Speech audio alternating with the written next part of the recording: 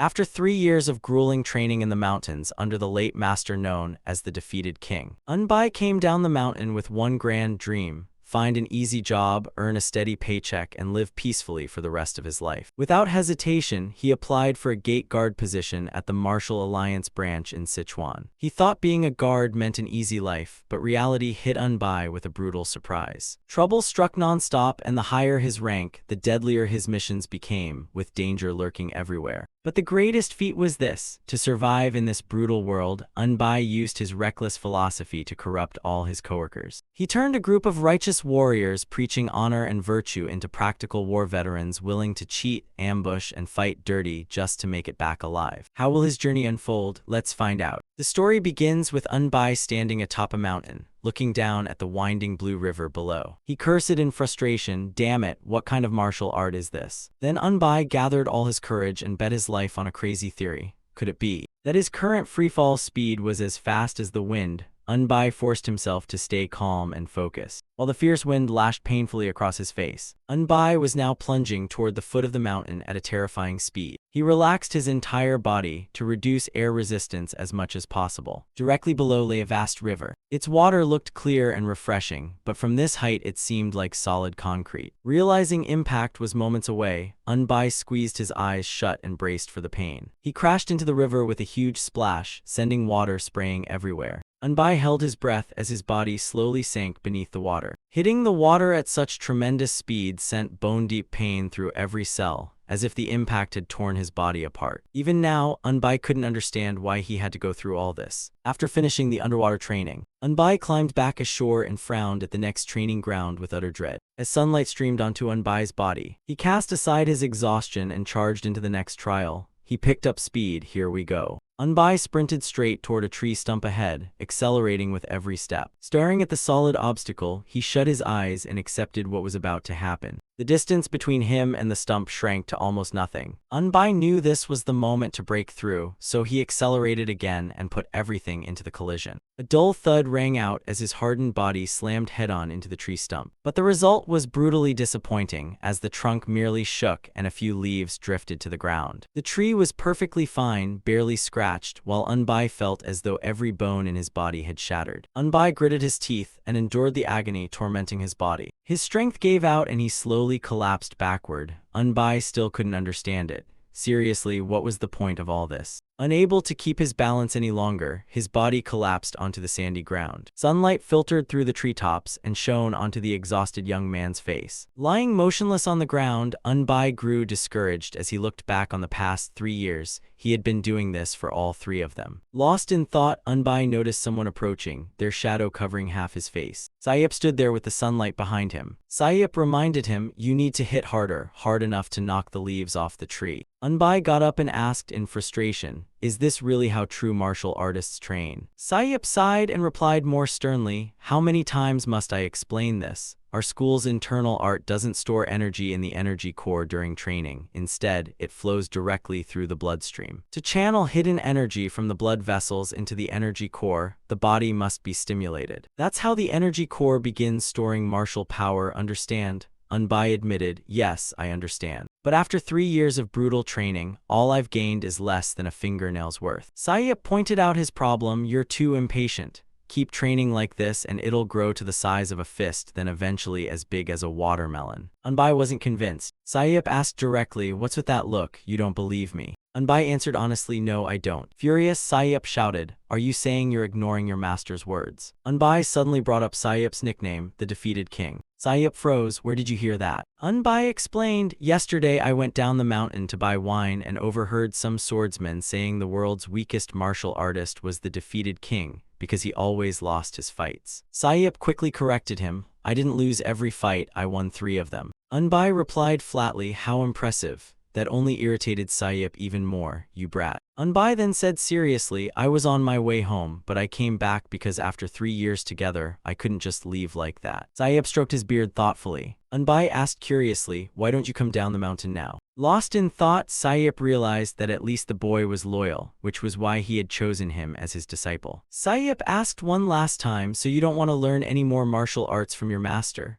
Still bitter, Unbai answered. After 3 years, all I learned was breathing, walking, the one-punch technique, and the one-kick technique. Instead of improving my martial arts, I became better at cooking by making your meals. Were you planning to turn me into a chef instead of a martial artist to fulfill your promise of giving me a good life? Sayep stubbornly insisted that a disciple caring for his master was only natural, and Unbai replied, I'm done doing that anyway. Sayep thought to himself that he only needed a little more time to finish the training, but the young man's heart had already left the martial path, so there was nothing more he could do. In the end, Sayep nodded. Fine, have it your way. Unbai happily replied, you've thought it through, but Sayep suddenly reached out and tapped his energy core. Unbai was startled to find he couldn't move. The old man gently pushed him into a seated position and said, from this moment on, I will pass everything I have to you. Unbai grew even more confused. What is he talking about? Ignoring his thoughts, the old man continued seriously. The reason I made you focus on basic training all this time was to build an unshakable foundation. The old man worried that it normally required at least a year to refine it, but he had no choice except to speed things up, while Unbai thought, I don't know what trick he's using, but he needs to stop. The old man moved behind him and sat down. This is going to hurt, so prepare yourself. You've endured plenty of pain before, so I believe you can withstand this too. Whatever happens, do not lose consciousness. After saying that, he placed his hand on Unbai's head. Alright, let's begin. With that, he started channeling energy into Unbai's body. Unbai's eyes instantly widened. It felt like a red-hot iron nail was piercing through his flesh and bones. It felt as if his head were about to explode. While channeling energy, the old man reminded him, from this moment on, you are the true successor of our school. You should have trained longer, but our time has run out. From this moment on, never forget what I told you. The founder of our school began his journey after saving a dying monk, and in gratitude, the monk taught him several unarmed combat techniques and an internal cultivation method. Although the founder never achieved greatness, he adopted orphan children and passed the martial arts on to them, and that legacy was eventually passed down to me. I met my master at the age of 30, far too late to begin learning martial arts, but he still taught me everything he knew, and after 10 years of grueling training, I entered the martial world, though my skills remained mediocre. Partly because I started too late, but also because of our internal art's unique nature, where energy only seeps into the meridians through training. To redirect the hidden energy within my blood vessels and energy core, I had to fight countless sparring matches. Those battles let me gather internal energy, which is why I earned the rather shameful nickname, the Defeated King. Unbai gritted his teeth as if his entire body were being torn apart. I can't take this anymore. At that moment, the old man withdrew his hand. It's finished. Unbai remained seated with his eyes closed, feeling the pain gradually fade. But why? The energy core that had been no bigger than a fingernail was now the size of a fist. He had no idea what had happened, but he was certain his master had passed all his martial arts to him. To a martial artist, internal energy is more precious than life itself. Even then, Unbai still couldn't understand why. Hearing footsteps behind him, he stood up warily and called out, Master. He saw Sayep grimacing in pain. Unbai asked in confusion, what did you do to me? Sayep answered, I passed my true energy and internal power on to you. Unbai was stunned by what he had done. Desperate for an answer, Unbai asked, why? Sayep replied, because I don't have much time left. Unbai knew that, but said, Master, you're still healthy enough to live another year. Now extremely weak, Sayep quietly said, take me home. Unbai pressed his lips together, his face filled with sorrow. He gently carried Sayep, whose frail body fit easily in his arms. Unbai couldn't help thinking how light he had become. He carried Sayep away from that place. As master and disciple headed home, the pavilion gradually came into view. Unbai laid Sayep down on the bed to rest. His trembling hand weakly pointed at a box. Bring me that box. Unbai obeyed and handed him the old box. Sayep ordered, open it. Unbai obediently replied, yes, master. The box was opened. Inside were several books. There were also many silver ingots. See the title of that manual, Sayep said. Wishful Armor Fist is the sacred treasure of our school, and now it belongs to you. This foolish master has one last request for you. Unbai nodded, just say it, master, I'll do anything. Train for 1 more year and devote yourself fully to preserving the martial arts of our school. After saying that, he coughed up a mouthful of blood in exhaustion. Unbai called out anxiously, Master. Sayep instructed, I'm about to die. If you ever have to fight someday, think carefully before you act. The martial arts of our school are stronger than you think. As soon as he finished speaking, he coughed up blood again. Unbai rushed to the bedside. Master. I have only one final wish. Meeting you has left me with no regrets. Please don't repeat my mistakes. Sayip struggled just to finish those last words. His eyes slowly closed, and he drifted into his eternal sleep. Unbai broke down in tears over his master's death. Master. A long day passed as the sun set. Soon night fell and the stars glittered across the sky. Unbai removed Sayip's outer robe and saw a black stain spreading across his chest. Only then did he realize Sayip hadn't lied about having little time left. But the wound looked like it had been inflicted by someone else. Why hadn't he ever mentioned his enemy? Was it because he feared Unbai would cross paths with that person?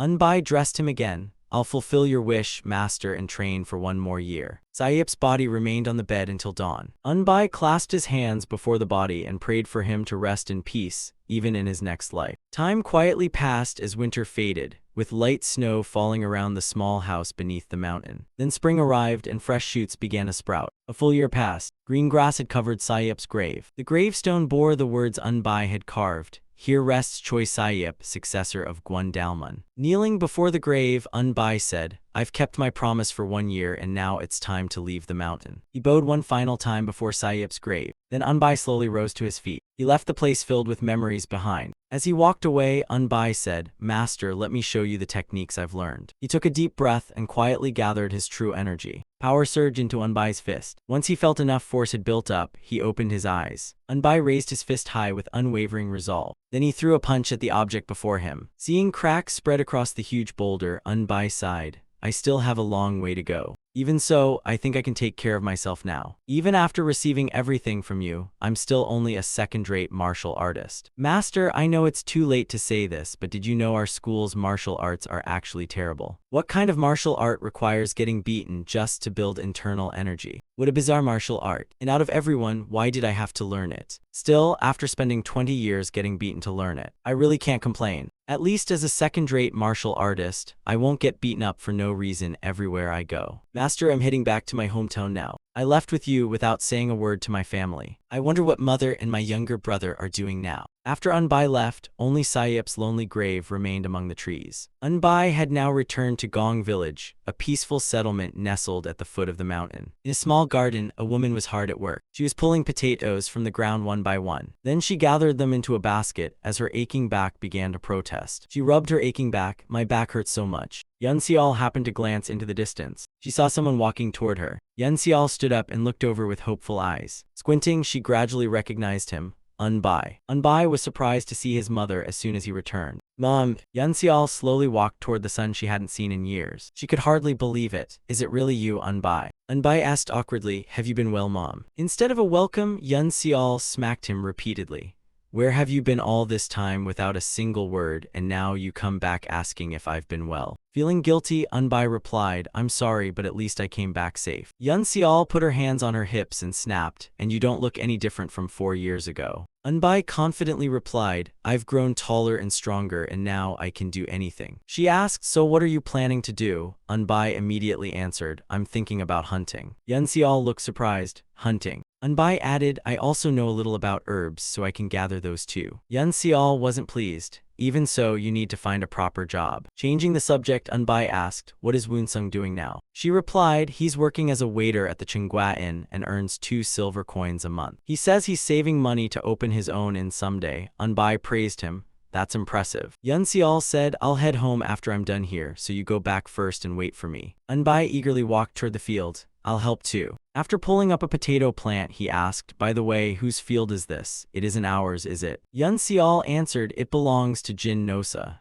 After harvesting the potatoes, we're paid with a basket of them. Unbai sadly thought, she's always working this hard. He promised, don't worry, I'll take care of everything from now on. Yun Seol simply replied, just don't cause trouble like last time. Unbai swore, I was immature back then, but now I'll work hard and live honestly. Yun Seol only hoped he meant it. Please keep that promise. Curious, she asked, but why did you suddenly disappear 4 years ago? Unbai explained, someone told me they'd help me live a better life if I followed them, so I left. Yun Seol was surprised, and all you learned was hunting. Unbai smiled reassuringly. I learned a lot of things, hunting was only one of them. She sighed and warned him, don't trust people so easily. Unbai thought to himself, at least Master truly devoted himself to teaching me. I'm still not sure if that was really the better way to live, but by noon the blazing sun hung overhead. Mother and son hurried to finish the small field. By the time the sun had set, they returned to their little house. There was only a single small plate of cakes on the table. Yun Xiao said, I'll get some rice tomorrow and make you a proper meal. Grinning, Unbai handed her a small pouch. Here, take this. Yun Xiao accepted it and curiously opened it. What's this? The silver ingots inside gleamed brightly. Yun Xiao gasped, is this silver? Unbai said, use it to buy whatever you need, Mom. I'll earn more. Yun Xiao finally smiled. So you weren't completely idle after all. While eating, Unbai said, tomorrow I'll head into the village to visit Woonsung and buy materials for traps. The next day, Unbai headed down to town. He sighed at the lively atmosphere. It's been so long, everything familiar now feels so strange. People filled the streets. Unbai noticed a familiar figure. He stared in that direction. Wang Sam slowly walked toward him. What? He couldn't believe his eyes. Unbai. Unbai recognized him immediately. Wang Sam. Wang Sam nodded, his eyes filled with shock. Facing Wang Sam, Unbai remembered he was the big guy Unbai used to beat up as a kid. Wang Sam said nostalgically, it's been a long time. I completely run Gong Village now. Jioxum stepped forward and asked, hey, brother Wang Sam, who is that? Should I rough him up? Unbai teased, so all the crybabies have grown up. Jioxum froze. Crybabies. Jioxum began to realize something. Brother, Bones. Unbai confirmed, that's me. Jioxum. Jioxum recalled that 4 years ago Unbai was so unbeatable everyone called him Bones, but now he looked completely different. Wang Sam sneered, damn Bones, I'm the boss around here now. Unbai stayed silent. Wang Sam still held a grudge, thinking how furious he was over the beatings back then,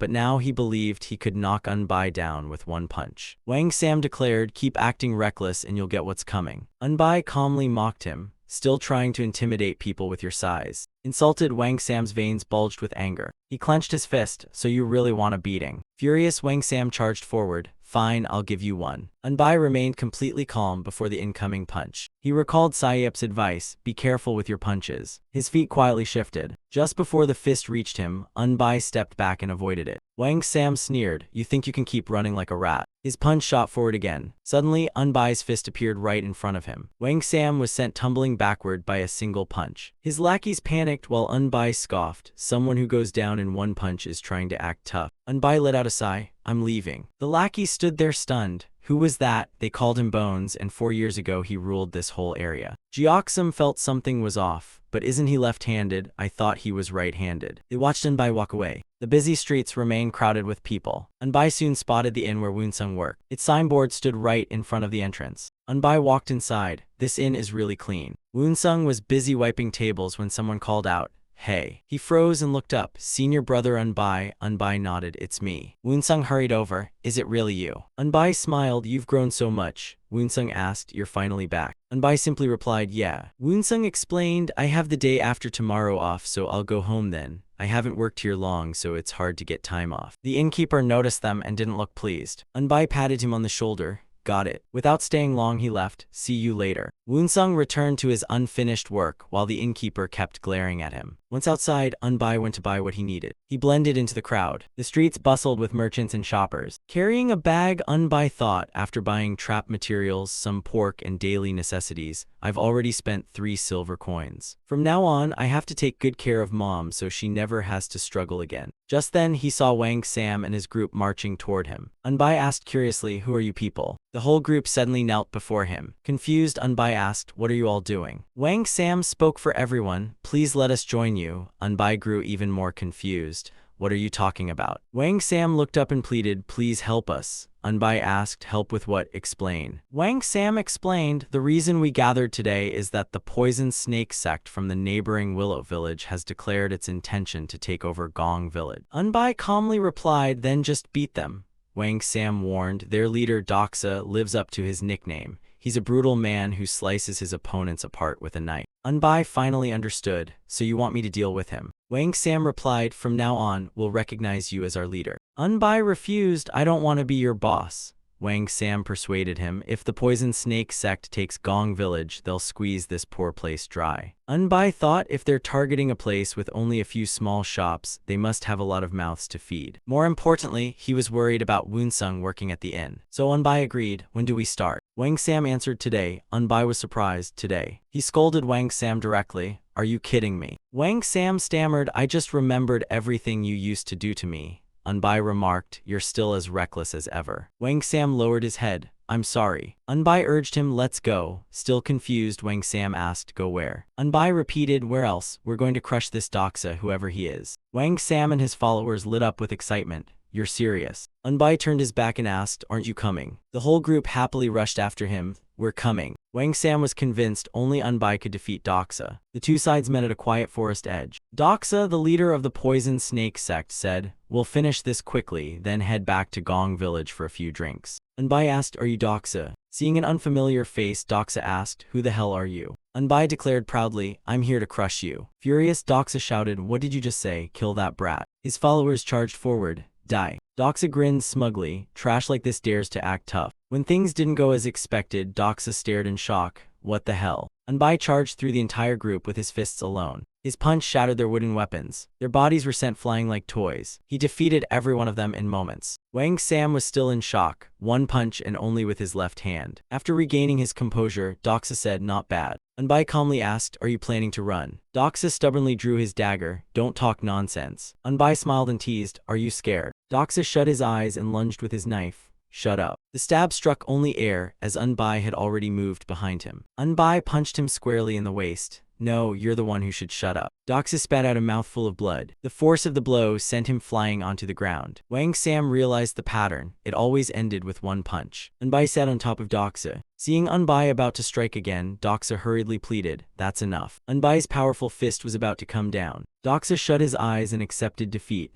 All right, I lost. Unbai asked calmly, so? Doxa suggested, you can take over the village. Unbai bluntly refused, not interested. Doxa couldn't believe Unbai rejected it so decisively. What? Unbai said, my only demand is that you stay away from Gong Village, and as payment for bothering me, a few bottles of liquor will do. Doxa found those terms unbelievable. That's all. Unbai got off him, now get lost. Doxa immediately handed Unbai a small pouch. Here. Unbai accepted the money pouch. Doxa's group helped each other up and left. Let's go. Only then did Wang Sam's group dare to approach. Brother, you're incredible. Unbai thought, damn it, these guys may think I'm amazing, but I know this is nothing against a real martial arts master. Unbai was truly disappointed that after all those years of harsh training, he had only reached the level of a second-rate martial artist. The more he thought about it, the more he felt his master had deceived him. Even so, for some reason, he couldn't stop thinking about him. As the sun grew brighter, Unbai began leaving the forest. He caught a rabbit and gathered a small basket of herbs. He sighed, today was full of things that brought me no profit at all. Herbs seemed more profitable, and thanks to his master's training, climbing the mountains was no longer difficult. It turned out everything his master taught him was actually useful. Along the way, Unbai came across another medicinal herb. He crouched down and carefully picked it. At last, Unbai returned to the small house. He called out, I'm home, Mom. Yunxial turned around and replied, welcome home.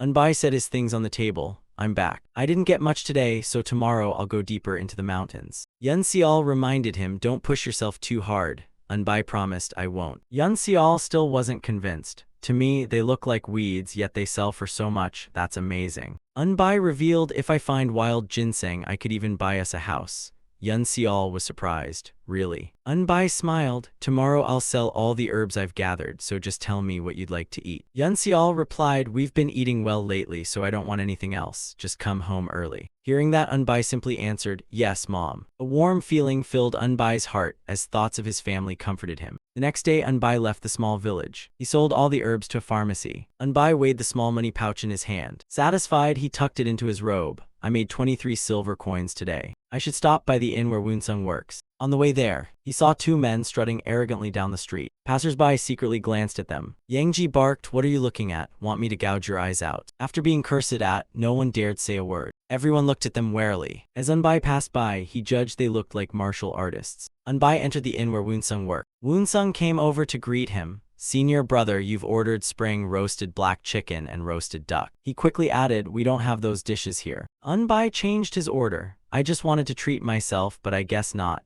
Then give me spicy tofu, stir-fried pork, 7 servings of each, and some bamboo leaf wine. Woonsung wondered. Everyone says senior brother gathers more herbs than experienced herbalists. What has he been doing all these years? Still, I'm just happy he's back. Since he's treating his friends to food and wine, business will be good and the innkeeper might treat me better. Wang Sam arrived with the others. Senior brother, we're here. Unbai smiled. Come on in. A table full of food and several jars of wine had already been prepared. Wang Sam eagerly poured Unbai a drink. Senior brother, let me pour for you. Unbai held out his cup. Wang Sam said they had spent the past few days thinking of a name for their group, and their favorite was the Lightning Fist Gang. Because senior brother's fist is like lightning, and when we got punched, we really saw flashes of light. Unbai didn't care. Call yourselves whatever you want. Wang Sam raised his cup. Then let's drink to the Lightning Fist Gang. Everyone happily raised their cups and shouted, Lightning Fist Gang. Watching them, Woonsung secretly felt proud. Senior brother is amazing. He took over the local gang in no time. Coincidentally, the 2 men Unbai had seen earlier entered the inn.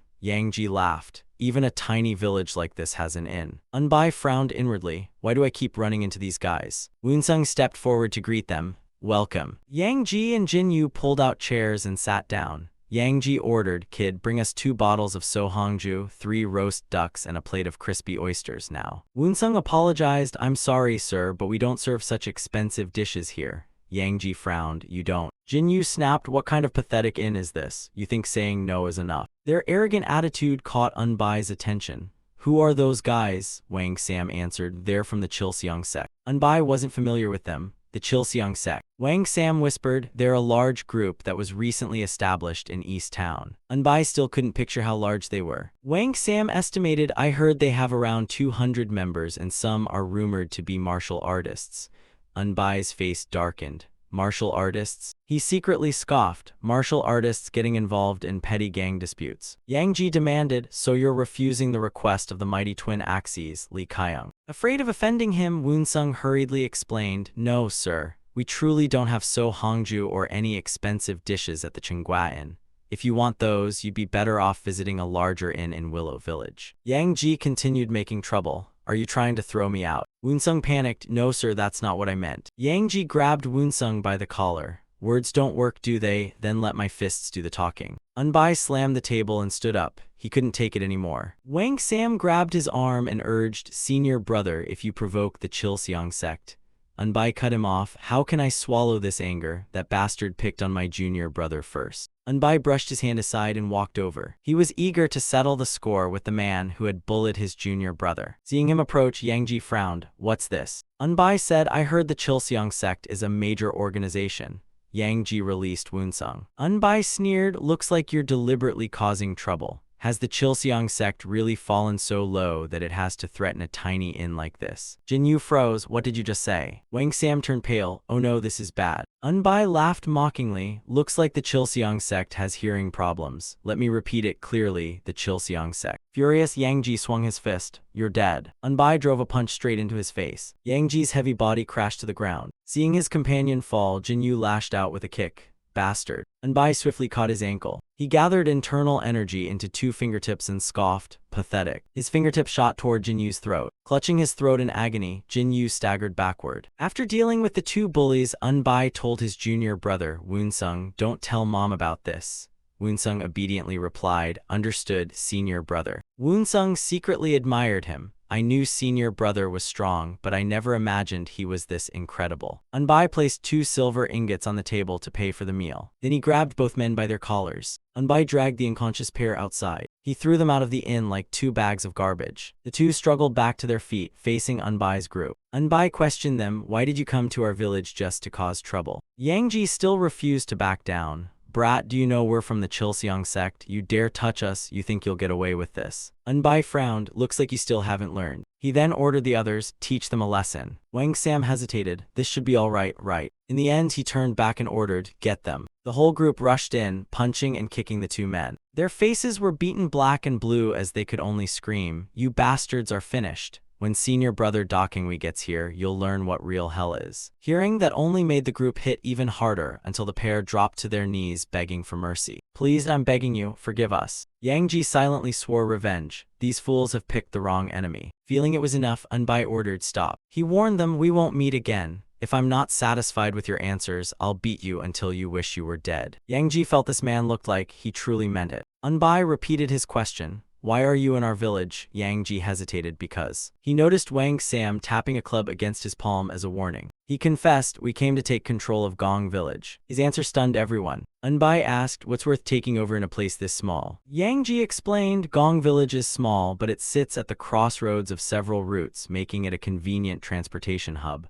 The Sahi Escort Agency plans to establish a branch here. Wang Sam was surprised. The Sahi Escort Agency. Unbai turned and asked, are they that formidable? Wang Sam replied, they're one of the 3 greatest escort agencies in the Central Plains. Yang Ji added, if they establish a branch here, countless merchants will come and go, and this place will always be crowded with escorts and caravans. Inns and entertainment houses will open afterward, and whoever controls them will make a fortune. Unbai nodded. I understand. Jin Yu continued, we're only the advanced team, so they sent senior brother Dakengwi to secure control of Gong Village. Unbai looked down on them. Look at these idiots. If you want to do business in Gong Village, you should negotiate with us locals first instead of trying to seize it. Wang Sam agreed, exactly, that's complete disrespect toward us. But we can't go to war with the Chilseong sect. Yang Ji smugly thought, the moment you laid a hand on us, your fate was sealed. Unbai shook his head. Wrong, Wang Sam asked curiously, wrong, what's wrong? Unbai calmly said, they don't respect us, so why should we endure it? We need to show them just how big a mistake they've made. Wang Sam secretly worried, this is too dangerous. I have to stop senior brother. Wang Sam warned, senior brother, I heard Dakengwi is a martial artist. Unbai didn't care. I don't care whether he's a martial artist or not. Those bastards actually think they can collect protection money in our hometown. His tone turned serious. I'll deal with every last one of them. Yang Ji realized Unbai had no idea what he was getting into. Wang Sam secretly felt there was no turning back now. He stood up and ordered his men, let's go. With that, Unbai decisively walked away. The others dragged the 2 captives along.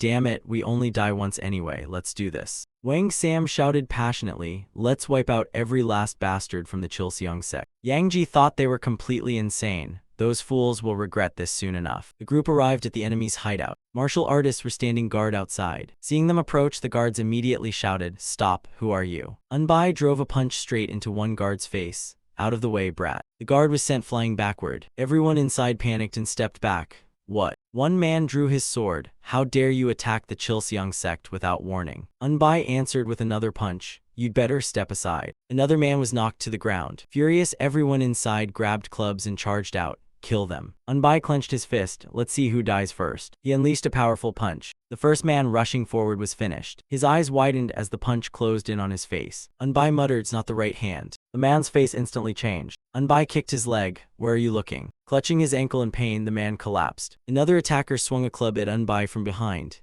Die. Unbai leaned aside and easily dodged the attack. At the same time, he threw a counterpunch. That man shared the same fate as the others and was sent flying. The remaining men charged in for revenge. Unbai rushed forward without hesitation. He swiftly beat all 4 of them down. One after another, they collapsed to the ground. Seeing the perfect chance, Wang Sam ordered, finish them. His men smashed their clubs onto the fallen enemies. Meanwhile, Unbai kept advancing inward. Another group rushed over to block his path. Unbai quickly and cleanly took care of them. As he punched, Unbai said, there are more of them than I expected. Where is Dakengwi? Only after all his men were defeated did Dakengwi finally appear. Wang Sam's men kept swinging their clubs at those Unbai had already knocked down. Unbai stepped into the inner courtyard. Looking for the leader, he thought, there doesn't seem to be anyone left, so where is Dakengwi? Unbai's gaze stopped ahead. A dignified-looking man was sitting calmly in a chair. He coldly watched the chaos outside, his face stern. It was Dakengwi. The man beside him pointed ahead. There he is. Dakengwi asked the approaching Unbai, so you're the one they call Bones, the fiercest man around here. Unbai beckoned him with a wave. Stop showing off and make your move. Dakengwi's indifferent treatment made his face turn red with rage. Unbai reminded him, and don't mistake me for Bones just because you've only got one eye.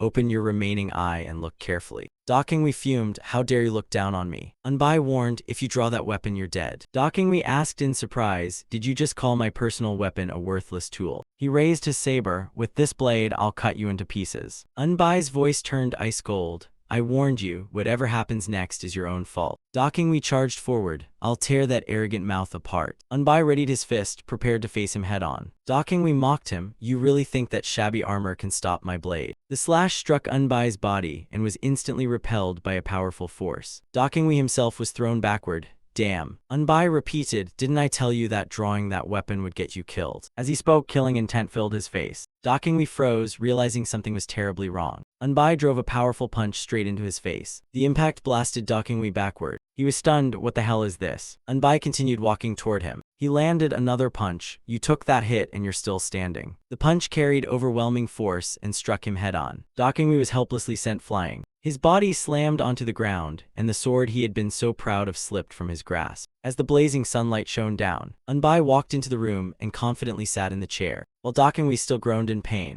Unbai asked coldly, so you're awake? Dokingwi braced himself with one hand and slowly sat up. He asked curiously, you've trained in martial arts? Unbai admitted a little. Dokingwi finally understood. I knew it. Dokingwi glanced around. He saw all his men had been captured by Wang Sam's group. Dokingwi thought, in 10 years of roaming the martial world, this is the first time I've been completely defeated. He asked directly, what do you want? Unbai answered without hesitation, stop harassing the businesses here, and when Gong Village expands, give us a small piece of land.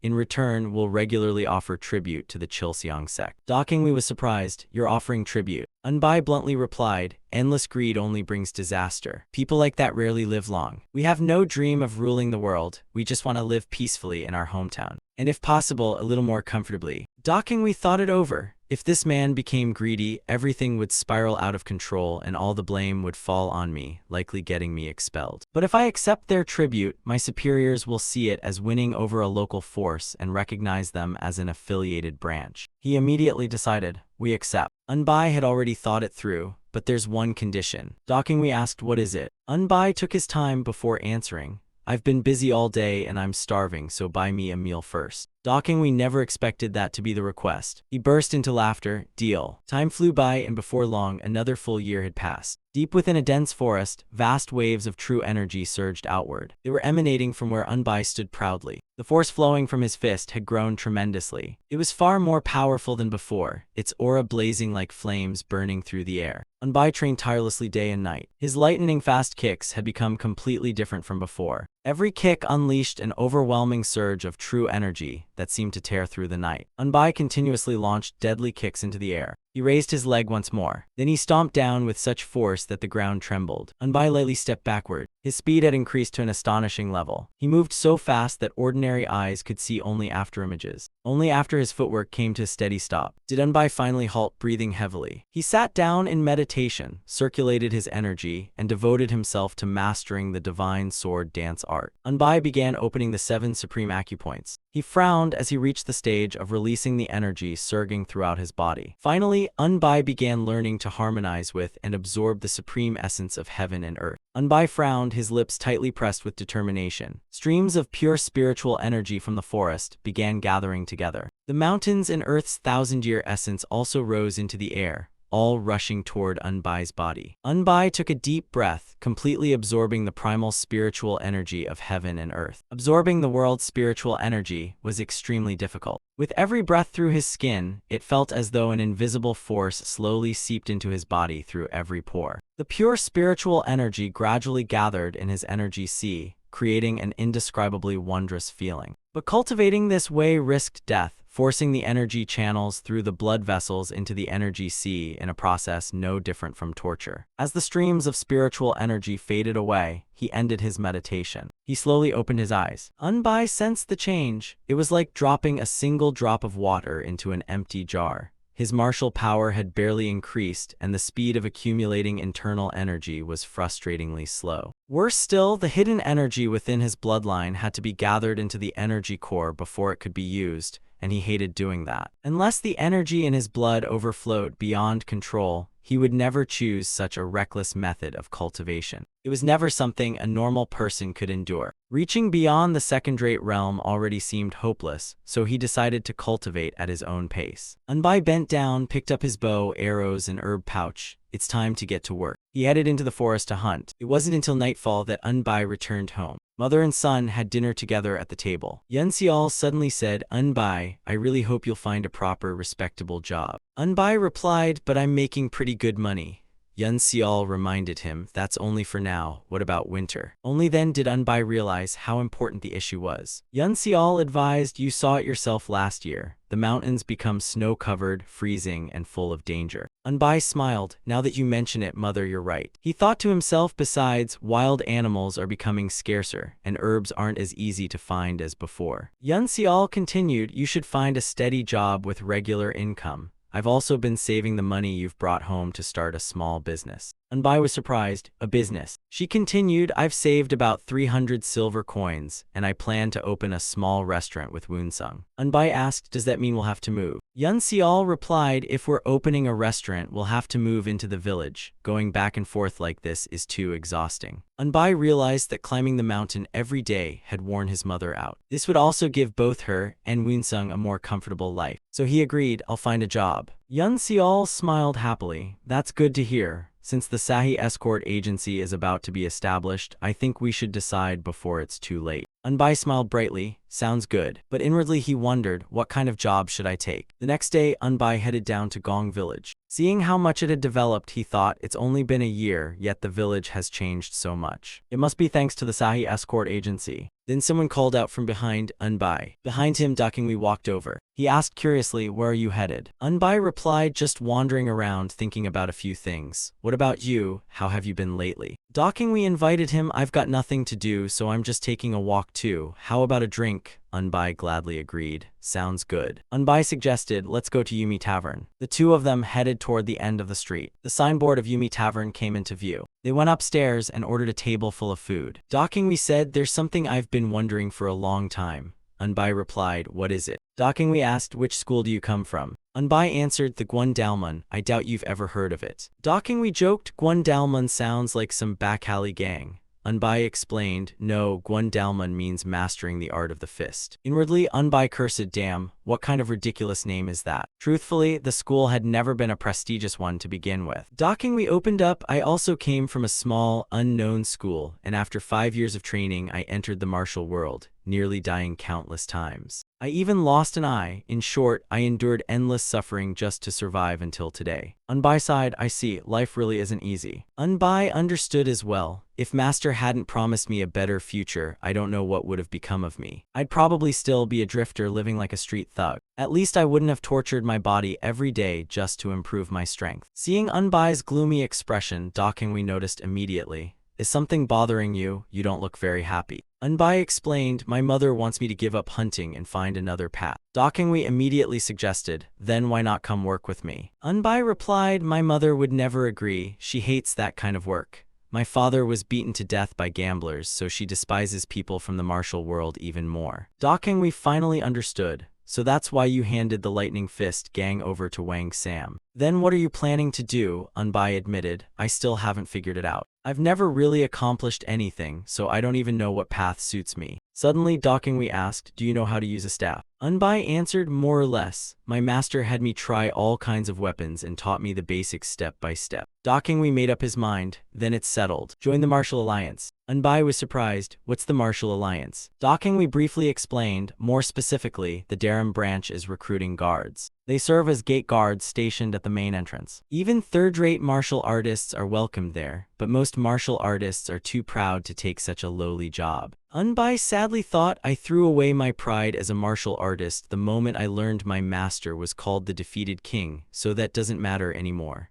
Besides, master never taught me to cling to pride. My current martial arts are nothing to be proud of anyway. Dakingwi said, if you're interested, let me know. I know an external affairs manager who can recommend you. Unbai quickly decided, I accept. Dakingwi asked with disappointment, so you really don't want to work with me? That job is much cooler than being a gate guard.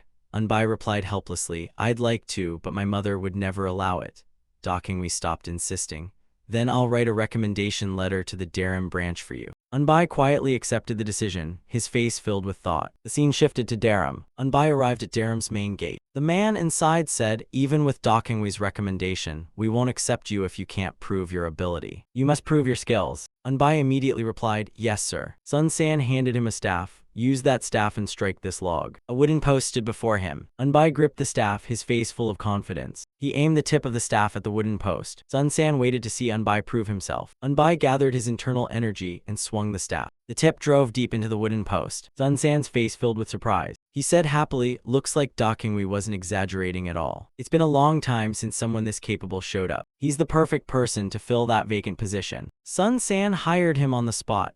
"You're accepted. Your monthly salary is 30 silver coins and you get 5 days off each month whenever you choose." Unbai asked, "When do I start?" Sun San replied, "We'll prepare your documents and identity badge. Come back tomorrow morning." Unbai bowed. "Understood." Unbai couldn't help feeling proud. "I finally got a job, and it's as a guard for the Martial Alliance." Time passed and the sunlight gradually softened. Inside the Martial Alliance, a group of men sat around a table. Hyomin carefully examined the newcomer. The others also watched Unbai with curiosity. One man kept his eyes closed, completely uninterested. Another looked at him with clear hostility. Sun San cleared his throat and announced, "Today we've added a new guard. He's 21 years old. His name is Unbai, so take good care of him." The others remained silent. Sun San continued, "I'm counting on you all." Unbai bowed to them. "I look forward to learning from everyone." Hyomin asked, "Do you know martial arts?" Unbai replied, "A little." Hyomin nodded. "Good, from now on you'll be assigned to Team Yule." Unbai answered politely, "Thank you, sir." Hyomin introduced himself.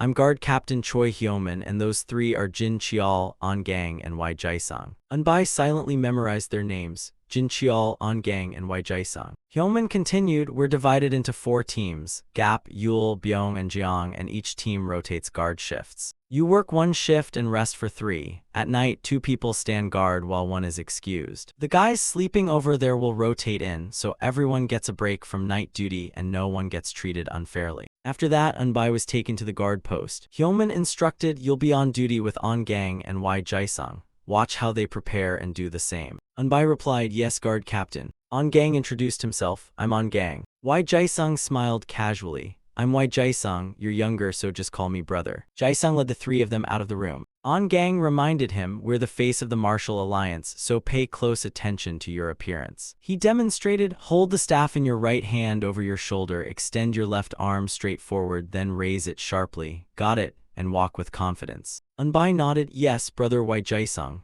Jaisang said, "Now give it a try." Unbai immediately copied the stance perfectly. Jaisang praised him, as expected of someone trained in martial arts. "Your posture is excellent." He ordered, "Stand behind me and follow." Jaisang raised his voice and shouted, "Forward." The 3 marched in step toward the guard gate. 2 guards were already on duty there. Both stood with solemn expressions. Jaisang walked toward them. On Gang quietly pointed out, "The man on the left is in charge." The 2 guards moved into position. Unbai stepped up to the supervising guard and introduced himself. "I'm Unbai. Starting today, I've been assigned to Team Yule." The guard smiled back, "Nice to meet you. I'm Cha Samdu. It'll be a little tough until you recognize everyone in the Martial Alliance, but once you do, gate duty becomes easy. Let's work hard together." Unbai bowed. "Thank you, brother." Samdu left with the guards whose shift had ended. Unbai took up gate duty alongside On Gang. On Gang explained, "We keep the main gate closed and guard the side gate. The main gate is only used for large military forces or horse-drawn carriages. For a single person to open the main gate, they must at least be the Sichuan branch leader of the Martial Alliance." Unbai wondered just how powerful that person must be. He stood seriously on guard at the Martial Alliance gate. Unbai and On Gang remained motionless, never letting their guard down. On Gang chatted, "It's a little boring, but this is the easiest position here.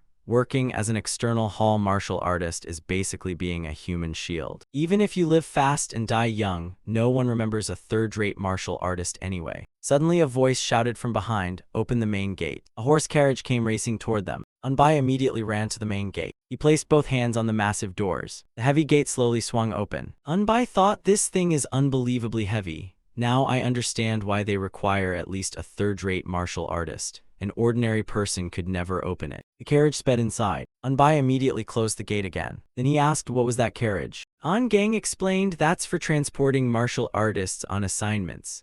Blue carriages belong to the external hall, while yellow ones belong to the internal hall. One thing they all have in common is that if we open the gate even a little late, they yell at us like crazy." Unbai asked, "What if there's a government official inside?" On Gang replied, "If they stray from their route, the external hall martial artists have the authority to attack immediately. Our only concern is whether the horses are being overworked. When a carriage passes by, it's fine to glance inside to check for unfamiliar faces. Unbai asked, then how do we know if someone inside wants to leave? Gang smiled. You don't have to worry about that. Anyone leaving must have a permit, so they have to report to the captain first. Unbai realized, looks like I still have a lot to learn. Experienced Gang replied, not really. Once you get used to it, you'll just find it boring. The two continued their monotonous gate duty. Unbai quietly sank into thought. He thought to himself, after about 3 months, I understood what Captain Gang meant. Once you get used to it, guarding the gate really does become boring. Unlike Unbai, Gong Village was bustling with people. During this time, a major event took place. My mother and younger brother opened a small restaurant. Their little restaurant attracted plenty of customers. Yun Xiao handled the cooking. Unbai thought, thanks to Wang Sam and Dokingwei backing them up, the business has run smoothly without any trouble. The Sahi Escort Agency has officially opened a branch in Gong Village. Thanks to the Sahi Escort Agency and merchants arriving from outside, Gong Village gradually prospered. Everything is going well. The problem was that practicing the Jinwu divine art every night before bed had created an extremely troublesome situation. Too much energy was being drawn into his secondary meridians, making his whole body itch. Even when circulating the Jinwu divine art, only a tiny amount of the energy gathered in those secondary meridians was absorbed into the energy core. Unbai knew he couldn't let this continue, but there was nowhere suitable in the martial alliance to abuse his body. Only now did he understand why his master had kept beating him during training. Unbai realized what he needed. He needed a powerful shock. Tonight, the only option was to crash into trees, rocks, or anything else. That night, he immediately carried out his plan. Unbai rammed his body into a tree trunk. The impact threw him backward. Frustrated, Unbai muttered, I've been doing this for an hour, and the blocked meridians have barely loosened at all. If I can't break through to the first-rate realm, this will definitely keep happening. As the night grew deeper, stars glittered across the sky. The next day was bright and sunny. Unbai carried out his gate duty as usual. Inwardly, he was extremely frustrated. This is driving me crazy. His uniform felt tighter and tighter around his shoulders and waist as the energy in his meridians kept building, making the sensation increasingly unbearable. On top of that, the scorching weather made him feel like he was about to explode, but he had to endure it until his shift ended. Just then, someone walked toward him. Unbai immediately leveled his staff and ordered, stop. Hyung-Chial pointed at himself in surprise. Me. Unbai answered without hesitation, yes. The man introduced himself. I'm On Hyung-Chial from the Internal Intelligence Division. He narrowed his eyes, satisfied. Unbai followed protocol. Please present your identification token. Hyung-Chial sighed in frustration.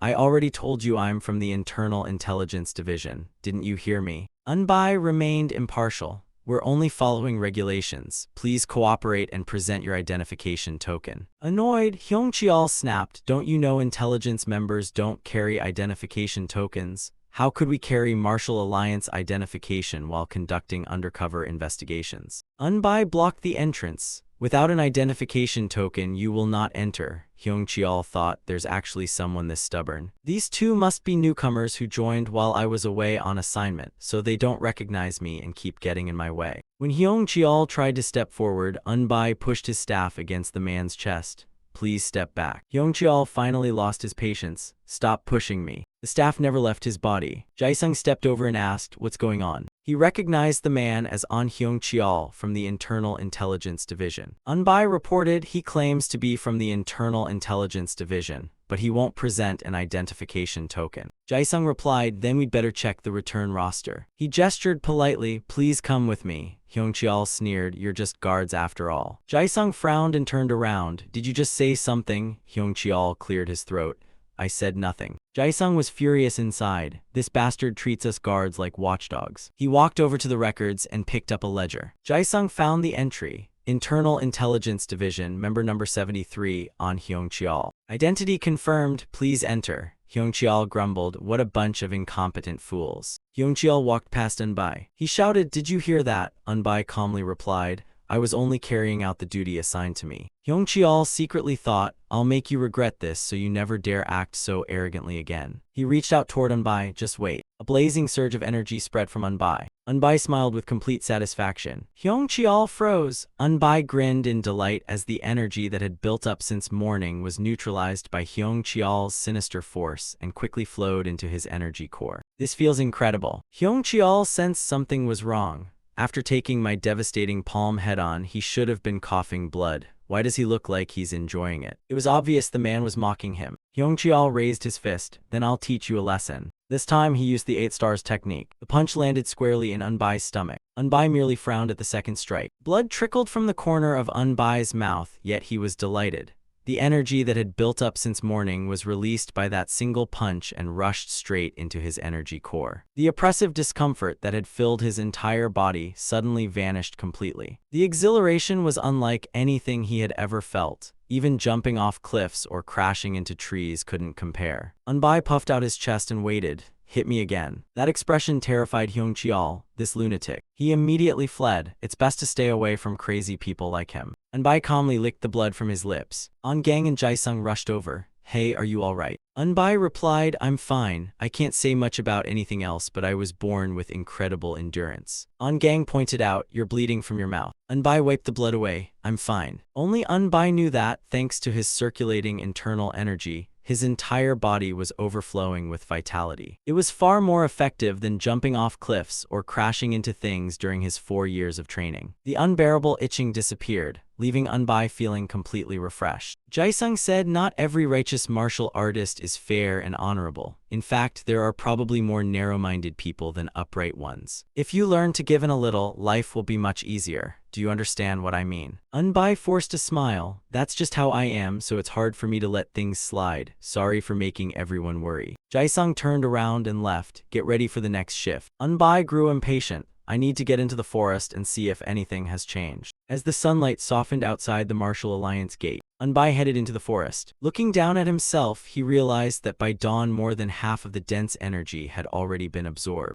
Unbai threw a punch to test its power. This punch felt noticeably stronger than yesterday's. Unbai was delighted. The accumulated internal energy had made his movements much smoother. He shifted his footing to test his movement technique. He was even faster than yesterday. His movements had also become much more refined. Unbai confirmed that he had indeed become far more agile and fluid. He sat down to meditate. Now let's circulate the Jinwoo divine art. Unbai guided the energy toward his energy core. Spiritual energy from the forest flowed toward him. It surrounded his entire body. Unbai thought the energy of Mother Nature is pouring in. But the problem is that it still keeps flowing into the secondary meridians. Unbai continued absorbing the spiritual energy. He didn't stop until the moon hung high in the sky. As soon as he successfully circulated a little energy, the unbearable itching spread through his body again. Maybe it's become a habit, because at this hour I unconsciously sit down to circulate my energy. Still, thanks to An Hyung-cheol from the Internal Intelligence Division, my internal energy has increased. And I've discovered that even the energy flowing into the secondary meridians can be converted into internal energy. So that's why Master was always covered in bruises. Unbai returned to the Martial Alliance. He began his night watch while a few people still passed outside. The next morning, after looking to his left, Unbai glanced to his right. He spotted a suspicious man standing ahead. Unbai thought, what now? What's the problem this time? The man walked over and asked, is it you? Unbai frowned, I'm on duty, so don't interfere with my work. The man shot back, do I look like I'm free either? Unbai frowned in confusion. What are you talking about? The man suddenly punched him in the stomach. Unbai immediately felt refreshed as the energy in his secondary meridians rushed straight into his energy core. As the man kept attacking him, Unbai shouted, what are you doing? Seeing Unbai smiling despite blood trickling from his mouth, the man grew frightened. An Hyung-cheol was right, this guy really is insane. Unbai still felt exhilarated.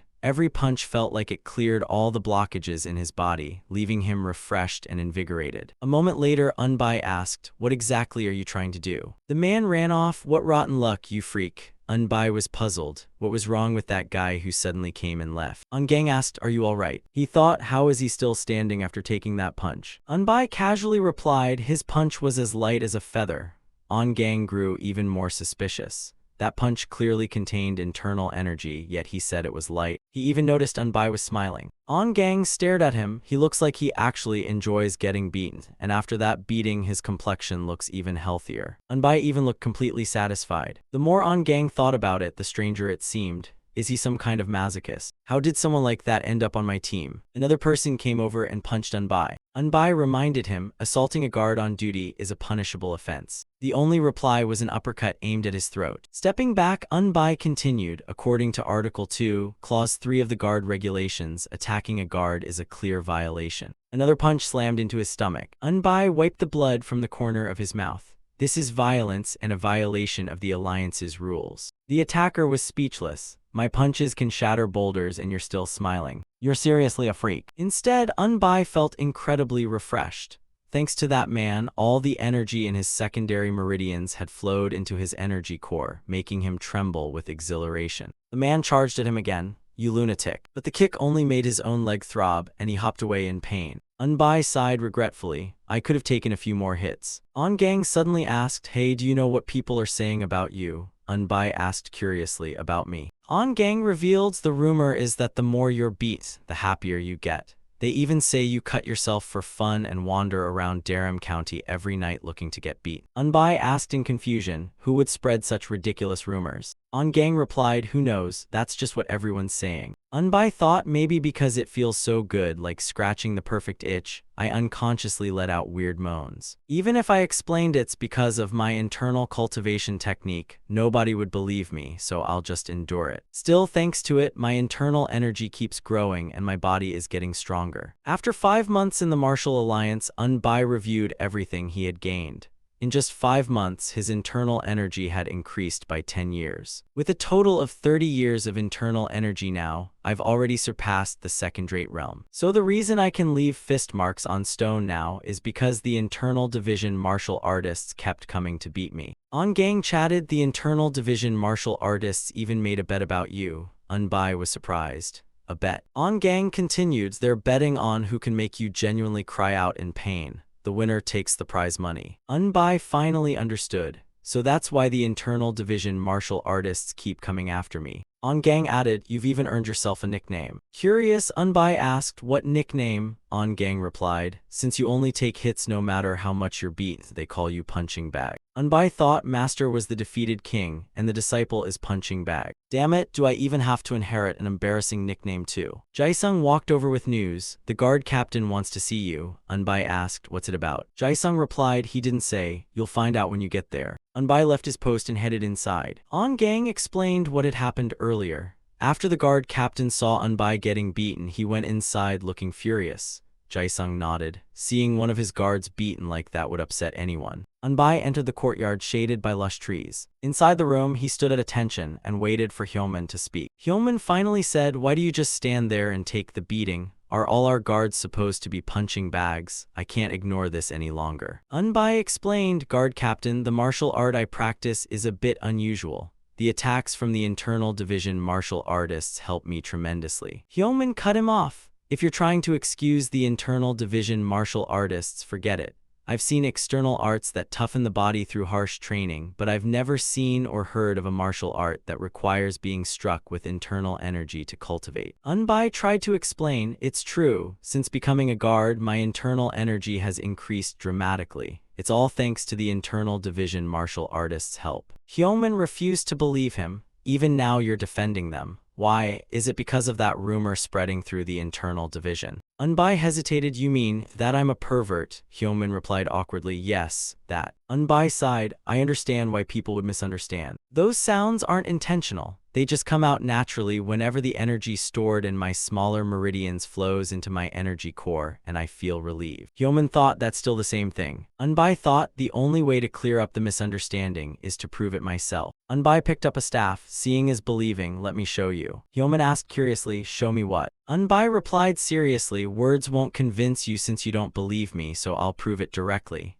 Hyomin nodded. Go ahead. Unbai walked outside to where several large wooden posts stood. Hyomin and the other guards followed to watch. Unbai pointed at one of the posts. This mark is from the first test I did here 5 months ago. A small hole could be seen in the wooden post. Still confused, Hyomin asked, but? Unbai replied, now I'll show you. He leveled the tip of the staff at the wooden post and thrust forward. Unbai's eyes were filled with determination. He accelerated toward his target. The wooden staff shot forward like an arrow. It struck the post with a direct thrust. The staff pierced straight through the wooden post. Hyomin was stunned. That level of destructive power is far beyond the second-rate realm. The other guards stared in shock. Hyomin compared it. That's almost on my level, but I still can't believe getting beaten increases your cultivation. Since you've said so, I'll believe you, but could you stop making those moaning sounds? People already look down on us. If this keeps up, the other guards might step in. Unbai silently listened as another guard chimed in.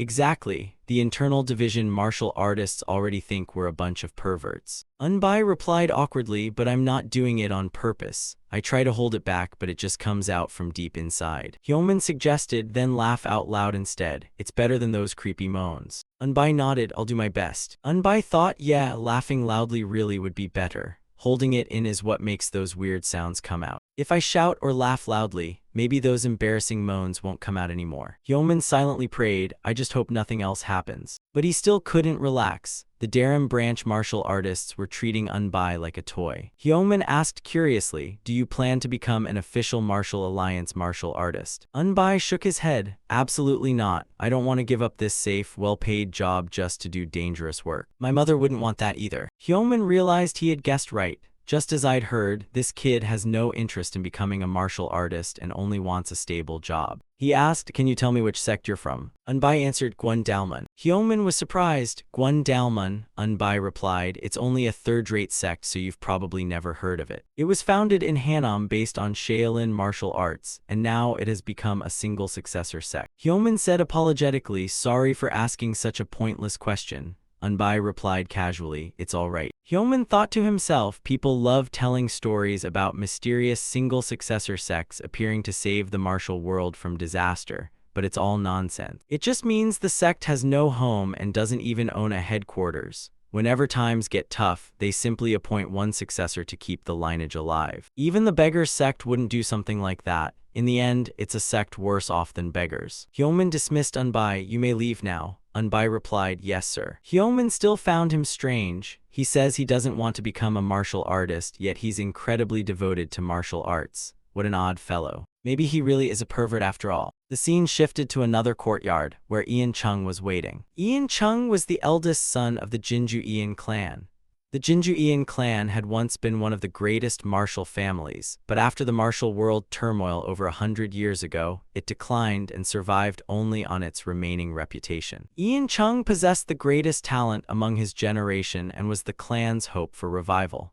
The clan head gave him rare spiritual medicines, allowing him to accumulate nearly 60 years of internal energy. Even so, Ian Chung had only reached the second-rate realm. Since most of the clan's martial arts had been lost after its decline, he had never received proper training. Ian Chung was curious. I want to know the true extent of my current ability. Unbai silently assessed him. Unlike the others, this man wasn't fooling around and was completely serious. Ian Chung respectfully cupped his fists. Please instruct me. Unbai raised his head and said, go ahead. The energy surrounding Ian Chung was clearly extraordinary. Determination filled Ian Chung's eyes. He gathered internal energy into his fist and charged forward. Here I come. His punch struck Unbai squarely in the stomach. Unbai felt so good that he burst into laughter. Ian Chung eagerly asked, how was it? Unbai thought his strength is no weaker than a first-rate expert's, yet he's only in the second-rate realm. His control over internal energy is so poor. How should I explain this? While Ian Chung waited for an answer, Unbai thought, I'd better just tell him the truth. Unbai spoke honestly. Young Master Ian, your attack is too straightforward. Even the internal energy that enters your opponent reflects that straightforwardness. Before, I was struck by a disciple from immovable sect named Yo Duchai, and 7 different streams of energy spread through my body. Some were fast, while others were slow but tightly compressed my muscles. Of every attack I've ever taken, that was the most troublesome, or rather, the most painful. But your attack felt so gentle that it was almost like you were transferring internal energy to me. Ian Chung lowered his eyes, pondering those words. He asked for guidance, then what should I do? Unbai answered, my master taught me that internal energy must first be compressed before being released.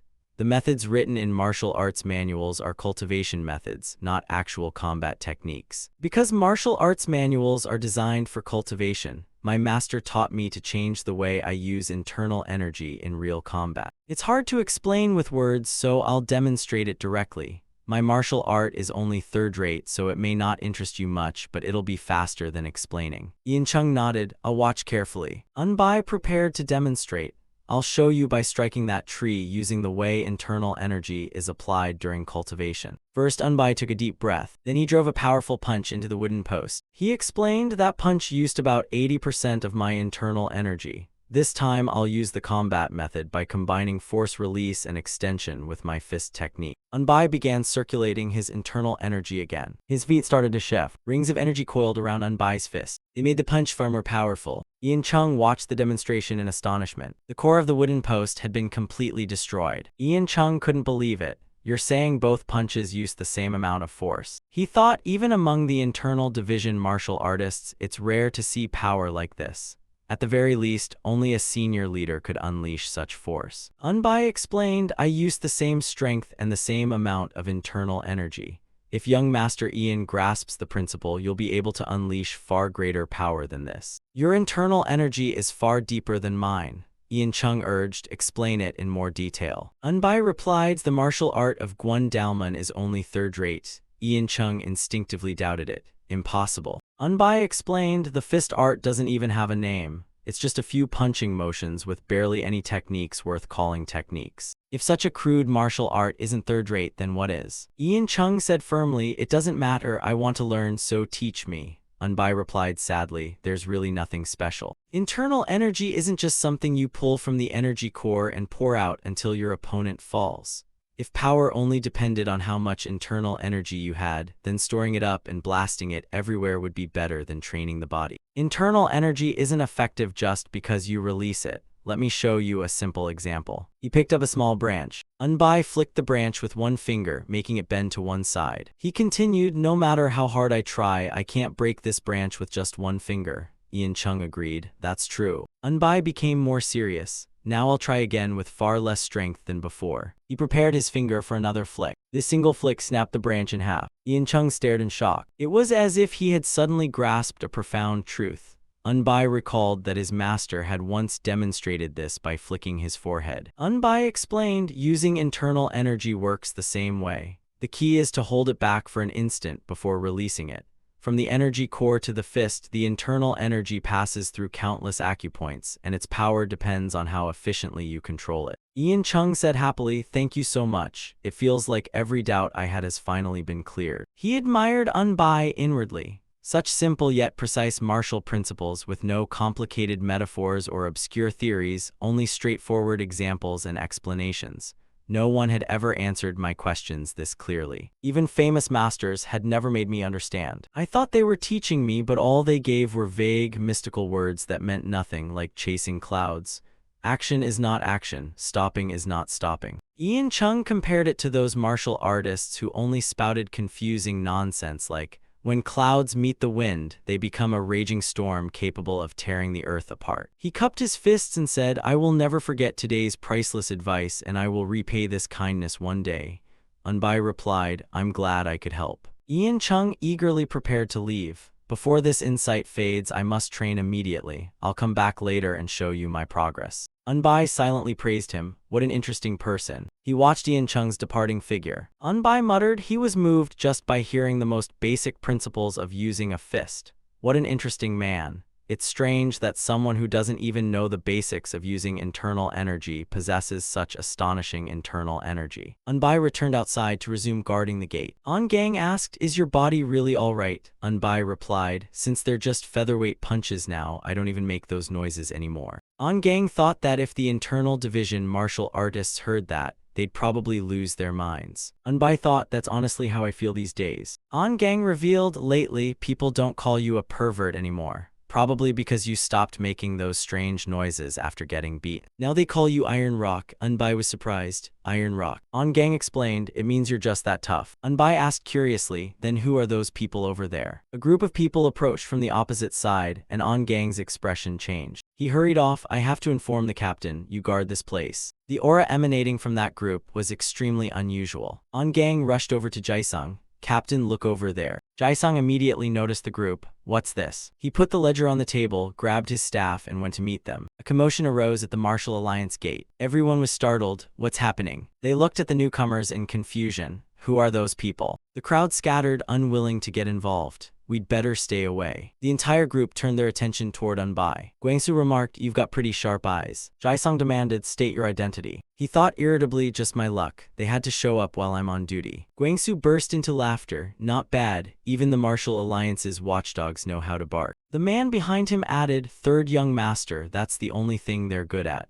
If they were the Blood King sect's guards, they'd have charged in with swords already." Jaisung thought, if that's the Blood King sect's third young master, then he's Black Scorpion Ma Guangsu, the infamous lunatic everyone calls a bastard. What terrible luck today. He respectfully cupped his fists. "Young Master Ma, may I ask whom you've come to see in the Martial Alliance?" Guangsu sneered, "Are you mocking me? You're just a lowly guard. You should have shut your mouth and gotten out of my sight instead of barking at me." After speaking, Guangsu glanced at Unbai, who was walking over. He asked, "And who are you?" Unbai introduced himself. "I'm Unbai, a Martial Alliance guard. Which faction are you from?" Jaisung sighed inwardly. This idiot doesn't know when to stay out of it. Guangsu burst out laughing. "This fool really is stupid. You're asking what faction I'm from. I'm from the Martial Alliance's Red Light District. What are you going to do about it, idiots?" With that, he punched Unbai in the stomach. Unbai struggled to hold back a moan. Guangsu was stunned. "You dare smile after taking my punch?" Unbai thought, this guy is really strong. He turned and asked, "Captain, who are these people?" Jaisung warned, "The reinforcements are coming, so don't charge in." Unbai immediately understood. They're enemies. One of the men taunted Guangsu, "Third young master, it seems you held back." Guangsu thought in surprise. He took my internal energy punch, delivered with half my strength on instinct, and he's still fine. Then this time I'll pour black killing energy into the attack. Guangsu gathered his killing aura. "Let's see you withstand this one." Suddenly Unbai threw a punch. Guangsu hurriedly retreated. His footing became unsteady, and he staggered backward. Unbai grabbed him by the collar and shouted, "Did you punks come here looking for trouble? You street thugs have gotten way too bold. Don't you know what fear is?" With that, Unbai slammed Guangsu hard into the ground. Guangsu squeezed his eyes shut in pain. His subordinates immediately drew their swords to rescue the third young master. Unbai couldn't tolerate them using weapons. Furious, he snapped his staff in half. "Anyone who draws a weapon can die." The overwhelming aura surrounding Unbai stopped the entire group from advancing. One of them swung his sword at Unbai. He instantly blocked it with his staff. Unbai raised the staff high and knocked the weapon from the man's hand. Then he smashed the man's face with the staff. Another man behind him thrust a weapon forward. Unbai reacted swiftly and blocked it. The tip of his staff slammed straight into the man's chest. The bones throughout his body shattered. Another accomplice appeared behind him and shoved him forward. Unbai rammed him with his shoulder, sending him backward. His body crashed hard onto the ground. Unbai charged at the rest. "You're all dead." Alone, he swept through the group with the two broken halves of his staff. Someone attacked Unbai from behind.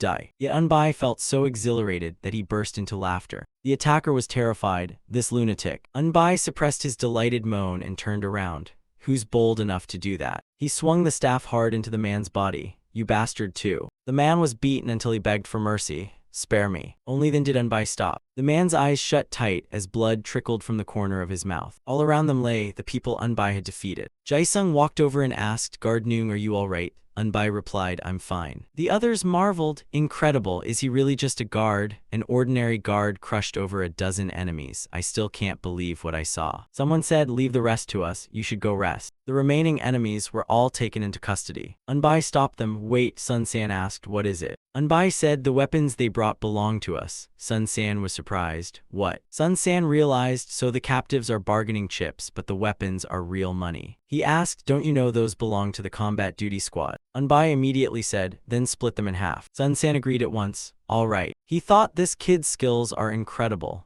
Giving him a share is fine, and we barely did anything anyway. Sun San handed Unbai a sword. Then the group left. Unbai smiled at the sword in his hand. He placed the captured weapons on the table. Jaisung asked worriedly, "Are your wounds all right?" Unbai replied, "They don't hurt much." Jaisung was still concerned. "Let me take a look." He pulled back Unbai's shirt and found only minor wounds. He sighed in relief. "Good, you're injured, but the bleeding has stopped. You seem used to this kind of injury." After everything outside was settled, Unbai went to Hyomin's room and handed him a small pouch. "Please take this." Hyomin looked surprised. "What's this?" Unbai replied, "The money from selling the weapons those troublemakers brought this afternoon." Hyomin was surprised. "The Blood King sect's weapons, why give it to me?" Unbai answered, "We already split half, and the other half is for the guard captain and the rest of the brothers." Hyomin noticed his thoughtfulness. "They'll appreciate it. You're more considerate of your comrades than you look." Unbai said nothing, bowed, and turned to leave. then I'll be going. Yeoman replied, all right. Unbai quietly left the room. Unbai knew if he kept all the money himself, everyone would end up hating him. The martial world and this place were no different. But it was strange, his back had been slashed several times, yet there were barely any wounds. Had they healed on their own? Did using his inner energy speed up recovery? He wondered, is it because of the heaven and earth divine arts? That technique demanded bone-deep pain to gain inner energy. Maybe it healed injuries to keep its user from dying. In any case, it was completely different from the supreme arts used by the Martial Alliance. Meanwhile, Jaisung happily celebrated the unexpected reward. I never thought I'd see a day like this. The bonus alone is 10 silver taels. On Gang weighed the money pouch in his hand. With the weapon money and this month's pay, we're doing well. He gratefully said to Unbai, thank you, Guard Noong. Another guard happily said, I'll put it to good use, Guard Noong. Unbai figured he had saved up quite a bit now. Good thing he took this job. Jaisung led the group out, come on back to work. The three of them began their next shift. Unbai thought he had become quite familiar with the job. He could already tell apart delivery workers, grain carriers, and scrap collectors. Most were familiar faces, with only a dozen or so strangers needing attention. Suddenly Unbai stared ahead in surprise. Wait, what's that? Another heavily built man was walking toward them. Unbai frowned inwardly. Guys like this are always trouble. On Gang widened his eyes. What's that? Jaisung immediately stood up. The newcomer carried an extraordinary presence. Just seeing his fists was enough to intimidate everyone. The man was Mi Chanyo approaching the gate. He was so tall that Jaisung had to look up at him. Following procedure, Jaisung asked, may I ask what brings you here? Chanyong replied, I have business with the Martial Alliance. Jaisung thought, of course, nobody comes here without business. He continued, may I have your name? Chanyong gave his title, Giant Blade, then walked past him. Jaisung immediately stopped him. He was puzzled, I've never heard that name, wait, maybe it's a title. Chanyong turned back, what's wrong? Jaisung said, please show me your identification token. Chanyong repeated, you don't know who I am, I'm Giant Blade. Jaisung stuck to procedure, I'm sorry but I don't know you, where is your identification token? Chanyong finally lost his patience and shouted, you don't know me. He raised his blade, then surely you recognize this. A dragon was engraved on the blade. Jaisung examined the engraving closely. His face turned pale with shock, but Unbai had already moved. How dare you wave that around? He drove a punch straight into the man's abdomen. Jaisung tried to stop him but it was too late. Guard Noong, stop. A voice transmission reached him. Leave him alone. Jaisung looked up at Chanyong in shock, a master capable of voice transmission. Today, Unbai had truly stirred up a hornet's nest. I just received word from Captain Hyo Yun that the new expert recruited into the warrior corps would arrive today.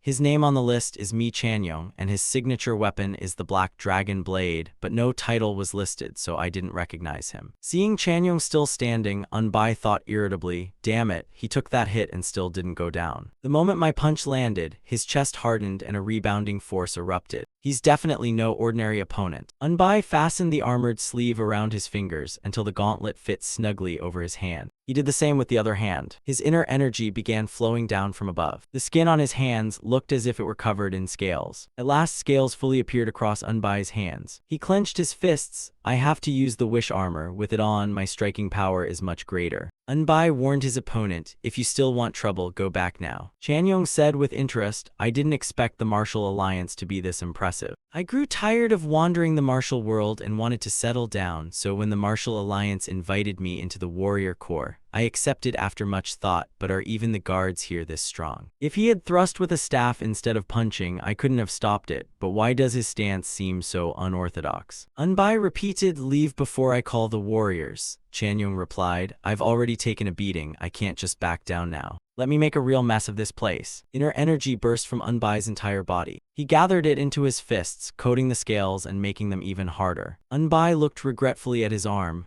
Damn it, I just bought this yesterday. Chanyong praised him, you've got something interesting. Unbai challenged him, then come at me if you can. Seeing his opponent refuse to retreat, Unbai threw a punch. Come. Chanyong raised his blade to block. Just before his fist hit the blade, Unbai opened his hand and slammed his palm against it. The battle erupted. Realizing his opponent was formidable, Unbai curled his lips into a cold smile. He showed no hesitation and charged forward with another punch. Chanyong again raised his blade to block. Unbai's deep inner energy surged through his fist into the blade. Chanyong felt the overwhelming force and shock filled his eyes. The blade in his hand was knocked backward. Unbai seized the chance and unleashed a flurry of punches. Chanyong's face darkened as he watched the barrage approaching. Under Under the relentless assault, he could only defend while the powerful force kept smashing into his blade. Chanyong was driven all the way back against the wall. He was inwardly alarmed as his opponent kept charging without showing any sign of fatigue. Damn. I need to widen the distance. This kid's footwork looks simple, yet it's like sticky mud with no openings. I've never felt the black dragon blade this cumbersome. If that's the case, I'll have to overpower him with brute force. It was finally Chanyong's turn to counterattack as he swung his blade. Facing the blade charged with tremendous power, Unbai's eyes widened in surprise. He crossed his arms before his chest to block. The tremendous force shoved Unbai backward. Blood trickled from the corner of his mouth. Chanyong praised him. A young beast like you deserves a real fight with me. He thought, I left behind the life of a wandering fighter and came to the Martial Alliance expecting a stable but boring life. But life in the Martial Alliance is actually pretty interesting. Unbai smiled and agreed. All right. His inner energy erupted more fiercely than ever. Now that my inner energy has grown, I can finally use the second form of the Guan Dalmun fist art. Let's try it. Chanyong was stunned. What? Unbai had already launched himself forward. Chanyong was shocked. I can't believe someone can attack this fast. A punch infused with deep inner energy shot forward. Chanyong reacted as blade intent enveloped his body. He slashed forward. Chanyong was startled. He disappeared. Unbai had already moved behind him, his fist closing in. That punch blasted Chanyong away. His body flipped through the air. Chanyong used the momentum to point his blade downward. Seeing his opponent endure so much, Unbai cursed, damn it. Unbai crossed both arms to block. A tremendous force crashed into him. He felt the dormant energy in his meridians suddenly tremble violently before erupting all at once. Chanyong eyed his expression suspiciously. Are you smiling?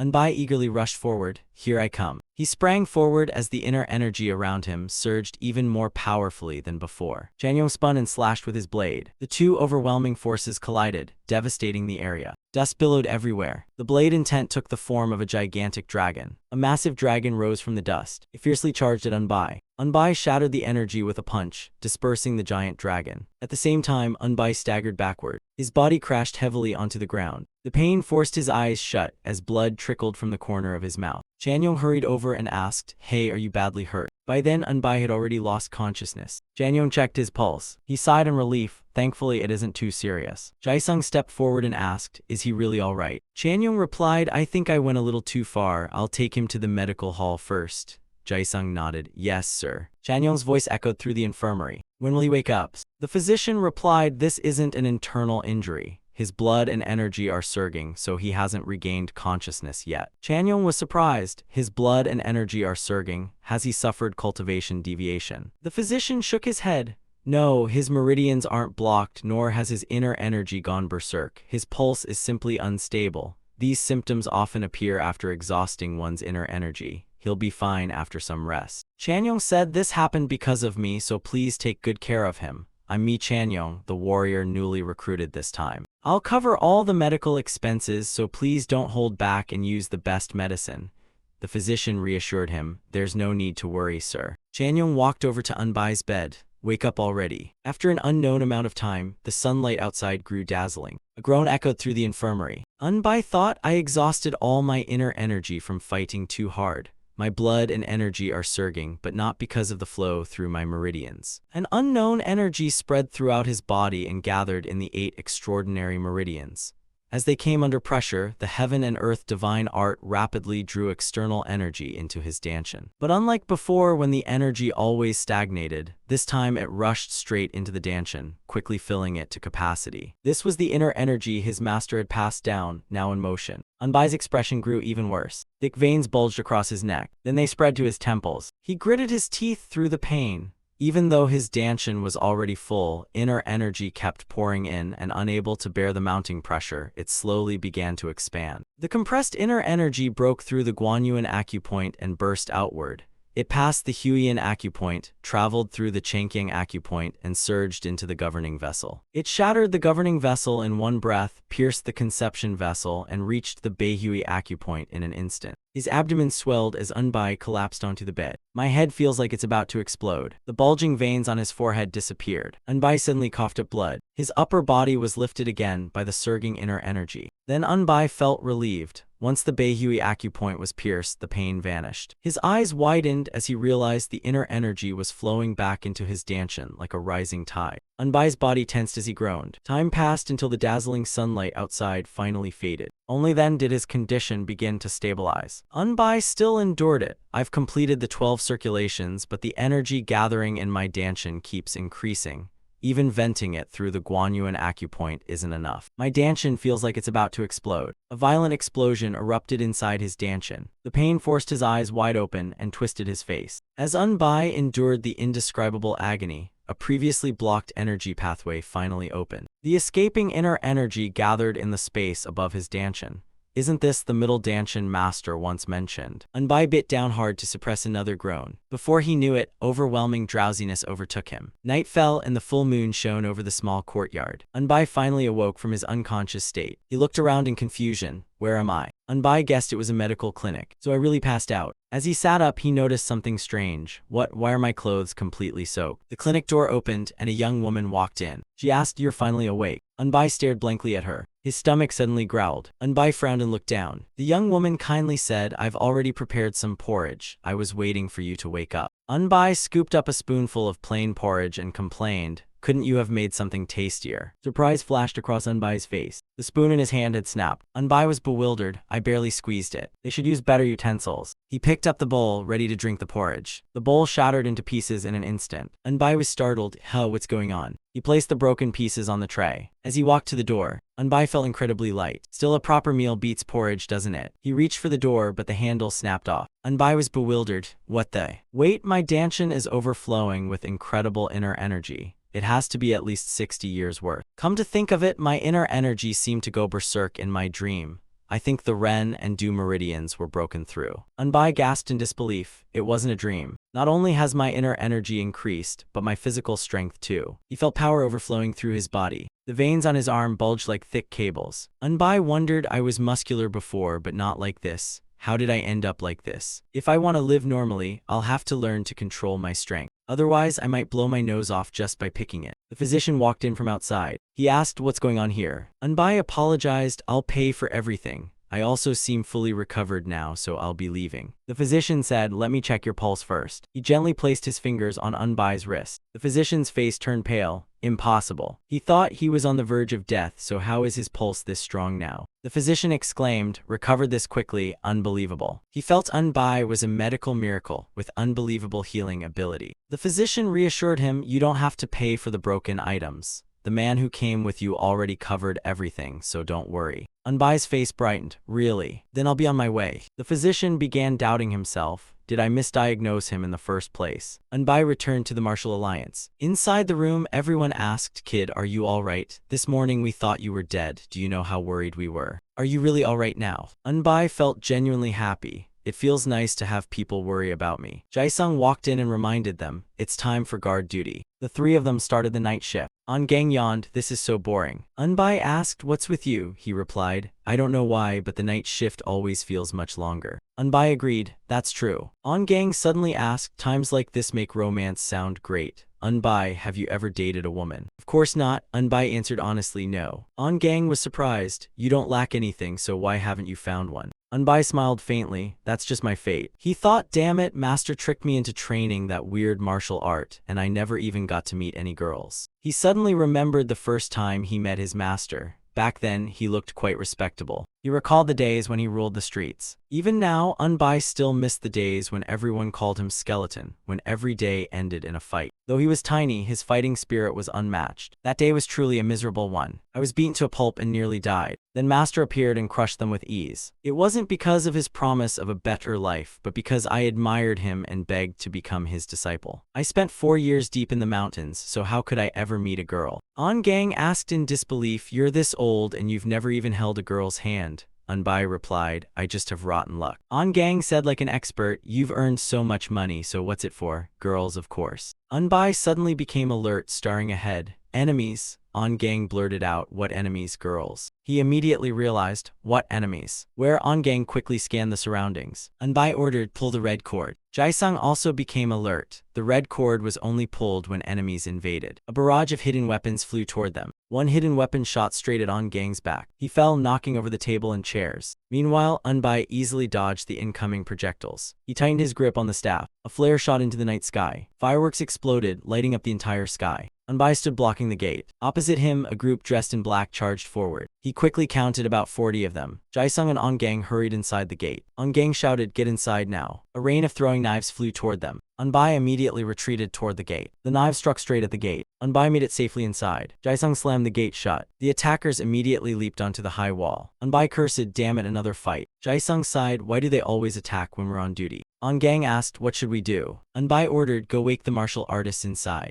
Gang hurried off, "Got it." One attacker targeted him. "Where do you think you're going? Leave your head here first." His sword was blocked by Unbai's wooden staff. He sneered, "Not bad for a mere gate guard." Unbai taunted him, "Come fight me." The assassin was enraged. "Insolent brat." Unbai swiftly ducked, causing the sword to miss. His opponent was stunned by that agile movement. Unbai seized the opening and swung his staff. The assassin was struck down. Two assassins charged at Unbai from behind. He glanced at them, calmly assessing the situation. He swung his staff into one assassin's rib. The other took a heavy blow to the back of the neck. Neither could advance as they were sent tumbling backward. One assassin became cautious and hesitated to move. Unbai said, "Huh. So these guys are experts." He sought revenge for his comrades. "Bastard, I'll split your skull open." Unbai raised his staff to block the incoming sword strikes. His staff was chopped into pieces. Unbai had no choice but to retreat. He hurled the broken staff at them. The broken piece flew toward the assassin, briefly blocking his advance. Unbai activated the adaptive armor with all his strength. The cloth around his wrists instantly tore apart. Scales gradually spread across Unbai's hands. Once they covered one arm, the other transformed the same way. Brilliant aura burst from his body. An assassin asked in confusion, "What the hell is that?" Unbai charged forward, "The gloves that'll smash your jaw." His arms were now enhanced with tremendous strength and toughness. Unbai let out an excited laugh. More assassins smashed through the gate. Jae-sung cursed as the situation worsened.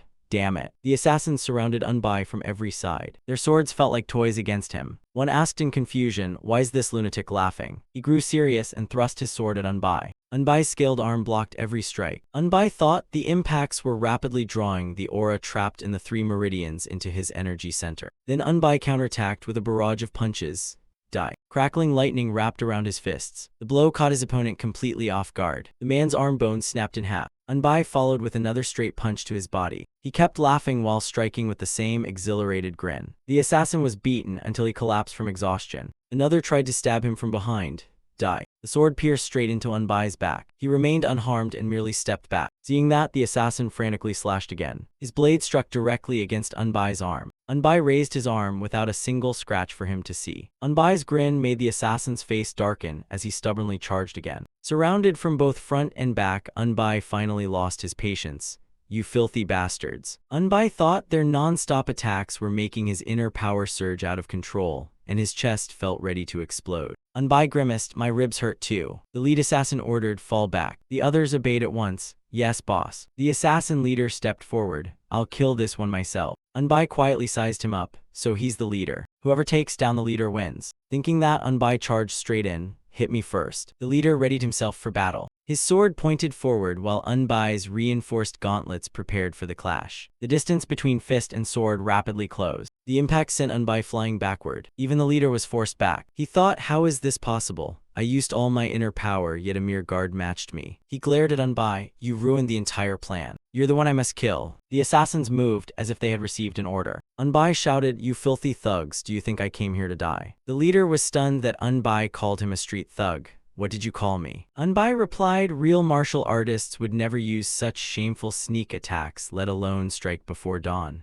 Only low-life thugs do that." His bold words left the assassin speechless. He sneered again, "A bunch of grown men carrying weapons, how embarrassing." The leader stared blankly at the sword in his hand. "Weapons." Unbai provoked him, "Let's see who dies first." The assassin glanced at Unbai's fist glowing with inner power. He thought, "This guy can't be just an ordinary guard, and I need something to show for this or I'll be held responsible." He pointed his sword at Unbai. "You're dead." Suddenly, hurried footsteps echoed nearby, and the assassin looked over. He saw the guards rushing toward them. He thought, "That bastard exposed the mission. What a shame, but we have to retreat." The assassin warned, "Remember my face." Unbai replied in confusion, "Why would I? We're not friends." With no time to argue, the assassin retreated. The entire group of assassins fled together. Unbai bent down and picked up a sword. This will cover my medical bills. He tossed the sword behind a nearby tree. The guards finally arrived. They rushed toward the wall the assassins had escaped over, shouting, "Stop." Anbai thought speechlessly, as if they'd actually stop. A sudden pain shot through him and he cried out, "Ow, my waist." He looked down at the wound still bleeding from his side. He thought it was clearly pierced through, yet it's already healed.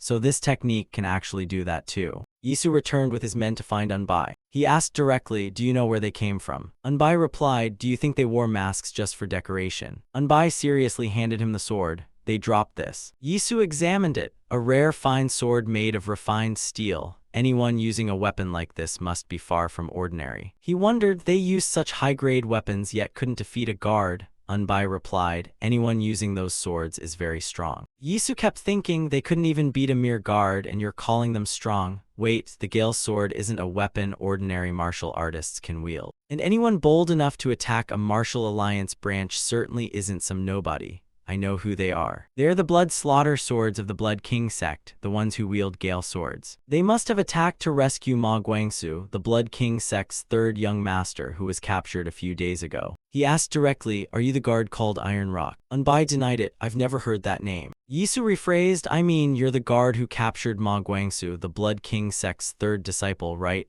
Anbai nodded. "That's right." He said, "I'm Young Yisu, leader of the Azure Dragon unit in the Inner Division. I can hardly believe it, but the raiders appear to be the blood slaughter swords of the Blood King sect. My Azure Dragon unit will handle things here, so go bring the guard captain at once." Anbai obeyed. "Yes, Azure Dragon unit leader." Hyomin arrived just then. "I'm here." Yisu ordered sternly, "Leave the main gate to the Azure Dragon unit. All guards, return to the barracks and rest." Hyomin replied, "Yes, unit leader." Afterward, the guards began repairing and cleaning the damaged area. At dawn the next morning, Ongang asked worriedly, "You're hurt again?" Anbai reassured him, "A little medicine will do." Ongang replied, "Thanks, I only survived because of you." Jaisung agreed, "If you hadn't warned us in time, I'd have died without knowing what happened. I heard you were stabbed in the waist, let me take a look." After carefully rebandaging Anbai, he sighed in relief. "I thought it was a stab wound, but it only grazed you, thank goodness." Only then did Anbai realize it himself. "I took this job because I thought it was safe. But everything I've gone through these past few days is nothing like a safe job. Maybe I should just quit. No, I just need to become stronger than those thugs. My martial arts are already far beyond when I first became a guard, enough to fight 4 Swordori users alone. The problem is I still can't fully control the 60 years of inner power. The inner power master left me still hasn't completely merged with mine. Once I make it truly my own, I won't have anything to fear. Besides, where else could I find a job this good? And the nickname Iron Rock sounds pretty cool, much better than Master's nickname, Defeated King. My teammates are amazing too, I can't betray them. A real man must value loyalty." That day, a high-ranking official came to see them. "I've heard of your guard's achievements. After hearing that you sounded the alarm in time and fought with everything you had to stop the enemy, how could I sit still? This isn't enough to reward you for bringing honor to the Martial Alliance, but I've prepared a bonus. Please accept it." Hyomin respectfully accepted it. "Thank you, Branch Chief." The Branch Chief looked at Anbai. "Your guard Anbai, the one who made the greatest contribution this time, right? I heard your nickname is Iron Rock." Anbai replied, "This subordinate is guard Anbai." The Branch Chief said, "If there's anything you want, speak freely." Anbai replied, "We hope the guard unit can also be equipped with protective armor like the Inner Division guards wear." The Branch Chief asked in surprise, "Protective armor?" Anbai thought if we had steel armor as flexible as cloth, even a stab to the waist wouldn't pierce through. The Branch Chief agreed. "Understood, I'll have the support unit prepare 8 sets of protective armor for your squad." Anbai bowed. "Thank you, Branch Chief." He ordered, "For the next 10 days, the Inner and Outer Division martial artists will guard the main gate. During that time, the guard unit should recover from your injuries before returning to duty." Anbai replied, "Thank you, sir." After that, they all sat down to eat together. Anbai eagerly looked at the 2 new staffs he had received. These were custom-made, now these are proper tools. Jaisung praised them, "They look impressive." Anbai said excitedly, "Now we won't be outmatched in equipment anymore." Ongang sighed, "This is the first time I've seen someone call weapons tools." Anbai explained seriously, "Back in the alleys, people usually settled things with their fists, but sometimes some guys used tools. Those people were always called cowards." Ongang frowned, "So you grew up in the streets?" Anbai answered awkwardly, "I was a bit of a troublemaker when I was young." Jaisung nodded. "No wonder you have that rough look." Anbai didn't believe it. "I look rough." On Gang added, even the way you stand looks like a street thug. Unbai laughed it off, do I really look like that? On Gang gave him a thumbs up, still you're a loyal man. The other guards agreed, Unbai is a man of loyalty. That's right. Hearing that, Unbai smiled happily. Hyomin raised his cup. Let's all drink until we're completely drunk today. Everyone raised their cups together. They happily emptied their drinks. The atmosphere was peaceful. The courtyard was filled with laughter and chatter. Just then Zaha walked in and said, looks lively in here. The moment they saw her, everyone's expression turned serious. Zaha narrowed her eyes as she looked at them. Jae-sung thought, a disciple of the Vermilion Bird Unit from the Inner Division. Hyomin wondered why she had come. An Inner Division martial artist. Zaha asked directly, are you Unbai? Unbai nodded, that's right. She invited him, how about we have a drink together? Not here, somewhere outside. The other guards immediately looked eager to watch. Zaha smiled, just the two of us. Unbai seemed to ponder for a moment. The others secretly gestured for him to refuse. Yet Unbai agreed. As the two walked away, the others whispered behind them, I'm so jealous. Strong guys really do attract women. His lucky days have arrived. They entered another courtyard. The two stood facing each other in the open yard. Zaha introduced herself. I'm from the Vermilion Bird Unit and my master is from Ihwagung. Unbai replied, I'm from a small sect called Gwendalman. She said, I think I'm a little older than you, so I'll speak casually. Unbai replied comfortably, sure. He asked curiously, so why did you bring me here? Zaha suddenly asked, you like getting beaten, don't you? Unbai answered awkwardly, I wouldn't exactly say I like it. Zaha concluded, then I'm going to beat you too. Unbai looked confused. What? She continued, then let's begin. Zaha raised her fist and charged. Unbai was startled as her punch slammed into his chest. Zaha warned him first, something made me really angry, so let me take it out on you. Unbai was driven backward and thought, who actually likes getting beaten, and what man wants to be beaten by a girl? Unbai let out a few muffled groans. Zaha exposed him, looks like you're enjoying it. She landed a few more punches, then take a few more. Unbai endured the pain while letting out soft grunts. Eventually everything fell silent. He lay on his bed complaining, she really hits hard. Jae-sung asked curiously, you got beaten again? Don't tell me that woman did it. Unbai nodded. Yeah, it was her. Jae-sung asked in surprise, why? Unbai answered honestly, she said something made her angry, so she came here to vent. He thought to himself, what kind of life did Master have to endure? He spent his whole life getting beaten and still survived. Thinking about it now, it's pretty pitiful. Jae-sung asked again, so why was she angry? Unbai replied, I don't know, I just stood there and took the beating. Jae-sung admitted, we were really jealous. On-gang said, you must have felt pretty wronged. Unbai agreed. Getting hit by a man and by a woman feels completely different. Jae-sung nodded, of course it does. Unbai closed his eyes to rest. The problem is, I don't think this will end with just one time. Outside, the scorching sun blazed overhead. At that moment, Unbai was taking Zaha's punches. Damn it, these don't even count as techniques. She's just hitting me randomly, so all I feel is pain. Another meaningless punch landed. She finally stopped after Unbai collapsed to the ground. Zaha asked, feeling better now. Unbai only let out a faint grunt. Zaha said in surprise, you can still smile after getting beaten. Impressive. Unbai thought, it's not impressive, it's just stupid. She turned to leave. I'll count on you again next time. Unbai suddenly stopped her. Wait. Zaha turned back with a teasing smile. Want another beating? Unbai asked curiously, no, why were you so upset today, sister? She replied, my superior openly looks down on me just because I'm a woman. Unbai figured she wasn't the type to silently accept that. Zaha continued, whenever I'm angry, I take a wooden sword and beat trees until those innocent trees die.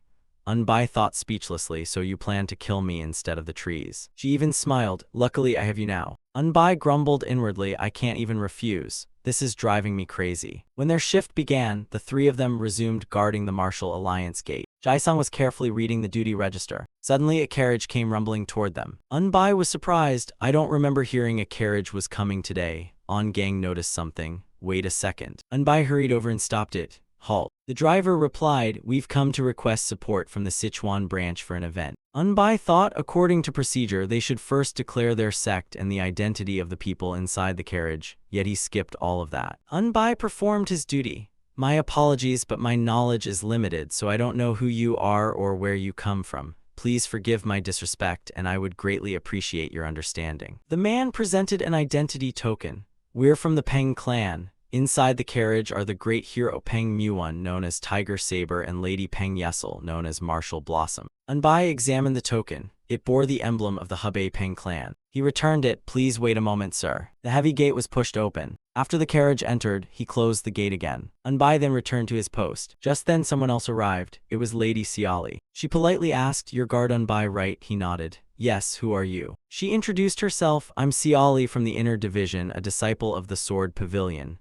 Unbai asked, what can I do for you? Siali said, I'd like to speak with you in private. Unbai replied awkwardly, I'm on duty right now. She understood and stepped aside. I'll wait. Siali quietly stood in a corner. On Gang thought in admiration, what a beauty. Jaisung also glanced her way. Unbai wondered why that girl was looking for him. Could she also be here to vent her anger like Zaha? He looked over at where Siali was standing. Once his shift ended, Unbai walked over to her. After hearing her reason, he was stunned. You wanna hit me? Siali replied, Sister Zaha said you like getting beaten. Unbai cursed inwardly. Damn it, she's spreading that rumor. Unbai said, actually, that's a false rumor. Siali replied, I understand, you don't have to be embarrassed. That only confused him more, you understand. She explained, I'm the same. Sometimes during sparring I get hit and it actually makes me feel refreshed. Unbai was dumbfounded. What the hell? Siali said knowingly. After staying here too long, I sometimes feel frustrated and depressed. Whenever I get to smash something, I feel much better. But I can't damage the Alliance's property, so whenever that happens, please let me hit you, guard Unbai. It's beneficial for both of us. Unbai denied it, it's not. Siali pleaded, please. Unbai felt awkward facing such a request. He thought to himself, I really can't refuse this. In the end, Unbai agreed. Go ahead. She happily threw a punch. Thanks. The punch landed squarely on Unbai's face, making him cough up blood. Unbai cursed inwardly. Damn it, you hit me the instant I agreed. Siali suddenly kicked him somewhere. You jerk. The pain made his whole body tremble. Not there. Unbai clutched himself and collapsed, his eyes rolling back from the pain. Siali realized she had gone too far. I was thinking about that guy and lost control. I'm sorry. Unbai thought, what does thinking about that guy have to do with kicking me there? She asked awkwardly, does it really hurt if I hit that spot? Unbai stood up and replied, of course it hurts. She promised, I'll be more careful next time. Unbai asked irritably, who exactly is that bastard you're thinking about?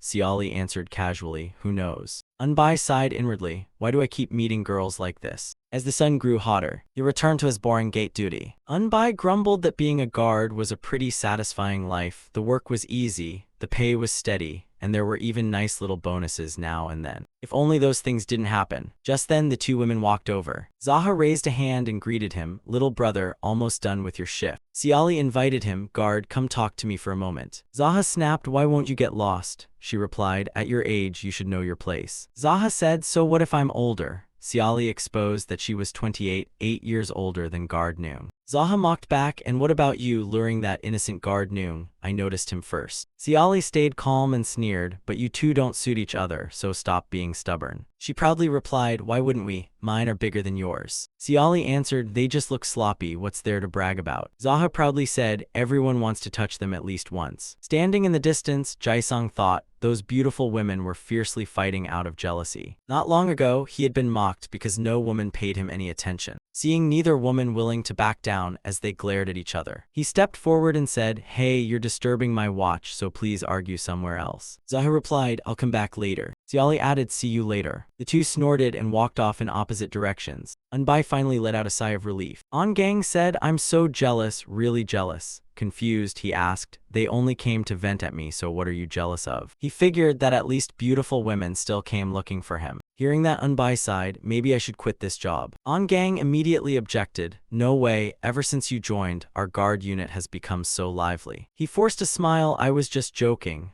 On Gang reminded him, even as a joke, don't say things like that. Unbai thought sadly that he never expected women to become such a headache. The scene shifted to a lord's residence where someone asked, are they really holding the tournament again this time? The branch leader answered, he said it must be held. Even with relations with the Four Black Alliance this bad, they still insist on holding the Dragon and Phoenix gathering. I'm worried it'll provoke unnecessary conflict and harm the younger generation. Du Ryong did not argue. That's true, but he also said canceling the Dragon and Phoenix gathering held once every 3 years just because times are bad is unacceptable. The branch leader was surprised. Is it because of that again? He confirmed, yes, you could say that. Once they say debts must be settled every 3 years, there's no stopping them. He wondered in surprise, how much debt is it this time? Du Ryong replied, I don't know either. The branch leader thought that a man needed a good wife, yet the first lady kept living extravagantly as her debts piled higher. And now she even planned to hold an unnecessary Dragon and Phoenix gathering to deal with it. He said, I'll say it again, with relations with the Four Black Alliance this poor, holding the dragon and phoenix gathering is extremely dangerous. Du Ryong understood it was the alliance leader's order, so nothing could be done. The branch leader cursed inwardly, what good is being so strong? In the end, he's still afraid of his wife. Du Ryong believed that compared to previous alliance leaders, this one was still much better, since the earlier ones only sought personal gain and turned the martial alliance into a filthy swamp. He agreed, that's true, the current alliance leader is a good man, but men like him rarely have the blessing of a good wife. Du Ryong revealed, I follow him because of his character.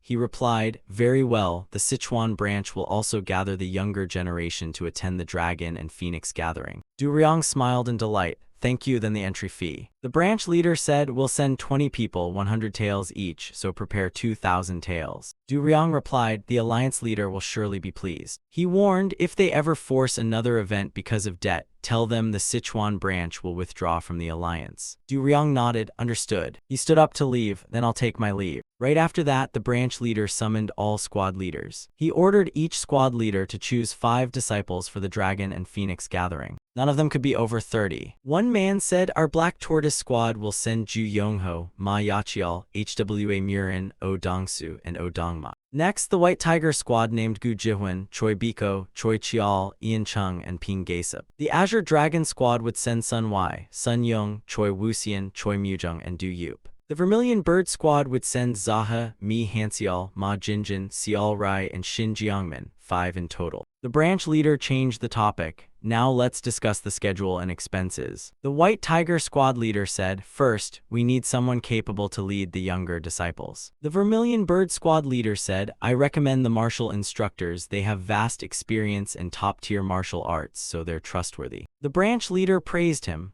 Good idea, it also gives the martial instructors something to do and lets them pass on their experience. The Vermilion Bird squad leader agreed. Exactly, branch leader, he then asked, how much will it cost? The support squad leader estimated 4 martial instructors, 20 younger disciples, and 1 guard make 25 people, plus 2 large carriages and 3 drivers. He asked for the total duration and the support squad leader reported, 1 month to reach the martial alliance in Hanam, 2 months including the return trip, plus 1 month for the dragon and phoenix gathering. It will take 3 months in total, a very long journey. The branch leader muttered, that's a long time. The other man continued, carriage rental, food, drivers, and labor cost 240 taels.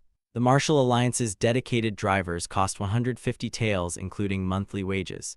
Food and lodging for the younger disciples, martial instructors, and guard, excluding wages, will cost 1,100 taels. The total investment comes to 1,490 taels. The branch leader asked worriedly, can't we cut the cost? The support squad leader immediately replied, no. He frowned and asked, why do you say it's impossible? The support squad leader explained, those youngsters eat and spend quite a lot. Food is calculated at 1 tael a day for 3 people, totaling 500 taels for 2 months, while lodging for everyone costs only 4 taels a day, which alone reaches 740 taels. The branch leader concluded, then wouldn't 740 taels be enough? He gave an example. Branch leader, if I ordered you to avoid alcohol for a month, eat only rice, and sleep in the carriage, could you endure it? The branch leader understood, that would be difficult. The support squad leader concluded, that's why we can't reduce the budget. They can't survive on plain rice alone, we should at least give them drinks and some snacks now and then. The branch leader said, then we'll depart in 10 days, so I hope every squad leader prepares well to ensure the dragon and phoenix gathering goes smoothly. At last, the shift ended, and On Gang returned to the rear courtyard. He flopped onto the bed happily. Nothing beats lying down after work. Jae-sung walked in and asked, you're taking it easy already. He said lazily, can we skip training just for today? Jae-sung scolded him, do you think martial arts are snacks? Train when you feel like it and quit when you don't. If you don't train consistently, you'll never accomplish anything. On Gang replied, but today I don't feel like doing anything. Jae-sung reminded him, kid, do you know how valuable what I'm teaching is? It cost me 100 taels and 2 whole years to learn it. Be grateful for it. On Gang reluctantly got up and put on his shoes.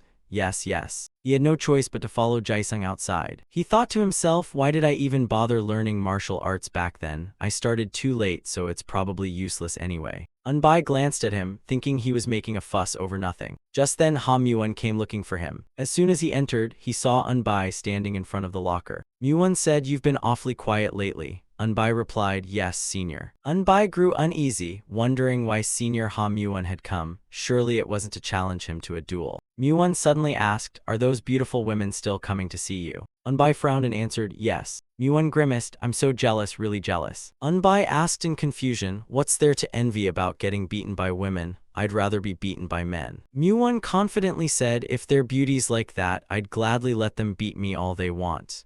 Unbai replied, then I'll introduce you to them. He cleared his throat and refused. No thanks, I already have a girlfriend. Muon changed the subject. Hey, have you heard? Unbai asked curiously. Heard what? He replied, the martial alliance in Hanam is holding the Dragon and Phoenix Gathering, and our Sichuan branch is sending its younger generation. Unbai simply said, I see. But what does that have to do with me? Muon snorted, HMPH, you really don't know. Unbai asked, no what? Muon said, whenever there's an official event, our guard unit has to escort them. Unbai was surprised. Escort them? Aren't we too weak for that? Muon replied, not that kind of escort. We mainly stand guard while setting up camp or staying at inns. Unbai finally understood. Muon continued, once we arrive, we're free during the gathering. Wouldn't this trip be better than getting harassed by those women? Unbai's face turned thoughtful. Muon secretly hoped 3 months on the road is exhausting, so please just say you'll go. Besides, living with those inner hall martial artists for 3 months is a nightmare. Unbai wondered, what if those girls come too? Muon suddenly snapped, are you stupid? This is the Dragon and Phoenix Gathering, a major event with famous figures everywhere who would let unknown beauties wander around. Do you think our branch leader wouldn't have thought of that? Unbai wiped the spit off his face with a cloth, thinking if those women somehow wandered into the Dragon and Phoenix Gathering, they'd be in real trouble. Muon cursed inwardly, damn it, he won't take the bait. He said, fine, if you don't want to go, then forget it. Muon sighed helplessly, thinking that just imagining 3 months with those inner hall martial artists already made him miserable. Being looked down on was one thing, but having to handle every little chore made it even worse. Unbai knew better. If it were really such a great job, why would Muon be urging him to take it? The scene shifted to another residence where the branch leader asked the support squad leader, are the preparations going well? He replied, yes, branch leader. The branch leader instructed, we leave tomorrow, so be careful and don't let anything go wrong. With the 4 Black Alliance acting strangely, and now this Dragon and Phoenix Gathering as well, the support squad leader reported, there is one small problem. He asked in surprise, a problem? The support squad leader reported, the younger disciples are strongly requesting that guard Unbai accompany them as the escort on this trip. The branch leader replied, then let him go. He bowed and obeyed, yes, I'll do that. The branch leader asked, but why are those younger disciples so determined to have Unbai go? The support squad leader replied, the proposal was strongly pushed by Zaha and Siali of the Vermilion Bird Squad. He smiled, I've heard about it too, those 2 girls keep clinging to Guard Noong. The support squad leader said those girls are just too enthusiastic, so Guard Noong has been avoiding them. The branch leader said confidently, that young man is truly talented, from catching the intruders last time to making those 2 fools from the Vermilion Bird Squad chase after him. The support squad leader chuckled, that's exactly right. After finishing their discussion, they left, and a loud voice rang out from another rear courtyard. Is everyone assembled? The guard stood in neat formation. Hyomin reported, everyone except those on duty is present. The support squad leader announced, tomorrow, the younger disciples of our Sichuan branch will depart for the Dragon and Phoenix Gathering, so the guard unit will assist with the mission. Normally Guard Cha Samdu or Guard Ha Muon would handle the escort, but this time Guard Unbai will take the assignment. Unbai was stunned. Me. He confirmed that's right.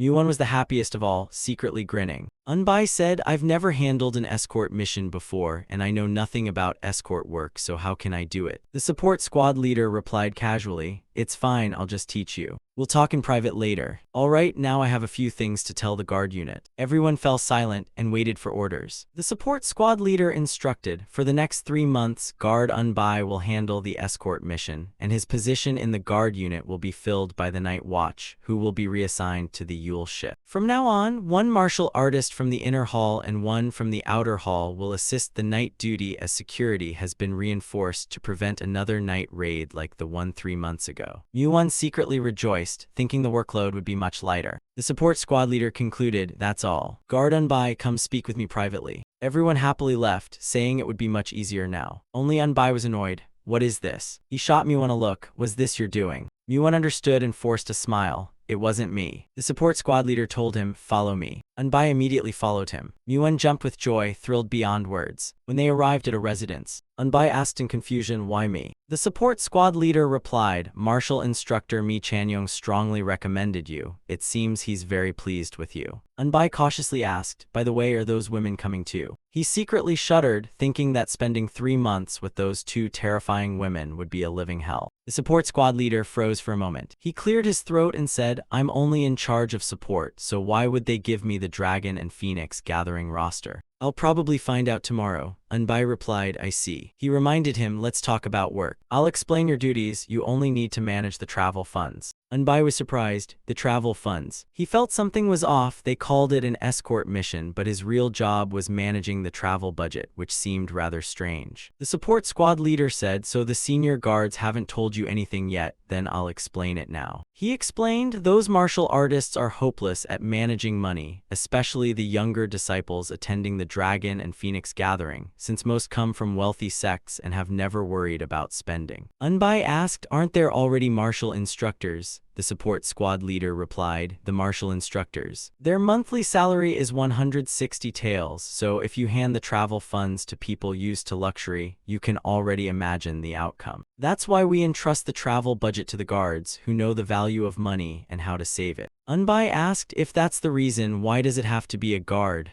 The support squad leader replied, "Who else could we entrust it to? Aside from the martial alliance's martial artists, everyone else only handles odd jobs, and they're all too old to endure such a long journey if they aren't guards." "Do you understand?" Anbai replied, "Yes, that makes sense." The support squad leader added, "Another duty of a guard is taking turns driving the carriage with the coachman." Anbai was startled. "What? But I don't know how to drive a carriage." He replied casually, "You'll learn from the coachman along the way." Anbai sighed, "Everything ends up on my shoulders." The support squad leader patted his shoulder and promised, "If you complete this mission safely, I'll reward you with leave and a generous bonus, so come to the inner hall early tomorrow morning." Anbai could only obey. "Understood, support squad leader." Anbai could already see his future. This was going to be nothing but hard labor. As night fell, the gentle moonlight lit up the sky. The next morning, as the first sunlight appeared, everyone in the residence busily prepared their belongings. Anbai had already slung a travel bag over his shoulder. The support squad leader handed him a money pouch. "Take this, 10 banknotes, 400 taels in gold and 3 taels in silver." Anbai accepted it. "That's a lot of money." He replied, "Once you start spending it, it won't seem like much, and when we reach Hanam, the younger disciples will cover their own personal expenses. If you spend more than 8 taels a day on food, you'll run into trouble later, so be careful." Anbai nodded. "I understand." The support squad leader added, "You must manage the travel expenses for the 2-month round trip, and while it's fine to drink occasionally, avoid famous inns and luxurious restaurants. You must save wisely so there's enough for 1 month in Hanam, understood?" Anbai replied, "Yes, squad leader." Anbai thought to himself, "The more money I save, the more I'll end up keeping. Then I'd better save every coin I can." The support squad leader instructed, "Take the largest carriage at the very front, and once the branch leader finishes speaking, the younger disciples will come out." Anbai bowed, "I'll be going now." He encouraged him, "Good luck." Anbai walked toward the carriage. He placed his travel bag inside. After finishing, Anbai looked up. He greeted the coachman. "Hello, brother." Seoksum smiled and asked, "Are you the young man handling the escort mission this time?" He introduced himself, "I'm Chu Seoksum." Anbai replied, "I'm Anbai. Please take good care of me." Seoksum smiled, "I'm the one relying on you. Old age tires me out easily." Anbai politely said, "Since I'm learning anyway, please teach me everything thoroughly." Seoksum asked curiously, "Why do you want to learn carriage driving so well?" Anbai simply replied, "I don't know if I'll be a guard forever, so learning another skill can't hurt." Seoksum looked ahead. The disciples are coming. Hearing that, Anbai turned to look. A large group was approaching. Those 2 women were among them. Anbai blurted out, "Damn it, it's them." The 2 women even winked at him. Anbai grabbed his head in panic. "I'm doomed." As the sun rose high in the sky, under the blazing sun, the convoy entered the mountain road. Anbai sat beside Seoksum. Anbai frowned, looking utterly miserable. Seeing that, Seoksum asked, "You don't look alive at all, are you okay?" Anbai thought, "While I'm riding the carriage, they probably won't bother me anymore, right?" He changed the subject, "Where are we staying tonight?" Seoksum pointed ahead. "A little farther is Bongchon County, we'll stop there." Anbai nodded in understanding. He lamented his fate, "I won't be resting at all, I'm obviously about to get beaten." "Masters, why did you have to teach me such a troublesome martial art. A small town came into view. They stopped at an inn in the town. The convoy parked outside as everyone gradually dispersed. Anbai politely said, "You've worked hard." Seoksum smiled. "I've done this my whole life, it's nothing." The two women immediately came over. They argued, "Are you free after dinner? It's my turn today." Zaha reminded her, "Don't you know how to respect your elders?" Siali raised her chin. "Are you really proud of your age?" Zaha puffed out her chest. "That's nothing to brag about, my figure is what I'm proud of." Siali replied without backing down. "Bigger doesn't mean better, proportions are what matter." Anbai said, "I'm very busy right now, ladies, please step aside." Zaha winked, "Then I'll see you tonight." Siali refused to lose. "See you tonight too." Anbai sighed, thinking their smiles didn't look angry at all, so why did they keep taking it out on him? He took the lead into the inn, not wanting to deal with them anymore. The innkeeper's assistant warmly greeted them. "Welcome, guests." Anbai walked over to the manager. He reported, "Our group has 32 people." The manager was surprised. 32. Anbai instructed, "Please keep each meal within 3 taels, add a few side dishes and rice wine, for a total of about 7 taels." The manager cursed inwardly, "This guy is unbelievably stingy." Anbai added, "For now, charge according to that budget. Any extra dishes can be billed separately later, and prepare 5 large rooms." Zaha requested, "Hey kid, can I have a private room?" Siali added, "Guard, I'd like one too." Anbai replied awkwardly, "We have a fixed budget, so we must follow it, or we might go hungry on the way back." The two women lowered their eyes in disappointment. Anbai placed a pouch of money on the table. "That's 15 taels, right?" The manager thought, "So he's telling me to squeeze money out of them." Getting extra money from people who spend freely couldn't be easier. After finishing his arrangements, Anbai walked to an empty table. The two women sat down beside him. Anbai let out a helpless sigh. Zaha pleaded, "I don't want to share a room with her, give me a private room."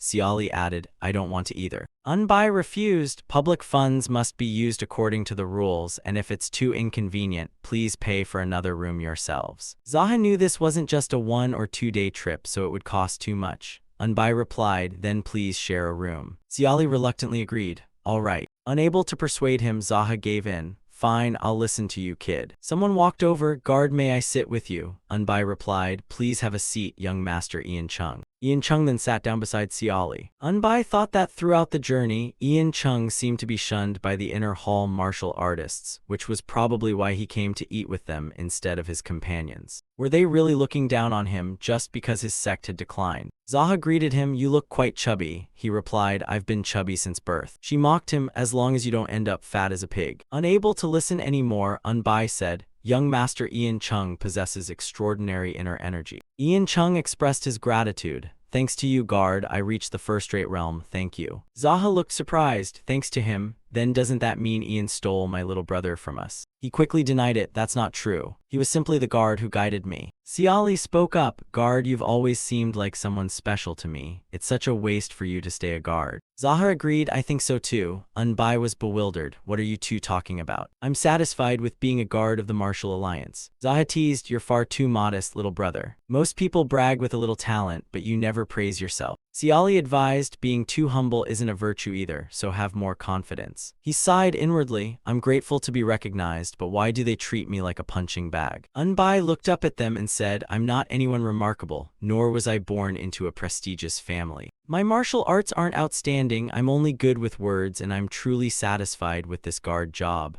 Zaha looked slightly annoyed. "A man without ambition is." Siali disagreed. "I actually like that." Zaha frowned and continued, "I like everything about you except that." Siali said calmly, "As long as you're happy, that's what matters most. Countless people have ruined their lives because of ambition." He thought to himself, "Miss Siali's words really resonate with me." Ian Chung watched from the side. The guard is truly enviable, being admired by beauties like them. The waiter brought the food. He set it on the table. "Please enjoy your meal." They began eating dinner. Outside, the gentle moonlight shone down. In the courtyard, Zaha stood facing him. She raised her hand. "Little brother, let's begin." He hurriedly stopped her. "Wait a second," Zaha asked suspiciously. "What is it?" Anbai said seriously, "Today I'll tell the truth." She nodded. "Go ahead." Anbai said frankly, "I actually don't like getting hit." "You don't like it, yet you smile." "I only smile when the hits are real, but Sister Zaha's punches have no killing intent, they just hurt." Zaha finally understood. "So because I wasn't serious, you felt disappointed." He denied it. "That's not it." She cut him off. "Fine, from now on I'll hit you for real." Anbai tried to explain, "That's not what I meant. Zaha replied knowingly, it's that simple. He finally shouted, I hate being hit by women. Zaha was surprised by the reason, you hate it. Unbai shot back, what man likes being beaten by a woman? She finally understood the whole story. While he secretly hoped that explaining everything would stop her from coming anymore. Zaha cleared her throat, even if you hate it, bear with me a little longer. He had a bad feeling. Zaha said casually, you've endured it this long, so endure a little more. He asked helplessly, how can that make any sense? She replied, actually, I'm getting tired of hitting you too. Thanks to you, my heart is almost healed. Unbai asked in disbelief, really? Zaha opened up, I've been deeply hurt living in the martial world. It's never easy for a woman to survive in the martial world, especially one with a large chest like me, because men never leave me alone. That's why I started acting like a man. Then people mocked and criticized me for it. I told myself not to care, but it still hurt deeply. Unbai realized that Miss Zaha had suffered a lot too. He gently said, I see now. She gathered internal energy into her palm. Then let's begin. Unbai braced himself, come on. Zaha immediately charged forward with her fist raised. Her punch flew straight into his chest. Unbai realized she was far quicker than most women. A barrage of punches rained down on him. He gritted his teeth and endured just a little longer. Zaha grew more excited with every punch. The sounds of punching echoed through the back courtyard. Then it was Xiaoli's turn. She asked in surprise, didn't you say you hated us hitting you? Unbai admitted, who would ever enjoy being hit? She felt guilty, I didn't know that, I'm sorry. Unbai accepted his fate, it's fine. Xiaoli opened up, ever since I came to the Falling Sword Pavilion, life here has been really hard and everything feels unfamiliar. I want to go back but I can't because I can't disappoint my master and the pavilion lord. Unbai quietly listened to her. Xiaoli continued, my timid and shy nature has caused me countless problems, and I always lose in sparring matches. So I secretly punch trees at night, but trees aren't people, so it never helped. Unbai realized that anyone with a weak mind would struggle to survive in the martial world. Xiaoli admitted, hitting you has helped me improve a lot, but I'm sorry for hurting you. I won't come anymore. He patted his chest and said, I'm fine, just keep hitting me.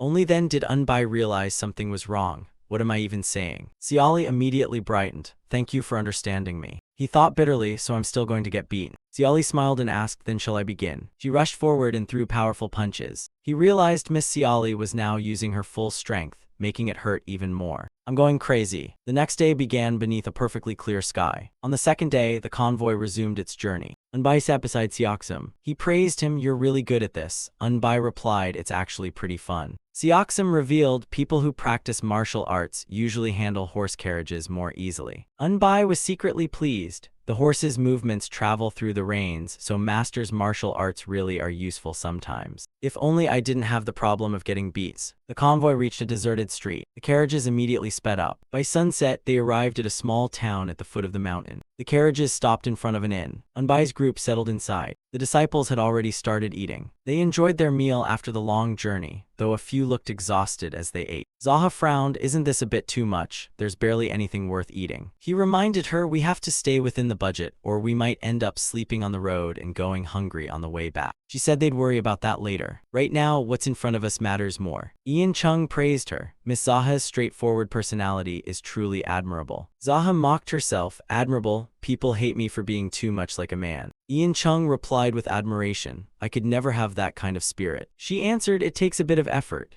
Unbai could only think to himself, I had to work so hard just to learn these lousy martial arts. Everyone has their own story once you get to know them. Zaha glanced at him beside her. Honestly, our little brother is the most admirable one. Others boast about their tiny bit of talent, but he never takes pride in his own abilities. Of all the men I've met in the Alliance, he's the manliest of them all. Xiaoli agreed, that's right. He said awkwardly, why is everyone saying this? You're making me embarrassed. Ian Chung praised him without restraint. Even a man like me finds guard Noon dependable. Someone entered from outside and the innkeeper bowed. Welcome, honored guests, and thank you for visiting our DU Inn. The man at the door shoved him aside. Move. The innkeeper was knocked to the ground. They heard the commotion and looked over. One man grinned, found them. The two men walked toward Unbai's table. Everyone watched the newcomers with caution. They looked unusually excited. They stared at them as if looking at easy prey. Then they turned toward the entrance. Unbai's group was completely confused. The other disciples wondered, they're completely insane. Who are they? One of them sneered, foolish little brats. The voice made the other two immediately turn around. The bald man from earlier returned with his men. Zhou Dao led the group. They marched over aggressively. The bald man pointed at Anbai's table. It's them. Zaha recognized the Fire Dragon sect as one of the 4 Black Lotus evil sects based on the outskirts of Shanxi province. They mainly used axes as their weapons. Their Fire Dragon axe art, powered by fierce yang internal energy, was infamous for its brutality. Xiali added the axe tears through flesh and bone, and its heat burns the wounds, making them look horribly scorched. Chanyong said irritably, what rotten luck, it's the Fire Dragon sect. This won't end well. He gripped the hilt of his saber, ready to fight. Another man reached into his money pouch and suddenly froze. The other members had already drawn their weapons. Chanyong spoke up, who are you people? Zhou Dao replied calmly, I heard the Martial Alliance brats were passing through, so as your senior, I'm here to teach you a lesson. He found it ridiculous, a lesson. Zhou Dao replied, as your senior, it's only right that I teach you the rules of the martial world, isn't it? Chanyong asked in surprise, what lesson are you talking about? Zhou Dao arrogantly answered, the rule that the weak die. The other disciples found it unbearable and shouted, shut up. They drew their swords at the group. Their opponents tightly gripped their axes. The two sides fell into a tense standoff. Ian Chung put down his chopsticks. With things this tense, I can't eat anymore. Except for Anbai, the other 3 had already stood up. He thought this atmosphere is completely different from street brawls, where thugs would at least trade insults first. Whatever we do, we usually have a reason, but these bastards just want to gang up on people without any excuse. Zaha reassured him, don't worry, I'll protect you. Xiali also promised, guard Nung, I'll protect you. Ian Chung chimed in, leave it to me to protect him. Anbai trusted the 3 of them. They're all exceptional experts, so they should be able to handle themselves. He glared at the other group, damn it, they're using weapons too. If you're a real man, you should fight fair with your fists. Those mountain-sized brutes are relying on weapons like cowards just to pick a fight. Chanyong coldly asked, what's your name? The man introduced himself, I'm Zhou Dao the Mad Blood Axe, and you? He replied briefly, me Chanyong. Zhou Dao recognized him, the great strength saber, you're worth fighting. Excited, he charged forward with his axe, then let's see what you've got. Chanyong calmly drew his saber and blocked the attack. At the same time, he kicked toward his opponent. Zhou Dao was blasted backward by the kick. He slid a long distance across the ground. After regaining his footing, Zhou Dao praised him.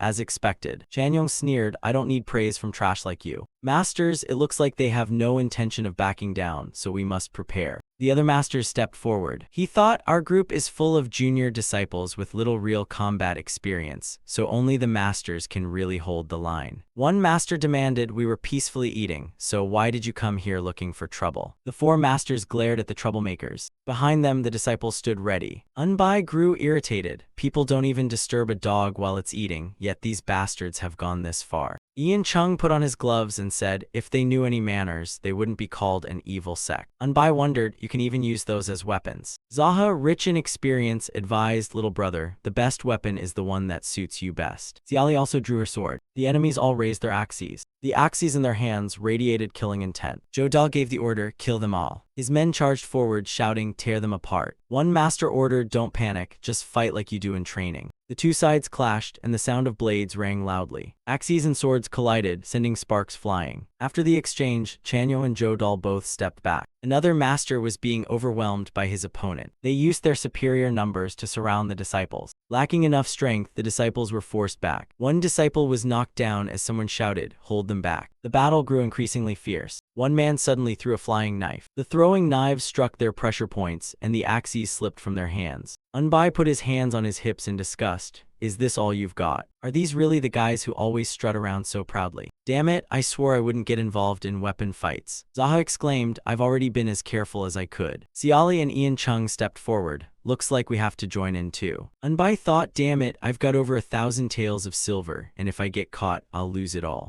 Anbai pulled out 2 clubs. Absolutely not. Zaha attacked one of them, dropped dead. Her club slammed into the man's shoulder. He grabbed his aching shoulder. Then he swung his axe at her. Zaha swiftly leaned back and dodged. She countered by smashing her club onto his head. You're the one who should die. The blow was so heavy that his knees buckled. Then Xiali made her move, slashing at her opponent's wrist. The man cried out and dropped his axe. Ian Chung's voice came from behind, fight me instead. His gloved fist smashed straight into his opponent's face. Anbai couldn't stand by anymore. I'll crush your skull. He poured internal energy into his clubs. 2 enemies rushed in to block him. Anbai defeated them one by one. They shut their eyes and endured the unbearable pain. Both bodies collapsed onto the ground. Another man tried to ambush him from behind. You bastard. Anbai raised his club to block the axe. He vented all his frustration on the man. Why pick a fight while people are eating? Yin Chung had also gained the upper hand. His powerful fist struck straight into his opponent's face. The three of them had one side completely under control. Zhou Dal noticed what was happening. Suddenly, Unbai attacked from behind, and Zhou Dal quickly raised his axe handle to block. Zhou Dal sneered, "What a coward." Unbai mocked him back. "You got hit and still won't shut up." Zhou Dal frowned and stammered, "Why, you brat." Unbai rushed in from behind and attacked one of his subordinates. Chanyong blocked Zhou Dal's path. "Your opponent is me." Zhou Dal completely lost his temper and roared, "Bastard, I'll crush your skull." Unbai mocked him, "Stop talking nonsense."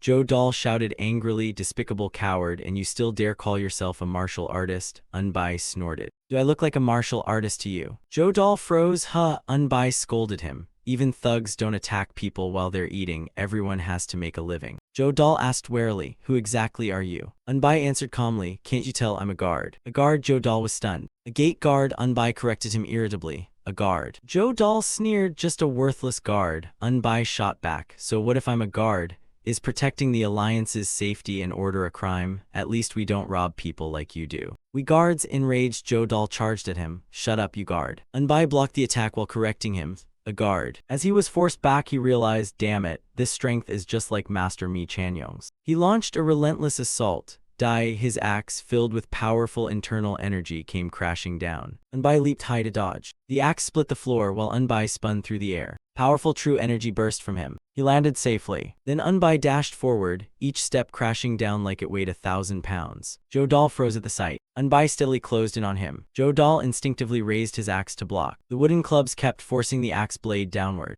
Unbai's footsteps shattered the floor beneath him. Unbai charged again. Confidence filled his face. Zhou Dal was driven backward. He cursed through gritted teeth, "You damned guard." Unbai lifted his leg and poured internal energy into his foot. He unleashed a powerful front kick at Zhou Dal. Zhou Dal was sent flying backward. Both clubs struck at the same time. Their tips slammed hard into Zhou Dal's head. Zhou Dal squeezed his eyes shut, completely dazed. He fell face first to the ground, and the ringleader was finally defeated. The place had turned into ruins. The masters were astonished by Unbai's strength. Zaha walked over and patted his shoulder. "Little brother, that's enough." She moved close against Unbai, making him uncomfortable. He frowned and glanced at her. Xiali leaned close and whispered in his ear, "Guard, you've worked hard." She also pressed part of her body against Unbai's arm. He started feeling dizzy. Chanyong walked over and said, "Impressive. We haven't met for long, yet you've improved tremendously." "Congratulations." Unbai blushed awkwardly. Chanyong praised him. "Thanks to you, we subdued them without a single casualty." Unbai replied humbly, "Oh, it was nothing." Chanyong thought happily, "Just in case, I insisted on bringing him along, and thankfully I did. I really need to reconsider those kids.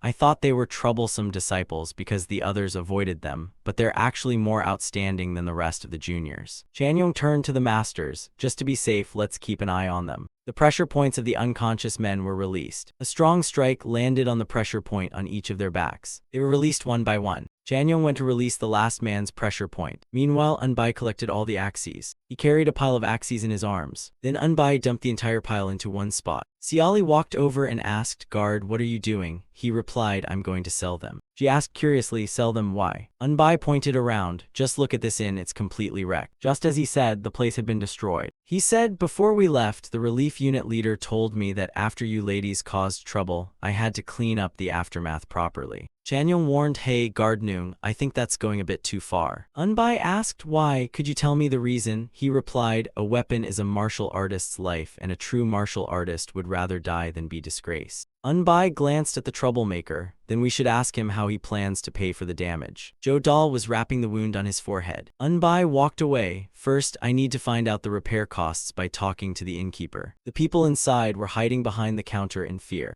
Unbai called out, "It's over now, you can come out." Only then did the innkeeper dare peek out. Seeing the devastation, the innkeeper was stunned. He cried out, "Oh my." Unbai got straight to the point. "How much will the repairs cost?" The innkeeper opened his ledger. 50 tables, 100 chairs, almost all of them are ruined, and the floor and walls need repairs too. It'll cost 180 taels of silver. Unbai was shocked. "That much?" The innkeeper explained, "That includes cleaning up the unfinished food and wine, repairing the furniture, walls, and floor, and if we also count the business losses while repairs are underway. Unbai cut him off. Fine, I understand. Many people are injured, so hurry and call a physician. The innkeeper bowed. Yes, sir. Unbai walked over to Joe Dahl. He asked, hey, do you have any money? Joe Dahl frowned. What kind of stupid question is that? Unbai repeated, I'm asking if you have any money. Joe Dahl shouted, no, you damned guard. Unbai decided, then I'll have to sell your belongings to cover the inn repairs and my people's medical bills. Joe Dahl was stunned when he mentioned their belongings. Unbai pointed his toe at the axes. These right here. Joe Dahl shouted angrily, are you trying to humiliate me? Unbai replied, what are you talking about? Joe Dahl yelled, a weapon is a martial artist's very soul. You may defeat me, but you'll never break my pride. Are you really going to sell my honor and pride for a few pieces of silver? I, Joe Dahl, will never accept or allow that. Everyone else listened silently. Unbai replied calmly, so what? Joe Dahl froze. What do you mean, so what? My weapon is my life. How could I ever sell it for money? Every martial artist must devote themselves to their weapon. They must cherish it as their own life. I, Joe Dahl, the Mad Blood Axe, would rather die than suffer such humiliation. One of the masters agreed. He does have a point. Unbai asked again, so you really won't hand it over? Joe Dahl shamelessly answered, that's right. Unbai tossed a dagger onto the ground. Joe Dahl looked down at it. Unbai said, then die. Joe Dahl's face immediately darkened. The others also looked up in fear. Even the disciples were shocked. Ian Chung stepped in. This is going a little too far. Unbai replied, not at all. The repairs alone cost 180 taels. Just look at the Martial Alliance members. How much do you think their treatment will cost? They caused this much damage, yet they claim they have no money and won't hand over their weapons.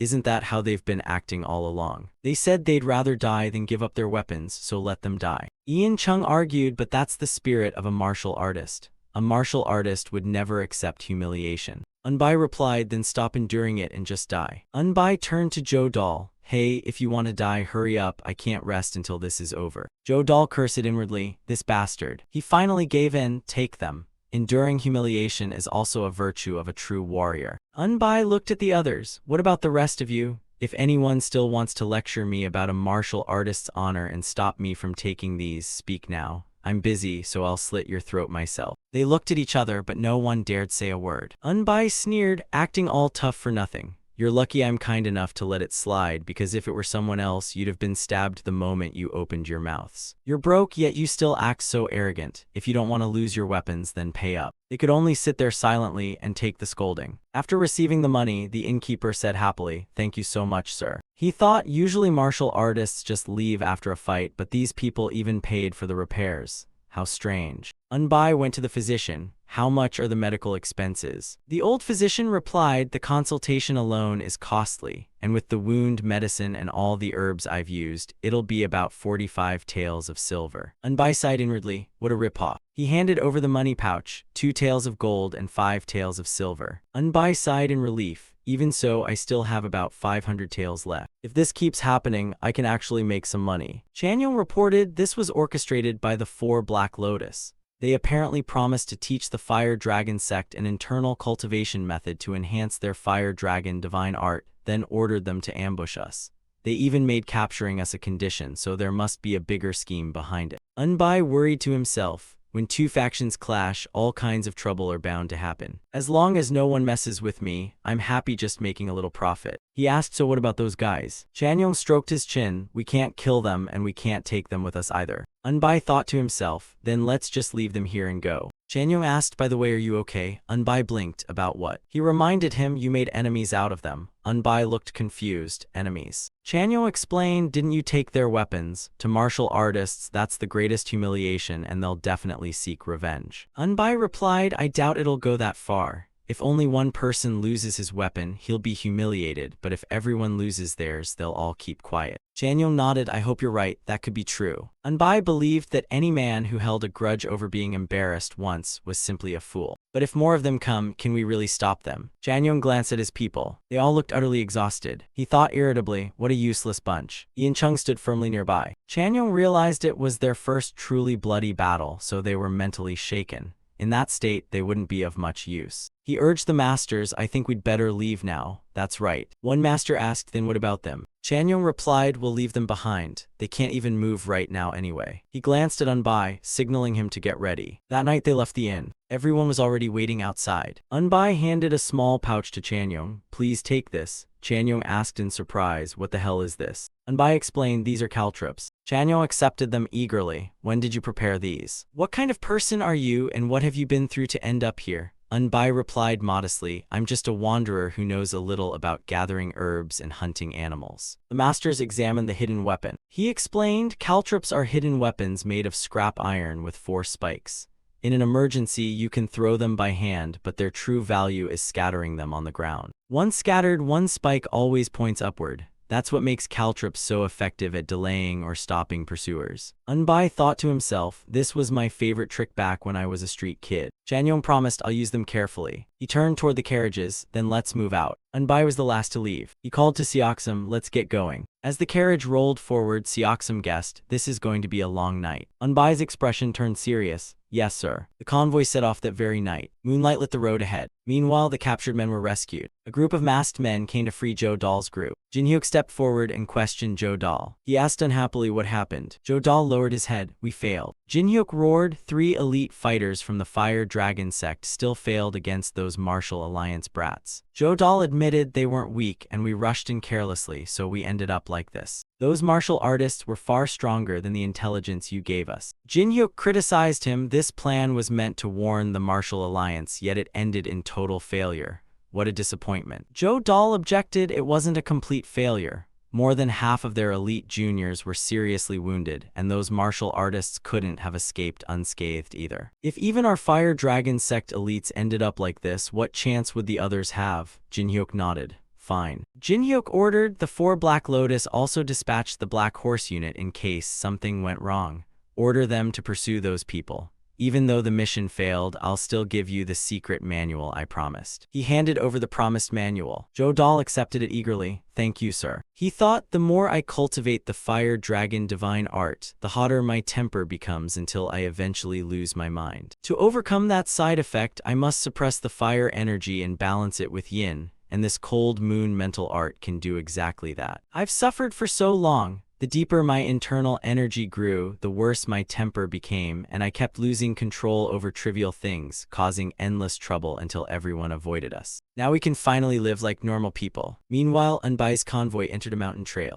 Unbai asked, Brother Chu, aren't we moving too slowly? Seoksum replied, 2 horses are pulling 7 grown men and all this baggage. They're already doing an incredible job. Ordinary horses would have collapsed long ago. Running all day and still keeping this pace is remarkable. Besides, we're traveling at night. What if something suddenly appears ahead? Don't jinx it. Unbai replied, you're right, brother. Seoksum sighed sadly. I feel bad for the horses. Unbai never lowered his guard. It's fortunate no one seems to be chasing us yet, but no one knows what could happen. Those people are worse than street thugs. Seoksum asked, are you saying those martial artists are worse than neighborhood gangs? Unbai replied, the Blood King sect ambushed people at night with weapons and the Fire Dragon sect attacked us while we were eating.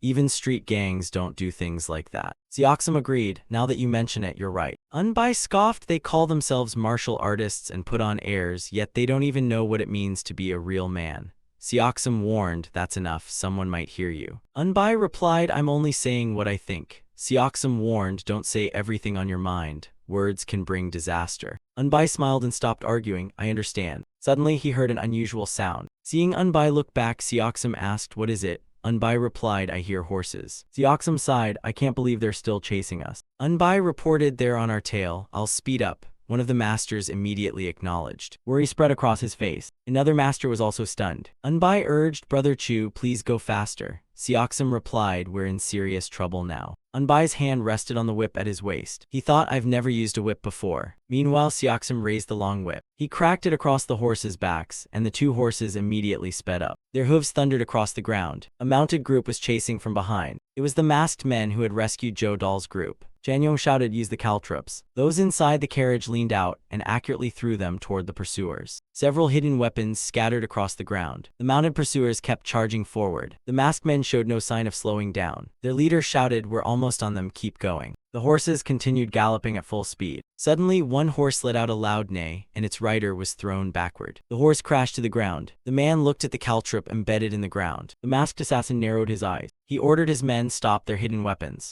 The assassins had already suffered losses. Their horses fell, throwing the riders off. One assassin exclaimed in shock, "They actually dared to do this." He glanced at the hidden weapon in his hand. "Fortunately, it's not poisoned. What's the damage?" A subordinate reported, 3 horses are injured, and 7 Black Horse unit members stepped on the iron spikes and were wounded. The assassin cursed angrily, "Damn it, I didn't expect them to use such dirty tricks." He thought, "These injuries will take at least a month to heal. In this condition, we can't keep chasing them." He called over his deputy. "Yes, Captain." He ordered, "You'll continue the pursuit. I heard most of them are wounded, so it shouldn't be too difficult." The deputy accepted the order. "Yes, Captain, I'll turn them all into ghosts." He mounted his horse and urged his men onward. Anbai's convoy was still racing along the mountain trail. Anbai thought, "The caltrops bought us some time," but someone behind shouted, "They're catching up." The assassins were spurring their horses in pursuit. Anbai asked anxiously, "Can't we go any faster?" Xiaoxim replied helplessly, "The horses are exhausted." Anbai cursed under his breath, "What a damn mess." He jumped onto the roof of the carriage. Then he drew his bow and took careful aim. His arrow pointed at the assassins. The first arrow shot forward.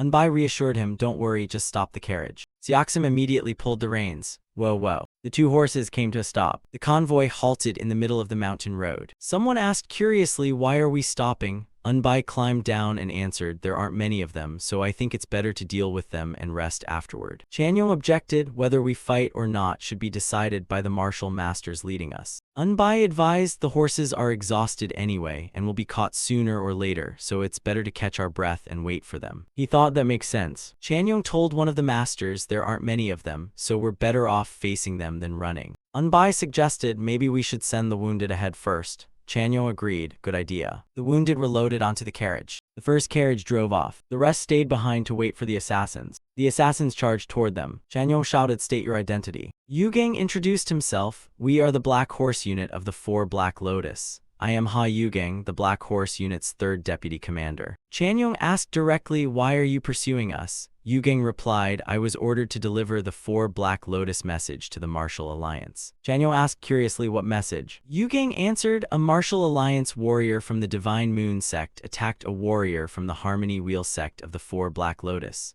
The 4 Black Lotus officially protested, but the Martial Alliance took no action. So the 4 Black Lotus intends to show the Martial Alliance its unwavering resolve." Anbai asked, "Then what are you planning to do?" Yugang replied, "By order of the 4 Black Lotus, we are to capture the juniors attending the Dragon and Phoenix gathering." Someone exclaimed, "We're hostages." Yugang gave the order, "Capture them and kill anyone who resists." The assassins immediately charged, "Resist and die." Yugang led the charge, thrusting his sword at Chanyong. Chanyong immediately raised his saber to block. A fierce battle erupted. Anbai was fighting one of the assassins. His opponent swung his sword with such force that Anbai staggered backward. Anbai blocked the relentless attacks. His face remained completely calm. One enemy shouted angrily, "Who the hell are you laughing at?" Anbai let him keep attacking while happily muttering, "Hess hess." Every sword strike missed him. At the same time, Anbai raised his other club. It slammed hard into his opponent's arm. The man was immediately defeated by Anbai. He screamed, "My leg." Anbai announced, "One down." Then someone attacked from behind. He swiftly raised his club to block. Another club struck the man's head. The man collapsed and smashed his head into the ground. Anbai sneered, "Coward," attacking from behind. Meanwhile, the 2 women were surrounded by several enemies. Yin Chung fought his opponent with a sword. The sound of clashing blades rang through the battlefield. The battle remained evenly matched, while Chanyong dueled Yugang. Yugang thought in surprise, "Someone this strong is only a martial instructor. I thought that position was for washed-up fighters." Hearing loud thuds behind him, Yugang turned around. He saw his men being defeated. He thought in shock, "Who is that guy?" Zaha was being overwhelmed and shouted, "Kid, teach this bastard a lesson." Anbai shouted, "Hey you, fight me instead." He brought one club crashing down, and the man raised his sword to block. Anbai's other club seized the opening and slammed into the man's chest. That man also went down in an instant. Seeing Anbai was free, Siali called out, "Take care of this one too." Anbai accepted the challenge. "You two, come here." The man charged with his sword. "Die." Anbai crossed his wooden clubs to block. He was actually smiling. His opponent felt insulted. Bastard, are you mocking me? Unbai denied it. I'm not mocking you, I'm turning pain into laughter. He kicked his opponent, making the man grunt as his eyes rolled back in pain. Tears welled up as he clutched his groin. Coward, why did you hit me there? Unbai seized the chance and smashed his club onto the man's head.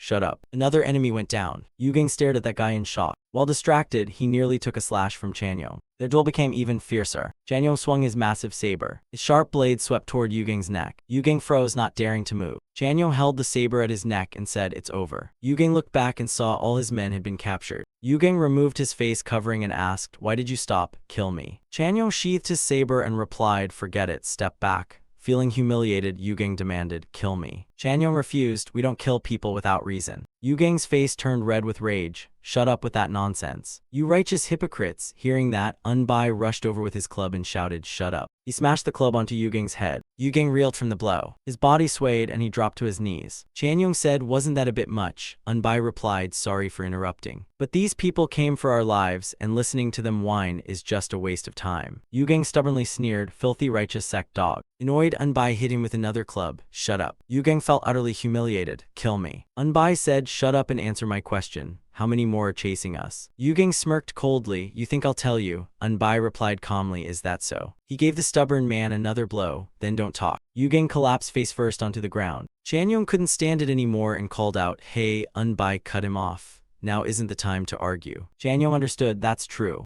Unbai questioned another man, "Who else is chasing us?" The man stubbornly answered, "I don't know." Unbai threatened him, "If you don't know, you'll die." "You still don't know." The man refused to talk. "I don't know." Another heavy blow crashed onto the top of his head. He cried out before collapsing face first onto the ground. Zaha was surprised, so he has this side to him too. Xiali said, "Sometimes a man has to be tough." Ian Chung admired him inwardly. He's truly someone worth learning from. Unbai walked up to another man. "You don't know either." The man trembled in fear. Unbai raised his club. "Then you'll just have to die." Just as the club was about to come down, the man raised his hands. "No, we're all that's left." Unbai questioned him. "No one else? Why should I believe that?" The man answered, "We were ordered to attack the Sichuan branch's relief force and capture the juniors.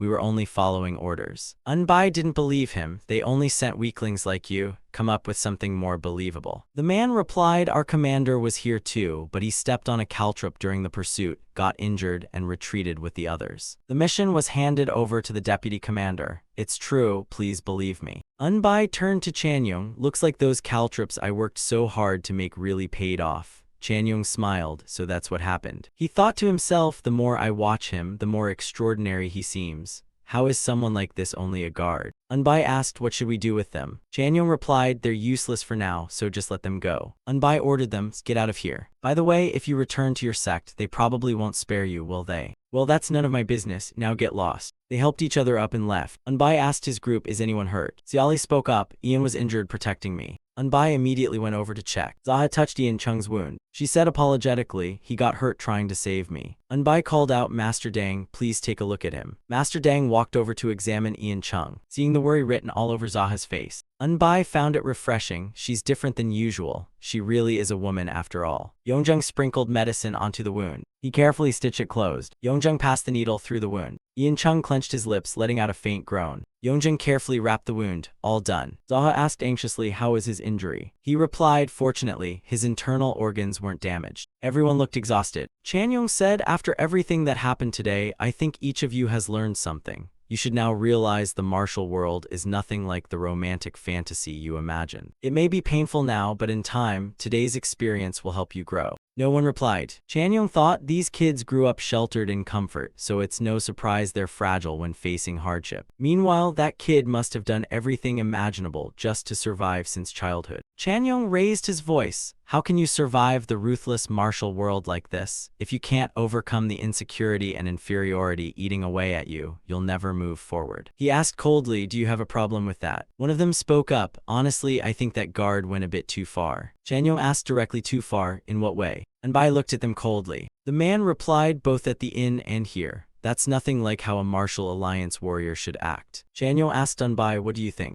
Unbai said sternly, "Since when have guards ever been treated like warriors? Haven't we always been seen as nothing more than gatekeepers? You keep talking about principles, but is it normal to expect principles from killers who come to your door? Will it matter if you die by their hands? The man fell silent after being confronted. Unbai continued, I'm not the kind of person who values honor or martial principles like you do. I just don't want to die a meaningless death. So I'll do everything I can to stay alive. The man hesitated, but living by clinging on so pitifully. Unbai smiled, I'll live no matter how pathetic I look while you can go die with your honor. The warrior had no comeback and fell silent. Chanyong smiled faintly after seeing Unbai settle everything. Unbai ordered, let's move out and catch up with the group ahead. Unbai walked over to Ian Chung, let me help. Zaha supported him instead, leave this to me. Their group set off first. Chanyong secretly transmitted his voice, well done. Unbai asked curiously, how do you use that voice transmission technique? Chanyong understood, you want me to teach you. Unbai replied, I'd be grateful if you would.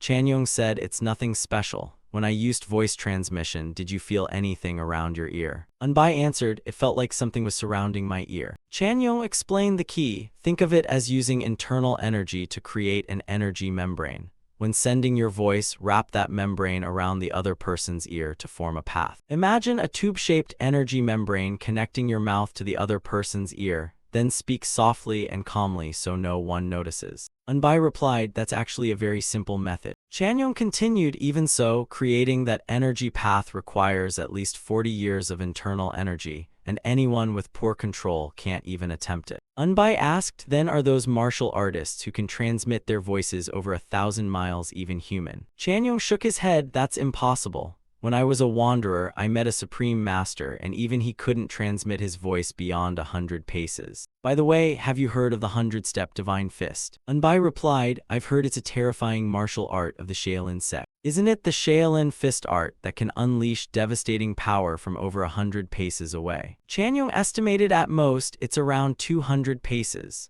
If Shaolin could really strike from beyond 100 paces as they claim, they would have unified the martial world long ago with the 100-step divine fist alone. But what's the reality? Aren't the Wudang sect and the Manhua sect the ones truly renowned today? There's a saying that all martial arts under heaven came from Shaolin, a proud claim that every martial art originated there. No one really denies that, but the sects dominating the martial world through martial arts today aren't Shaolin, but Wudang and Manhua. Unbai remarked, so even in the martial world, weapon users still have the advantage. Chanyong murmured, weapons. Unbai thought to himself, thinking about it now, these martial artists aren't even as decent as street thugs. Chanyong said, I already sent a request for help to the Zhongnan sect, so don't worry too much. Help support Ian Chung. Unbai replied casually, that's great. Unbai thought things should get a little easier once they arrived. Their convoy reached the rendezvous point. Seoksum happily came to greet them. I knew you'd make it back safely. Unbai replied humbly, just luck. Seoksum shook his head. That wasn't luck, it was your skill.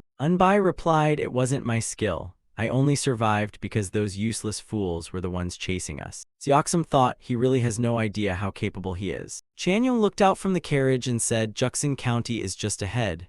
No matter how tired you are, endure a little longer. We can rest once we get there. The next day, the convoy continued its journey. They traveled all day until sunset. Then they kept moving throughout the night. Finally, the following evening, they arrived at Juksan County. The horse-drawn carriages rested behind the inn, while their group sat inside to rest. Chanyong glanced behind them. The Zhongnan sect is late. Unbai wondered, what if they aren't coming? Chanyong replied they would never ignore fellow Martial Alliance members in danger. Unbai disagreed, I'm not so sure. Chanyong changed the subject, think positively. Let me tell you a little about the Zhongnan sect. The Zhongnan sect is a Taoist sect that mainly uses swords and judge brushes as weapons.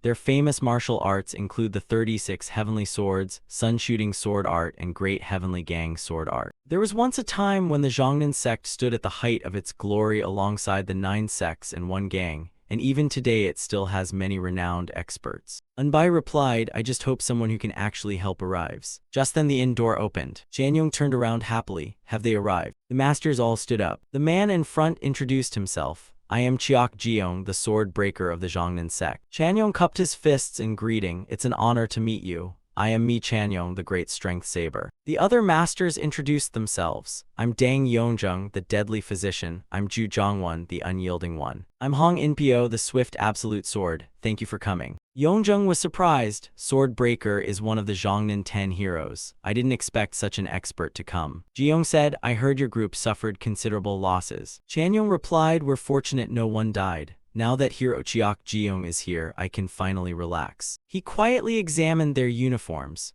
Not everyone in the Zhongnan sect was allowed to wear the blue cloud emblem embroidered on the chest of their sect robes. That blue cloud emblem meant the wearer had mastered at least one Zhongnan sect martial art, so they had already surpassed the first-rate realm. But he didn't seem especially powerful. Could it be because he cultivated Taoist martial arts? Still, if the sect sent him here, he certainly wasn't a nobody. He does seem somewhat special. I just hope his strength is equally exceptional. After finishing their discussion, everyone went to rest, and the inn fell silent. The next day, Chanyong met with Jiyong's group. Jiyong said, "Our Zhongnan sect will take responsibility from here." Chanyong replied, "We're counting on your help." Several disciples followed behind Jiyong. The carriages began rolling forward. The convoy resumed its planned journey. The Zhongnan sect took the lead. Unbai felt relieved. At least things felt more reassuring now. After a long journey, they reached Nak Mountain. The group chose a spacious, newly built restaurant. They sat down at a table. 5 steaming dishes were set before them. Unbai cursed inwardly, "Those bastards. We asked them for help, yet we're the ones paying for everything." If that's the case, they could at least order ordinary food instead of expensive dishes just because they think someone else is paying. They're really no different from the Martial Alliance bunch. Luckily, I still have the money from selling those axes, and I also picked up a few weapons from the Black Horse unit along the way, so I'd better sell them after the meal. We decided to accept the Zhongnan sect's escort all the way to Henan, and it's costing us a fortune. Those guys have no idea what it means to earn money themselves. They treat money like dirt. Martial artists really annoy me. Everyone was enjoying the delicious meal. Outside, the blazing sun shone down. They continued along the mountain road. The Zhongnan sect still led the way on foot. Unbai looked gloomy. Seoksum said, "Luckily, nothing has happened for over half a month. It must be thanks to those Taoists." Unbai glanced at the group walking ahead. He couldn't feel happy. Damn it, feeding those freeloaders is costing a ridiculous amount. I wonder how much they'll eat today. I've always known martial artists spend recklessly, but this is too much.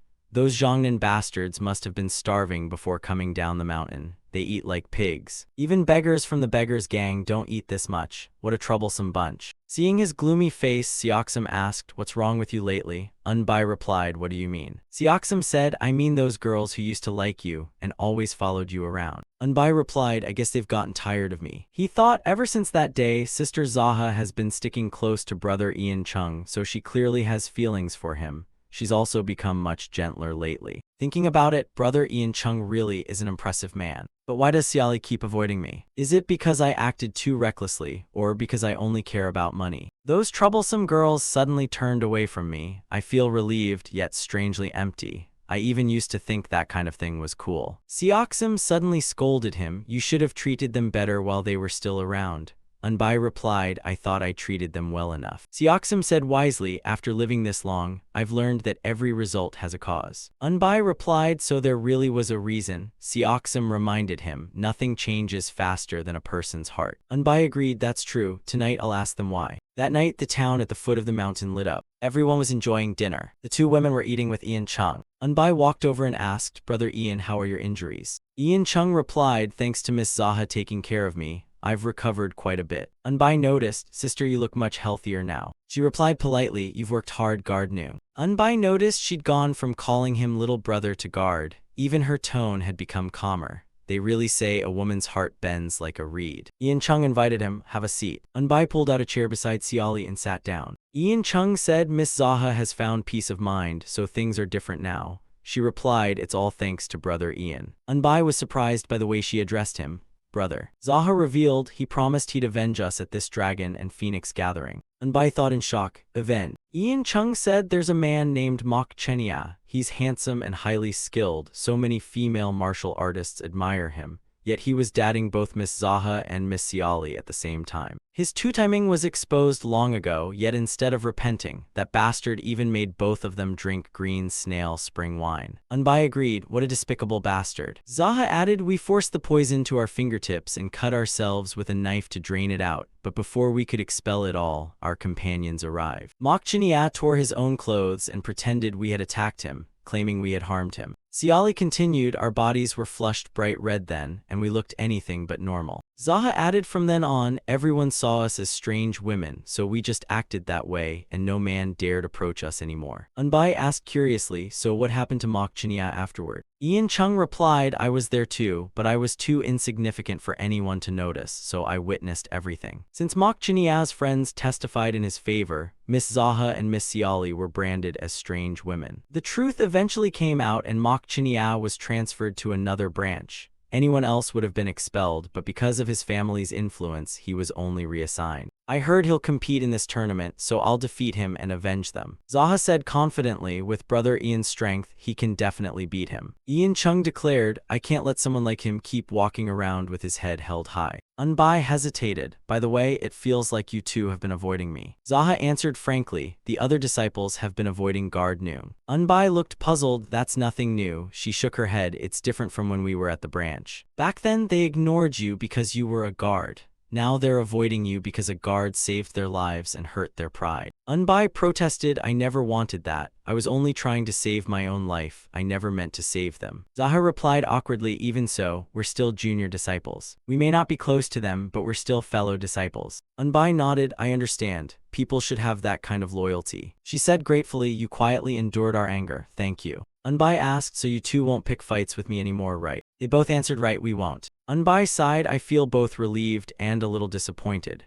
Zaha said, then let's continue. Unbai quickly raised his hand, no thanks, spare me. Siali said gently, we've always been grateful that you endured our anger, tolerated us, and even saved our lives. We've been keeping our distance because we realized this journey is a matter of life and death. One careless mistake could get us killed. That thought kept us under constant pressure, so we couldn't act as freely as before. And seeing Guard Noon's martial arts also made me reflect on myself. Unbai thought in surprise, so they felt both grateful and pressured around me because I'm a guard. Siali continued, but we still see Guard Noon as our friend. Zaha agreed, that's right. Ian Chung added, I see you as my brother. Unbai exclaimed happily, really, that much? He stood up to leave, I still have work to do, please keep eating. Unbai walked toward the counter. He asked, how much is today's bill? The three of them smiled as they watched Unbai. Ji-young stood and cupped his fists. Today is our final day. Fortunately, we completed the escort mission without any trouble. Chanyong replied politely, it was thanks to Hero Chiok that we arrived safely.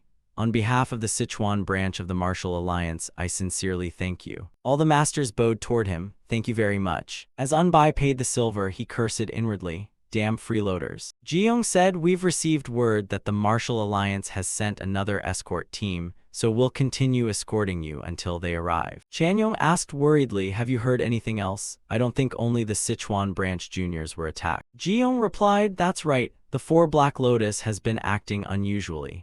It seems they're using the conflict between the Fire Wheel sect and the Divine Moon sect as an excuse to expand their influence. Even the Martial Alliance has realized the seriousness of the situation and is discussing countermeasures. Chanyong grew worried, this is worse than I thought. Ji-young confirmed, actually, this chain of events was expected. Sending an entire delegation over a minor dispute between the Divine Moon sect and the Fire Wheel sect clearly shows they were looking for trouble.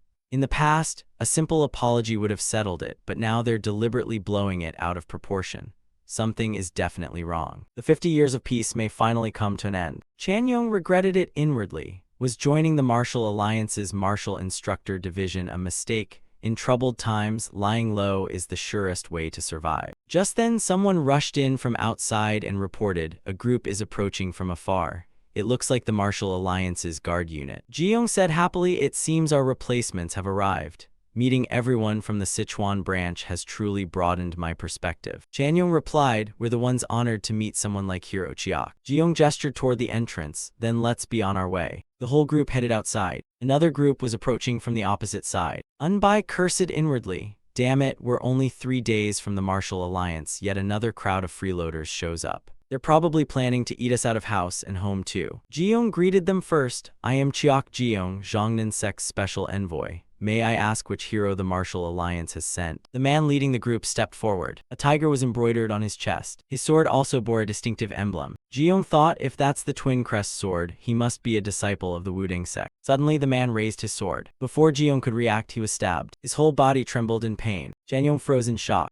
Anbai blurted out, "Huh, what's going on?" Chanyeong shouted urgently, "Enemy." The martial artists immediately formed up. The Zhongnan sect disciples were still stunned. Seeing that, Anbai thought with relief, their reactions are much faster now. Those two bloody battles weren't for nothing. The enemy leader drew his sword and shouted, "Begin." Jiyoung collapsed to the ground lifeless. The attackers charged with swords raised, "Kill them." The two sides clashed. A sword was about to stab a Zhongnan sect disciple. Anbai's club blocked it just in time. He stepped in front of the disciple and joined the fight. The disciple was still frozen in shock. Anbai turned and yelled, "Do you want to die?" The disciple replied in panic and no. A swordsman rushed over and demanded, "Who are you?" Anbai blocked the sword and replied, "You're the one hiding behind a pathetic disguise." The man attacked fiercely. "Die." Anbai casually parried the sword and asked, "Why should I die?" He smashed his club onto the man's head. "You're the one who should die." Another attacker tried to ambush Anbai from behind. A club swung toward his back, but Anbai flipped away to dodge. Coward. In the next instant, his club smashed into the attacker's head. Anbai scoffed, "These bastards aren't even as good as street thugs." His eyes swept across the battlefield. Suddenly, Anbai noticed something strange. The Zhongnan sect was merely being held back. Meanwhile, his own group was under fierce assault. Anbai thought, something's wrong. They're focusing on attacking our Sichuan branch while the Zhongnan sect disciples are only being stalled. Chanyeong refused to retreat and slashed at his opponent. Ian Chung was also fully occupied, striking with sword after sword. Xiali raised her sword to block an incoming attack. Zaha fiercely unleashed one sharp sword strike after another. The disguised men concentrated their forces on attacking them. Anbai finally realized they were targeting us. Furious, he charged in with his clubs, wiped them all out. His club slammed into the man blocking Chanyeong. The man lost consciousness and fell headfirst to the ground. Anbai didn't stop, swinging another heavy blow into an enemy's shoulder. The man's legs buckled and he dropped to one knee. The leader shouted, "Kill him." The whole group charged at Anbai. He raised his club to block the incoming sword. Anbai sneered, "You cowardly bastards are attacking all at once. Then I have no choice but to go all out." Anbai's face darkened. He gripped his clubs so tightly they trembled, and the wood shattered under the strain of his internal energy. Killing intent filled Anbai's eyes. He was determined to teach them a lesson. Anbai swung both broken clubs in a circle, releasing overwhelming internal energy. The disguised men desperately raised their swords to block. The clubs in Anbai's hands completely exploded. Wood fragments scattered through the air. The splinters struck the enemy's pressure points. One man squeezed his eyes shut as his shoulder was hit. Another fared no better. One after another, they had their pressure points struck. Anbai frowned as he scanned the battlefield. He thought, the clubs couldn't withstand my internal energy and shattered. Thanks to that, I took them all down in one move. The enemies behind them stared at him warily. The other martial artists stood frozen by his overwhelming presence. Even the enemy leader hadn't expected his group to fall so quickly. He exclaimed, "You've got some nerve." One of the men asked, "Who exactly are you?" Another scoffed, "Why ask something so obvious? Does it even matter?" Zhongwen shouted angrily, "What's so obvious about it? Are you with the Four Black Lotus?" One man shot back, "What do you think we're really from the Martial Alliance? As if allies would attack allies. What a stupid question." Chanyeong demanded, "Why is the Four Black Lotus targeting us?" The man didn't bother explaining. Tusk, asking the obvious again. I'm getting tired of repeating myself. The Fire Dragon sect people were furious. Would it only make sense if I said it was the Alliance leader's order? Chanyeong remarked, even if it's a lie, it sounds convincing. The man replied calmly, exactly. A filthy excuse, isn't it? People say martial artists are lonely souls who live by the sword, spending a lifetime cultivating internal energy just to decide victory in a single moment. Yet you're no different. Chanyeong asked directly, so? The man echoed, so? What do you mean so? You have strength yet know where to use it. Our young men are the same. Even the Martial Alliance is in terrible shape. And what about the Zhongnan sect, once hailed as one of the 9 sects in one gang? They're as weak as a mangy donkey, with no spirit left. And the juniors behind you, they're just blinking in fear and trembling. What a pitiful sight. Does anyone looking at this still think we're people of the martial world? Chanyeong asked coldly, what are you trying to say? The man finally revealed his point. If you're people of the martial world, then live like true people of the martial world. Chanyeong asked by shedding blood. The man replied, if you're afraid of blood, you can't call yourself a person of the martial world. Chanyeong found the idea insane. You're crazy. The leader smiled. If even someone as insignificant as me knows the 4 Black Lotus intentions, then you should realize everything has already been set in motion. Even I despise the 4 Black Lotus. Those old men keep clinging to their positions until their hair turns white without ever stepping down. Do you know why it's become like this? Chanyong replied, I don't really care to know. The man revealed, because those old men have no reason to die. Without battles, there's no chance to earn merit. I hate that. For a man to fulfill his ambitions, today's martial world is far too peaceful, rotten beyond saving. Those old men are fat and do nothing but give orders. Hearing that, Unbai cursed inwardly. This lunatic, what's wrong with living a long life? All I want. Then the man suddenly asked, are you satisfied with your life? Why does a mere guard have such fierce killing intent? Chanyong answered honestly, I joined the martial alliance because I hate bloodshed. As long as the pay is good, I don't need anything else. The man looked down on him. What a pitiful fellow. The leader turned to Unbai. And who are you? Unbai raised his chin. I'm the main gate guard of the Martial Alliance's Sichuan branch. The man obviously didn't believe him. A guard? Looks like you don't want to reveal your real identity. Fine, that's enough for today. I'm leaving because it seems someone truly powerful is coming. He ordered all his men to retreat. They poured a strange liquid over their fallen comrades. As the liquid touched the bodies on the ground, it immediately bubbled and dissolved the corpses. Chanyong was shocked. They actually used bone-dissolving powder to destroy their comrades' bodies. Seeing everything finished, the leader ordered, let's go. Chanyong realized that if those men had fought to the death, all of us would have died. Once again, that kid saved our lives. The disguised men all retreated using lightness skills. The other martial artists collapsed to the ground in relief after surviving the disaster. The Zhongnan sect members also sat down to rest. Zaha reported 6 people died, including Jiong. Unbai cursed inwardly. Damn it, this martial world is truly brutal. People kill each other over the most ridiculous reasons. They're all insane, acting so high and mighty. They got what they deserve. This can't go on. I need to figure out the medical expenses. Another group was approaching. Chanyong shouted, stop, take one more step and I'll attack. The group stopped in front of him. Their leader introduced himself. I am Hyo-san, first commander of the Black Tortoise Hall of the Martial Alliance in Henan. Chanyong remained cautious. I'm sorry, but I need proof.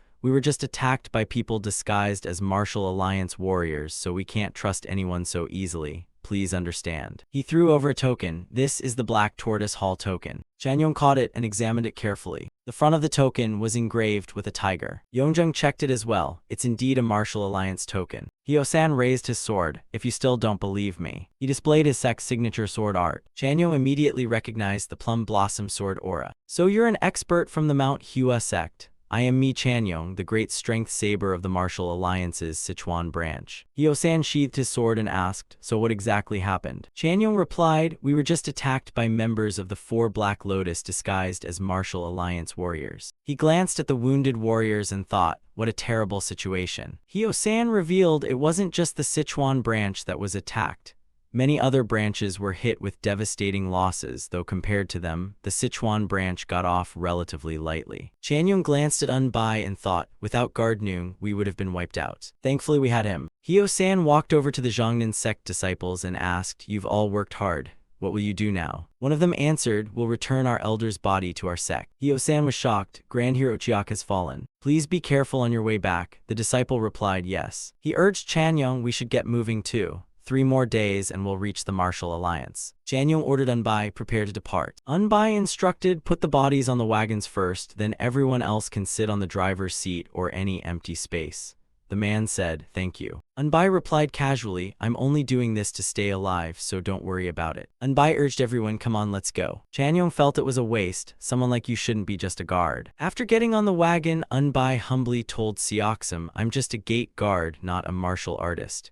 Even the Alliance's own warriors don't see me as one. Seoksum disagreed. No, everyone acknowledges you're an expert. Unbai sighed, oh, what expert? I just fought desperately because I didn't want to die. In street fights, the toughest guy always wins. Who can beat someone fighting with his life on the line? Seoksum laughed. How can you compare martial artists' battles to street thugs? Unbai replied, from what I've seen, they're worse than street thugs. At least street thugs don't pull tricks like that. Seoksum could only laugh awkwardly at the comparison. The convoy departed with the escort group. The scene shifted to the Martial Alliance's outer gate. Their group had arrived. Unbai gasped, it's enormous. Seoksum said, over 10,000 people live here, so of course it's huge. Hyo-san walked up to the gate guards and identified himself. The guards immediately opened the gate. The massive gates welcomed them inside. The gate guards wore stern expressions. Their eyes swept across the group. Hyo-san entered first. Unbai's convoy followed behind. Unbai politely cupped his fists in greeting. The gate guards bowed in return. Unbai thought this is nothing like the Sichuan branch. The group proceeded inside. The atmosphere was completely silent. Only the clatter of the wagons echoed. Hyo-san's group came to a stop, and Unbai thought even the atmosphere here is completely different from the Sichuan branch. They entered the inner compound. The wagons came to a halt. They unloaded the wounded first. Meanwhile, Unbai was speaking with another man. The man called out Shin Ho. The young man hurried over eagerly. Yes, sir. The man pointed at Unbai. Take this man to the guest quarters. Shin Ho led him. This way, please. Unbai looked back and saw the martial artists entering the inner compound. He wondered, am I staying somewhere different from them? Shin Ho led Unbai to a rundown house. Unbai frowned inwardly. You're putting me in a place like this. There wasn't even a bed inside. Unbai thought bitterly, this is going too far. Shin Ho explained, everyone stays here temporarily before leaving. This place is rarely used, so it's a bit dirty. You'll have to clean it yourself. Unbai pursed his lips and thought, damn it, I have no choice. Unbai asked with a dark expression, what about meals? Shin Ho replied, there are dining halls in both the inner and outer compounds, but only wealthy martial artists can really afford them. I wouldn't recommend going. People like us usually bring food from home and make do with simple meals. The inner dining hall costs 50 coins per meal, while the outer one costs 20. I've heard even broke martial artists eat outside. Unbai finally understood, so that's why the escort leader kept stressing that we save money. He replied, I understand. Unbai walked inside gloomily. Thank you. He muttered, we're all part of the martial alliance, yet they're this stingy. I'll clean up a little and go to sleep. I even have to find my own food, so I don't even feel like eating. Damn martial alliance. The next day in the inner compound, a group of martial artists stood waiting in line. Unbai was delighted by the news. The Dragon Phoenix tournament is cancelled. I wanted to go home early anyway. Someone asked, does that mean we can go home now? The official replied, everyone will remain here until further orders. Someone asked why. He revealed, because the war between the righteous and evil factions is about to erupt. The 4 Black Lotus members you encountered on the way have officially declared war, and the situation is now unavoidable. Unbai cursed inwardly. Why do those bastards always have to stir up trouble? He spoke up, if you're not letting us leave, at least feed us properly. Someone agreed, I don't like this either, but what can we do? We take their pay, so we have to do the job. Unbai turned toward the speaker. It was Du Kang. Unbai asked in confusion, fighting is the martial artist's job. I don't get why guards like me have to wait around here. By the way, if you keep drinking strong liquor without snacks, you'll ruin your body. Du Kang agreed, I'd buy snacks if I had the money. Unbai caught the faint aroma and thought, judging by that scent, this must be some expensive liquor. Du Kang replied, I spent all my money on the liquor, so I couldn't afford snacks. Meat would be the perfect match for this drink. Then he took another sip. Unbai asked eagerly, could I have just one sip? Du Kang looked surprised. This. Sure, but you might regret it afterward. Unbai teased him, I'm only asking for one sip. Why are you being so stingy? Du Kang casually handed it over. If you want it that badly, drink it, but don't regret it later. Du Kang mimicked him, I'm only asking for one sip. Why are you being so stingy? Unbai tilted his head back and took a drink. Seeing him still drinking, Du Kang exclaimed, hey, that's a lot. As soon as he finished, Unbai's whole body trembled slightly. Du Kang was astonished. What is this? Unbai grinned, this tastes amazing. Du Kang revealed this liquor is brewed with water spirit herb and the Tang clan's secret detoxification pill, yet he's completely unaffected. Unbai asked happily, really? That's unbelievable. Du Kang asked seriously, then want another sip? You can finish it if you want. He thought this liquor contains extreme yin energy. An ordinary person would be frozen solid by its icy force, yet. Unbai hesitated, really? This liquor seems very precious. Du Kang replied, if you feel bad, just treat me to a grand meal at a tavern.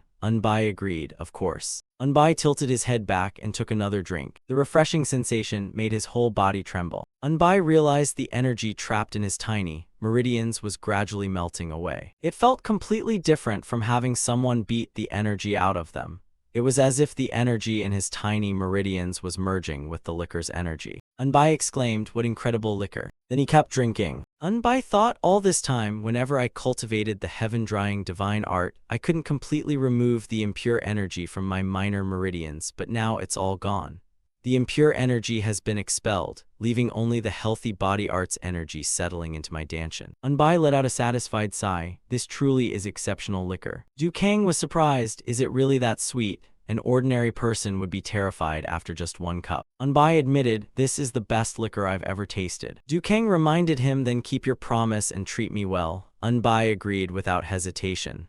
Of course. By the way, do you know any good places to drink? I'm not familiar with this area. Dukang led the way. I know a pretty good tavern, let's go. Unbai happily followed behind. I didn't expect this old man to know the scene so well. Dukang boasted proudly, I've lived here for 40 years. I may not look like it, but I'm quite well known around here. But why do you ask? Unbai replied, why do you always overthink everything? They say it's an emergency, yet you look so relaxed, that's all. Those higher-ups just spend times like this chatting away. Dukang asked curiously, chatting away. Unbai remembered, ah right, you're a martial artist so you probably don't know that expression. Where I'm from, it means people who only work with their mouths. The subordinates work themselves to the bone, while the superiors just fight over their own interests. Those old leaders hardly do anything. They're only good at giving orders. They should just make one firm decision and be done with it, but instead they keep changing their minds and making everything troublesome. That's why I say the brain is the most important thing. Dukang asked in surprise, the brain, you mean the head? Unbai replied, where I'm from, the most powerful leader is called the brain. If those people at the top can't keep the loudmouths under control, it's always the subordinates who suffer. They end up working non-stop. Dukang asked in confusion, working non-stop. Unbai explained, it means being extremely busy. First they say fight, then don't fight. They order a march, then send everyone somewhere else. They only have to talk, but the subordinates must obey without question, so of course they go crazy. Dukang burst into laughter. You're quite an interesting young man. He admitted to himself, he actually makes a good point. The two headed toward the side gate. Dukang led him to a tavern on the street. He said first, come on in, the liquor here is excellent. Unbai looked around thoughtfully. It doesn't look like it at all. He thought, we spent over half an hour leaving the Martial Alliance and finding this place, and it's just this rundown tavern. Unbai asked again, isn't there somewhere nicer? He felt a little disappointed. Even after supporting those useless martial artists, I still have 1,500 taels left. I can easily afford somewhere luxurious, yet it's this shabby place. Dukang walked in confidently. It may look like this, but this place has everything. Just make sure you've brought enough money. Unbai followed helplessly. What a stubborn old man. Though old, the inside of the tavern was very clean. Unbai began to change his opinion. Not bad. Dukang led him past the front counter. Dukang said the usual as always. The innkeeper bowed, yes sir. Then he led them to Dukang's usual table. Unbai asked curiously, you seem to come here often. Dukang replied, I've lived in the Martial Alliance for 40 years. Everywhere I go, I'm a regular. Unbai complained, it's nice and quiet, but it still feels a bit lacking. Since we're already here, I wanted somewhere more luxurious. Oh right, I haven't asked your name yet. I'm Unbai from the Sichuan branch. I was already in a bad mood. Thanks for the great liquor today. The old man introduced himself briefly. I'm Sa Dukang. Unbai thought that name sounds familiar. Where have I heard it? Dukang was secretly surprised. He doesn't know my name. He asked, which department of the Sichuan branch are you with? Unbai replied, I'm the main gate guard of the Sichuan branch. You could tell just by my uniform. Dukang was obviously shocked. A guard? Someone like you is only a guard. Unbai asked in confusion, what's wrong with being a guard? I get a place to sleep, meals on time, and regular pay.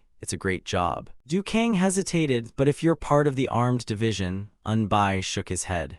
What's so great about becoming a warrior just to kill people? We were ambushed countless times just coming here. I'm sick of it. I'd rather peacefully guard the main gate. The dishes were gradually served. Unbai offered him a drink. First, please have a cup. Dukang raised his cup. Excellent. Unbai carefully poured him another drink. Then the two emptied their cups together. Unbai slowly savored the liquor. Dukang also took a sip. The strong aroma burned Unbai's tongue. Dukang asked, the liquor here isn't bad, is it? See, I told you this place has good liquor. Unbai admitted this place is nothing like its appearance. Dukang nodded. That's why you should always look beneath the surface, especially when judging people. Unbai hesitated. That sounds pretty difficult. Dukang replied, it is. You only realize something's true value after experiencing it yourself. Unbai compared it just like this liquor. You have to taste it to know, right? Dukang laughed. Exactly. Unbai poured him another cup. By the time the evening sun covered the small town, several empty liquor jars were already on the table. Seeing Unbai still pouring drinks, Dukang secretly praised him. This kid is really interesting. Every man who learns martial arts dreams of making his name famous, yet this kid is proud of being a guard, a position others look down on. That attitude shows he was never properly taught etiquette, which means he has no ties to any respectable martial family. And there's also that blunt personality that doesn't care what others think. How long has it been since I had such a carefree conversation? I can't even remember. Dukang guessed this is your first proper drinking session, isn't it? Unbai replied, I was already frustrated, but I feel much better now. then let's drink until tomorrow. Du Kang refused. I'd love to, but I don't think I can drink anymore. Unbai asked in surprise, why not? Unbai suddenly sensed someone carrying the killing intent of a wild beast approaching the old man. Du Kang said, it's rare for me to enjoy a drink like this. If we get the chance, let's meet again. Unbai replied, you must have had it rough too. If some troublemakers show up, just beat them down. Don't forget that. Du Kang asked in surprise, aren't you leaving? Unbai poured himself another drink. It took me forever to walk all the way here.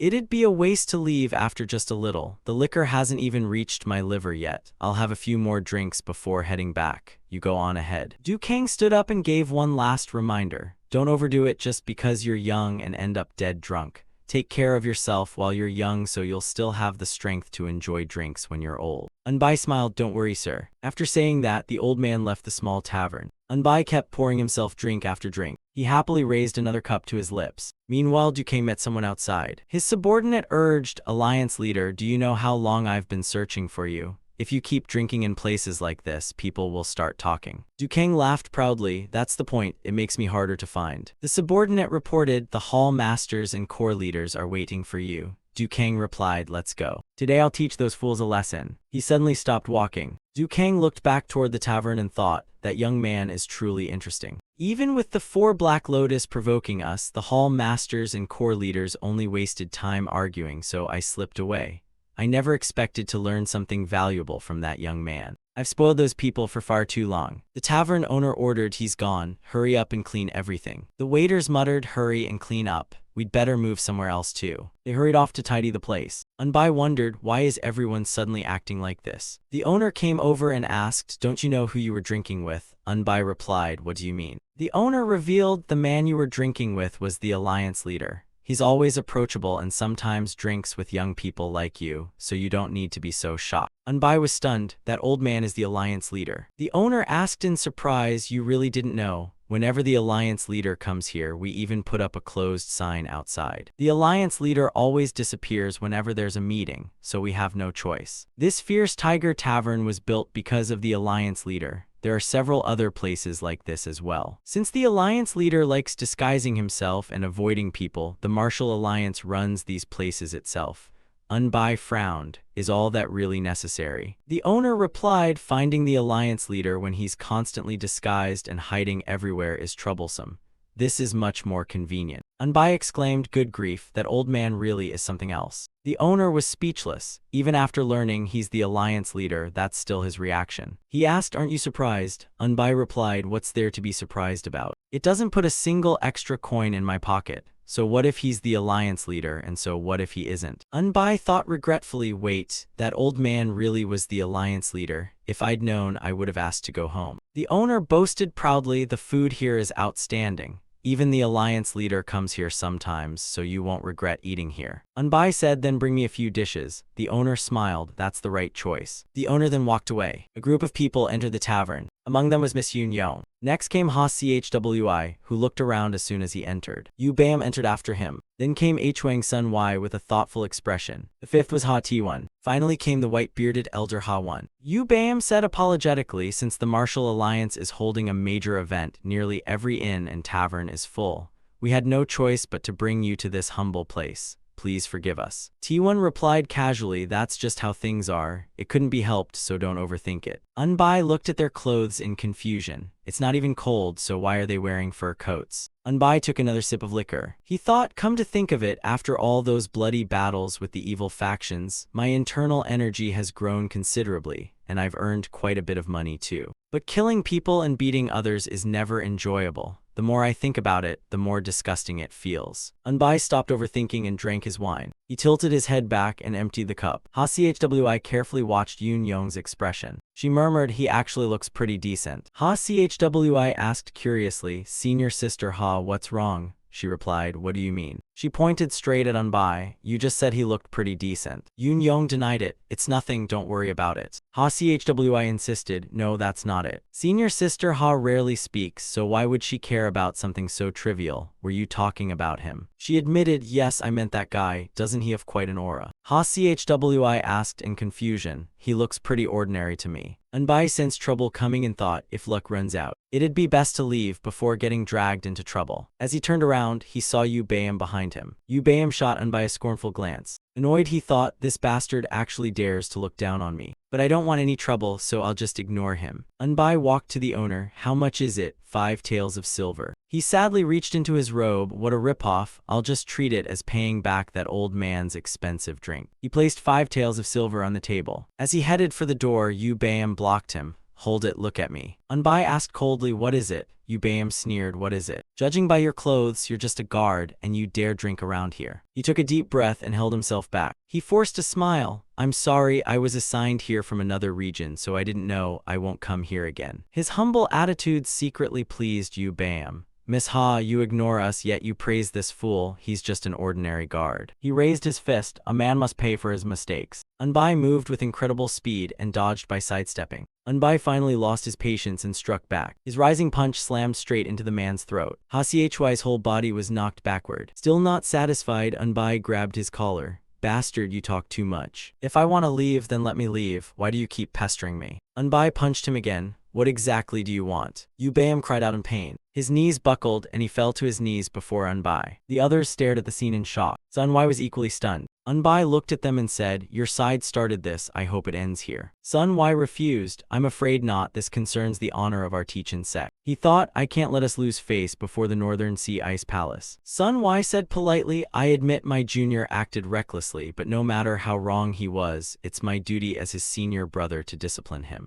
Unbai asked, do you really intend to discipline him? He calmly replied, of course. Unbai thought, looks like words won't settle this after all. Unbai turned to leave. I'm going now. Wait, I have something to say to that young lady. Yunyong looked at him with anticipation. Unbai asked her, may I? Yunyong stammered, what? He questioned her, didn't you think mentioning another man in front of those useless lust-driven dogs would lead to this? A few words from you nearly got me killed, even though you're a complete stranger to me, do you understand? Yunyong asked coldly, are you saying I did it on purpose? He replied that intentional or not, she was the cause of everything. She angrily raised her voice, how can you be so rude, what kind of man are you? Unbai sternly replied, rude, I'm the one who was treated rudely. When that guy bullied me just now, what did you do? Were you hoping this would happen? Yunyong argued, I just didn't want to interfere in men's affairs. He mocked, what a convenient way of thinking. She shot back, how can you treat a woman like this? Unbai said through gritted teeth, I hate women, or more precisely, I hate female martial artists. Someone advised her, Yunyong, I think you were the one at fault. Hearing that only made Yunyong more upset. Senior brother. Hawan reminded her, from what I see, this is entirely your fault, Yunyong, regardless of your intentions. This young man suffered because of you, so apologize. She hesitated, but uncle, he replied, you can explain later. Ha Yunyong walked over to Unbai. He silently waited for her to speak. She sighed, bowed her head, and admitted her mistake. I'm sorry. After apologizing, Yunyong gritted her teeth, clearly unwilling. Unbai replied, it's fine. Ha-won stepped forward. Yunyong made a serious mistake, so I apologize. But Yunyong is the young lady of the main martial hall, and in the martial world, justice is determined by strength. Whether your actions were mere arrogance or a rightful demand remains to be seen, but if it was only arrogance, then prepare yourself. A martial artist of the Northern Sea Ice Palace bowed to you. Do you know what that means? Unbai answered, I don't care. Ha-won said, even if you don't, you'll have to learn, and if you can't prove your strength, you'll pay for insulting the pride of the Northern Sea Ice Palace. Unbai braced himself. In the end, I picked up even more trouble. He wanted more information. Then if I prove my strength, what do I gain? Ha-won was surprised. A reward. Ha-won thought, even after hearing of the Northern Sea Ice Palace, you still act so boldly. He offered, I'll give you an ice crystal. Yunyong cried out in shock, uncle. Sun Wai was inwardly stunned. An ice crystal. Ha-won calmly said, well, even after returning to the palace, an ice crystal isn't something easily obtained. She thought, even so, how could he casually wager a treasure that boosts internal energy? Ha-won explained, this is a fight to the death, so at the very least, the reward should be worthy of it. Unbai asked, can you eat that? He thought angrily, a tiny gem is supposed to compare with my life. These martial artists are unbelievable. Ha-won replied, if you insist on calling it food, then sure, you can eat it. He thought everyone in the martial world knows the value of an ice crystal, yet this this man looks down on it, he truly is unusual. Anbai sighed, let's go. Then he walked toward the exit. Sunwai wondered, what kind of person is this? He thought with contempt, our Teachin sect may not be a great prestigious sect, but are we really being looked down on by nothing more than a mere guard? This time Sunwai was full of confidence. I'll beat him to a pulp. The two of them walked out of the tavern. They faced each other as Yu Bam looked very confident. Sunwai stood opposite him, carefully observing his opponent. Power gathered in his fist. After using the ice crystal, my attack power has greatly improved. I've been wanting to test how much stronger I've become. Perfect timing. Anbai was surprised. Barehanded, Sunwai nodded. That's right, you may use a weapon if you want. Anbai picked up his two clubs. No way. Then he threw them aside. I'll fight barehanded too. A real man fights with his fists. Anbai pulled back the sleeve over his thumb. True energy spread around his body. Scales appeared on his hand, and a small sphere of true energy formed around his fist. Sunwai was shocked. He can even release fist energy. The others were equally stunned. Fist energy. Sunwai declared excitedly, I'll crush you with the mighty dragon fist of the Teachin sect. Then Sunwai charged forward with his mountain-shattering punch. His fist struck with freezing ice energy. Anbai was ready to unleash his punch. Anbai's fist blazed with fist energy. His face was filled with confidence. Sunwai's expression turned grim. Their fists collided. The impact was so powerful that both staggered backward. Sunwai's hand trembled as if his fist were about to shatter. Anbai, however, laughed with excitement. Refusing to lose, Sunwai attacked again. Try taking this too. Anbai said nothing and fired his fist energy. Their two punches clashed with overwhelming force. This time Anbai was blasted backward. Sunwai landed lightly on the ground. Anbai smiled and praised him. That was quite a punch. Seeing Anbai unharmed, Sunwai gritted his teeth. You too. He felt humiliated inside. Even after taking the ice crystal and boosting my attack, I still couldn't defeat him, and he's just a mere guard. I will defeat him no matter what. Freezing ice energy spread from Sunwai's body. Anbai took the initiative. My turn. He threw a powerful punch. Sunwai raised his arm to block. Anbai's face showed surprise. Sunwai's other fist nearly struck Anbai. Anbai ducked and the punch missed. It only cut a few strands of Anbai's hair. Anbai gathered true energy across his entire body. Then Anbai lifted his leg and kicked towards Sunwai's leg. Sunwai's punch came flying in. Anbai frowned and thought, I can't dodge this. Then I'll just have to endure it. That punch landed squarely on Anbai. He smiled faintly and let out a few groans. Sunwai kept attacking. This ends here. Anbai crossed his arms and endured the barrage of punches. Even so, the smile never left his lips. Anbai thought, this opponent is every bit as strong as I am. If this keeps up, I'll be in trouble. I have to end this fight with a single blow. He firmly planted his feet on the ground. A powerful strike came crashing down.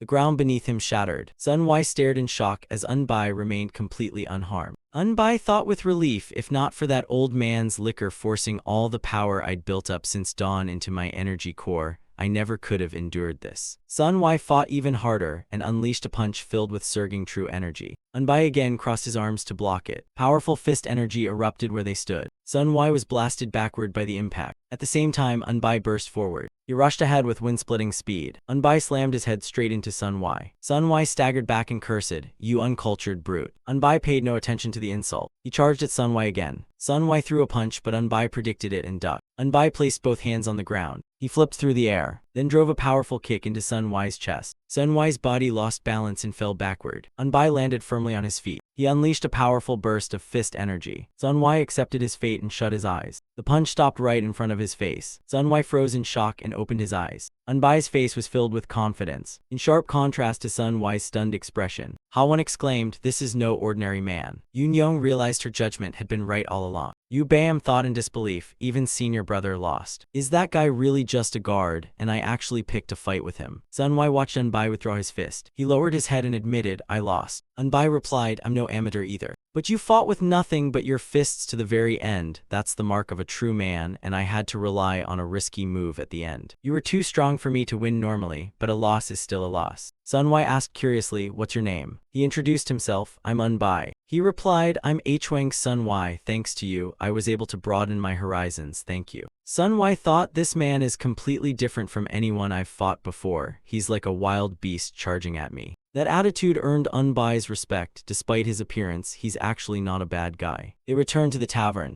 Anbai sat down and drank with them. What a mess this turned into. Whose fault was it anyway? Yoon covered her mouth and laughed. I know I shouldn't laugh, but you two look so funny. Anbai frowned. Seriously, Hao-won advised. Come now, don't stay angry. These youngsters meant no harm, surely you know that. These children have only lived in the Northern Sea and don't understand the world yet, so please be patient with them. Unbai replied, it's not like I'd kill someone just because she laughed. Even Yu Bam admitted his mistake. I'm Yu Bam, I was very rude earlier, please forgive me. Unbai found it strange. Damn, this is the first time someone who hit me has apologized. He cupped his fists and introduced himself again. I'm New Unbai, I acted rashly because of the alcohol, please forgive me. Hearing that, Bam Il smiled faintly. T1 asked curiously, which martial school are you from? He answered, I come from Guandalmun. He said politely, Guandalmun, your fist techniques are truly impressive. I'm Ha T1, that girl's older brother, let me pour you a drink. Unbai raised his cup. Thank you. He tilted his head back and drained the cup. Hao-won took out a small box. A promise is a promise. Unbai said awkwardly, I'm already full, can I eat it later? He explained, it's even better after drinking. An ice crystal works best when eaten on a full stomach. Unbai replied, then I'll eat it after I return to my inn. Hao-won reminded him, in our Northern Sea Ice Palace, this jade box is even more valuable than the ice crystal. Ice crystals can be found, but the 10,000-year cold jade used to make this box is rare even in the Northern Sea Ice Palace. I'll protect you, so even if it's troublesome, eat it now. Hao-won opened the box. He instructed, use your internal energy to protect your internal organs, and the moment you absorb it, immediately wrap the ice crystal with your internal energy. Unbai picked up the ice crystal, understood. He opened his mouth and ate the ice crystal. Unbai swallowed it whole. An icy chill spread through his body. It's freezing. He placed both hands on his knees and sat down to meditate. Unbai felt the ice crystal melt as an icy current flooded his energy core. His energy core overflowed, surged into the perineum acupoint like raging waves, passed through the governing vessel, and rushed straight to the gate of life acupoint. His master's internal power, which had never fully merged before, suddenly began to move as well. The ice crystal's cold energy, his master's true power, and the internal energy he had accumulated all merged into one. The three streams fused together and surged so violently they seemed ready to burst his meridians. The gathered power spread throughout every minor meridian. Only impure energy remained inside his energy core. Unbai's whole body began to tremble. Hao-won observed silently, this is the crucial moment. The ice crystal can purify internal energy, but the process is agonizing, as if tearing the body apart. Only by enduring it can he absorb the ice crystal's energy. His symptoms are far worse than usual, which means his internal energy contains many impurities. Just what kind of internal energy has he been cultivating to accumulate so many impurities? Could he be cultivating a demonic art like the star-absorbing technique? Everyone who takes an ice crystal normally faints from the pain, yet this guy endured it. Unbai's face was filled with agony. Hao-won pinched his nose shut. It's time. Unbai gritted his teeth as sweat poured down his cheeks. A thick foul gas burst out from behind Unbai.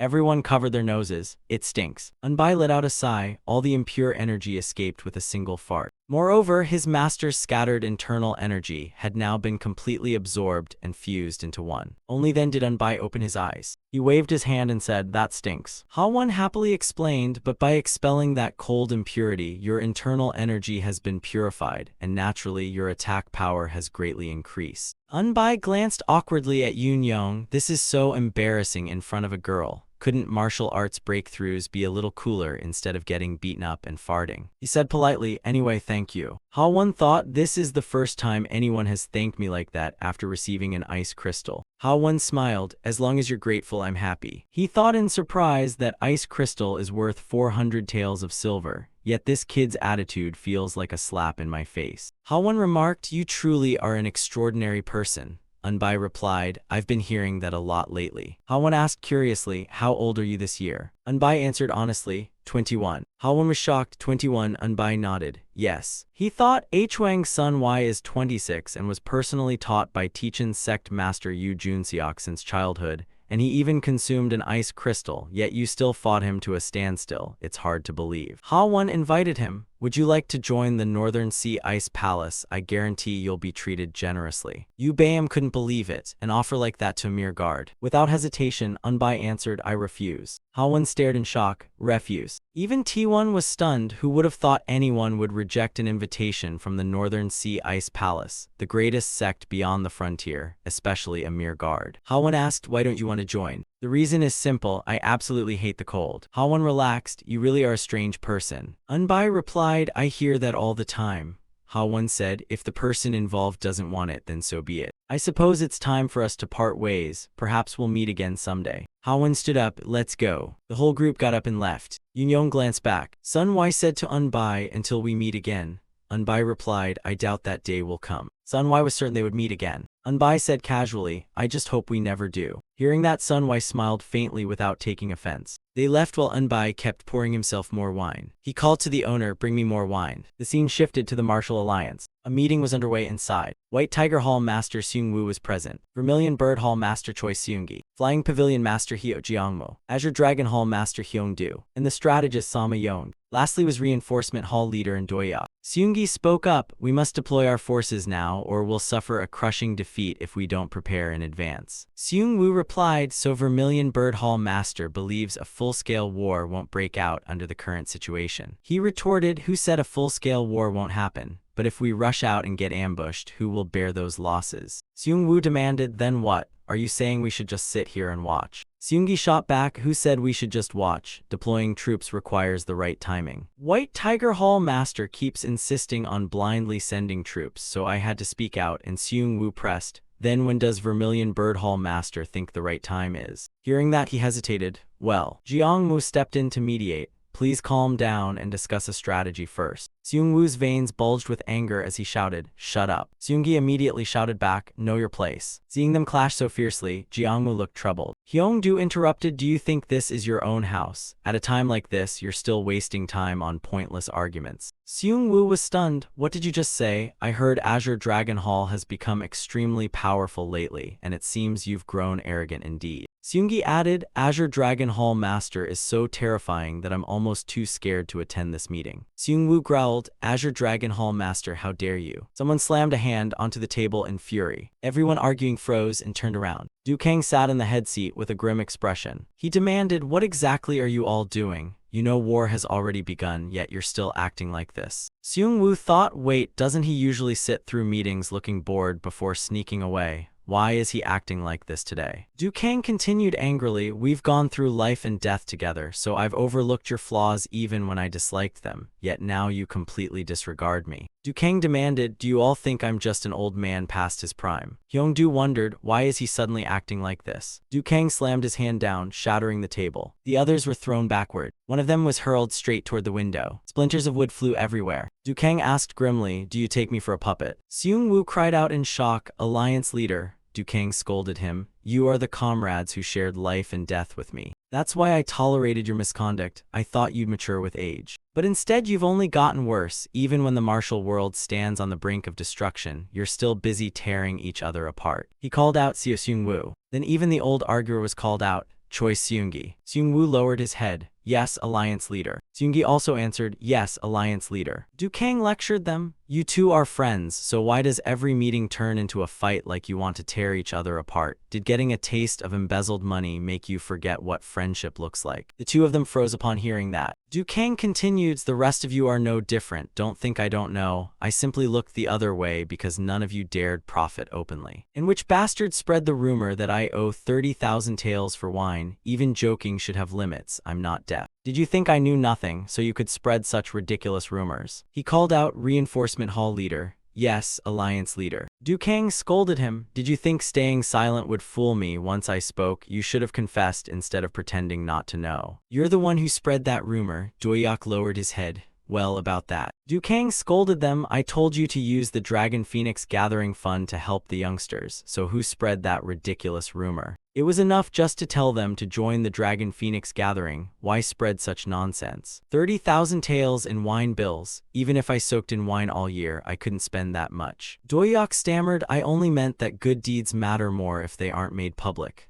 Du Kang immediately shouted, shut up. What the hell does helping those kids have to do with spreading rumors that I'm a drunkard? Faced with the Alliance Leader's fury, the old men fell silent as he continued. What the hell are you all doing? Invincible Blade Hyo Mugang, do you even know what kind of man he is? Don't you know how many of our disciples have already died, yet you're still fooling around like this? Strategist. Yonj panicked, yes, Alliance Leader. Du Kang grew even angrier. Stop pretending to be so proper, you brat. What are the Four Black Alliance doing now? Yonj reported the Four Black Alliance is preparing for invasion, buying huge amounts of food and medicine, while their first wave of troops is moving toward the border between Shanxi and Henan. We believe they attacked the participants of the Dragon Phoenix gathering to distract the Martial Alliance. After hearing that, Du Kang flared with rage. Things have reached this point, yet you're still fighting over your own interests. Have you all lost your minds? Everyone was terrified, thinking, we thought you only knew how to drink, but you've become the alliance leader you used to be. After venting his anger, he let out a deep breath. Du Kang calmly continued, it's all because of my lack of virtue. Even with the war between righteousness and evil approaching, I wasted 3 days holding meaningless meetings. I truly am incompetent. He called strategist Yonge, yes, alliance leader. Du Kang asked, right now, what is the most important thing we must do? He answered, the most urgent task is securing a gathering point for reinforcements from the Martial Alliance's branches and affiliated sects, while preparing food, essential supplies, and medicine,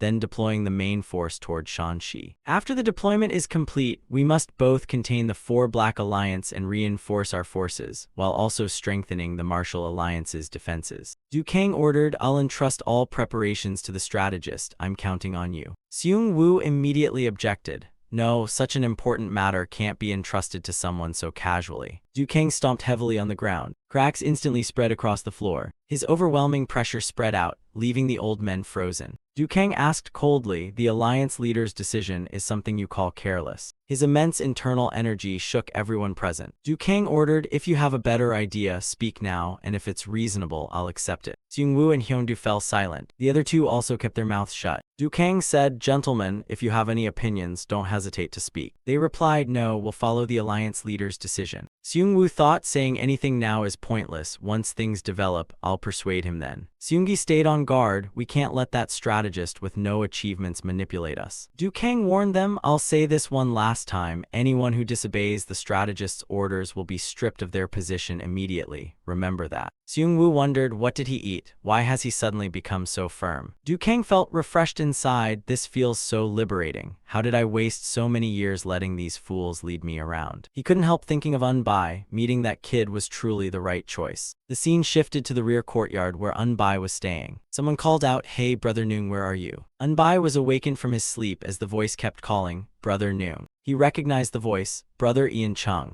Ian Chung was already waiting outside. Still half asleep, Unbai walked out and asked, what's going on so early in the morning? He reminded him, what do you mean early? It's almost lunchtime already. Unbai was surprised, it's that late already. I drank a bit too much yesterday, so I overslept. What's the matter, brother? Ian Chung replied, yesterday, the Martial Alliance decided to declare war on the 4 Black Alliance. Unbai asked unhappily, so it's already decided, then can I go back to Sichuan? Ian Chung revealed, you'll be joining the war too. Unbai was stunned, even guards have to fight. Ian Chung replied, guards are also martial artists of the Martial Alliance.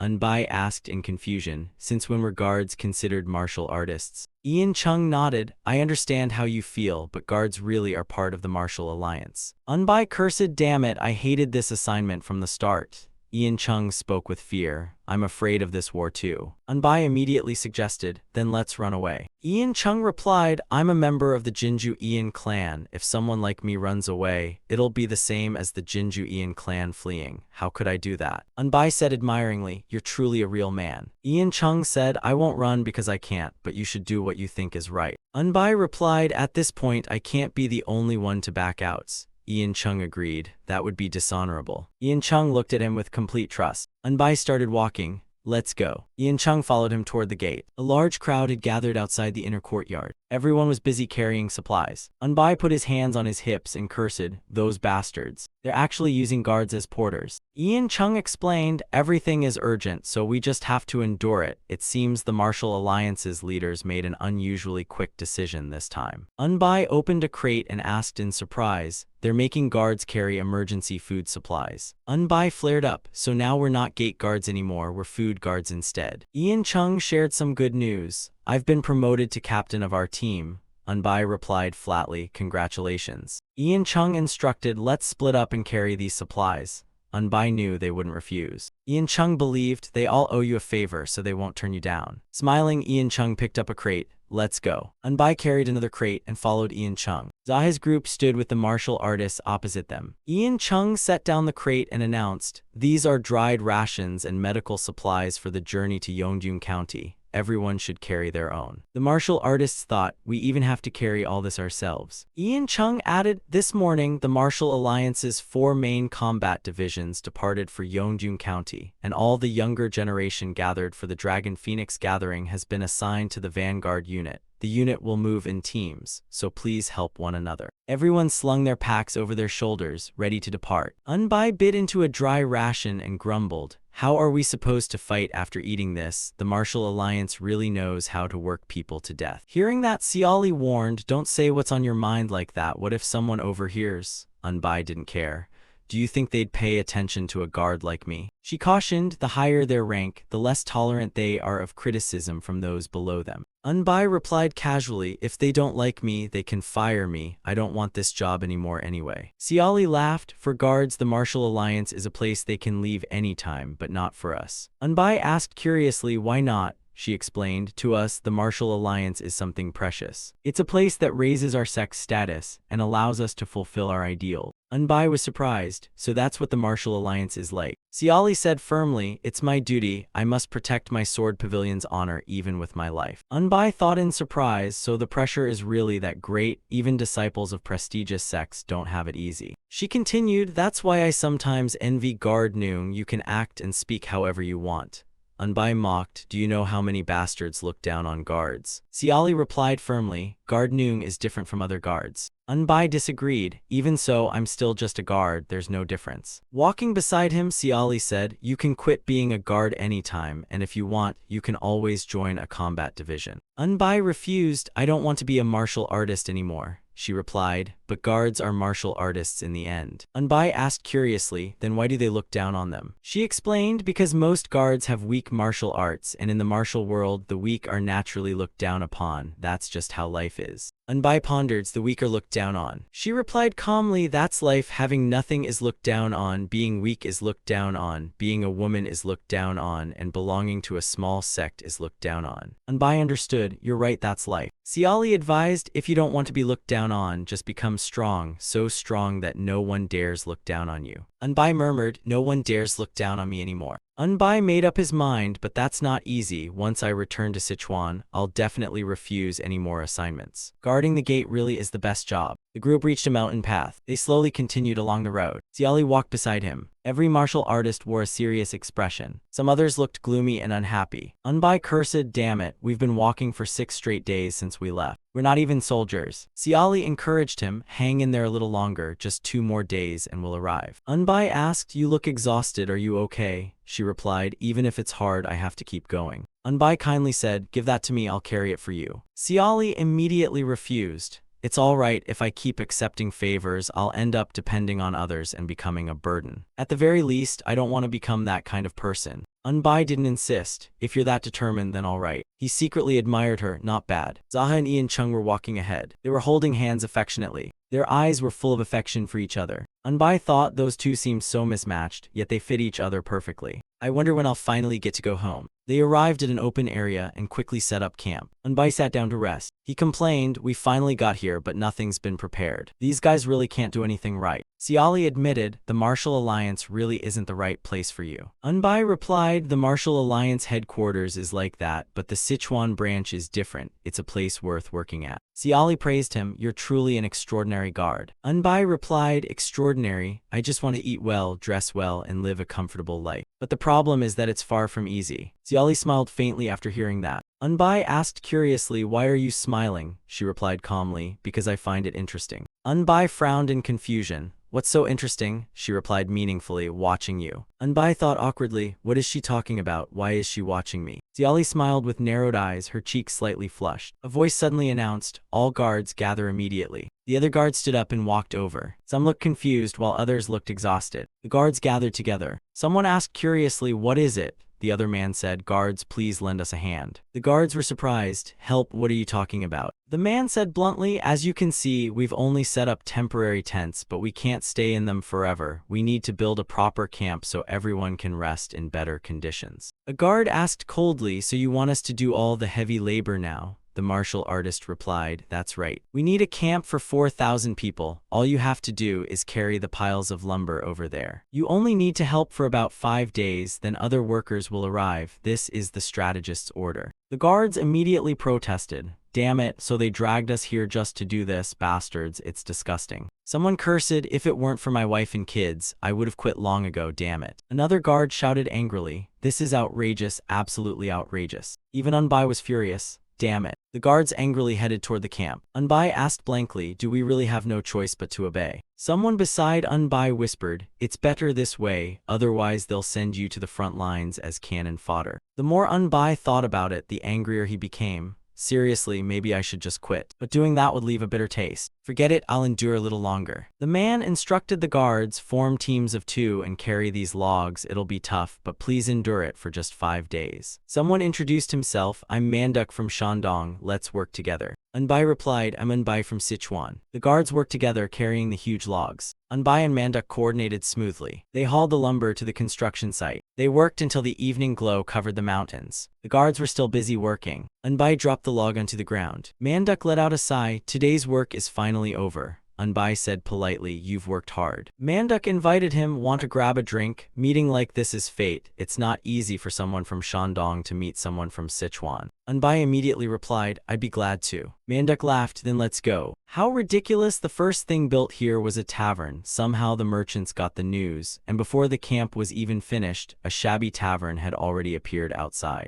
Unbai understood, those merchants can smell money like demons. Manduk said someone definitely took money to leak the news, this is a gathering of the martial world after all. Unbai remarked, this place is even worse than some filthy back alley. Manduk agreed, it sure is. That night, the martial artists entered the temporary building. They sat around the tables with wine and fine dishes already served. Unbai and Manduk sat in a corner. The martial artists looked completely satisfied with their feast and drinks. Unbai thought angrily, damn it, those bastards sit around all day, then spend the night drinking while we work like dogs. Manduk warned, you'll only bring trouble on yourself. Stop staring at them like that and have another drink. Unbai tilted his head back and emptied another cup. He slammed the wine cup onto the table. I can't even enjoy a drink in peace. A shout came from behind Unbai, let go of my hand. 2 young women were being blocked by a group of burly martial artists. The 2 men said, why make such a fuss? We're only inviting you for a drink, what's so difficult? Unbai shot them a sharp glare. Manduk advised, here we go again, don't get involved, let's just drink.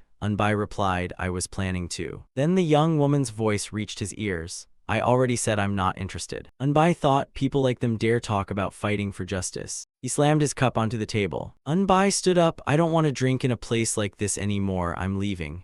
Manduk replied, let's go together. The 2 of them left the table. A cry for help rang out, Guard Noong, save me. Hearing his name, Unbai immediately turned around. His gaze stopped on the 3 martial artists and the 2 young women. He recognized Jiangmen and Mi Hanseol from the Vermilion Bird Division. Unbai didn't want trouble. Damn it, why did they have to call me of all people? Manduk warns, just pretend you didn't hear and leave. Unbai replied, they've already called me, how can I ignore them? He turned around in frustration. Manduk called anxiously, hey. He had no idea what Unbai was about to do. Unbai walked over to the 3 men. He politely said, excuse me, but could you please let go of her hand? The martial artist frowned, and who the hell are you? Unbai introduced himself, I'm a chief guard from the Sichuan branch. The man raised his chin.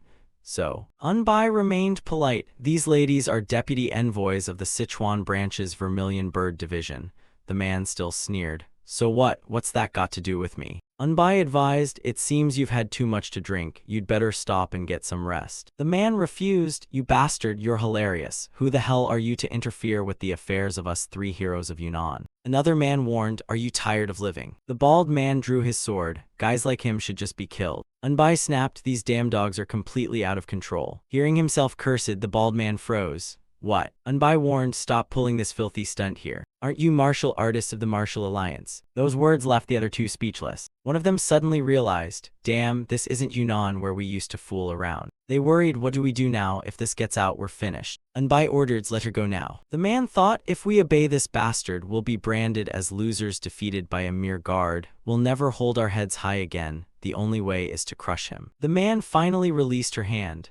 We're fellow martial artists. I was only trying to make friends and you dare ruin it. He walked up to Unbai. You must have some skill to dare step in. Unbai sneered, is that all? If you're that confident, then come at me, you useless rats. The three men immediately drew their swords. Unbai challenged them, planning to attack all at once. The two young women also drew their swords. Will help too. They stood shoulder to shoulder beside him. Unbai thought, she's become much tougher during this journey. Looks like I'll only need my fists. The skin on his hands became covered with armor-like scales. The man was surprised. You're going to fight me with your fists. Unbai said disdainfully, against trash like you, my fists are enough. He sensed something different. Ever since using the ice crystal, his technique circulated much faster, and in a single breath, its power spread through his entire body. The man thrust his sword forward. Unbai raised his hand to block it. Why are you so slow? True energy blazed around Unbai's body. A crushing punch shot straight toward the man's face. He crashed heavily onto the ground. His two companions immediately charged with their swords. The two young women stepped forward. Leave them to us. Unbai casually dodged the attack. I can see every move they make. Is it because of the ice crystal? The two young women blocked the bald man's path. Unbai thought with approval, not bad. It must be because the ice crystal absorbed all my master's internal energy. My body feels light as a feather. It's almost as if they're deliberately attacking in slow motion. Meanwhile, his opponents were already showing clear signs of fatigue. Unbai stood with his hands on his hips. You're too slow. It was Unbai's turn to strike. The man froze and couldn't dodge in time. Unbai's fist slammed straight into his stomach. The man instantly spat out a mouthful of air. His whole body was blasted backward. Unbai said disdainfully, ugh, disgusting. The bald man already had a sword at his throat. The other young woman's sword thrust toward him. He shut his eyes tightly in terror. Another man was sent flying to the ground. The two young women finally relaxed. Unbai praised them. Well done. Jiangmin said happily, thank you for helping us. Unbai replied, teammates should help each other. The two women were shocked inside. Teammates, yet we never treated him as one.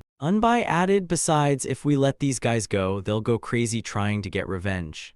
One of the men secretly thought, of course we'll take revenge. We'll kill you and make sure no one ever finds out. Unbai decided before they become a problem, I'll just kill them. I hate trouble the most. The two men instantly went blank. Jiangmin said worriedly, but if we kill them? Unbai replied calmly, they're just a bunch of fools who don't know their place. People like that are better off dead early. She still hesitated. That's true, but the man thought that madman really would kill us without hesitation. Unbai rubbed his chin. Maybe I should tell the alliance leader. They panicked inside. The alliance leader? Does he know the alliance leader personally? One of them thought with his strength it's possible. Unbai changed his mind. No, the alliance leader is already busy enough. He won't bother with trash like you. I'd rather just kill you. All three scrambled to their feet, trembling all over. The leader pleaded, please spare my life. The other two bowed deeply, please spare us. Unbai asked coldly, trying to make me feel sorry for you. What are you begging for? They kowtowed repeatedly. We were wrong, we got drunk and did something we shouldn't have, please forgive us.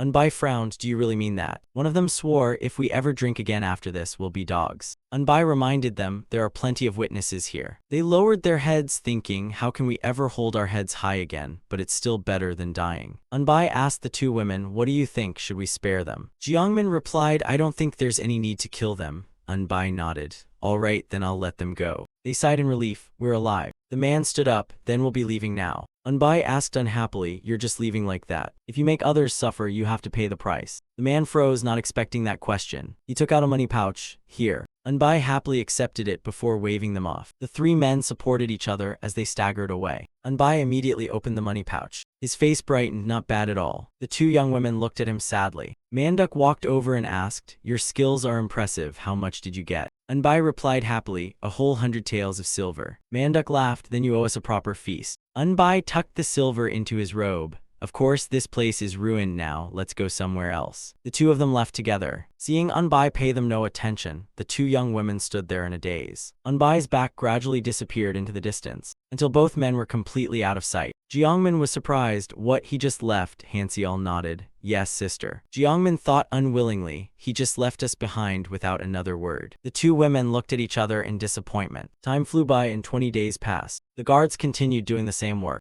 Unbai and Manduk struggled to carry a huge log. Two clubs were strapped to Unbai's back. He complained, this is ridiculous. They said only 5 days, but 20 days have passed and it's still not finished. Manduk asked curiously, reinforcements keep arriving from every sect. Didn't they say they needed more camps? Unbai replied. At this point, I don't even know whether I'm a guard or just a laborer anymore. Manduk encouraged him. We only need to finish one more row, just hang in there a little longer. Unbai said irritably, once we're done building these camps, who knows what pointless work they'll make us do next. Manduk sat down to rest. Come on, let's take a short break before continuing. Even though it's hard, thinking about sending more money home makes it worthwhile. Unbai was still unhappy. This has gone too far, there has to be a limit. Manduk took it lightly. It's better than war, you don't know, once war starts, a nobody like me could die at any moment. Unbai replied, then just stay in the rear. His eyes suddenly fixed on the distance.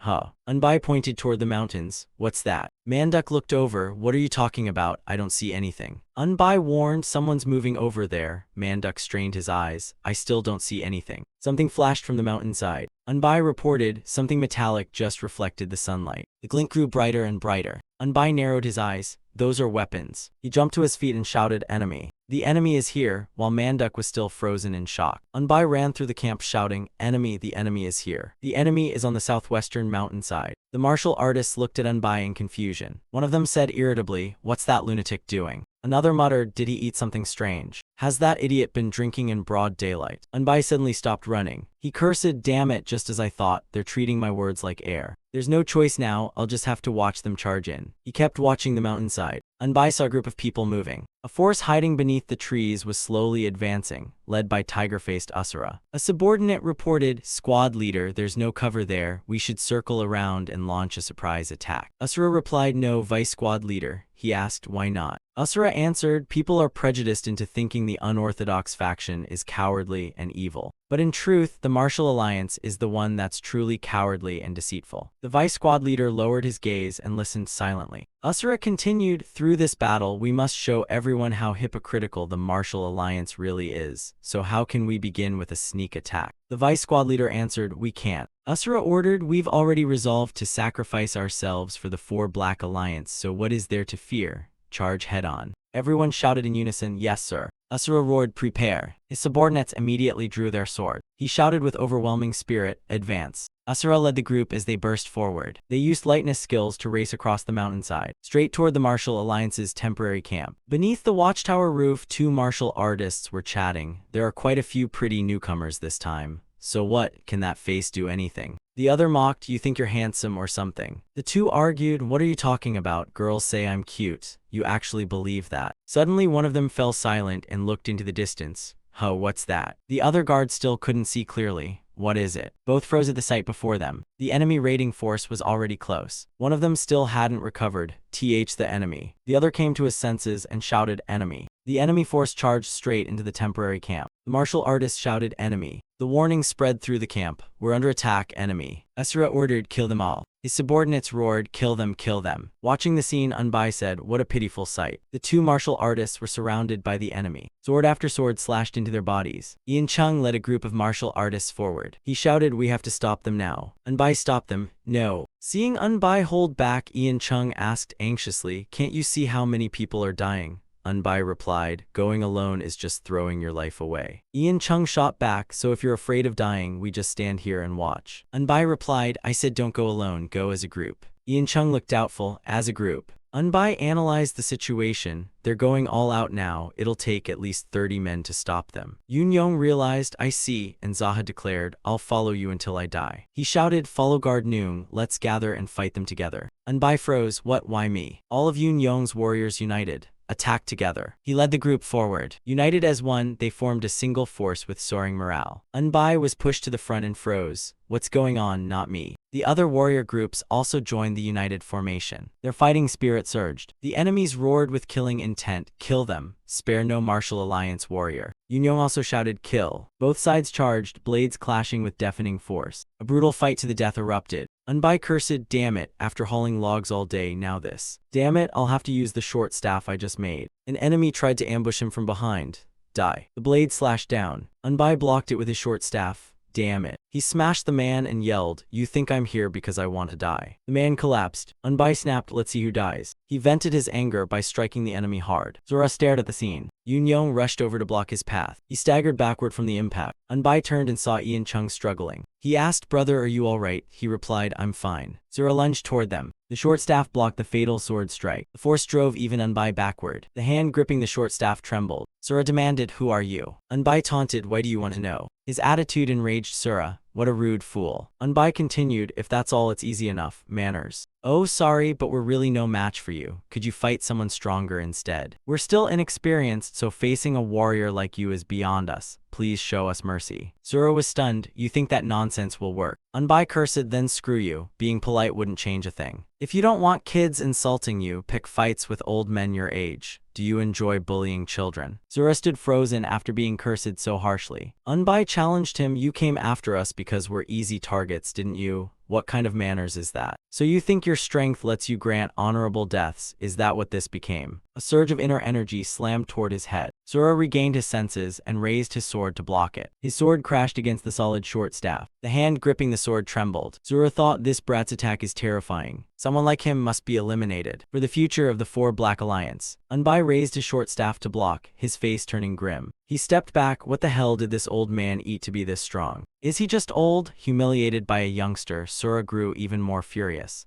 This insane brat. He vowed, "I'll kill you." Unbai kept mocking him. "Wow, this old man is really scary." Sura unleashed several sword strikes. Unbai crossed his short staffs to block. Sura's overwhelming strength forced Unbai back. He crashed heavily onto the ground. Seeing this, Ian Chung called out anxiously, "Little brother." Unbai sighed inwardly. This old man is really strong. Damn it, I've finally met the real deal. He's the strongest old man I've ever faced. And he's got the worst personality too. As the sword came down, the short staff firmly blocked it. Unbai declared, "But I won't back down." Sura replied, "Let's see how long you can endure my relentless blade storm." His sword moved, releasing wave after wave of deadly sword energy. Unbai was driven backward. This crazy old man. One short staff was split in two. The sword energy shattered it into pieces. The other short staff also broke. Unbai said regretfully, "Damn it, I just finished making them." He tossed away the broken wood. "Then I'll have to use my fists." Unbai gathered power into both fists. Scales appeared on his hands, covering his fists with solid armor. Sura sneered, "You think that trash can break my armor?" Unbai replied, "How tough can your armor be? What the hell?" Unbai's face darkened as he secretly gathered fist energy. A sphere of fist energy enveloped his fist. Sura was stunned. At his age, he already has enough power to create lightning energy. Unbai shouted, "Fine then, you damn old man, let's see who lives and who dies." Sura swore, "I'll cut off your mouth so you'll never spout nonsense again." His sword descended with an icy chill. Having fully condensed his fist energy, Unbai charged straight at him. He threw a punch infused with powerful lightning energy. That sword could no longer harm Unbai. At the same time, he shifted his footing and stomped hard on the ground. His sharp eyes locked onto his opponent. The lightning energy around his fist blazed brightly. Unbai drove a punch straight into that hateful old man's face. Sura was blasted to the ground, defeated by the young boy. Sura trembled in humiliation. "How is this possible?" Unbai added, "I just swung with my eyes closed and still hit." Hearing that, Sura became even more enraged. "You damned brat, how dare you mock me?" Unbai calmly teased, "What's the big deal? It's pathetic that I was afraid of an old man I could hit with my eyes closed." Lightning energy burst from Sura's body. "This time I'll definitely kill you." His sword was also coated in a layer of lightning energy. Unbai grew wary. This is completely different now. Sura unleashed the storm chain blade. Countless blade strikes split apart. They all rushed toward Unbai. Unbai was baffled. What is this now? He quickly retreated. "I can't block them all, I have to dodge first." His feet scraped across the ground. The sharp blade swept past his face. Sura was stunned. This bastard even knows footwork. Unbai cursed, "Damn it, I didn't expect to use the footwork master taught me now. I heard it's called the Neverfall Pearl footwork, meant for steady footing, yet I used it by instinct." Sura personally charged into battle. He swung his blade down with the yellow dragon straight blade. Unbai frowned at that strike. He thought, "I can't dodge this." He had no choice but to cross both arms to block. A breath escaped Unbai's mouth. Inner energy burst from his body. He felt all the inner energy gathered in his meridians on the way here, and this impact was driving it into his energy center. Unbai spun around. His feet landed firmly. He hurled his whole body at Sura. His shoulder slammed hard into Sura's chest. The pain made Sura's eyes roll back. Unbai followed with another punch. "You hateful old man, it's over." Sura's face darkened as Unbai pummeled him like a punching bag. He bit his lip, refusing to cry out in pain. The final punch sent Sura sliding backward. His knees buckled to the ground. A mouthful of fresh blood burst from his lips. Sura gritted his teeth. I actually lost to a mere brat like you." Unbai stood before him and said, "You're just unlucky, old man. I've been been getting stronger every day. He asked, I am Tiger-Face Sura, leader of the Tyrant Force Division of the Four Black Alliance. Who are you? Unbai answered, I'm Unbai, a main gate guard of the Sichuan branch of the Martial Alliance. Those words hit Sura like a slap. A guard. He died full of resentment. Just. Sura slowly closed his eyes. Unbai asked in confusion, surprised because I'm just a guard. Dead already? Unbai sighed, how ridiculous. Seeing him die, his subordinates shouted, Division Leader, Division Leader. They all charged from behind Unbai. Avenge the division leader. Unbai proudly asked, you think I'm afraid? He threw a punch at one of them. Take a nap. The first man was instantly defeated. His body crashed into the allies rushing forward. Whenever one charged in, Unbai greeted him with a crushing punch. The underlings charged in angrily. Kill him, avenge the division leader. Unbai gave them a brutal beating. What the hell are you doing? What about all the people you killed, you heartless bastards? One of them swung a sword at Unbai's back. Unbai coldly turned to face the fool asking for a beating. His fist rose. Unbai cursed, damn it. The man paid the price with a direct punch to the chest. He was blasted backward. Only then did the warriors arrive. Unbai asked, what the hell took you so long to get here? I'm never fighting a stronger opponent again. The situation elsewhere was just as intense. As the sun grew hotter, they began burying the enemy corpses. Unbai complained, this is ridiculous. Why are we the ones cleaning up the bodies? Manduk replied, after this raid we lost 247 men, another 120 were injured, and every one of the enemy was wiped out. Unbai recalled, I warned them before but they ignored me, so this happened, and added, they even called me crazy. Unbai grumbled, I defeated the worst leader, yet no one even thanked me, and now they're making me clean up corpses. How is that fair? I was going to collect their weapons and sell them for some money, but there's no one here to buy them. Manduk replied, even if you complain, they won't listen. They're busy with meetings and making plans. Unbai was surprised. Planning meetings, then what about the dead? Manduk replied, only the dead are the real victims. Unbai declared, that's why I absolutely won't die, it's not worth it. I'll make it home alive. Manduk replied, I want that too. Unbai swore, from now on I won't risk my life. Manduk agreed, that's right, staying alive matters most. Anyway, I heard the alliance leader is coming because of this. Unbai happily said, great, if I meet him, I'll ask him to let me go home. Manduk sighed, how could the alliance leader ever meet lowly guards like us? By the way, since he's coming, they ordered the camp cleaned up. Unbai pointed at himself. Even that's our job, Manduk replied, if not us then who? Unbai complained, this is insane. They hired us as guards, so why make us do every random chore? It wasn't until that afternoon that the cleanup was nearly finished. Unbai muttered, people die like flies, yet they only care about cleaning up because the alliance leader is coming.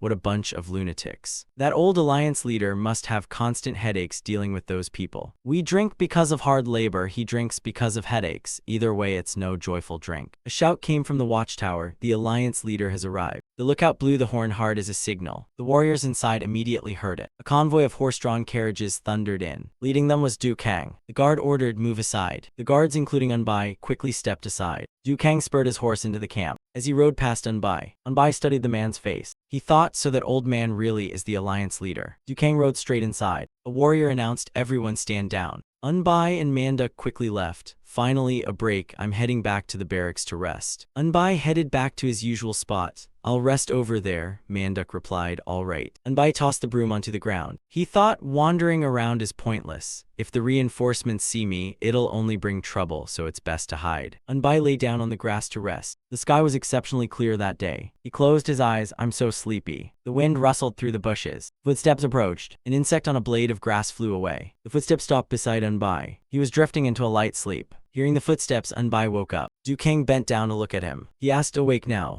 Unbai recognized him. Old man. Du Kang looked surprised. You still call me that? Unbai asked, I've called you that from the start, so it feels natural. Is there a problem with that? He replied casually, nothing wrong with it. I just hear it so often that I had to ask. Unbai asked curiously, why are you here all of a sudden? Du Kang smiled.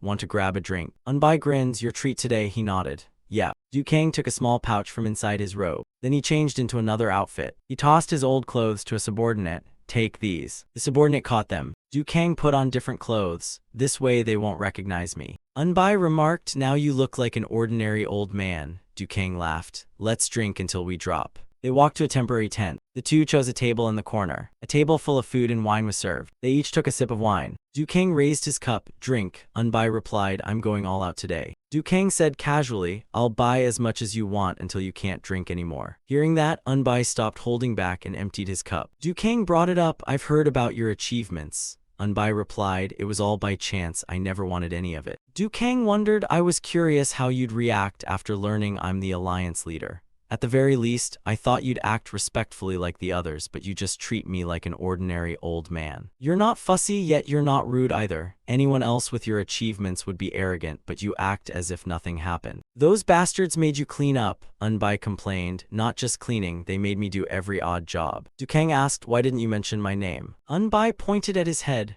Those guys wouldn't believe a word I said. I ran around warning everyone the enemy was coming and they just thought I was crazy. If I claimed I was the alliance leader's drinking buddy, they'd probably try to kill me for talking nonsense. Hearing that, Dukang burst into laughter. Really? Unbai poured another drink. I thought being a guard would be decent, but I was wrong. Nobody respects me. Dukang replied, those people just can't judge character. Even I didn't expect you to be this strong. Unbai denied it. I was only desperately fighting to stay alive. Dukang sighed in relief. We suffered heavy losses this time. Fortunately, you killed their leader, so the damage stopped there. Tell me why you think our losses were so severe. Unbai pointed out, the reason is simple. Everyone let their guard down. The martial alliance looked like it came for a trip, not a war. Everyone seemed so relaxed. Meanwhile, their eyes were as sharp as blades, filled with the determination to kill. Dukang listened in silence. Unbai analyzed. The moment they arrived, they focused on setting up camp, but before that they should have sent scouts to survey the area and watch the enemy. Dukang agreed, you're absolutely right. Unbai concluded, in short, their fighting spirit has greatly weakened. He replied, the martial world has been at peace for too long, and that peace has weakened everyone's resolve. Unbai judged, at this rate, there's no doubt we'll suffer a crushing defeat. Dukang asked, then what should we do? Unbai said angrily, if it were me, I'd beat up those leaders first.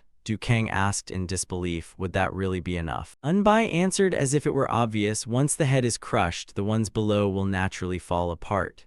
Dukang stroked his chin thoughtfully. Unbai continued, since I got here, I haven't seen them train once. All they ever do is hold meetings. Then they spend every night drinking. Dukang asked, so how do we crush them? Unbai whispered mysteriously, well. Dukang leaned in to listen carefully. Dukang hesitated, will that really work? Unbai shrugged. If you don't believe me, then forget it. By the way, old man, why did you even bring the guards here? They're not laborers, and I heard you didn't even allow resignations during the crisis. Dukang replied, I'm not idle enough to worry about the guards. That was probably handled by whoever was in charge of personnel. Unbai sighed, this alliance leader isn't much use either. Dukang suggested, how about taking charge of the Dragon Division? The Dragon Division was one of the 4 military divisions for talented disciples, the other 3 being the Mighty Dragon Division, Fierce Tiger Division, and Phoenix Division. Unbai refused without hesitation.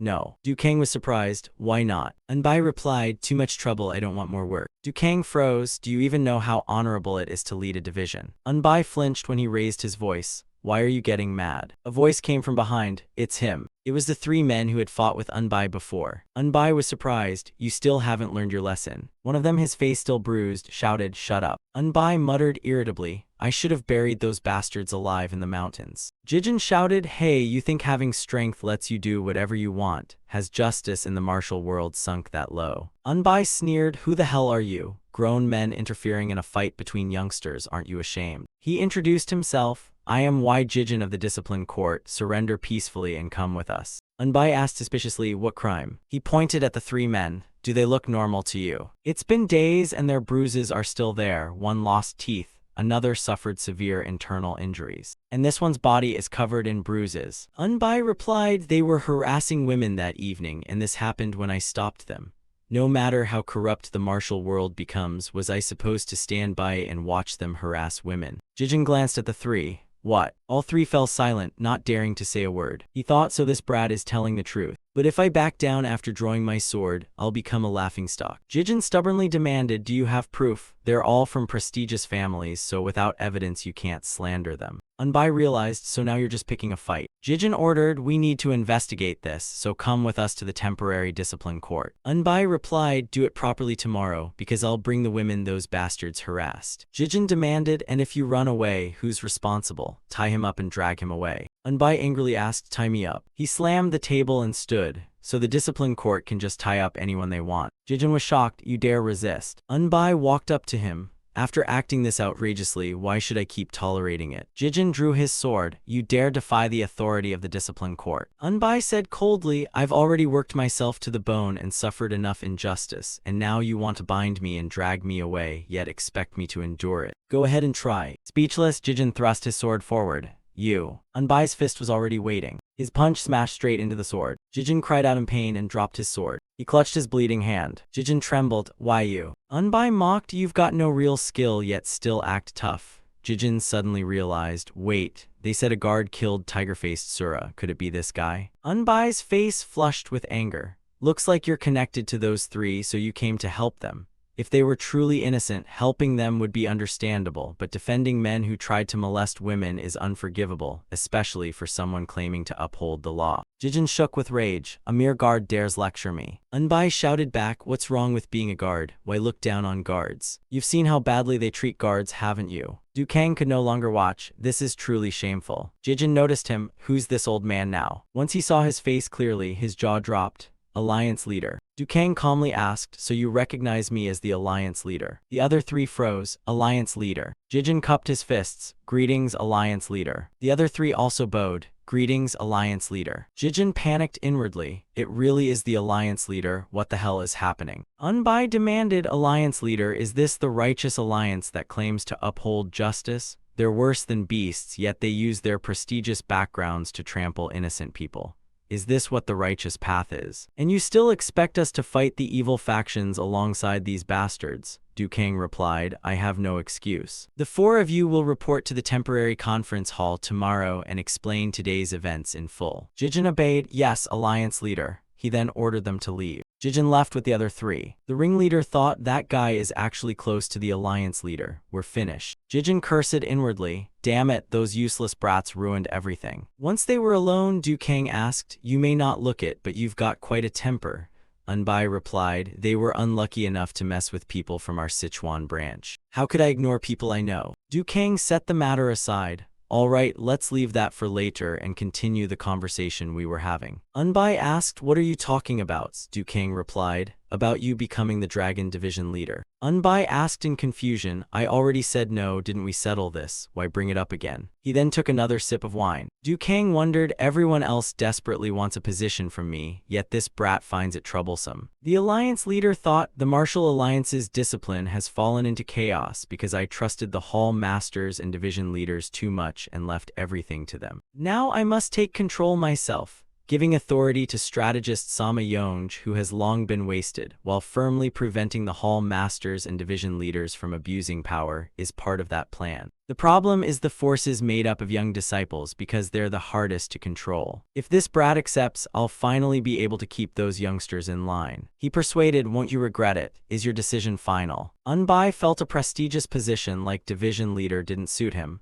Being a guard is enough for me. Dukang said, then come to the Fierce Tiger Hall early tomorrow. Unbai asked curiously, why do you want me there? Dukang smirked, why indeed? Unbai suddenly had a bad feeling. Dukang calmly poured another cup of wine. Unbai asked again, you already admitted they were wrong. Dukang replied, that was my decision. Unbai shouted, old man, how can that be acceptable? Dukang continued, in the end, they're still valuable assets of the martial alliance. Their character may be flawed, but when it comes to wiping out the evil factions, that doesn't matter. Unbai still couldn't understand. How can that possibly make sense? Dukang asked back, why not? To me, anyone who's good at killing the evil factions is valuable. I can't trade those four for one guard who only handles odd jobs. If I had to choose between someone like Division Leader Moyang and those four, I'd naturally choose Division Leader Moyang. Unbai cursed inwardly, damn it, this old man is unbelievably stubborn. Maybe I should just send him on his way. Dukang glanced at him, thinking about something. Are you really showing killing intent toward me? This brat is surprisingly fun to tease. Unbai gave in, fine, I'll do it. Dukang happily asked, so you'll accept? Unbai raised one finger. Wait. Dukang thought, that's more like it. I knew this brat wouldn't agree so easily. Unbai pointed out the key issue. I can't be the division leader. Someone as young as me would only make everyone dissatisfied. The Ian Chung I mentioned is far more suitable. He has good character and excellent martial arts. During the raid, he was the first to lead everyone in fighting back. How could someone as young as me compare? He's much better suited to lead, while I'll just take whatever position this old man gives me. Dukang thought, fine, having this brat under me is good enough. Dukang asked, is Ian Chung trustworthy? Unbai replied, he's my sworn brother. His martial arts surpass those of a first-rate warrior, he's thoughtful, and his sense of justice is beyond question. Among all the men I've known, he's the second one I truly respect. Dukang immediately realized, Ian Chung, could he be from the Jinju Ian clan? I trust your judgment and will meet this young man, Ian Chung. In return, you'll serve as vice leader of the Dragon Division. Unbai asked curiously, if brother Ian Chung becomes the division leader, then of course I'll be vice leader, but how much does a vice leader get paid? Dukang was speechless. We just decided your position and you're already asking about money. Becoming vice leader is a great honor for your entire family. Unbai replied, honor doesn't feed anyone. You can throw that to the dogs. I just want enough money to live comfortably. We'll soon be risking our lives in battle, so what honor is there? Doing work I don't like is bad enough, but low pay would be even worse. Dukang replied, I'm not sure, but it's probably around 250 taels of silver. Is that enough for you? Unbai was stunned. Really? That's 9 times a guard's salary. Dukang sighed in relief. I'm glad you accepted. Being a guard isn't bad, but a man should have greater ambitions. Unbai asked gloomily, once the war ends, I'm going home. What's there to be proud of about making money by killing people? Dukang smiled bitterly. You really have a strange way of talking. To uphold justice, you sometimes have to wade through blood, and to achieve peace, don't you know the saying that swords must first be sharpened? Unbai asked curiously, I've never seriously talked with the evil faction, so I don't really know, but are they really that bad? From what I've seen, the evil faction and our righteous faction aren't that different. He thought, I've met plenty of righteous people who look down on others, harass women, throw their weight around, and flaunt their little martial skills as if they were something special. Those people are the majority. And they're supposed to be even worse than that. I can't imagine what kind of people they are. Dukang frowned. Nonsense. How can you compare the evil faction with our martial alliance? Unbai replied, you mean they're even worse than those people just now? I see it differently. At least I understand bad people doing bad things. But people praised as righteous bullying their own is something I can't accept. The worst kind of fraud is the one who cheats people close to them. Dukang was left speechless. Well, Unbai cut him off. They harassed women, drew weapons on those who stopped them, got beaten up, then openly vowed revenge and even brought the discipline court here. Are the evil faction really worse than people like that? I heard that in Shanxi, where the evil faction lives, they get along well with ordinary people, and the locals aren't even exploited. If Shanxi were filled with people worse than those guys, no one would still be alive there. Dukang still hesitated. Well, he fell silent thinking, I honestly can't think of a single argument against him. Unbai asked directly, women aren't allowed outside, the weak are beaten to death over nothing. Is that really a place fit for people to live? Dukang understood the heart of the issue. People become corrupted over time and things inevitably change. Just as you said, not everyone in the righteous faction is truly righteous. Unbai nodded, exactly. Dukang continued, precisely because we're the righteous faction, those who go astray stand out even more. The evil faction is the same. Their martial arts often produce unusual people, but that doesn't mean they're all evil. That's only my personal view. This war is about life and death, not about who's good or bad. The righteous and evil factions have opposed each other for so long that no one even remembers why anymore. The hatred has been passed down since ancient times until it became impossible to undo. I don't want to lose because losing means death. The righteous and evil factions despise each other. Unbai looked at him as if asking why. He suggested, can't we make peace and live together? Dukang firmly refused. No, that's simply how it is, but do you know what's interesting? Unbai shook his head. No. Dukang smiled. Even knowing all this, no, we of the righteous faction still can't make peace with them. The evil faction is probably the same, because doing so would deny everything we've lived for. Unbai was stunned inside. What the hell? Dukang continued, my reason tells me we're no different from them, but my heart refuses to accept it. I've spent my whole life despising evil faction warriors, and the moment I admit we're the same, I'd also be admitting that the people of the martial alliance I've devoted my life to are no better than them. Unbai answered plainly, if you say so, old man, then maybe that's true, but I still can't understand it. To me, it's like choosing between the right thumb and the right thigh. It all sounds like wordplay from people who like dressing things up. Dukang nodded, you're not wrong. Still, there are times when you must act even knowing the truth. Reaching out for peace after the war has already begun would be even more unreasonable. Unbai found himself agreeing. That's true. Dukang silently took another sip of wine. Unbai brought it up. Old man, about those three. Dukang replied, if you want, I'll punish them severely. Unbai refused. No, send them to the Dragon Division instead. I'll turn them into decent people. Dukang agreed. Understood, we'll do it that way. The Four Black Alliance isn't making simple moves. Even if they're sending only talented youths to the front, war never goes as planned, so we must prepare thoroughly. Unbai sighed, if you keep giving me work like this, it'll wear me to the bone. Dukang updated him. The strategist predicts a full-scale war will break out within a month. Only by surviving that battle will the Martial Alliance truly become stronger. Unbai declared, since I've already agreed, I'll prepare well. Now let's drink. Dukang raised his cup and drained it. He thought, with a little more preparation, nothing will stand in the way of carrying out strategist Sama's plans. Thanks to the four great powers running wild, the Martial Alliance's discipline has fallen to its worst. It's fortunate to have strategist Sama. Who else could handle complex tasks like assigning manpower and supplies properly? Martial artists who spent their lives training certainly couldn't. Besides, discipline has collapsed and the chain of command is a mess. It must be fixed immediately. I'll start with this one. Dukang reminded him, when others are around, watch how you address me. Unbai smiled, don't worry, I'm not an idiot. Alliance leader. Unbai thought happily, with a monthly salary of 250 taels, what job wouldn't I do? Dukang stood up to leave. All right, I should go. Bring me that Ian Chung tomorrow. Unbai bowed, take care, Alliance leader. Dukang thought, that sounds both right and wrong somehow. Unbai urged, old man, you'd better go in. I'll finish this drink and head in too. Only then did Dukang feel it was natural. That's right, he's more himself when he acts so carefree. Dukang gave one last reminder before leaving. Don't drink too much before coming in. After seeing the important figure off, Unbai felt relieved. A dangerous smile slowly spread across his face.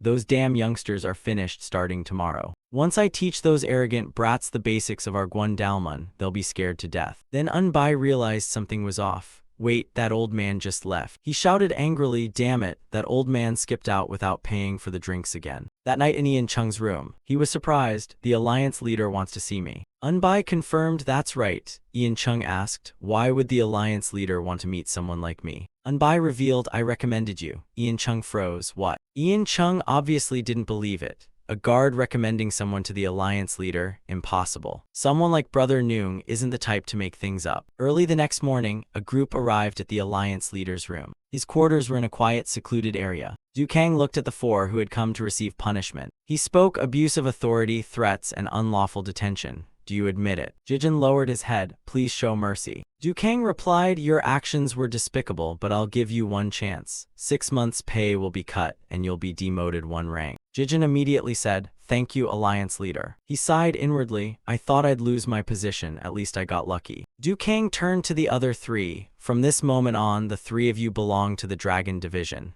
They were stunned. What? Jang Sam blurted out, yes. Dukang waved his hand. That's all, you may leave. Jijin and the other 3 cupped their fists and bowed. We take our leave. The 4 turned around and left one after another. Once that was settled, Dukang ordered, send them in. Ian Chung and Unbai entered. They respectfully bowed. Greetings, Alliance leader. Dukang narrowed his eyes at him. You're Ian Chung, he replied. Yes, Alliance leader. Only then did Ian Chung believe the Alliance leader had truly summoned him. Dukang began, I heard you're from the Ian clan. Ian Chung respectfully replied, yes, Alliance leader. Dukang remarked, I've heard the Ian clan has been declining lately, but judging by you, that doesn't seem entirely true. I called you here to judge your ability. I've heard about you from Guard Noong, but I can't hand over the division leader position based only on someone else's words. You understand, don't you? Ian Chung was stunned. Division leader. He immediately turned to look at the man, pretending to know nothing. Dukang guessed what happened. That brat didn't tell you, Ian Chung replied. He only said I would be meeting the Alliance leader. Dukang revealed he recommended you as the Dragon Division leader. Ian Chung was stunned.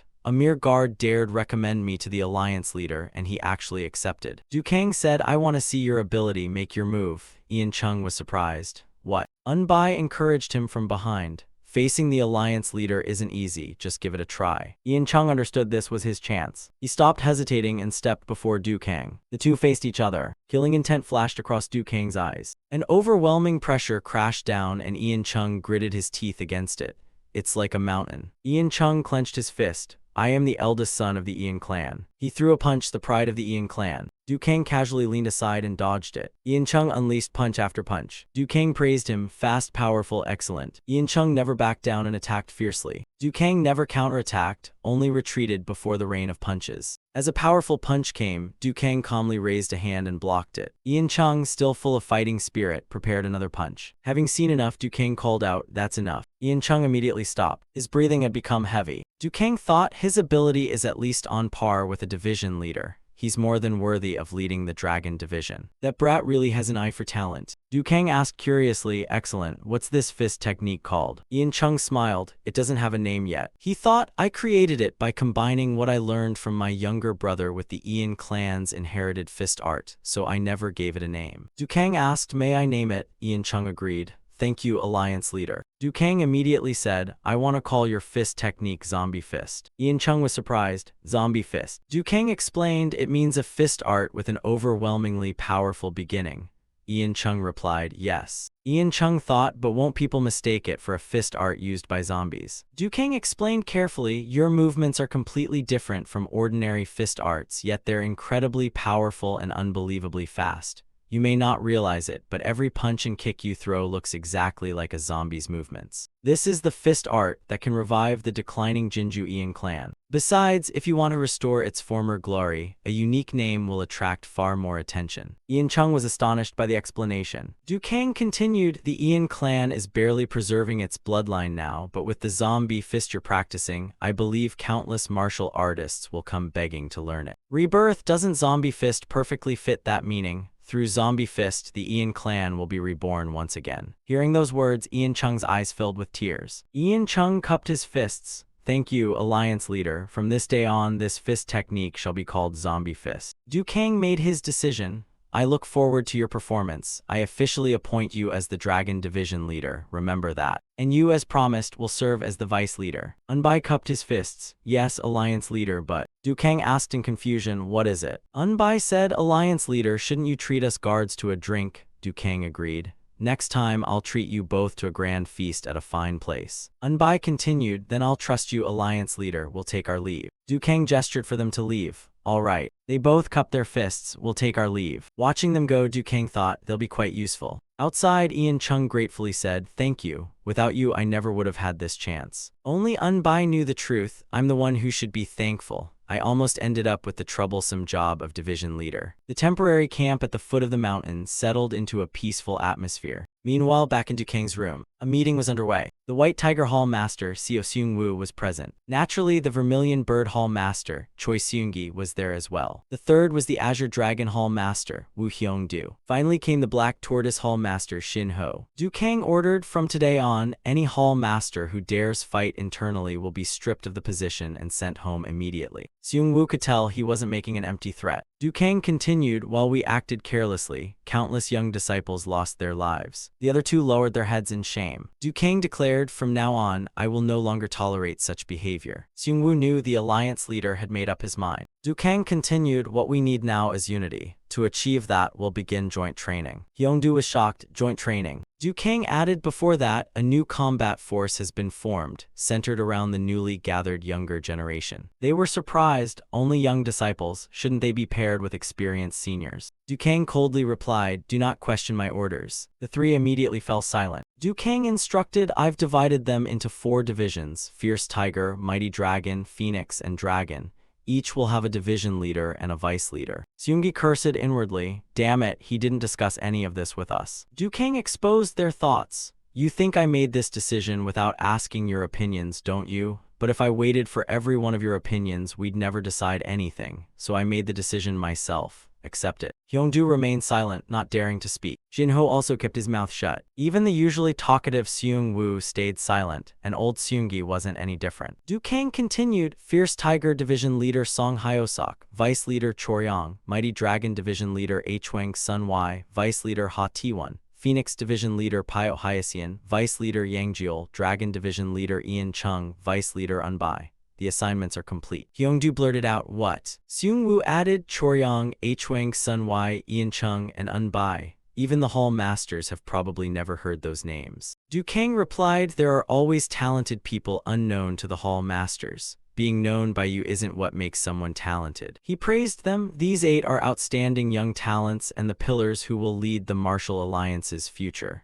I expect you to guide them well. Hyungdu immediately replied, yes. Du Kang frowned. Why do you sound so hesitant? Are you dissatisfied? They hurriedly denied it. No, we fully support the alliance leader's decision. Only then was Du Kang satisfied. That's better. He ordered, starting tomorrow, we'll begin joint training to forge everyone into one united force, so prepare well. The next day, the warriors gathered in the wide training ground. Every group had assembled. Ian Chung led the Sichuan group forward. Beside them were the same 3 men who had once clashed with Unbai. Among the senior leaders was Bang Shin-ho. Next came Seung Woo, his eyes sweeping over the young disciples. Hyungdu coldly glanced at them. Seunggi still wore the same grim expression. The warriors had no idea why they had been summoned. Shin-ho shouted, can't you even stand up straight? The warriors frowned and looked at one another. Their attitude made him even angrier. Do you all want to die? Can't you do anything properly? They panicked and hurried into formation. At last the ranks were neatly lined up. Seunggi sighed, thinking, what a pathetic sight. Shin-ho cleared his throat and announced, from now on, the 4 halls will conduct coordinated combat training together. White Tiger Battle Group take the lead, full Fierce Tiger formation. The warriors immediately moved. A new arrow-shaped formation took shape. Shin-ho shouted another order, Yellow Dragon rotation. The warriors shifted from their positions, the formation fell into disorder, and they clumsily bumped into each other. The elders thought helplessly, they have no coordination at all. If they fought like this, they'd definitely lose. Ian Chung's group remained where they were. Confidence filled Unbai's eyes. He said, let's get started too. Ian Chung hesitated. Right, but I've never taught anyone before. Zaha stepped forward to encourage him.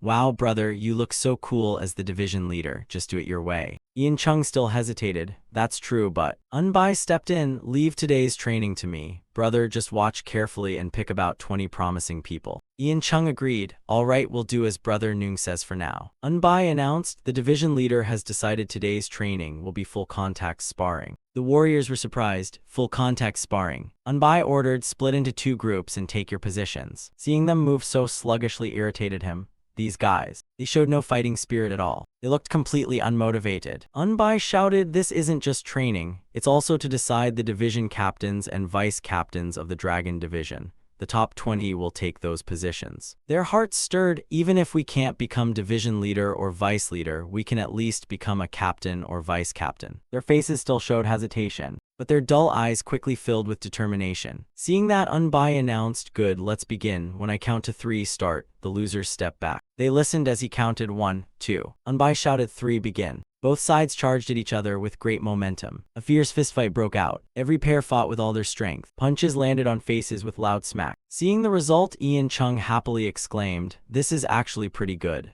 I can feel their fighting spirit from here. Unbai didn't hear clearly. What was that? Ian Chung replied, don't you like it? I think their movement is pretty good. Unbai immediately noticed someone. Brother, do you see that guy over there? He pointed at him, the one in blue with that smug grin. The man Unbai pointed at was smashing his opponent's head with his elbow. Ian Chung wondered, everyone else is sparring seriously, so why is he fighting like that? Unbai shouted, stop. Seeing they were still fired up, he shouted again, stop now. Someone protested, our spirits are soaring, so why stop us? Another agreed, a martial duel is sacred. Why are you forcing it to stop? Without a good reason, I won't accept this. Others argued, stopping a duel midway violates martial etiquette. Don't you know how important duels are to martial artists? Unbai looked at them with a cold smile. You've really gone too far. That smile instantly silenced the noisy crowd. Ha Yuziang froze as Unbai shouted, are you finished talking? Did you come here to play? Who told you to settle personal scores? Have you all lost your minds? Don't you know why we're gathered here? Ha Yuziang stepped forward. I am Ha Yuziang of the Shanxi branch. Vice leader, please teach me a move. Unbai instantly closed the distance. His fist shot straight at Yuziang's face. Blood burst from the corner of Yuziang's mouth. His sturdy body crashed to the ground. Blood trickled from Yuziang's nose. He admitted, I lost. I Ha Yuziang admit defeat. Unbai threw another punch into Yuziang's face. The blow sent him sliding away. His head slammed hard into the ground. The other warriors shouted angrily, stop, that's enough. Unbai turned and demanded, are you all messing with me? One man stepped forward. You attacked without warning and gave him no time to prepare, then kept beating someone who already surrendered. Aren't you ashamed? Unbai asked, what's your name? The man replied, I am Mak Jangwon, a lay disciple of the Wuding sect. Unbai provoked him, if you're unhappy, come at me. Jangwon lightly spun the wooden sword in his hand.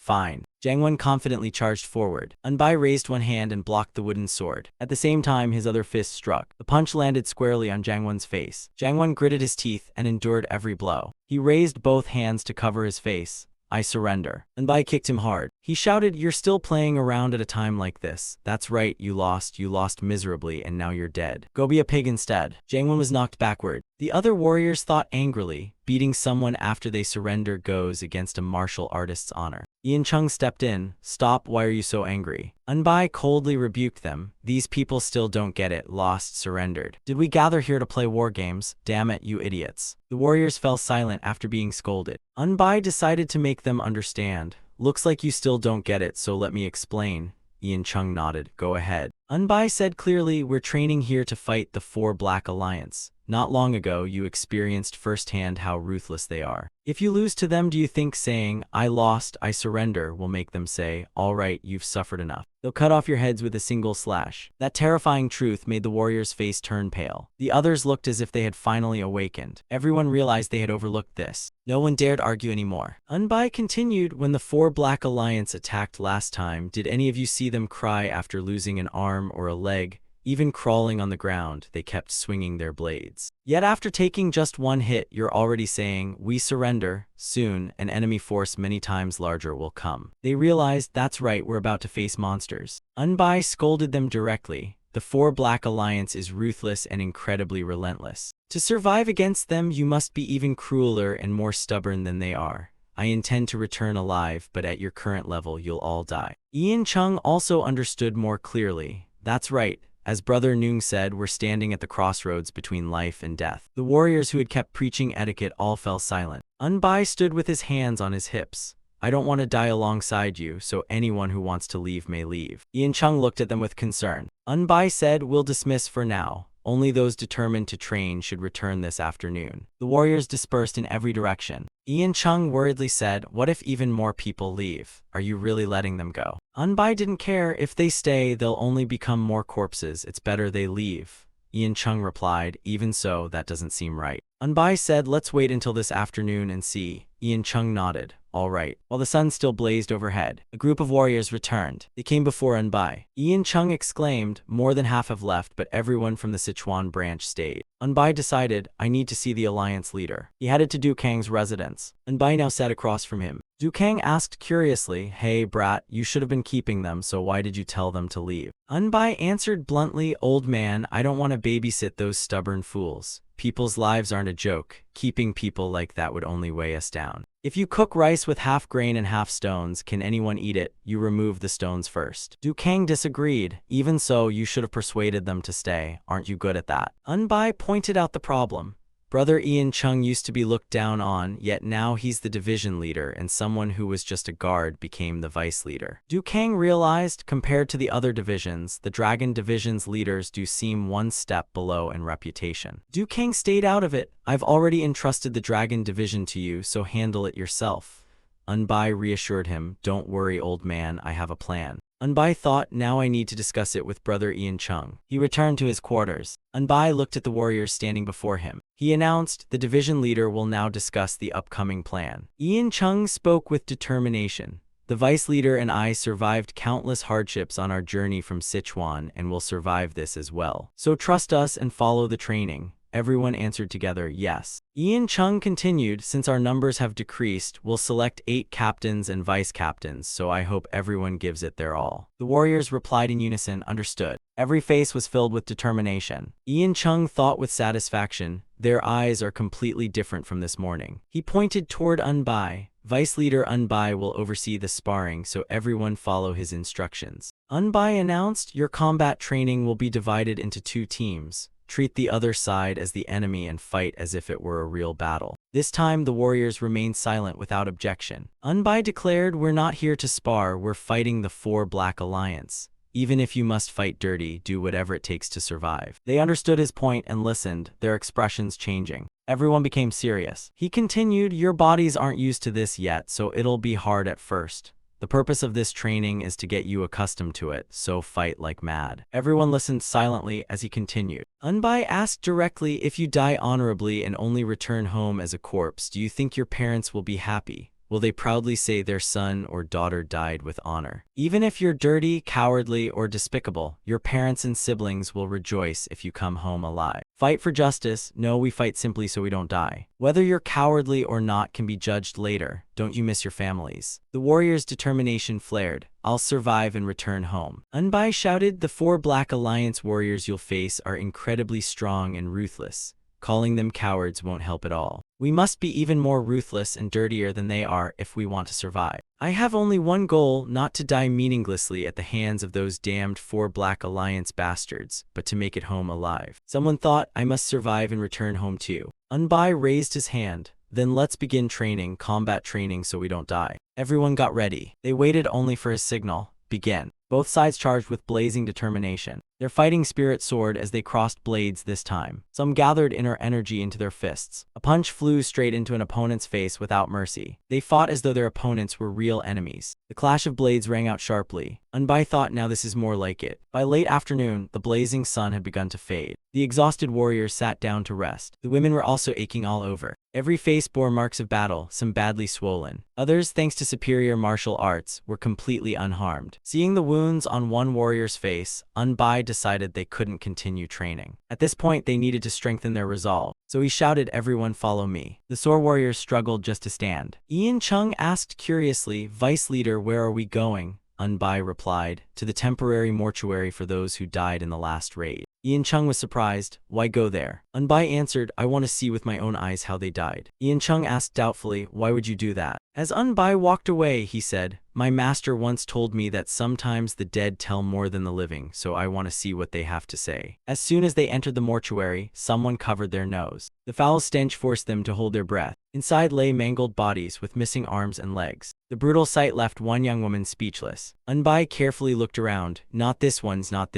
A subordinate asked, Vice Leader, is there a particular body you're looking for? Unbai replied, the ones I just examined all died while fleeing. They were stabbed in the back, so the fronts of their bodies are still intact. The subordinate was stunned. They died running away. Unbai walked toward the bodies in the last row. He suddenly stopped. The name tag on one body's foot came into view. Unbai turned around and called out, does anyone here know someone named Passionate Sword? Someone answered, HWH and Grim. Even among the White Sword unit, where the strongest young warriors gather, he ranked in the top 100. He was struck almost instantly, pierced by weapons charged in recklessly, and was cut to pieces. Unbai continued, and the one over there. They realized every famous young talent had died before they could even show their full strength. Even someone as powerful as HWH and Grim died helplessly. Compared to him, people as weak as us are practically already dead. The Vice Leader is right. Only by being cowardly do we stand a chance of surviving. If we're just a little more cowardly, we'll become far stronger than we are now. Unbai emphasized, if being despicable keeps you alive, then be despicable. That's the only way to survive the war. Only now did they think they understood the path of a true martial artist. Out of all the nonsense, that's the worst nonsense of all. No matter what I have to do, I'll survive. After that, they continued training until they were exhausted, then collapsed onto the ground to rest. Their breathing grew heavy, yet not one of them complained. Unbai was pleased with the initial success. To win, they were now using every dirty trick without hesitation. He glanced at Ian Chung, signaling him. Ian Chung announced, that's enough. From today onward, there will be no more full contact sparring. The battle against the 4 Black Alliance is near, so we must focus on recovering.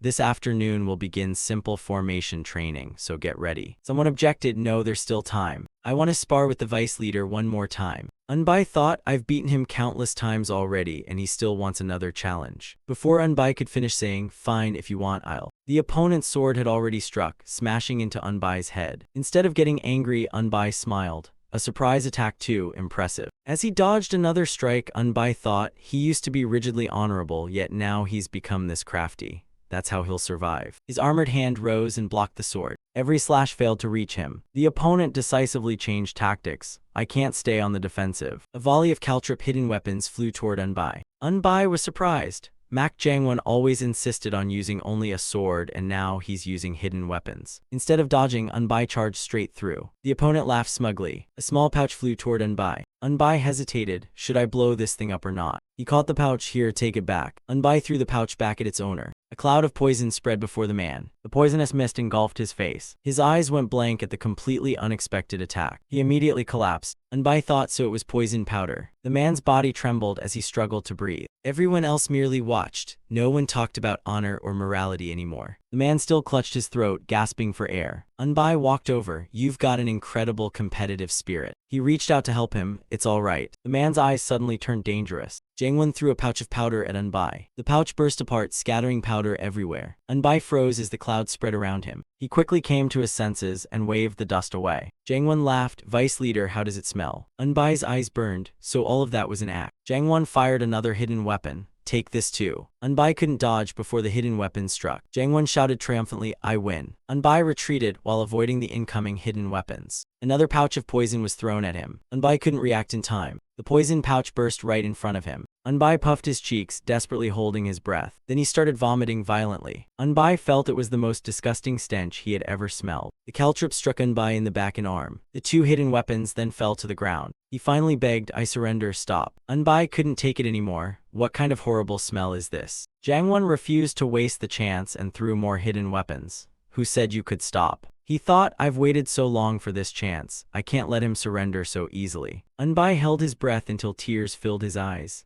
I already lost, so stop. This stench is going to kill me. Jangwon laughed inwardly. Stop, keep dreaming. He kept throwing more. Come on, keep charging. Unbai finally lost his patience. This bastard has really gone crazy. Unbai warned again, stop. Jangwon kept pressing forward. I'm only just starting to have fun. Unbai calmed himself. Let's use the heaven and earth divine art to disperse this stench. Divine energy flared around Unbai like blazing fire. His eyes remained tightly shut as tears streamed down. He thought, as the heaven and earth divine art circulates, tears pour out while my skin breathes and expels the foul air. Jangwon crazily launched another volley of hidden weapons. Unbai raised a hand to block them. You bastard. Then Unbai charged forward to counterattack. I told you to stop. He instantly appeared before Jangwon. Jangwon was still stunned. Unbai opened his eyes and unleashed fist energy. Jangwon couldn't resist and simply closed his eyes. Unbai's fist stopped right in front of his face. The pain Jangwon expected never came as the fist halted just inches away. Unbai praised him, well done. Jangwon slowly opened his eyes. Unbai continued, you've adapted surprisingly well in such a short time. The other warriors watched the scene with satisfaction. Jangwon still tried to attack again, and Unbai prepared another punch. Unbai wiped his mouth and said, that's enough. Jangwon's body crashed to the ground. Unbai reached out his hand. That's enough, get up. Jangwon trembled from the pain. Several people came over and pleaded, Vice leader, please stop. But the horrible smell hit their noses, freezing them in place. They all covered their noses and backed away. Unbai, still reeking, turned around.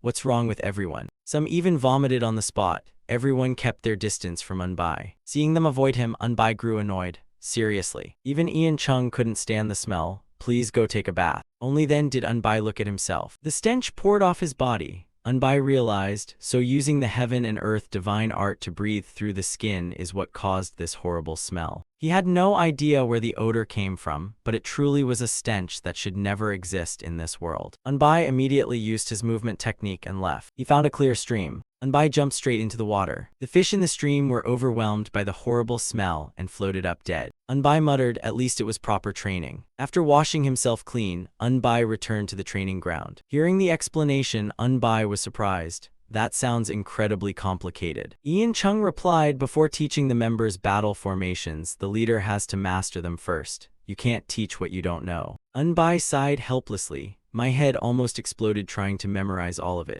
Ian Chung said, if we can properly use the yellow dragon rotation for defense and the fierce tiger charge for concentrated attacks, it'll help us greatly. Unbai replied, now that I understand these battle formations, I think you're right. He thought, everything is finally ready. With this preparation, at least I won't die a meaningless death. The warriors had all gathered. Ian Chung announced, today I'll appoint the captains and vice captains. Everyone waited eagerly. He first announced the captain. The senior-most position goes to Mak Jangwon. Jangwon cupped his fists. Thank you. Unbai watched with a trusting expression. Someone thought he even dared challenge the vice leader, so of course he's qualified to be a captain. The 8 people whose names were called stepped forward. Ian Chung addressed them. Everyone applauded in congratulations. Ian Chung muttered, something suddenly feels a little strange. Unbai replied, they've all become incredibly tough, so they won't die so easily anymore. Someone approached from behind. The man introduced himself. I am Biang Xing of the Vermilion Bird Hall. By the Alliance leader's order, all division leaders and vice leaders must gather at the Fierce Tiger Hall before the Shen hour, around 3 p.m. This is a strategy meeting to prepare for the war against the Four Black Alliance, so please arrive on time. Unbai said excitedly, it's finally about to begin.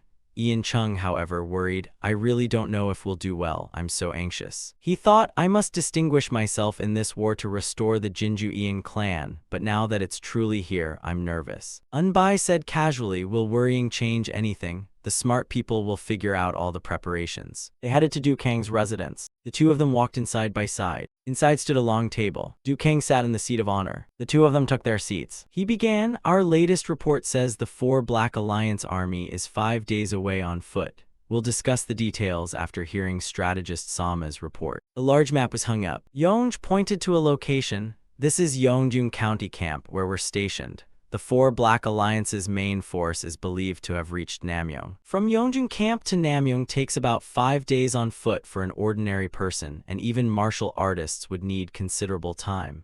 Given the size of their army, they are effectively only 2 to 3 days away. The Four Black Alliance will likely try to force a decisive battle at Singil. The Four Black Alliance's military strength is considered the greatest in its history. Although I call this their main force, their overall situation is much like our martial alliances. The army advancing now is probably not their entire force. Just as we haven't committed all our strength, neither have they. They clearly intend to use this battle to unite every evil faction force. Like us, they desperately want victory. The alliance leader of the Four Black Alliance, Mugang, is extremely ambitious, and he'll likely use any means necessary to win the opening battle. I gathered everyone today to discuss the coming war from every possible angle. The elders quietly pondered his words. Yongdu asked directly, have we confirmed the Four Black Alliance's numbers? Yonj estimated according to the intelligence pavilion they have roughly 2,500 men. Most of their warriors carry heavy weapons such as heavy sabers and wolf-fang sabers, and their chain of command is exceptionally well organized. Reports say they look just like a regular army. Seunggi stressed, isn't this a serious problem? Seungwoo replied, we need to come up with a countermeasure. Du Kang reminded them, isn't that why we're gathered here? Everyone think carefully. Seungwoo suggested, shouldn't we intercept and attack them first? Yonj replied, if anyone has another opinion, please speak. He continued, the Four Black Alliance is powerful, but our forces are no weaker. Headquarters is selecting elites from the righteous factions as reinforcements, so let's trust them and break the enemy's spearhead. The other elders exchanged glances. Yonj asked, what do the rest of you think? No one spoke. Yonj decided, then let's discuss specific plans for attacking the Four Black Alliance's main force. Everyone looked hesitant. Someone quietly raised a finger. Du Kang thought, not bad, well done. Unbai folded his arms, looking extremely displeased. Du Kang noticed, why does that kid look so upset? Is something wrong? Du Kang raised a hand. Listen to me. This is a good sight. If we stay united like this, I believe we can defeat any enemy that invades us. The previous suggestion was excellent, but I'd also like to hear other opinions. Right now this feels like a meeting only for clan heads. I'd like to hear the younger generation as well. Du Kang pointed at Unbai. Unbai stood and introduced himself. I am Unbai, vice leader of the Dragon Force Division. Du Kang said, I'd like to hear your opinion. Unbai replied, if the alliance leader permits, I'd like to offer my thoughts. Du Kang said casually, go ahead. Unbai answered, thank you, alliance leader. Unbai pointed out, what I want to ask is, why do we have to go all the way there? Does everyone here have that much spare energy? The others all thought, what nonsense is that arrogant brat talking about? Seungwoo shouted, how dare you? Are you saying we're wasting our time? Are you insulting me? Another man criticized, I don't think those are words a mere vice leader should say. Unbai bowed his head, I'm sorry I overstepped. Unbai thought irritably, don't bring more trouble onto yourself. Du Kang shouted, White Tiger Hall Master, are you looking down on me now? The old man denied it. Alliance leader, that's not it. Du Kang replied, I was the one who allowed him to speak. If you keep suppressing those who speak up, who will dare offer good ideas next time? Seungwoo lowered his head, I apologize. Du Kang said, very well, I don't want this to happen again. Vice Leader Noong, continue what you wanted to say. Unbai grumbled inwardly, damn it, I was trying to avoid trouble. Unbai had no choice but to continue. While listening, a question came to mind. Du Kang asked, what is it? Unbai asked back, why do we have to go through all the trouble of finding them? Aren't they the ones who said they'd come here to fight? I never properly studied military strategy or books on warfare, but there's one thing I know for sure. The elders all turned to look at him. Seunggi frowned as he listened. Seungwoo also frowned. The others waited to hear his idea. Unbai reminded them whenever people keep moving, they get tired. If we can force them to take even one extra step, they'll waste more strength. We should be making them move as much as possible. Yet the Martial Alliance insists on going out to find them and start the fight. I honestly don't understand it. Didn't they already say they were coming here anyway? If it were me, I'd spend that time digging traps instead. Du Kang was surprised. Trap. The others remained silent. Unbai pointed out the advantage. Isn't the reason we're here to fight on terrain that's slightly more favorable? When there are countless ways to reduce the enemy's numbers, I don't think it's right to deliberately march out to meet them. Du Kang began considering it.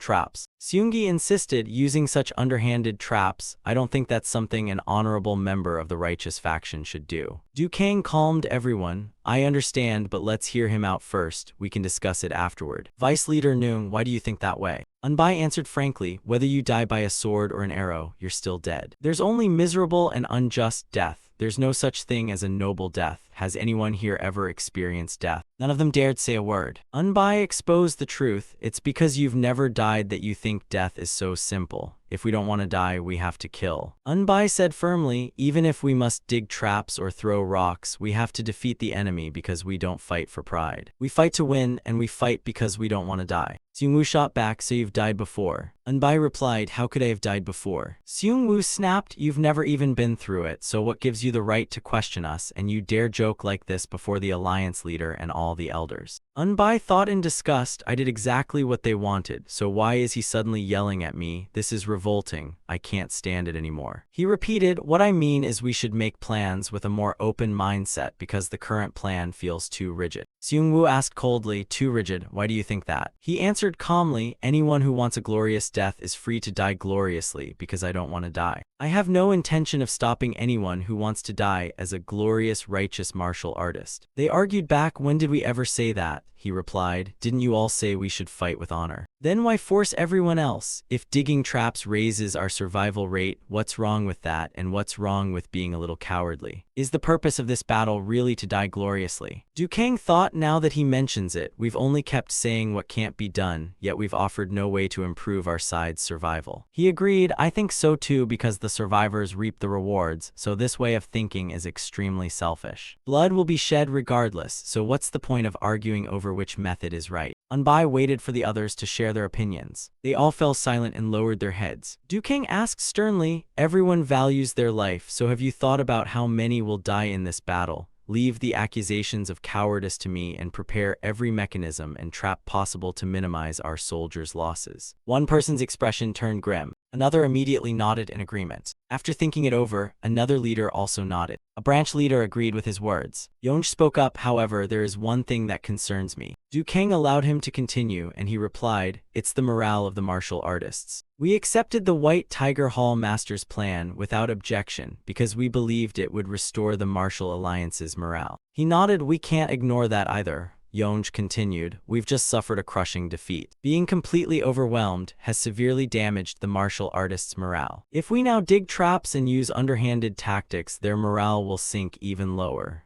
Du Kang asked, then what do you suggest, strategist? He analyzed, even if we can't deploy all our main forces against the Four Black Alliance, we must at least stop their advance, and if we achieve that, the gloomy atmosphere will lift and the martial artists' morale will recover. Du Kang continued, then what do you think? Do you have another plan? He answered, we must strike back just as hard. And I believe we need to deal the Four Black Alliance an even heavier blow than what the Martial Alliance suffered before morale can recover. He cursed inwardly, damn it, I never wanted to speak, but the Alliance leader's words made me slip, and now I'm done for. Those chicken-brained officials mocked me, and I lost my temper for a moment. What a stupid mistake. Du Kang asked, so we also need to send a strike team. Yonj confirmed, we absolutely do, because if we only keep reacting to the enemy, we've already lost before the battle even begins. He lowered lowered his head as if deep in thought. Du Kang continued, right now the martial alliance's fighters are utterly exhausted and have no will to fight, so defeat is certain if we face the enemy like this. Seunggi suggested, in that case, it would be even better if our raid team attacked together with an elite force. Unbai stayed silent as he listened to their debate. He asked in surprise, are you saying the Martial Dragon Corps should join the raid? Yonj denied it. Not exactly, but we must preserve the dignity of martial artists. Any true martial artist must never speak or act recklessly, and I believe everyone should take responsibility for their own words. Du Kang said, but there's still people who need more training. Isn't that far too harsh? He emphasized, that's exactly why this approach will be even more effective. More than 100 young heroes are burning with fighting spirit, and I believe this will greatly inspire the martial artist's resolve. Hearing him laugh, Yonj's face darkened. You insolent brat, are you mocking my strategy? He thought, screw it, whatever. Ian Chung decided, our martial dragon corps will carry out the surprise raid. Unbai turned to him in shock. Brother, he replied through voice transmission. The strategist ordered me by voice transmission that if we refuse, he'll expel both of us and the martial dragon corps will fall apart. Unbai held back his anger. Just because I opposed him, he's taking revenge like this. Unbai cursed Yonj as a bastard. Unbai replied, then make sure we receive full combat supplies, because without them this mission is impossible. The old man shot him a sharp glare. The two of them returned in low spirits. He said angrily, this is outrageous.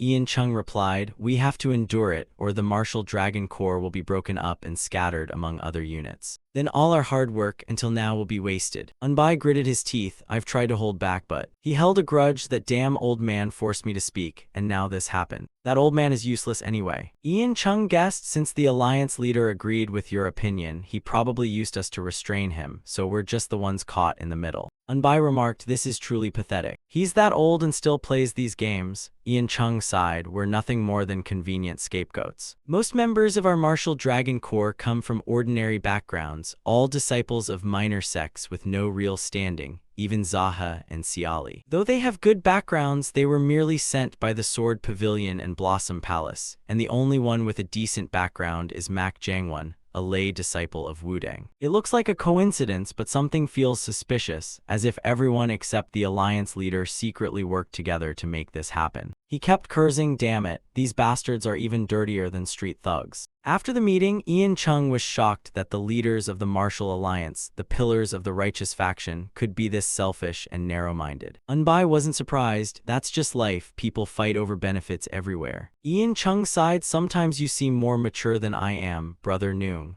Unbai said, forget it, let's raid the enemy arsenal instead. He replied, first we need to inform the members. The two returned to their branch. All the martial artists had already assembled. Ian Chung announced, our martial dragon corps has been chosen as the strike team. They protested, this is absurd, it's no different from sending us to our death. He reassured them, everyone stay calm because what you're worried about won't happen. The martial artists obeyed. He announced, we'll depart between 3 and 5 this afternoon, and this isn't a suicide mission as you think, so don't worry. Our mission is. As dusk fell, the main gate opened. The martial artists set out. Each of them carried a tube of explosives on their back. They marched away in perfect formation. Yet everyone was uneasy, wondering if anyone would return alive or if they would all die. Several elders stood behind them watching. Du Kang blamed himself. Those men in supreme command dared to join forces against me. Because of my failure, I've sent these young juniors into a death trap, and I wonder how many precious young lives will be lost this time. He sighed, most of them will probably never return. Just wait, you bastards. Ian Chung led the martial artists forward. The gentle moonlight shone over the mountains and forests. He gathered everyone and said, we're going to attack the 4 Black Alliance. This surprise attack is extremely important, and the vice captain will explain the plan. Unbai instructed, attach the hidden weapons to the wooden spears we've prepared and balance the weight properly. Then rest until the end of the Tiger Hour once you're done. Our mission is to raid them, and today's plan is to leave everything we make behind and then withdraw. Someone demonstrated by picking up a caltrip and a wooden tube. The hidden weapon was fixed to the tip of the wooden spear. Jangwon admired the weapon he had just made. Unbai warned, just cause some damage, and don't even think about dying gloriously like the 4 Black Alliance. It's enough to prove we carried out the raid, so don't try to kill the enemy. Unbai didn't want them risking their lives, just do enough. The martial artists prepared their own weapons. Some carefully attached hidden weapons to wooden poles. After finishing, they lined up in perfect formation. He ordered, the captain and I will leave first while squad leader Jangwon leads the martial dragon corps members under your command. Yes, Vice Captain. Unbai instructed carefully, follow us about 30 minutes later and I'll leave markers along the way, so be careful not to get lost. Jangwon said worriedly, but I'm more worried about you too. Ian Chung calmly reassured him, don't worry about us. Then let's move out. The two of them left using lightness skill. Everyone watched them disappear. Looking down from a cliff, Unbai said that should be the 4 Black Alliance. Ian Chung suggested, let's get a little closer and take a look. The two lightly leaped down using lightness skill. They sped swiftly through the forest. The scenery flashed past them. Unbai landed silently on the ground. His eyes shifted toward the sound. Both quickly retreated behind a tree to hide. Unbai peeked out from behind the trunk. 2 guards were standing there. One sighed, damn it, why do we have to stand guard here? Those cowards would never make it this far. This is such a pointless job. The other agreed, exactly, I'd rather just charge in and fight them head on. His companion laughed, we all work to make a living, so of course I brought food, and besides, we'll be riding comfortably in a carriage soon. He replied, that's not the point, I'm just sick of standing here all night. Unbai signaled to him with his eyes, I'll take the one on the left. It quietly moved into position. The guard was still complaining, damn, this is filthy, how am I supposed to eat now? A punch from behind made him cough up blood. Everything happened so fast that his companion froze. Ian Chung immediately struck from behind. That guard was knocked out as well. Unbai ordered, I'll check the other side. Ian Chung replied, be careful. Unbai cautiously moved forward. The entire forest fell silent. After scouting the area, he returned. Unbai reported, I've checked the entire mountain and taken care of the guards at all 3 posts. They probably never expected a surprise attack, so they let their guard down. Ian Chung said, we're lucky, the Martial Dragon Corps members will arrive soon, so let's sit down and rest. He sat on the ground to rest, get as much rest as you can. A sound echoed, and both of them turned alertly. Unbai realized someone was approaching. Ian Chung's expression turned serious as he looked toward the sound. A man in the distance came to inspect the area. Both of them stayed on guard. The man walked over and scolded, you brats fell asleep, didn't you? Why didn't you give the signal? Because of you, I had to climb all the way up here, are you ready? Unbai suddenly appeared behind him. He spun around. Unbai's punch landed squarely on his face. The man crashed backward. Unbai sighed in relief, that was close. Ian Chung agreed, we almost ruined everything. Jangwon's group arrived. He announced, we're here. Everyone wore a grim expression. The whole group gathered on the cliff. Unbai signaled, the target is about 30 zhang away, get ready. The team lined up and prepared themselves. Some placed the wooden poles on the ground. They carefully completed their preparations. Seeing everyone was ready, Unbai shouted, prepare. Everyone gripped their weapons tightly. He ordered them to throw the spears. They hurled their homemade spears with all their strength. A barrage of spears tipped with caltrops flew forward. Every one of them was aimed at the enemy camp below the mountain. Then Unbai raised his bow. Unbai and the martial artists released their arrows. A volley of arrows shot through the air. Next they used torches. Countless burning torches were thrown forward. Ian Chung immediately ordered, everyone retreat. They turned and fled into the forest. The enemies below were struck by every kind of weapon. From above, bolts of lightning crashed down. A barrage of hidden weapons streaked through the air. Several enemies were hit and they shouted, what's happening? The enemy is attacking, stay alert. Then a container filled with liquid smashed on the ground. Its overpowering smell spread everywhere, throwing the enemies into chaos. What is that smell? Caught off guard, they were repeatedly struck by hidden weapons. Mugang stepped out and was shocked to see his troops in chaos. What the hell is going on? A pungent smell hit his nose, making him cover it. What is this smell? A subordinate rushed over. Alliance leader, are you all right?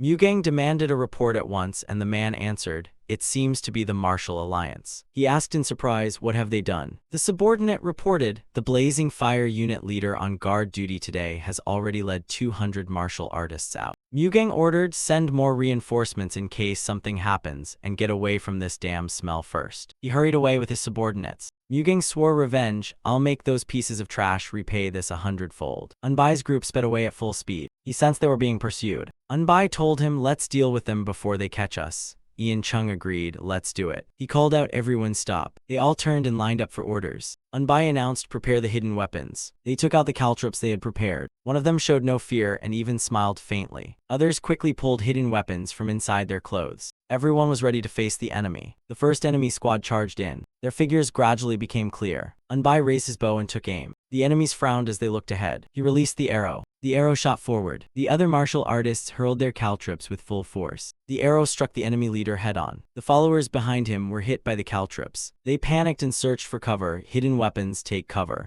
They hid behind trees to avoid them, but they were still struck by the caltrops. The forest ahead rustled softly. Those men collapsed to the ground, all looking badly weakened. Unbai announced, "Prepare for battle." He clenched both fists. Scales appeared across his hands. The remaining martial artists drew their swords. The enemies charged in to avenge their fallen comrades. Filled with killing intent, they closed in on the group. Unbai immediately ordered now. The martial artists instantly threw the caltrops. The enemies were hit at once. Then one of them realized, "We've been tricked, take cover." The enemies became easy targets as hidden weapons pierced their bodies. Seeing this, he gritted his teeth and cursed, "You cowardly bastards." Unbai's group had already hidden behind the trees. The enemies shouted curses, "You call yourselves martial artists." The only reply was the silent, empty forest. He provoked them, "If your martial artists fight like martial artists, is the martial alliance just a gathering of cowards?" At that moment, the martial artists began to emerge. Each held hidden weapons tightly, and the enemy froze. "People like you actually exist." The martial artist smirked, completely ignoring his words. He shouted, "Does the martial alliance only teach dirty tricks? You're all worse than women. Even women wouldn't fight the way you do."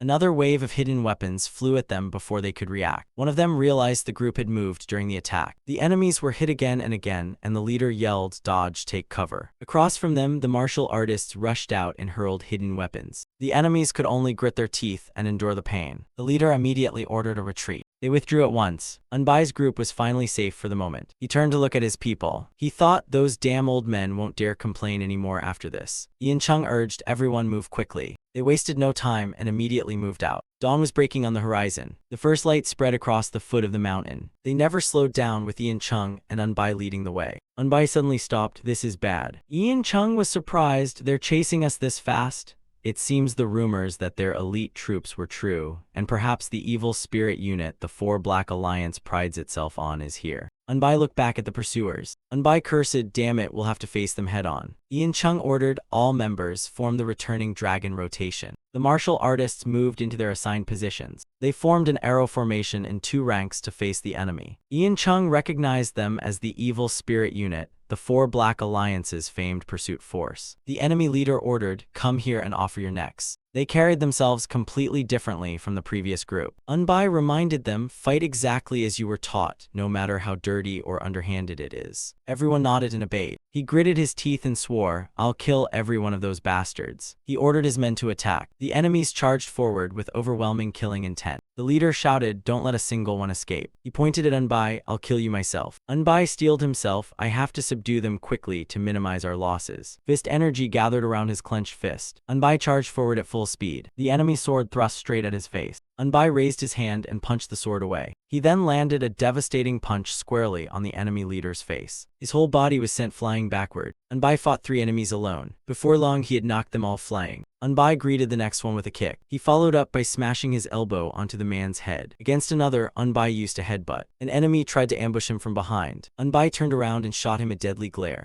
The man widened his eyes in fear. Unbai drove a punch straight into his face, sending blood spraying everywhere. The remaining enemies charged in fiercely, "Kill him." Unbai met them head-on and beat them senseless. Before they could do anything, they were all knocked to the ground. Another enemy behind him drew his sword. The blade grazed Unbai's back. The next slash cut across his arm. His other arm was slashed as well. Faced with those attacks, Unbai simply smiled. He immediately counterattacked and beat them down. Unbai realized it was easier than he expected. But something still felt strange, as if his body was moving on its own. A powerful killing intent suddenly appeared behind him. Unbai spun around, a strong one. A kick came crashing down from above. At the same time, a sharp sword struck. The blade grazed his back. Unbai instantly turned around. It was the enemy leader. Unbai mocked him, "You were running for your life earlier, and now you've found your courage. Wow, what a hero, you idiot." Feeling humiliated, he shouted, "Shut up." Unbai replied, "Idiot, do you think this is a joke? If you die, you die, and if you live, you live, so stop talking nonsense." The leader swore, "I'll personally kill a bastard like you with these hands." Unbai raised his fist, "Shut up and eat this, bastard." A powerful fist energy slammed into the sword. The leader's sword hand trembled. He had to admit Unbai's power was incredible. He unleashed a relentless flurry of sword strikes. Unbai stepped back, deciding it was better to evade than clash head-on. Unbai's movements were so swift that every slash cut only empty air. The man shouted angrily, "Do you only know how to run like a rat?" Unbai answered calmly, "What, should I just stand there and let you hit me? Do you think I'm some idiot with an arrow stuck in his head? Humiliated, the man swung his sword wildly. Bastard, die. Unbai grew irritated. I need to reduce their numbers to ease the other's burden, yet I'm stuck with someone this strong. But if I want to survive, I have to fight and win. He used the clumsy footwork his master had taught him, fool's step with only the 3-step triple shift, yet it proved quite useful. His speed was so great that the enemy leader lost track of him. Unbai easily avoided his swordsmanship. He moved so fast that only afterimages remained. The leader's sword missed and struck the ground. The leader gritted his teeth. You brat. Unbai appeared behind him. What a broad back, this'll feel satisfying to punch. He drove a punch into the man's back. His spine instantly stiffened. Fist energy gathered into a sphere around Unbai's fist. He threw another punch into the enemy's back. The pain made the man's eyes roll back. Unbai leaped into the air from behind him. He put all his strength into a downward punch. The man gritted his teeth and endured it. His other hand swung the sword.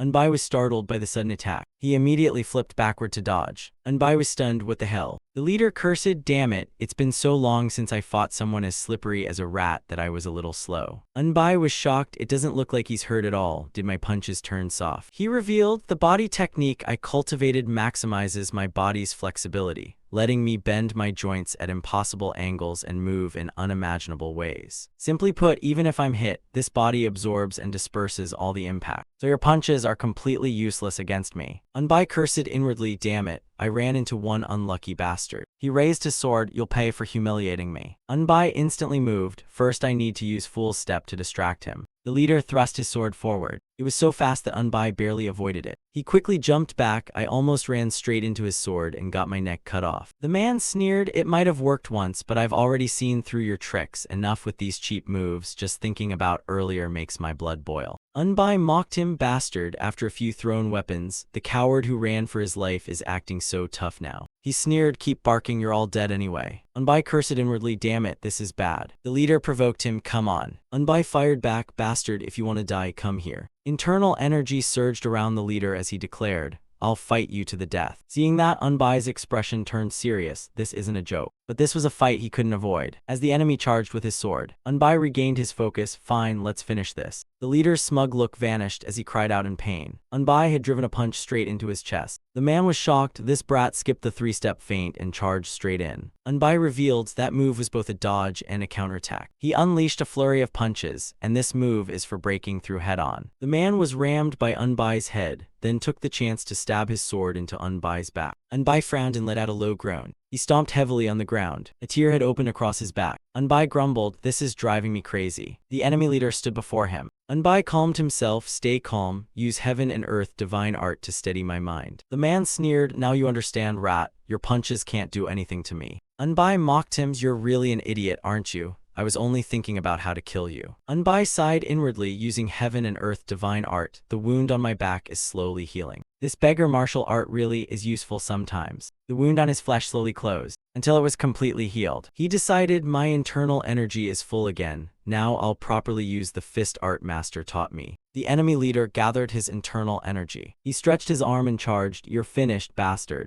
Unbai was ready as well, raising both fists. His arm blocked the incoming sword. The blade was knocked backward. Unbai seized the chance and rushed in. The man scoffed, those pathetic punches won't work. His long arms reached out to trap Unbai again. Unbai roared, burst chain. He threw a punch with all his strength. His fist slammed into the enemy's stomach. The man smirked at first, that punch. Then he sensed something different and looked down in shock. It isn't like the last one. The thunder fist erupted with overwhelming force, pounding his body relentlessly. Unbai thought, this is Guan Dalmun's first punch. The one master warned me to use carefully. It looks simple, but it's the strongest. But it feels like my fist is exploding. The continuous explosive strikes overwhelmed his body's ability to absorb the impact. Unbai shouted, if you can endure it, then endure it. The punch shattered his bones. Unbai declared, this is the burst chain fist of our wanderer school. Another powerful punch crashed straight into the man's face. Unbai followed with several more punches. The man opened his mouth, unable to endure the pain. His knees buckled to the ground. His head slammed forward. Unbai thought no one could withstand that shock. He's completely broken. Blood kept pouring from the corner of his mouth.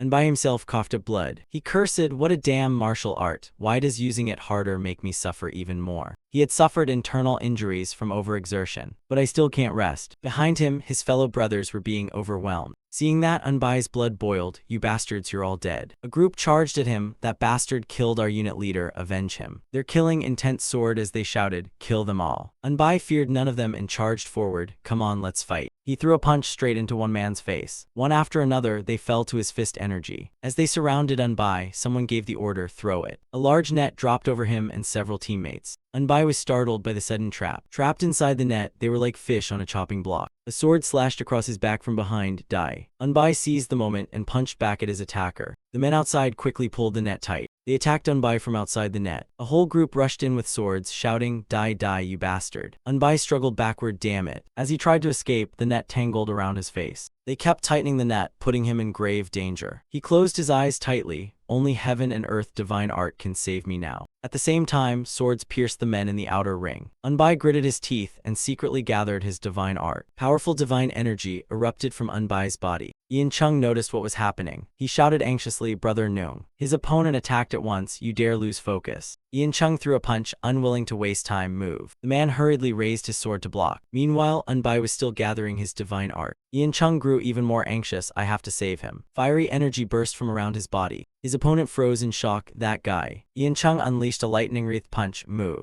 The man froze in fear. He hastily raised his sword to block while cursing, you bastard. He staggered backward. Ian Chung turned to check on Unbai. Unbai released his divine art and tore the net apart. He opened his eyes, blazing with killing intent. The net shattered into pieces. The enemy stood frozen at the sight. Waves of divine energy pierced their chests like sharp blades. Another man was pierced straight through the forehead. One clutched his eye and screamed, my eye. The next enemy had his chest pierced by the divine energy. 3 or 4 others were blasted backward by the shockwave. Unbai had become terrifying. Blood trickled down his forehead as the enemies gathered around him. Kill him. Unbai curled his lips into a cold smile, his face darkening. A powerful divine aura radiated from his palm. He raised a fist blazing with divine energy. Unbai slammed his fist into the ground, shattering the earth. The shockwave blasted the enemies backward. Seeing that, he smiled in satisfaction. Ian Chung called out worriedly, brother Noong. Someone gasped, that is. Unbai said proudly, I finally pulled off the earth thunder technique master taught me. This damn martial art, the full shock from earth thunder comes back to me too. Luckily, the shock was absorbed by my meridians, merged with heaven and earth true energy, and turned into internal energy.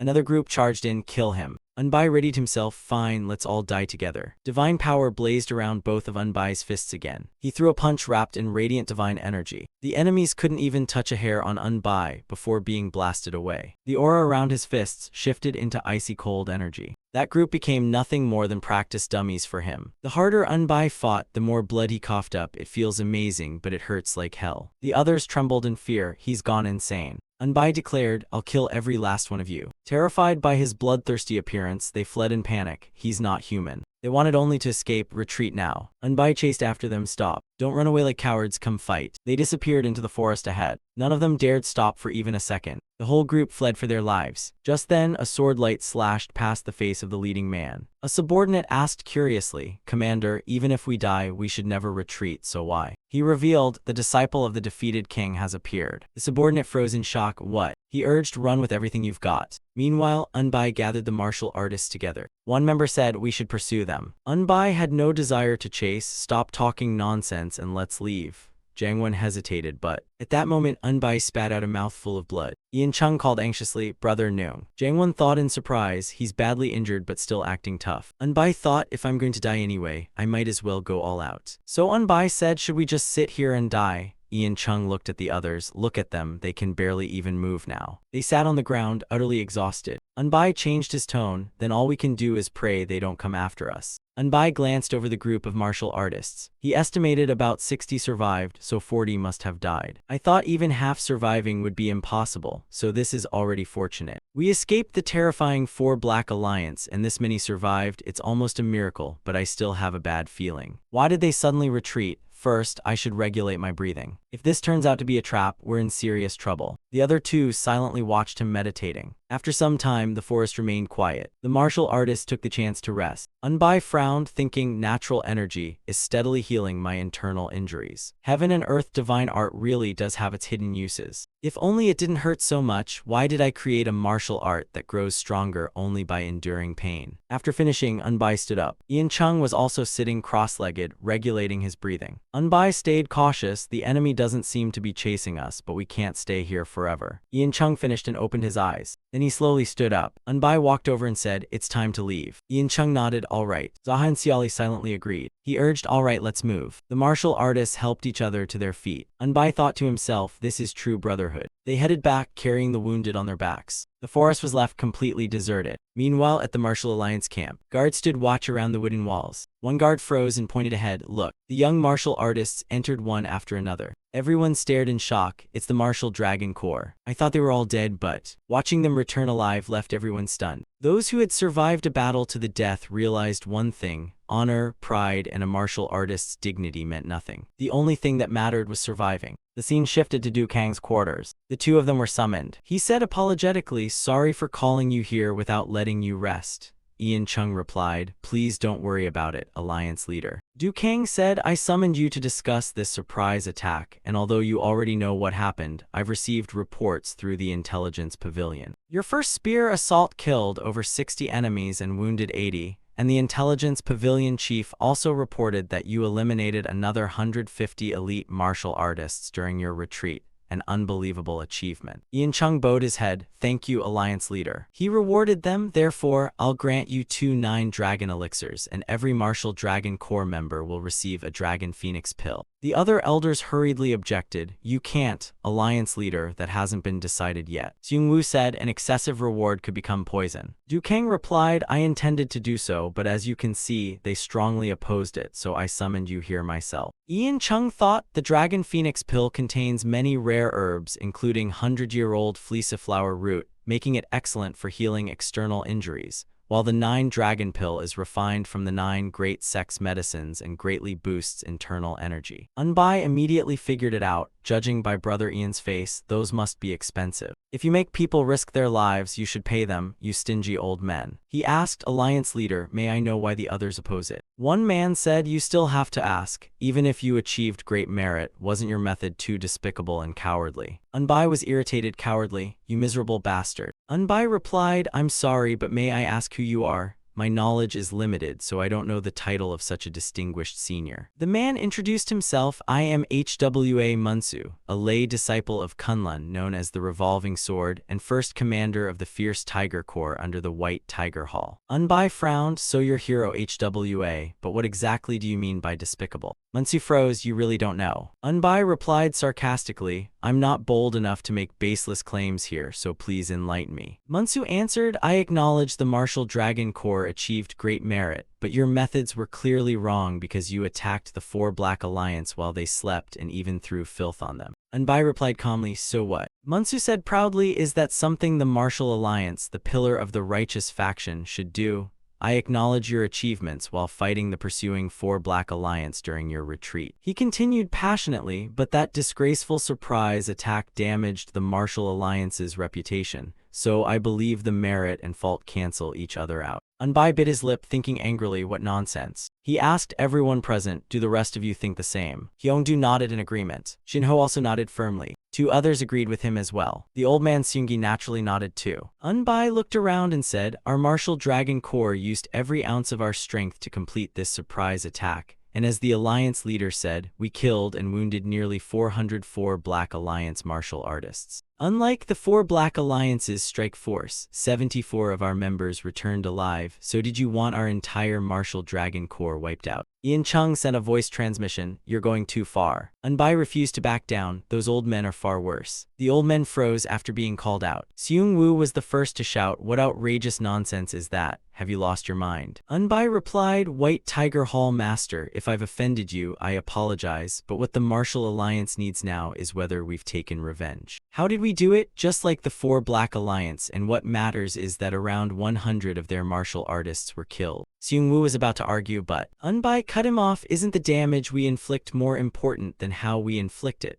Besides, with 74 Martial Dragon Corps members returning alive, I believe the Martial Alliance's morale will rise even higher." Seunggi pointed out, "But once time passes, won't everyone learn that we used disgraceful tactics in the surprise attack?" Unbai answered, "I promise the Martial Dragon Corps will never speak of this raid, and if everyone here keeps silent, there won't be any problem." The other old men fell silent. One finally said, "Even so, I still can't accept the Alliance leader awarding the 9 Dragon Pill and Dragon Phoenix Pill, because although I recognize the Martial Dragon Corps achievements, they still damaged the martial alliance's honor. Unbai cursed inwardly, "You stingy old men." He said firmly, "White Tiger Hall Master," then simply announced that the Martial Dragon Corps never carried out the surprise attack. "Just say our raid was discovered and we retreated instead." Seung Woo challenged him, "Everyone already knows the truth and now you want to pretend it never happened. Unless you're mocking me, explain yourself clearly. How could you even say such a thing?" Unbai replied, "I'm neither joking nor expressing dissatisfaction, but if the Martial Dragon Corps inflicted 400 casualties on the 4 Black Alliance and returned without any reward,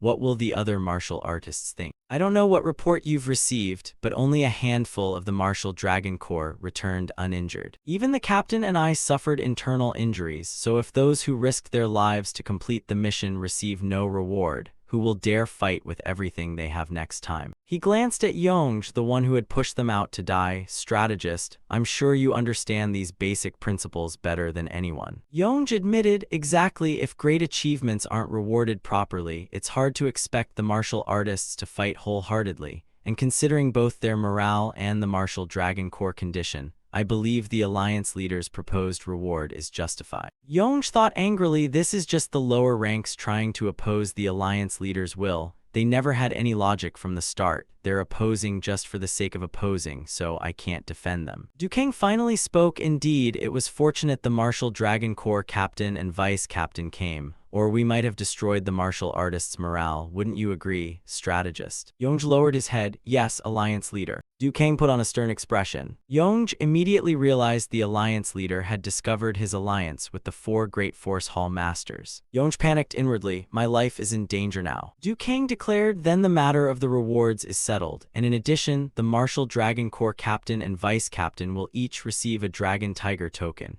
which will pardon one offense as long as it doesn't threaten the Martial Alliance's foundation." Dukang ordered, "Bring them here." A subordinate carried in the rewards. He instructed, "Give them to those 2. They respectfully presented them to Unbai. The 2 accepted the rewards and bowed. "Thank you, Alliance leader." Dukang handed them the tokens. "Take these as well." Ian Chung accepted his. "Thank you, Alliance leader." Unbai remembered something. "Alliance leader, you said this token grants 1 pardon even if we commit an offense, correct?" He replied, "It will protect you as long as you don't violate rules that could shake the Martial Alliance's foundation. But why do you ask?" Unbai immediately decided, "Then I'd like to use it right now." Dukang was surprised. "Right now?" Unbai bowed and returned the token. Dukang accepted it, suspicion showing in his eyes. The elders wondered what Unbai was planning. Dukang asked, "What exactly are you going to use it for?" Unbai answered clearly, "The Martial Alliance's discipline has become too lax and I want to correct it, so I'd like to have a word with Hero HWA. I'll explain everything afterward, so please allow it." Munsu pressed his lips together without saying a word.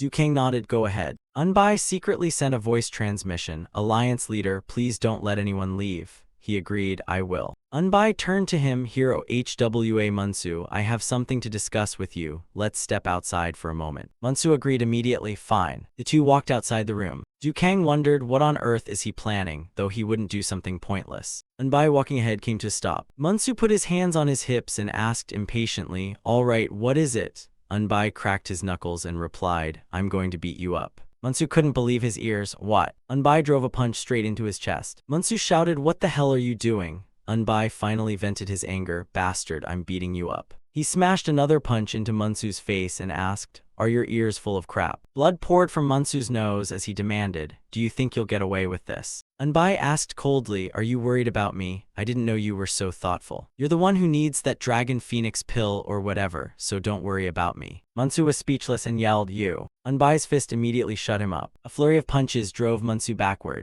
Munsu begged, Stop right now." When Unbai finally paused, Munsu asked in confusion, "Why are you doing this to me?" Unbai raised his fist. "That's right, you still don't get it, do you? You're still missing a few more punches, so take them first and you'll understand everything." After coughing up blood from another punch, Munsu pleaded again, "Stop." Unbai punched even harder. "You ignorant fool, how dare you interrupt while the vice captain is speaking? You've got some nerve, don't you? Want to die? Why don't you go touch the emperor's private parts instead?" Munsu was beaten and cursed until he was speechless. That Unbai showed no mercy. "There must be a reason for this, but I don't want to know it right now." Munsu could only beg, "Wait." His body collapsed to the ground as he cried, "Stop." Unbai rushed in with countless punches. "You still haven't learned your lesson. Endure a little longer and everything will be fine. Didn't you say people should die honorably? You're not dead yet, so if you're still alive, smile and accept it proudly." Smile, terrified Munsu crawled backwards, "Spare me." Unbai angrily kept punching. "If you dared disrespect your superior, you should at least stay half as calm as your arrogance, shouldn't you?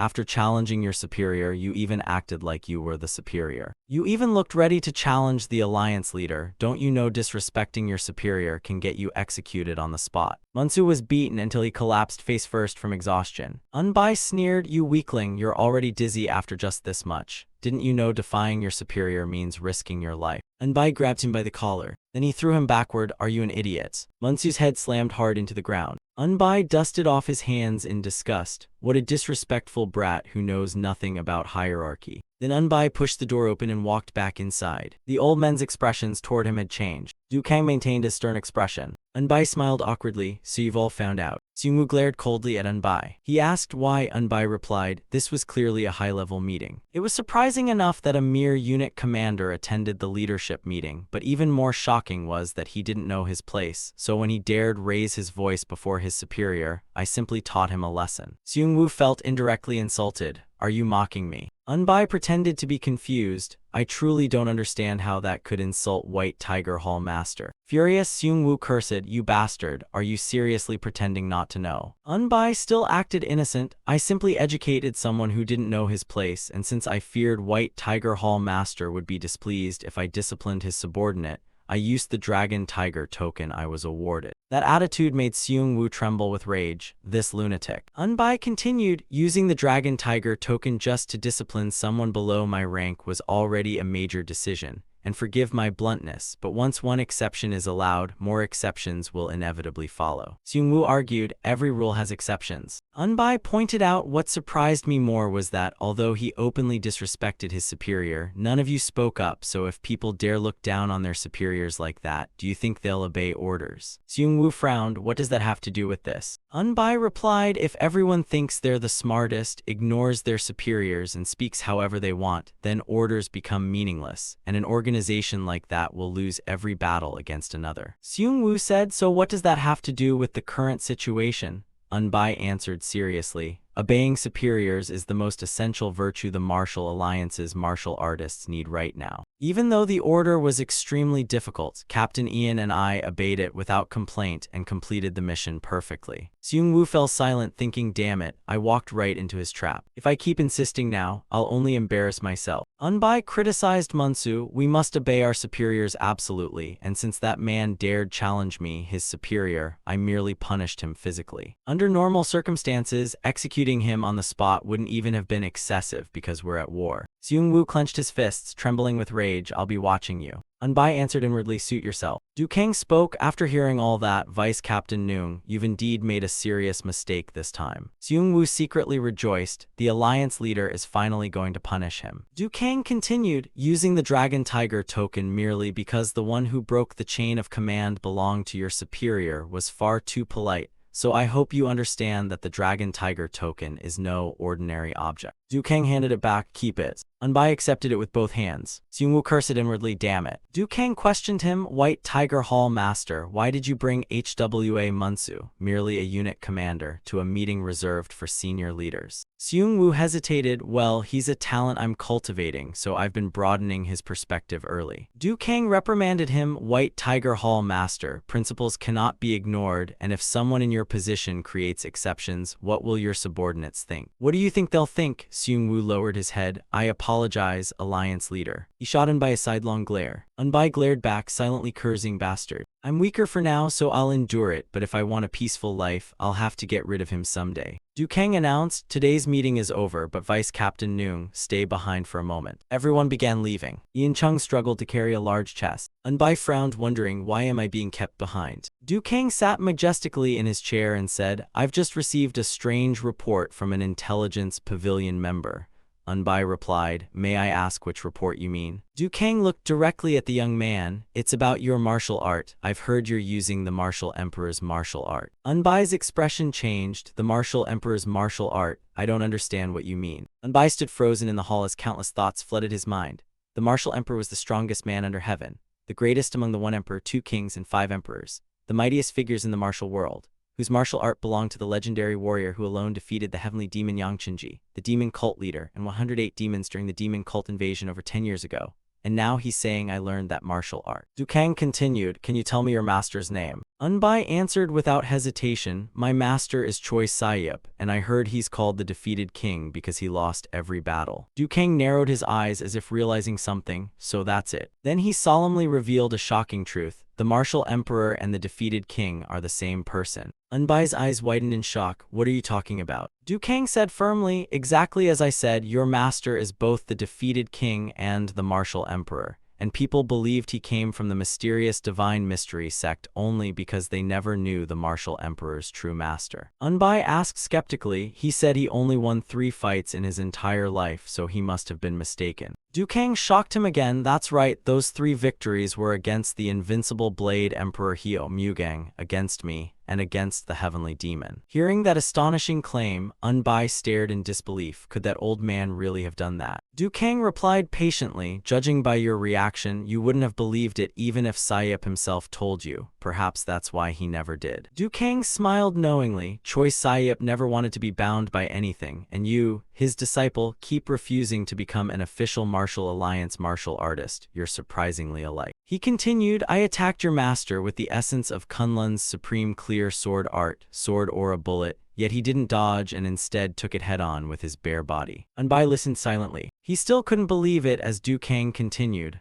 "I unleashed sword aura again and attacked him while he coldly blocked it with his fist." Du Kang recalled the past. He laughed like a madman, and in an instant my sword aura shattered into pieces. Then I heard a tremendous explosion and was blasted away. Looking at Unbai, he continued, "After regaining consciousness, I used the supreme clear 9 dragon flash and released 9 streams of sword aura, yet he met all 9 with his fists." Du Kang shuddered at the memory. His fists contained terrifying power, and in the end I couldn't endure it and lost consciousness. His expression turned helpless. "If he had wanted to kill me, I'd have died long ago." Hearing of his master's glorious feats for the first time, Unbai was utterly bewildered. "I can't believe Master fought that old man and won." Du Kang smiled with admiration. "No wonder I liked you from the moment I met you, like master, like disciple." Unbai lowered his head silently, overwhelmed with thoughts. So master was really someone like that. Du Kang recalled old friend Choi Sayep always said I was too rigid to be interesting, and that people who live too rigidly never truly improve.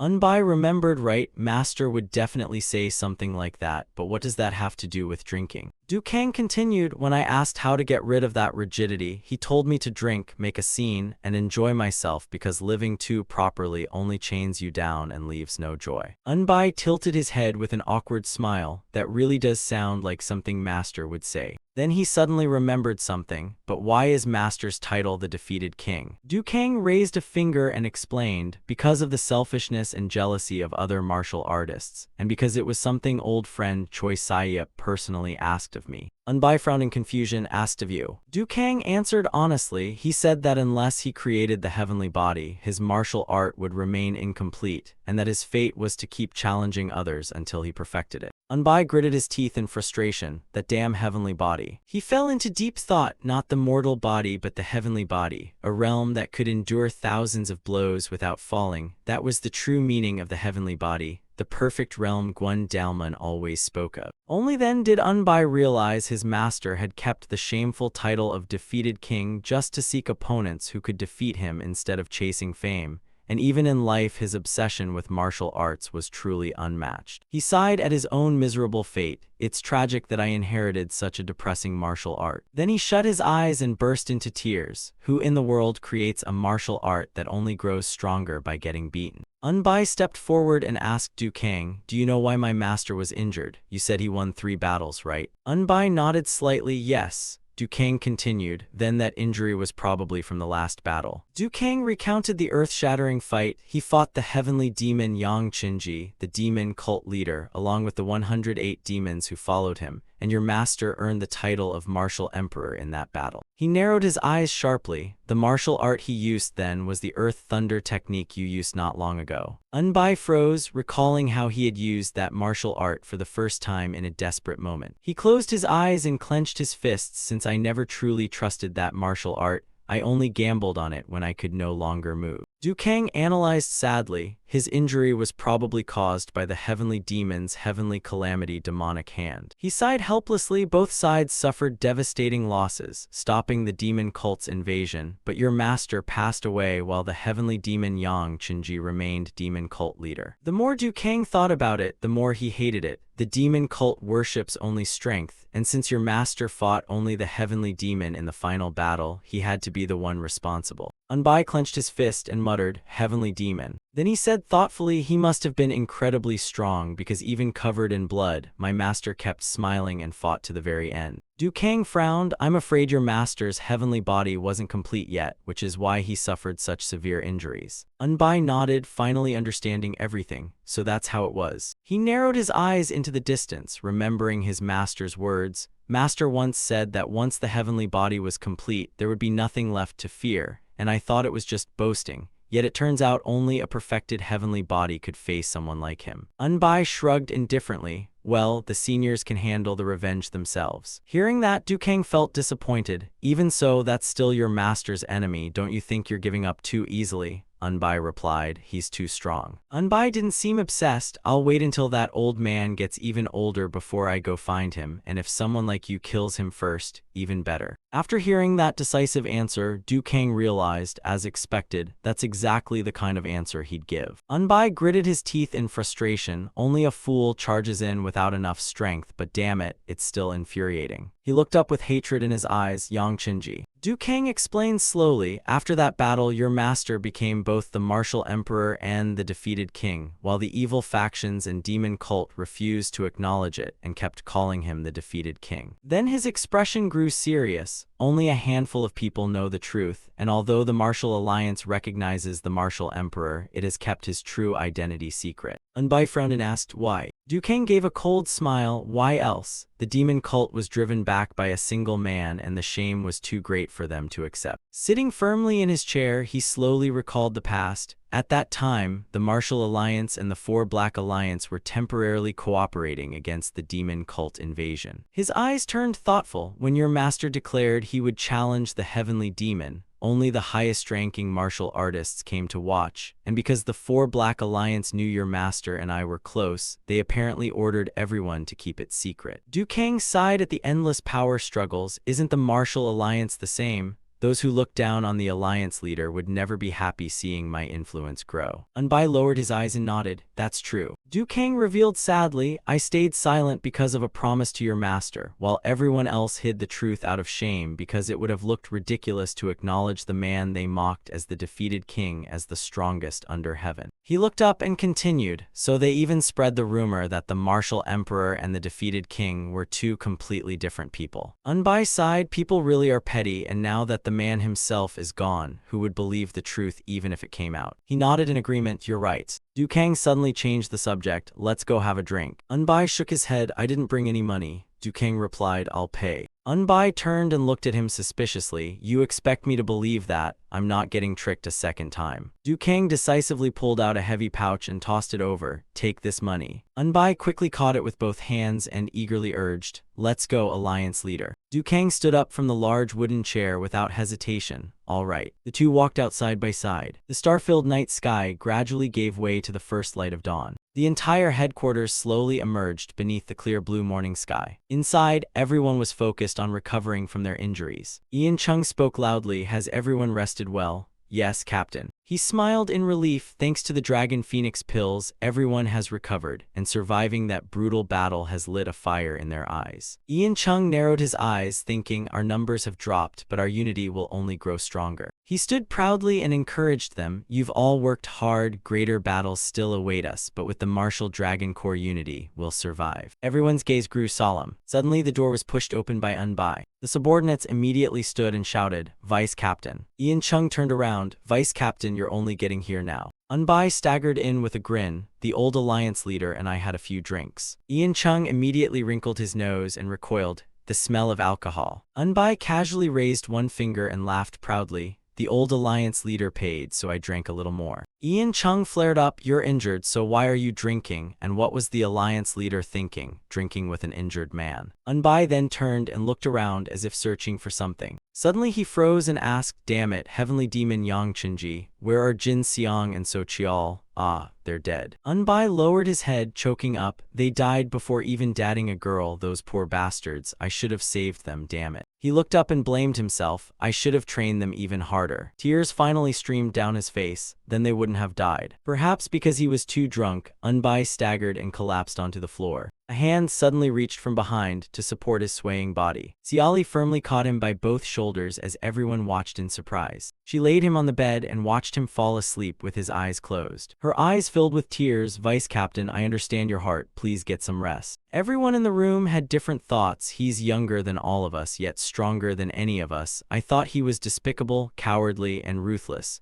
but he actually has a deeply compassionate heart. Ian Chung straightened himself and declared, "This morning is for rest. Another major battle is coming soon, so everyone prepare well." His eyes were resolute. "As for this raid, it will officially be announced that we directly infiltrated the 4 Black Alliance headquarters and carried out the attack. So everyone should remember that." Unbai lay asleep, with only a sparkling tear still clinging beneath his eyelashes. The sun rose high, bathing the entire headquarters in light. On the bed, Unbai remained asleep with his eyes tightly shut. He slowly sat up and rubbed his aching temples. "My head feels like it's going to explode." Only then did he regret yesterday's impulsiveness. "I got carried away talking about Master with the old alliance leader and drank too much." He gritted his teeth. "I need to circulate my energy and force the alcohol out." Suddenly Unbai remembered, "Wait, the old alliance leader gave me some pills." He took a small box from his pocket, then slowly opened it. Inside was a smooth silk cloth, and when he unfolded it, a perfectly round black pill rested inside. Unbai examined it. "I wanted to sell this back then." Then he tossed the pill into his mouth, "But they said it's good for the body, so I'll try it." After swallowing it, Unbai sat upright, placed his hands together, and guided his internal energy into his energy center. He thought, if the ice crystal energy is like a wild horse, then the 9-dragon pill is like a perfectly tamed one. Sweat poured from both temples as its power silently merged with heaven and earth divine art, healing damaged meridians and protecting the forcibly opened acupoints. With his eyes tightly closed and mind fully focused, his drunken headache vanished completely. Most of his internal injuries healed, and even his internal energy increased slightly. He opened his eyes and thought, "They said if I can circulate heaven and earth divine art without feeling suffocated,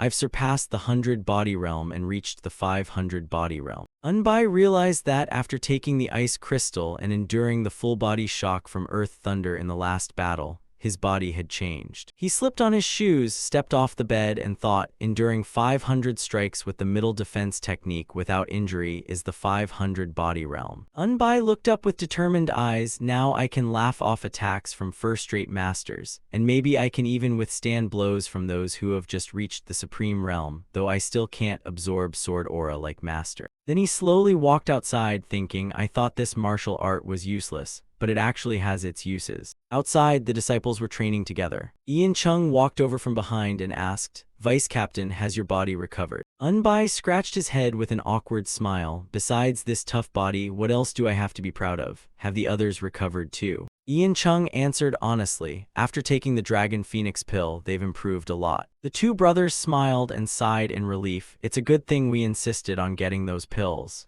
"Exactly." Unbai suddenly remembered something and asked, "Captain, has the Martial Dragon Corps received any orders?" Ian Chung's expression became serious. "We've been assigned to support the rear, and it seems they thought it through carefully." Unbai stroked his chin and asked, "Is that good or bad?" "It's not a bad order." Ian Chung replied without hesitation, "It seems they wanted to spare us from the front lines after everything we went through." Unbai's face suddenly turned grim, leaving Ian Chung confused. "Which bastard gave that order? Is something wrong?" Unbai glanced around with a serious look. "First let's collect our supplies, then dismiss the members." Ian Chung immediately shouted, "Everyone, disperse and replenish the supplies we used, then regroup here in an hour and a half to discuss the rear support mission." The disciples lined up neatly and answered loudly. Only then did Ian Chung ask Unbai, "What's the problem? Unbai replied, I'm not completely sure, but I know one thing. Ian Chung immediately asked, what? Unbai answered, the vanguard and rear support are usually assigned to the people they trust the most. Ian Chung still didn't understand. Then what's the problem? Unbai explained calmly, do you really think those bastards trust us? They even objected to giving us the Dragon Phoenix pills and the other rewards. Their shadows stretched across the courtyard as Ian Chung nodded. Now that you mention it, that is strange, and besides trusted people, the vanguard and rear are also where they send the most expendable ones. Ian Chung's eyes instantly filled with caution. So, are they planning something against us? Suddenly a voice interrupted from afar, they're probably isolating us so they can abandon us. Both men immediately turned around as Jiangmin slowly walked toward them. Her eyes were filled with confidence and certainty. Unbai asked, why do you think that? Jiangmin looked at him and said, I don't see a single guard, which means they've all been sent somewhere. She continued suspiciously, no one knows where they went, so why move all the guards at such a critical moment? Ian Chung guessed, maybe they decided those forces wouldn't help in battle. Jiangmin shook her head, even if they weren't useful in combat, they'd still increase our numbers, so there must be another reason they moved the guards. Ian Chung suddenly realized, you already know what that reason is, don't you? Jiangmin finally gave her conclusion. The unreasonable shortage of supplies means they're planning to abandon this stronghold.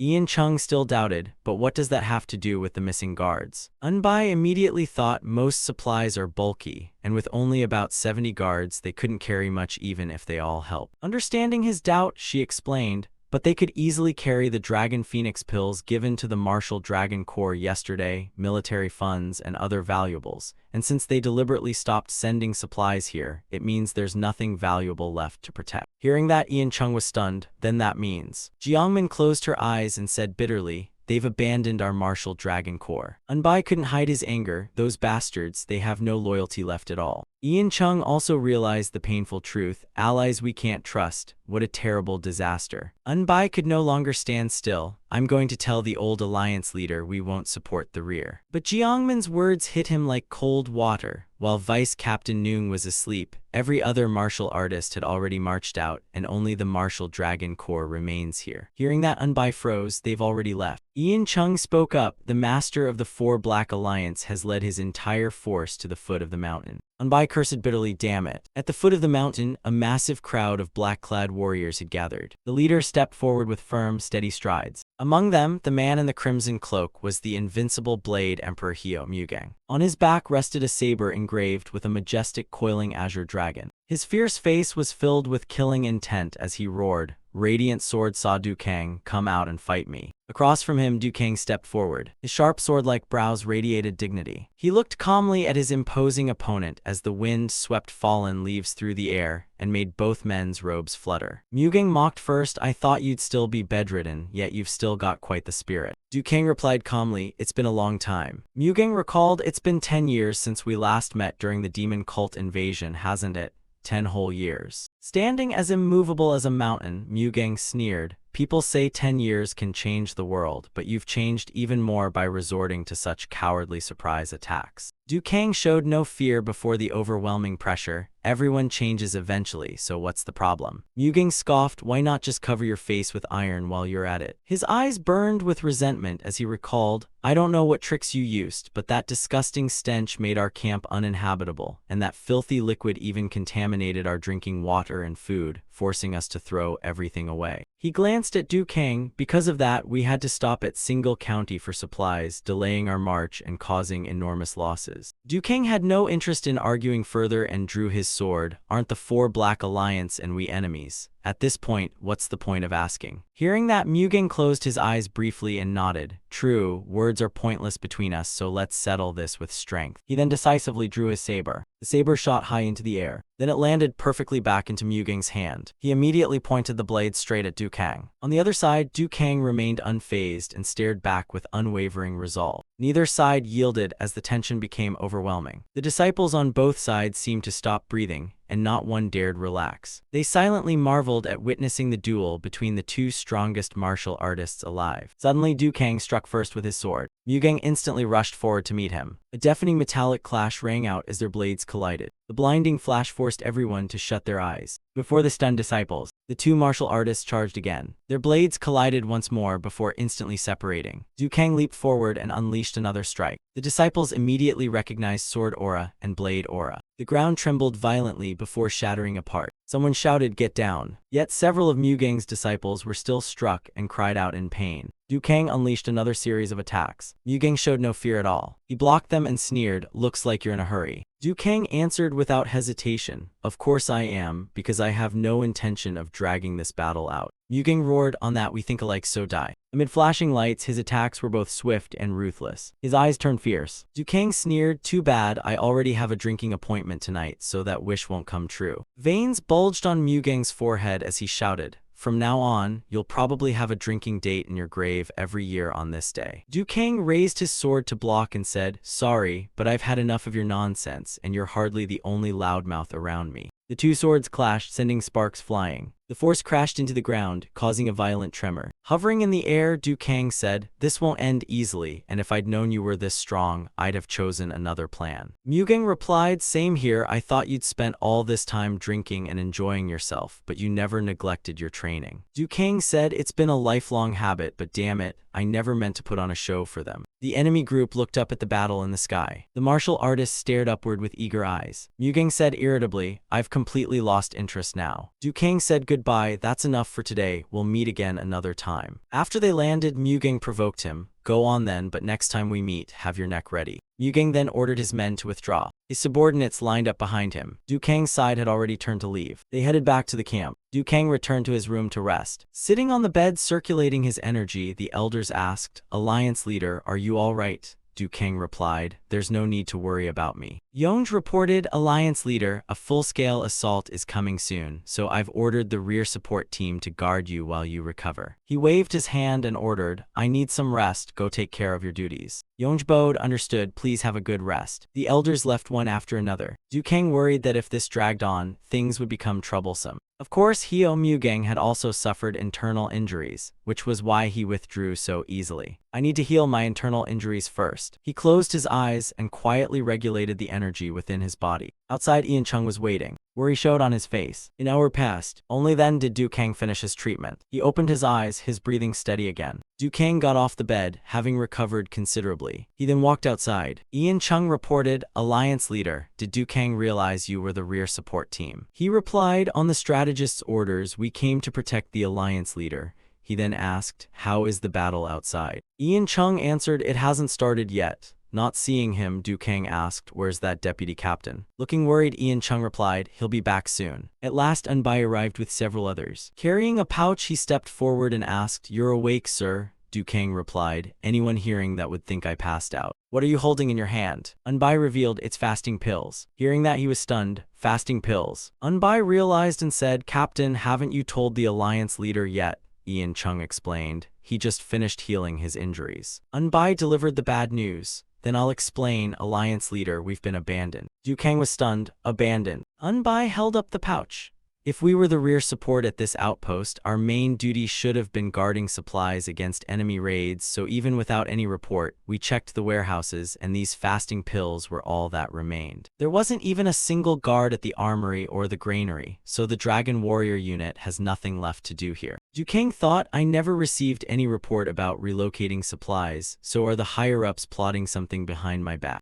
Unbai asked, "Could it be that even the Alliance leader has been abandoned?" He frowned. "Why would you think that?" Unbai replied, "Then why are you here with the Dragon Warrior unit instead of at headquarters?" Du Kang answered, "To recover from my injuries, of course, what other reason could there be?" Unbai continued, "Then what were you planning to do after recovering?" Only then did he realize they had never reported anything afterward or told him what to do next. Du Kang asked for proof. "What evidence do you have that they've abandoned me?" Unbai took out a small round object. Look at this and you'll understand. Du Kang recognized it as an incendiary bomb. Its power was weaker than the heaven-shaking bomb, but it ignited fires extremely well and was mainly used for arson. Unbai reported these were planted throughout the buildings and oil barrels were placed everywhere to burn this place down, and I even found thunder bombs but left them because they were too dangerous. He exclaimed in disbelief, "Impossible, I've wasted my whole life, what a complete waste." Unbai guessed it seems they want the Dragon Warrior unit and the Alliance leader to die together, like telling us to fight and destroy ourselves. Du Kang thought bitterly, I never imagined I'd be betrayed so absurdly. He said in disbelief, I truly don't understand why they'd do this.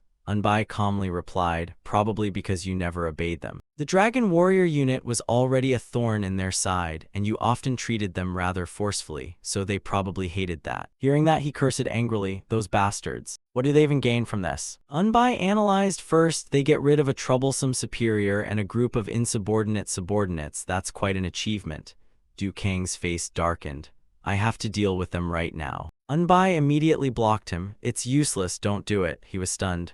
Why are you stopping me? Unbai said worriedly, this plan involves lives, and if you go now, you might end up dying at their hands. With so many witnesses, they'll make it look like a clean operation, and you're still injured anyway. Du Kang said confidently, even so, people like us can handle them easily. Unbai replied, yes, one by one you can, but if you defeat them all, are you planning to abandon this war? After dealing with them, aren't you going to keep fighting? Du Kang admitted to himself that, despite his anger, the kid was right, and causing internal conflict now would ruin everything. He needed a new plan. Then what should I do? Unbai asked seriously, did you confront those people without any backup plan? Du Kang froze again, a backup plan. He sighed, no. Unbai was shocked. I thought when you confronted those brats, you'd at least prepared for betrayal, and when I heard you'd come to the Dragon Warrior unit, I felt relieved, but now we'll just have to run away together. Du Kang was stunned by that word. Run away. Unbai explained, I mean escape, because staying here only leads to death. He lowered his gaze, pondering the suggestion. Then he nodded and Unbai ordered his men. The moment the 4 Black Lotus troops charge in, we retreat immediately, understood?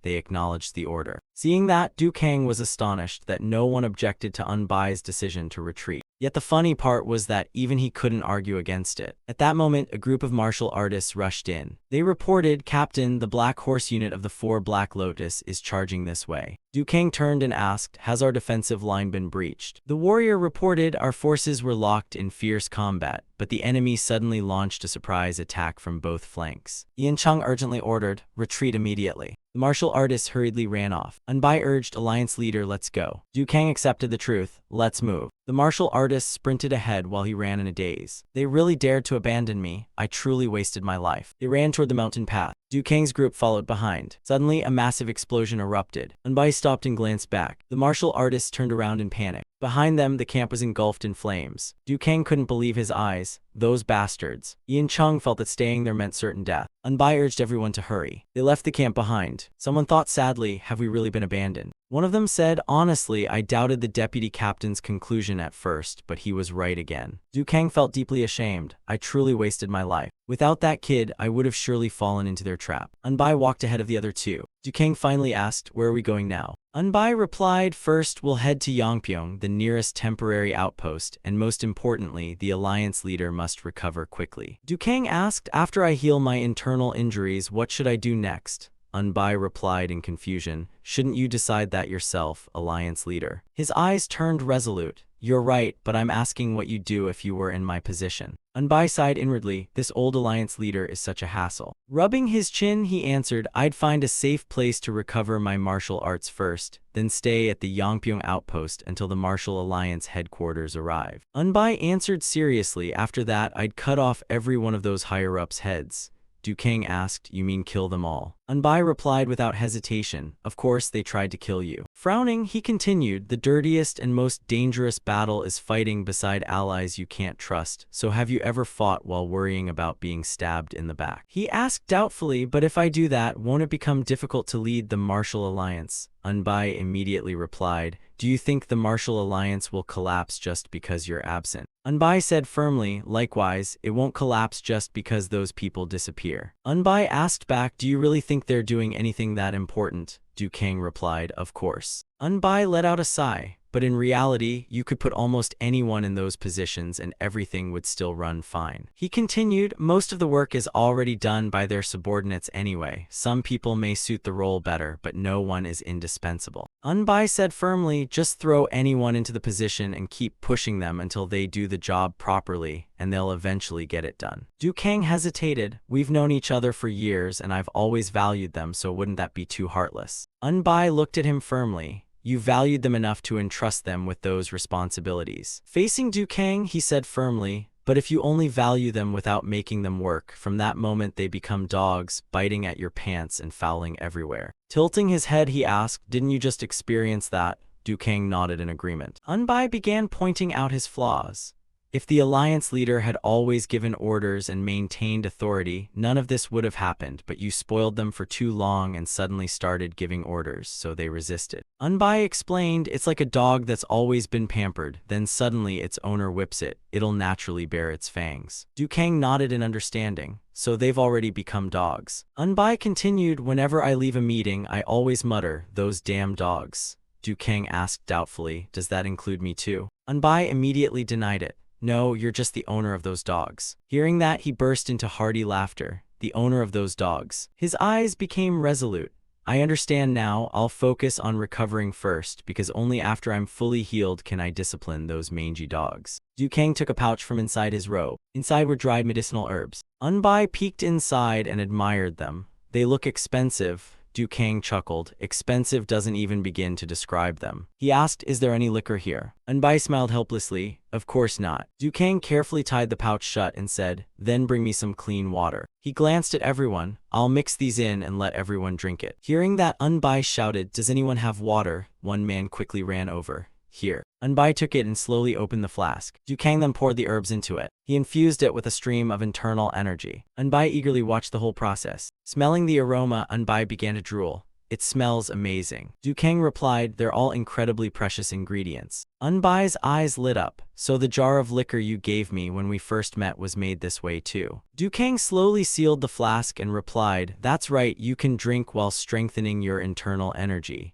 Unbai exclaimed, what an incredible method. Du Kang took out a cup and poured the finished mixture. Clear liquid slowly filled the cup. He handed it over. After each of you drinks a cup, immediately circulate your energy. It'll definitely help. Xiali took the cup and drained it with her eyes closed. Yin Chung also raised his cup without hesitation and emptied it. Unbai took his cup and drank every drop. Everyone present received a cup. Unbai savored it and said, the flavor is even richer than the last jar of liquor, and this energy is on a completely different level from the 9-dragon pill. Then everyone sat down and began cultivating. Du Kang also lifted the flask and drank deeply. Then he sat on the ground and began cultivating. Unbai also closed his eyes and focused. Everyone concentrated on circulating their cultivation technique. As Unbai slowly felt the effects, he thought, since it's medicine, it blends with the heaven and earth divine art incredibly fast. Damn, at this rate, I'll become addicted. Frowning, he continued sensing it. It feels like I've already accumulated nearly 100 years of internal energy. After a long while, Unbai slowly opened his eyes. Everyone around him was still cultivating. A brilliant stream of internal energy glowed above each person's head. Unbai was astonished. Is this the 3 blossoms crowning the head realm? Everyone wore joyful smiles. Unbai smirked. That old alliance leader really went all out this time. He looked at Du Kang, who was surrounded by dense energy. Staring intently, he thought, what a completely different level. Everyone soon finished cultivating and slowly stood up. Joy was written all over their faces. Looking at them, Unbai thought, at this rate, we can definitely fight. Suddenly, he looked down at his stomach. I'm starving. He reached for the rations beside him. Unbai stuffed a huge handful into his mouth, but he quickly frowned and spat it out. Wiping his mouth, Unbai said helplessly, this stuff has no taste at all. He looked around and said, we have to let the unit members taste some real food. Night gradually fell, covering the entire forest. A wild boar was roasting over a large fire. Du Kang sat calmly by the campfire. Unbai walked over and asked, how are you feeling now? He replied, my internal injuries are over 90% healed, and after tonight I'll be fully recovered. Unbai sighed in relief for him. That's great. Glancing at everyone, he thought they all looked full of spirit. Yin Chung called out, the food is ready. Du Kang stood up and Unbai invited him over. Everyone gathered around the campfire and sat down. Xiali handed him a piece of meat. Alliance leader, please enjoy your meal. He accepted it and said, thank you all. Everyone happily ate together. Every face wore a smile as they enjoyed the meat. Seeing this, Unbai ate while silently vowing, "We will survive no matter what." The next morning, the sun began to rise. Everyone had already set out at dawn. Every face was filled with excitement. Biang Xing happily thought, "I feel even stronger than before I was injured." Mak Jangwon also thought, "I suddenly feel much more confident. We'll definitely beat the 4 Black Lotus when we face them." Everyone wore satisfied smiles. They all marched forward with high spirits. The scene shifted to Yangpyeong town, where deep in the forest stood a camp surrounded by sturdy walls. A group of people had gathered at the camp entrance. One man pointed into the distance and shouted, "Look over there." He was pointing toward Unbai's group. The group became increasingly puzzled. Are they the enemy? Don't tell me they dared to come all the way here. But their clothes look a lot like those of the Martial Alliance. Before long, the two sides came face to face. One man couldn't hold back and shouted for them to stop. He stepped forward and asked, "Who are you?" Ian Chung answered calmly, "We are the Dragon Warrior Unit, and we've escorted the Alliance leader here." Hearing that, everyone was stunned. Then the Alliance leader stepped forward from behind. The moment they saw him, they all bowed with clasped fists. "Greetings, Alliance leader." He calmly asked, "What's the current situation on the battlefield?" One man quickly explained, "The war with the 4 Black Lotus is underway, and after the first clash, the Martial Alliance's main force began retreating this way. While as soon as the war broke out, the orthodox martial artists, including the 9 sects and 1 alliance, gathered at the Yangpyeong outpost. The Martial Alliance headquarters requested reinforcements, so about 3 hours ago, around midnight, they set out to support the retreat." The alliance leader calmly asked, "How many martial artists were sent to cover the retreat?" The man replied, "Around 800. The alliance leader asked again, "Have there been any reports about me?" The man immediately replied, "Yes." Du Kang asked, "How has it been reported?" Hyo-san answered, "The rumor says the Alliance leader and the Dragon Warrior unit made a last stand at the outpost against the invincible Blade Emperor, then fought the Black Horse unit of the 4 Black Lotus to the very end." He continued, "The report says that in the final moment you detonated the planted explosives and heroically died together with the Black Horse unit. But I never imagined the truth was like this." After hearing it, Du Kang fell silent. "So that's how it is." Staring at Hyo-san, he asked, "How many troops does the Martial Alliance's main force still have while retreating?" He replied, "I don't know the exact number, but I heard there are about 1,500 left." Du Kang thought just like that kid said. He ordered, "This is an order from the Alliance leader, and you must obey it." Everyone bowed and accepted the order. Du Kang continued, "Keep my arrival and the Dragon Warrior unit's arrival secret, not because I don't trust you, but I'll leave 2 members of the Dragon Warrior unit here, understood?" They answered in unison, "Understood." Ian Chung turned and ordered, "Huyan Suhyun, guard the main gate." "Yes, Captain." Du Kang and the others headed deeper inside. The entire group walked straight into the camp. Everyone inside was shocked. Alliance leader. He ordered, "Bring the person in charge here immediately." A fat man quickly ran off. Right away. Du Kang's presence was extremely imposing. Soon the man returned with someone else. Jo Junwon respectfully saluted. "This subordinate greets the Alliance leader." Du Kang asked, "What's your name?" He quickly replied, "This subordinate is Jo Junwon, the manager of the Yangpyeong supply outpost." He got straight to the point. "Our arrival here must not be revealed, and that includes everyone from the Martial Alliance outside, understood?" He lowered his head and shouted, "Understood." Du Kang asked, "When will the Martial Alliance headquarters arrive?" Sweating, Junwon explained, "The retreat has been delayed because of the 4 Black Lotus pursuit, but once they join the reinforcements, I think the enemy will soon give up, and they should arrive by mid-pig hour at the latest." He asked, "Why do you think that?" Junwon quickly replied, "The entire 4 Black Lotus force can't possibly keep chasing everyone." Lowering his head, he continued, "They also have to care for the wounded and leave troops behind to protect the invincible Blade Emperor Hyo Mugang, so they can't commit all their forces to pursuing us." Du Kang ordered, "Use carrier pigeons to make sure nothing here is leaked, and until the Martial Alliance's main force arrives, forbid anyone from entering or leaving." Then Du Kang added, "Prepare some food and liquor too." Junwon immediately replied, "Understood." Everyone then dispersed to carry out their tasks. Du Kang sat in the study reading a letter. A pile of letters lay on the desk. He read them one by one. "What a joke." Du Kang sneered, "What a farce." Frowning, Unbai said, "The reports show they're retreating blindly without any plan or strategy." Ian Chung added, "Even the retreat itself is pitiful because without proper withdrawal rules, the casualties keep increasing." Picking up a letter, Unbai said, "The ones suffering the worst during the retreat are the younger generation, because as the lowest ranking organization, they've apparently been turned into sacrifices official pawns. Gritting his teeth, he said, "At this point, it's beyond stupidity." Clenching the letter, he said, "How can someone this foolish even be a strategist?" Dukang replied, "You're right." With a stern expression, he said, "I never expected the strategist to be this incompetent, but this is actually his first real war." Looking displeased, Unbai asked, "Why not let Shin Jiangmen be the strategist?" He replied,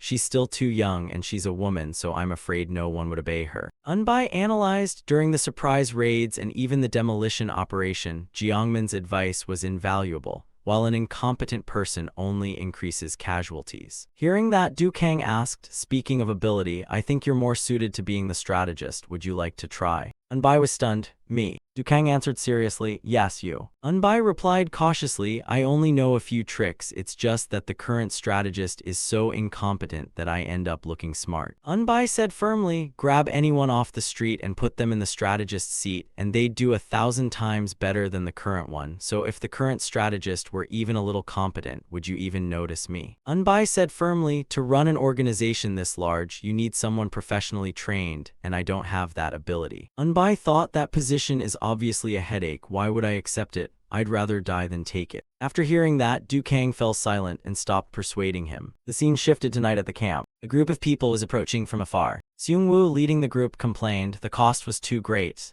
Yeonj agreed, "That's right." As he walked, he thought, although it was a snap decision, if I'd known the losses would be this severe, I'd have chosen another plan, but the strategist pushed so hard that I trusted him, never expecting such heavy casualties. He worried deeply that, aside from killing the alliance leader and the dragon warrior unit, everything had gone beyond expectations. Seung-woo turned and questioned him, "Strategist, how do you explain this? I never imagined your plan would have such glaring flaws." He scolded, "The strategist's recklessness caused these mounting losses, so how are we supposed to fight the 4 Black Lotus properly?" Yeonj defended himself, "Isn't that because the chain of command wasn't properly followed? If everyone had carefully obeyed the orders, there wouldn't have been any losses." Hearing that, he shouted, "Shut up! Delays in delivering orders are unavoidable." Seung-woo roared angrily, "Then the one giving orders should have anticipated that and issued flexible commands." He continued scolding, "Are you expecting those carrying out the orders to predict everything before acting?" Yeonj frowned and thought, "They're completely different before and after getting what they want. That's exactly the kind of people they are." He said nothing more and quietly followed behind, still regretting it inside. "If I'd known this would happen, I would have never betrayed the alliance leader." Seeing them, the soldiers quickly bowed and opened the gate. They quickly entered the camp. Hyung-cheol sighed in relief. "We're finally somewhere safe." Kangin agreed, "Now we can finally rest." Suddenly, they all froze in shock. What? Dukang was standing right in front of them. They stared in disbelief. Alliance leader. Seung-woo was also stunned, wondering how are they still alive. He quickly lowered his head and saluted. "Greetings, alliance leader." Seung-gi was so shocked his hair stood on end. "What a relief that you're safe." Yeonj was equally dumbfounded. "It's wonderful that you're unharmed." A crushing pressure swept over them, leaving them too terrified to speak. Dukang slowly walked toward them. "I can't even describe how happy I am to see you all again." Standing before them, he said, "Seeing all of you safe, I truly..." Dukang suddenly unleashed a barrage of martial techniques at them. Yeonj was stunned as the overwhelming energy crashed toward him, while Seung-gi was horrified by the sight. Seung-woo was instantly scared out of his wits. Juro was frightened senseless. Shin-ho was utterly stunned, and everyone was terrified by the crushing pressure. Murderous intent flashed in Dukang's eyes. Yeonj trembled and begged, "Alliance leader, please forgive us." The soldiers were also stunned, unable to understand what was happening. Hyung-cheol's face turned deathly pale. Yeonjung was equally shocked. Hamyuan asked why. Dukang roared furiously, "These people conspired to murder me and the Dragon Warrior unit. And if not for Captain Ian and Deputy Captain Unbai, we would have been blown to pieces by their plot at the Yongdeng County outpost, because they deliberately left us there before detonating the incendiary bombs and heaven-shaking bombs." Everyone was left speechless. How could that be? Hearing that, Yeonj's face turned deathly pale. He continued shouting, "Tomorrow the battle against the 4 Black Lotus begins again, and with all the wealth they embezzled, this campaign won't suffer from supply shortages." Dukang continued, "Therefore, I sentence them to soul-sealing pills, confiscate all their property for the military treasury, demote them to ordinary martial artists, and place them in the front line." Hearing that, all of them were horrified. Trembling, Yeonj begged, "Alliance leader, please, anything but the soul-sealing pill." Ian Chung quietly told Unbai, "The soul-sealing pill is a secret art of the Dang family in Sichuan, the most terrifying restraint in history, and it has no antidote. He continued, if they fail to take the neutralizing medicine once a month, they'll suffer unbearable agony for an entire week before dying. Du Kang roared angrily, silence, you people tried to murder your own comrades. His cold eyes swept over them as he ordered, bring it here. Zhenwen slowly brought something forward.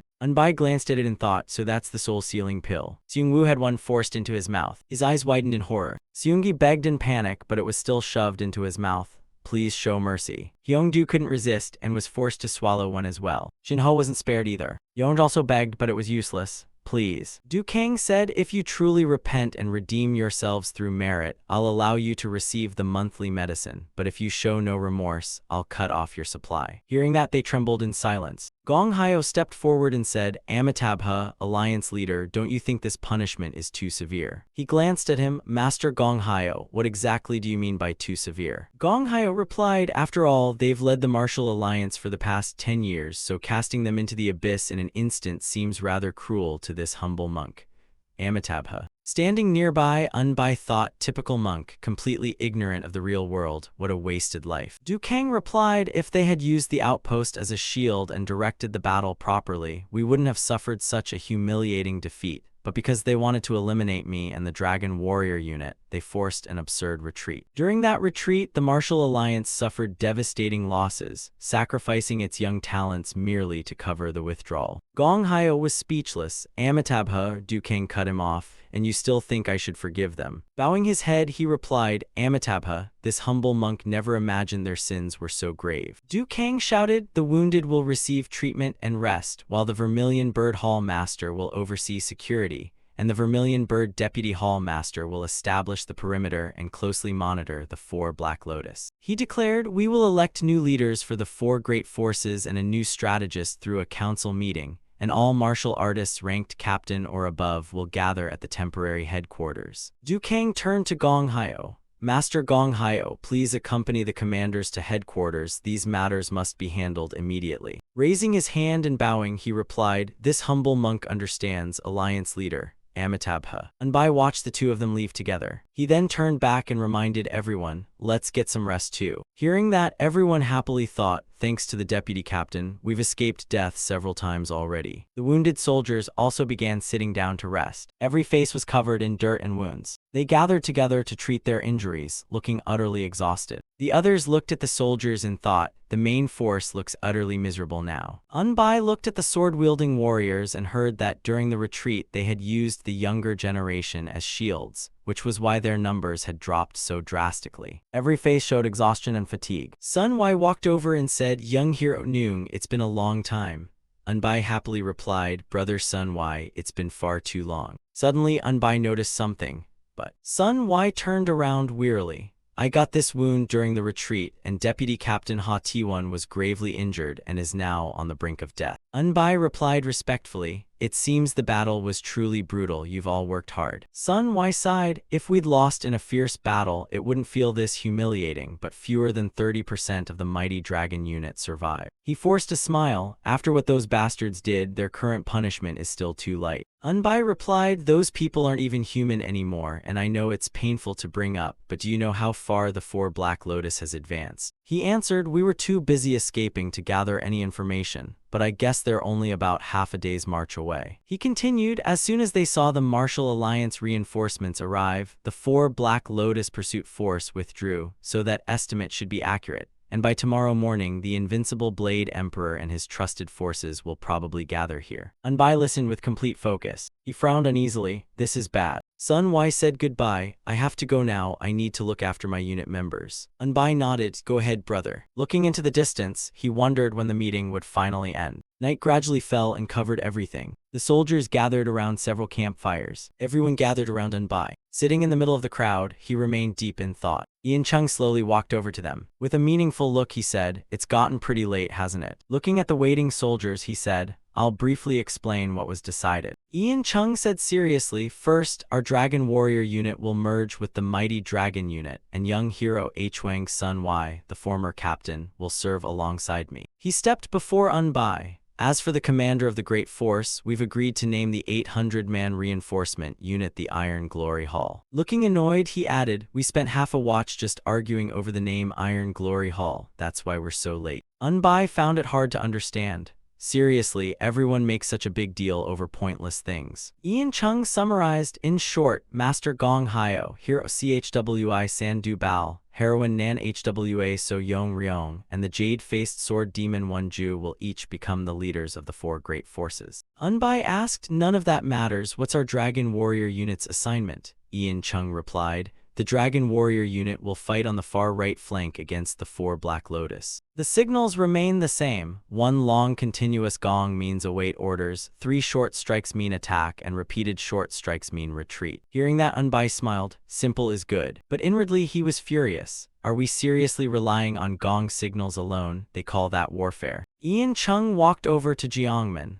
Miss Jiangmen, the alliance leader has appointed you deputy strategist. Please report to the temporary headquarters immediately. She asked in surprise. Me. Ian Chung continued, the alliance leader originally intended to appoint you as strategist, but because of objections from the newly elected 4 great force leaders, you were only appointed deputy strategist. The strategist's position ultimately went to Jegal Seongdo of the Jegal clan. Jiangmen said unhappily, I'm not interested in that. I'd rather stay with the Dragon Warrior unit. Unbai stepped in and interrupted. An order is an order, and I already spoke to the alliance leader, so if that old Jegal starts talking nonsense, just argue back. He added, staying here will only get you cut down more. She replied, fine, I'll go. Jiangmen bowed, Captain, see you later. Ian Chung comforted her. You've worked hard, I hope you earn great merit. Unbai was about to comfort her. All right, I wish. Before he could finish, she turned and ran off. Unbai asked sadly, what's gotten into her? Ian Chung replied, from what I can tell, she seems to like you. Unbai glanced at him in disbelief. No way. Ian Chung explained, she wanted to stay, but you acted like it was for the best, so she got upset, and if she didn't care about you, she would have never reacted like that. Unbai sighed helplessly. I just want to date an ordinary girl. Ian Chung smiled to himself. That kid really can't be honest. The scene shifted to an open field where 2 armies faced each other. The enemy troops stood there radiating arrogance and overwhelming pressure. Their side looked no less formidable. Mugang stepped forward and laughed mockingly. So the martial alliance rats fled in panic only to hide here in the end. He laughed heartily. A bunch of turtles hiding in their shells, only brave enough to strip women naked. You're nothing but a swarm of filthy vermin. The soldiers behind him burst into laughter as well. Cowards. Jin Hyuk angrily wanted to charge forward. Let me cut that bastard's tongue out. Du Kang calmed him. Stay calm, if we fall for his provocation, we've already lost, and people like that must be dealt with in their own way. Jin Hyuk asked, but who on our side could possibly answer insults like that? Looking at the enemy army, he thought, he's projecting his voice that far, so either he was born with an incredibly loud voice or he has over 60 years of internal energy. Jin Hyuk wondered who could possibly have both. Du Kang suddenly ordered, bring Deputy Captain Noong of the Dragon Warrior unit here.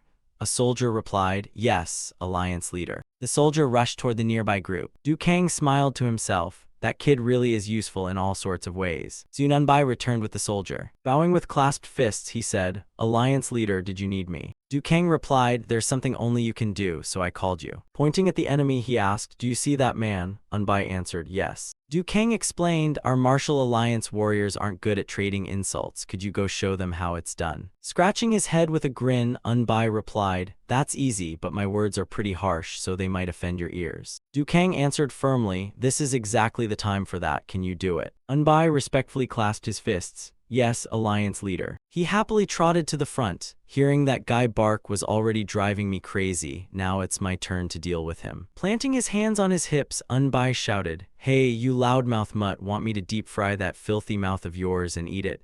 Is your rotten mouth so foul that you can't stop barking nonsense? Mugang's blood boiled with rage. You've got quite a mouth for a brat, and among all those refined martial alliance fools, how did a mangy dog like you crawl out? Unbai bellowed back, picking on my age. What gives you the right to bark about the martial alliance? Do you 4 Black Lotus pigs live on dung? I can smell the stench all the way over here, you filthy trash. Mugang roared again. Stop running your mouth. I've only tolerated you because you're still young. Unbai shouted back, you've only grown old wasting food, not growing stronger and trash like you would be better off teaching dogs sword tricks. So crawl back into your hole and don't show your face until you're dying. Unbai kept provoking him. If you're that mad, then come over here and get what's coming to you, you worthless floor rags, or do you want me to spit straight through your skull? Mugang was so furious he couldn't say another word. That bastard. Everyone on this side was delighted. That's our deputy captain. They all burst into hearty laughter. Now that's satisfying. Mugang roared again, you Martial Alliance turtles, have you all gone insane? Since you can't beat us with strength, you send out a loud-mouthed brat to struggle. Unbai mocked him, I've never seen anyone as stupid as you. Are all the 4 Black Lotus fools pig-brained like this?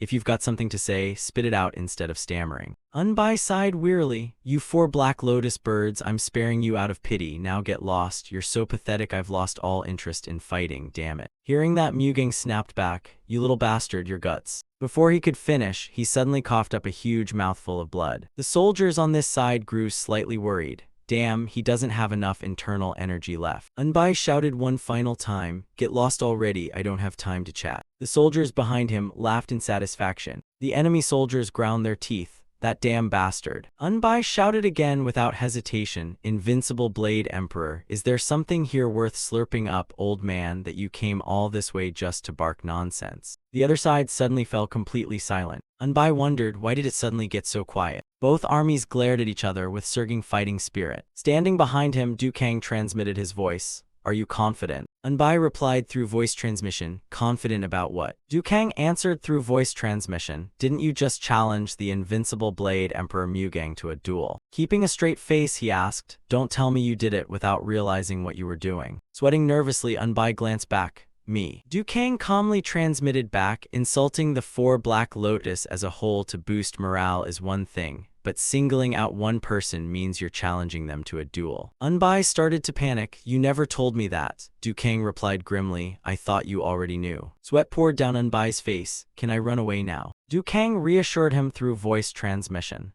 Mugang isn't narrow-minded, so let's hope he'll go easy on you to save face. Unbai looked up at the sky and lamented inwardly. I'm so dead. Mugang advanced with his blade. That brat sure has a filthy mouth. Let's see if your strength matches it. Watching Mugang approach with overwhelming force, Unbai cursed inwardly. Damn it, I swore I'd never fight monsters like this, and now I've run into the worst one possible. Clutching his head, he thought, I really should have kept my mouth shut, damn it. I've completely lost my mind. Unbai felt dizzy. If I weren't crazy, why would I do something like this? The enemy soldiers watched excitedly. Everyone on this side looked worried for him. Standing nearby, Jiangmin anxiously wondered, what do we do now? She grew even more frightened for him. Young hero Noon. Unbai stood facing Mugang with unwavering determination. Since I've already started this, I have to see it through. Seeing Unbai's resolve, Mugang was inwardly surprised. Normally, brats can't even breathe under my pressure, so is this kid really fearless? He wondered if the kid truly had real skill. Hearing that, Unbai scoffed, damn it, what kind of man doesn't have guts?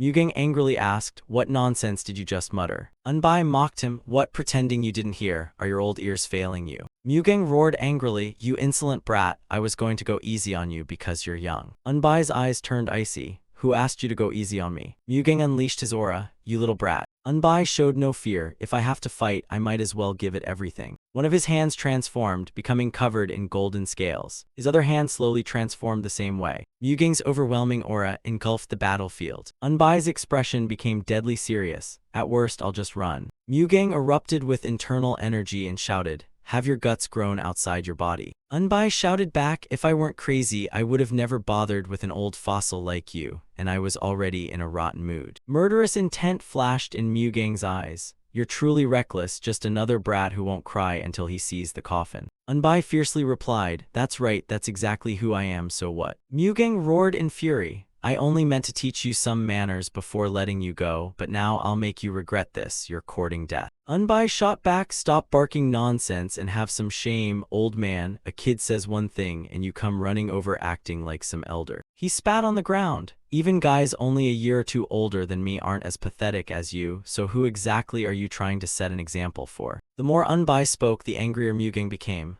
You damned brat. Watching from the side, Dukang thought, even the supreme leader of the 4 Black Lotus is being driven to the edge by that kid's vicious tongue. Mugang shouted until he was hoarse. Brat, I'll kill you, Unbai sneered, that's what you think. Unbai thought seriously, just stall for time, someone will eventually step in or help. Mugang's sword suddenly flashed. Unbai also poured his power into his fists. Fine then, come at me. He charged forward at full speed. Mugang swung his sword and rushed in. I'll crush you. His sword slammed into the ground, blasting out a huge crater. Unbai swiftly dodged behind him. Mugang instantly redirected his sword toward Unbai. Unbai suddenly panicked and leaned back to dodge. His horrified eyes locked onto the blade. He quickly retreated to keep a safe distance. But the sword came again, forcing Unbai to block with his hand. How is this old man so fast? Mugang's sword slammed fiercely into his hand. The force drove Unbai's feet backward. He gritted his teeth and resisted with all his strength. He thought the moment the internal energy from completing the 500 body transformations surged forth, over half of the flesh armor's power melted away.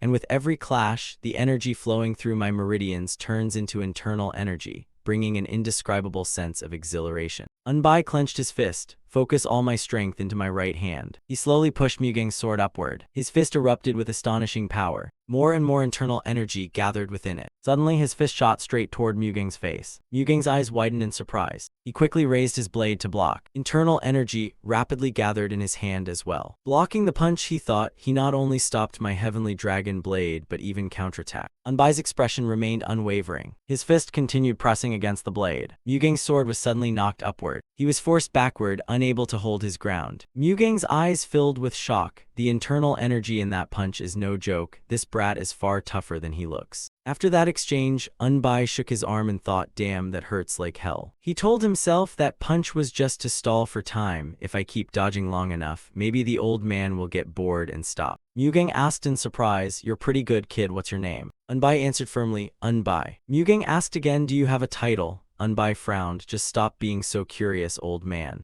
Mugang sighed in admiration. A youngster this arrogant with strength like yours at your age, I can understand why. Mugang's aura flared, but not in front of me, the invincible blade Emperor Mugang. Murderous intent flashed in Mugang's eyes. I'll teach you what respect means. He swung his sword and charged at Unbai again. Unbai quickly leaped away to evade the attack. Dodging, he shouted, did you think I'd just stand there and let you hit me? Mugang charged again with overwhelming force. Unbai swiftly twisted aside to dodge the attack. The sword kept flashing toward Unbai's face. Sweat poured down Unbai's face as a sudden flash of light appeared. Unbai instantly threw another punch. His fist collided with Mugang's sword. Unbai's face hardened as he roared and charged forward. He knocked Mugang's sword flying away. Unbai thought to himself, if I hold back for even a moment, his counterattack could blow me to pieces. As Unbai drove his fist toward Mugang, he thought, explosive chain. His fist shot straight ahead. It surged forward like a bolt of lightning straight at Mugang. Sweating heavily, Mugang shouted, this is bad. As Unbai's punch landed, Mugang was blasted backward. The impact carved 2 long trenches beneath Mugang's feet. Unbai's fist radiated blue power. Mugang stared in disbelief. Too fast and too powerful. Unbai raised both legs and kicked toward him.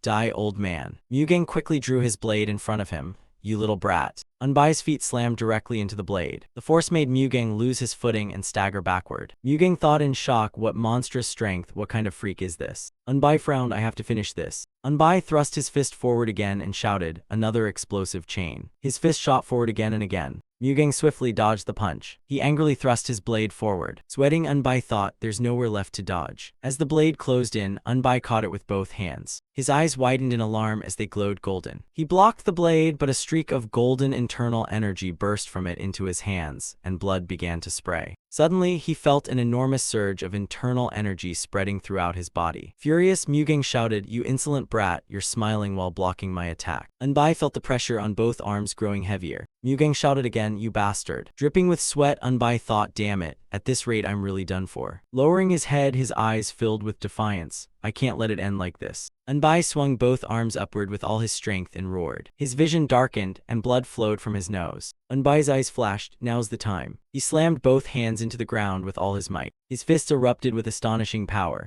Mugang looked excited and thought, brat, have you given up already? Unbai unleashed the Earth Thunder technique. Mugang's eyes widened in shock. The technique blasted Mugang away. The aftershock sent both of them flying backward. Mugang drew his blade to defend himself. This martial art. Mugang looked surprised. So you're the disciple of that defeated king, and you're the one who threw that filthy liquid at me last time too, aren't you? Wiping the blood from his mouth, Unbai replied, since you lost to my master, don't call him the defeated king. Mugang flew into a rage. I was wondering how to repay that humiliation, and now you've delivered yourself to me. With a grim face, Mugang swung his sword. His blade released a wave of internal energy. Seeing it, Unbai was inwardly alarmed. Damn it, it's blade aura. Mugang scolded, the only mistake was choosing the wrong master. so if you want to blame someone, blame your master. Unbai still joked calmly, old man, you talk so much it's making my ears rot, I get it already, so could you stop charging at me? Mugang angrily swung his blade. You're truly a shameless brat. As Unbai charged forward, he muttered, man, you sure talk a lot, I'd rather hit you first and get it over with. Mugang swung his blade forward, you arrogant brat. Unbai punched straight into the center of the blade, releasing a burst of internal energy. A smug grin spread across his face. Unbai sidestepped and threw another punch. His fist continued gathering internal energy. Suddenly, an overwhelming pressure crashed down. Unbai swung his arm, unleashing a wave of force. He thought to himself it failed.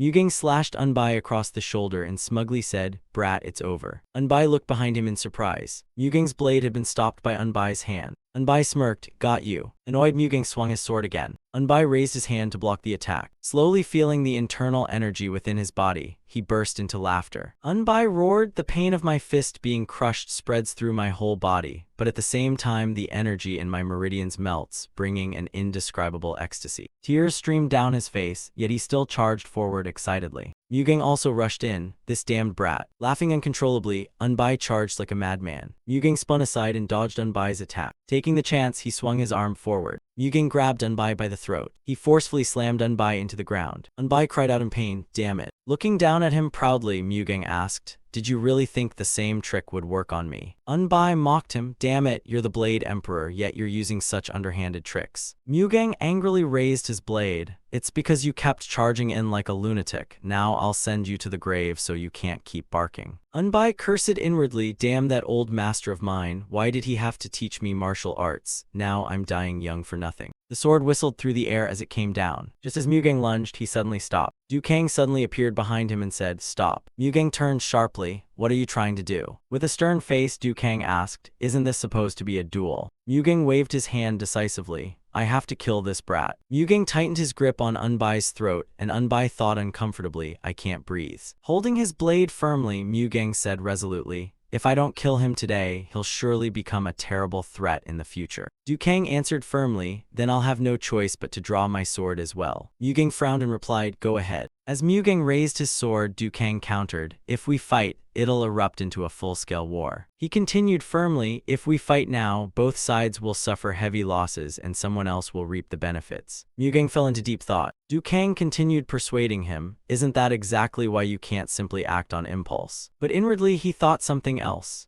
To be honest, there are people among my own subordinates I'd gladly see disappear. Holding his sword tightly, Dukang transmitted, then what do you want? Mugang replied through voice transmission, let me deal with those people first, then afterward we can fight a full-scale war or whatever you want. Mugang reconsidered inwardly. That's right, if a full-scale war breaks out now, only the demon cult will benefit, so that must be avoided for now. Mugang gradually agreed, fine, we'll end it here today, but if you interfere again next time, I won't hold back. He slowly released his grip. Immediately afterward, Dukang also let go of the hand holding his sword. Unbai lay on the ground drenched in sweat. Dukang thought I attacked because the martial alliance was falling apart like loose sand. Yet in the blink of an eye, they purged the 4 great force leaders and the strategists to stabilize the situation. Mugang thought to himself, under normal circumstances, that old man could never have done this, so I wonder where everything started going wrong.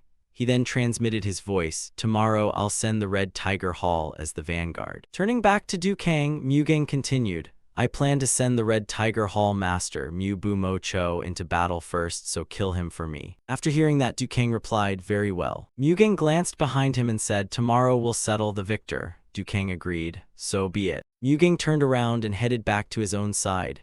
Withdraw. Dukang looked silently at Unbai lying on the ground. Seeing him lying there motionless, he sighed helplessly. He's completely exhausted. The scene shifts to everyone's village. Dukang stood beside the bed, looking at Unbai. He smiled and said, so that's why that cruel old man Mugang let go so easily. He'd already wrecked your insides. Dukang helped him sit up. Unbai sat up, closed his eyes, and frowned in pain. He placed his palm against Unbai's back. A stream of energy flowed from Dukang's hand into his body as he thought, I have to channel my power to clear his disrupted meridians. His eyes widened in shock. What's this? Dukang tried to pour more internal energy into him but failed, thinking it was being pushed back by a massive wall. Sweat poured down his face. This is far too troublesome. Unbai trembled as he called, Alliance Leader. Dukang asked with concern, are you all right? Unbai trembled and replied, do I look all right to you? He reassured him, don't resist. Accept the internal energy I'm giving you, or you'll become a living corpse. Unbai hesitated and said, it's useless. Please take me to the dragon martial escort leader. Dukang frowned angrily. What are you saying? You need immediate treatment. Unbai closed his eyes, lowered his head, and stammered, quick, take me to brother Ian Chung. Dukang sighed helplessly.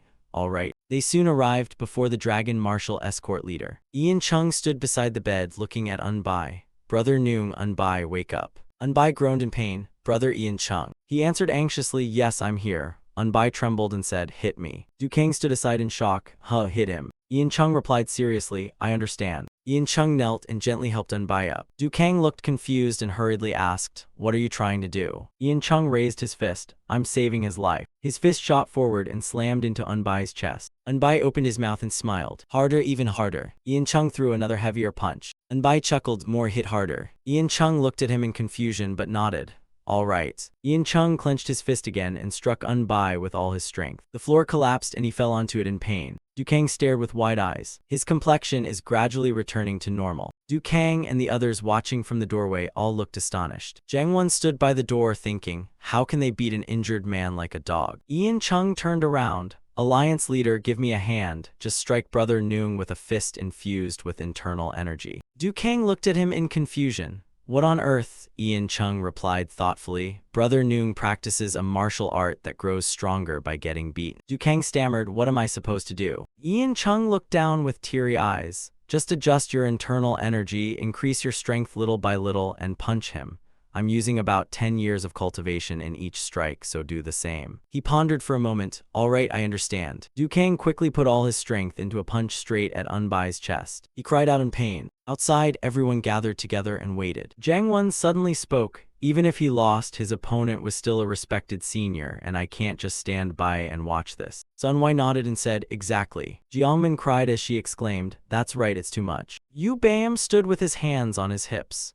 He only lost after fighting the undefeated Blade Emperor, yet instead of praising him, they beat him like that. Even the evil faction wouldn't do such a thing. She frowned unhappily. I never expected the escort leader to be so cold-hearted. I always thought he was warm and kind. I'm so disappointed. He turned to her and argued, no, he's definitely a warm-hearted man. The Alliance leader must have ordered him to do it. Jiangmin frowned. Even if the Alliance leader ordered it, beating your sworn brother like that is no act of a true man. Jangwon peeked through the doorway. Look, now even the Alliance leader is punching him. Everyone around him was stunned, even the Alliance leader. He said with a serious face, both the Alliance leader and the escort leader are truly heartless. Unbai wiped away sweat and said, that's enough. Dukang asked worriedly, are you really all right? Unbai slowly pushed himself up. I'm much better now. Thank you, brother Ian, and thank you, Alliance leader. Dukang looked at him and finally understood. Now I see why your master did that. Unbai replied tiredly, the martial art I practice is a bit unusual. It's truly an exhausting one. Dukang continued, I thought you were about to die.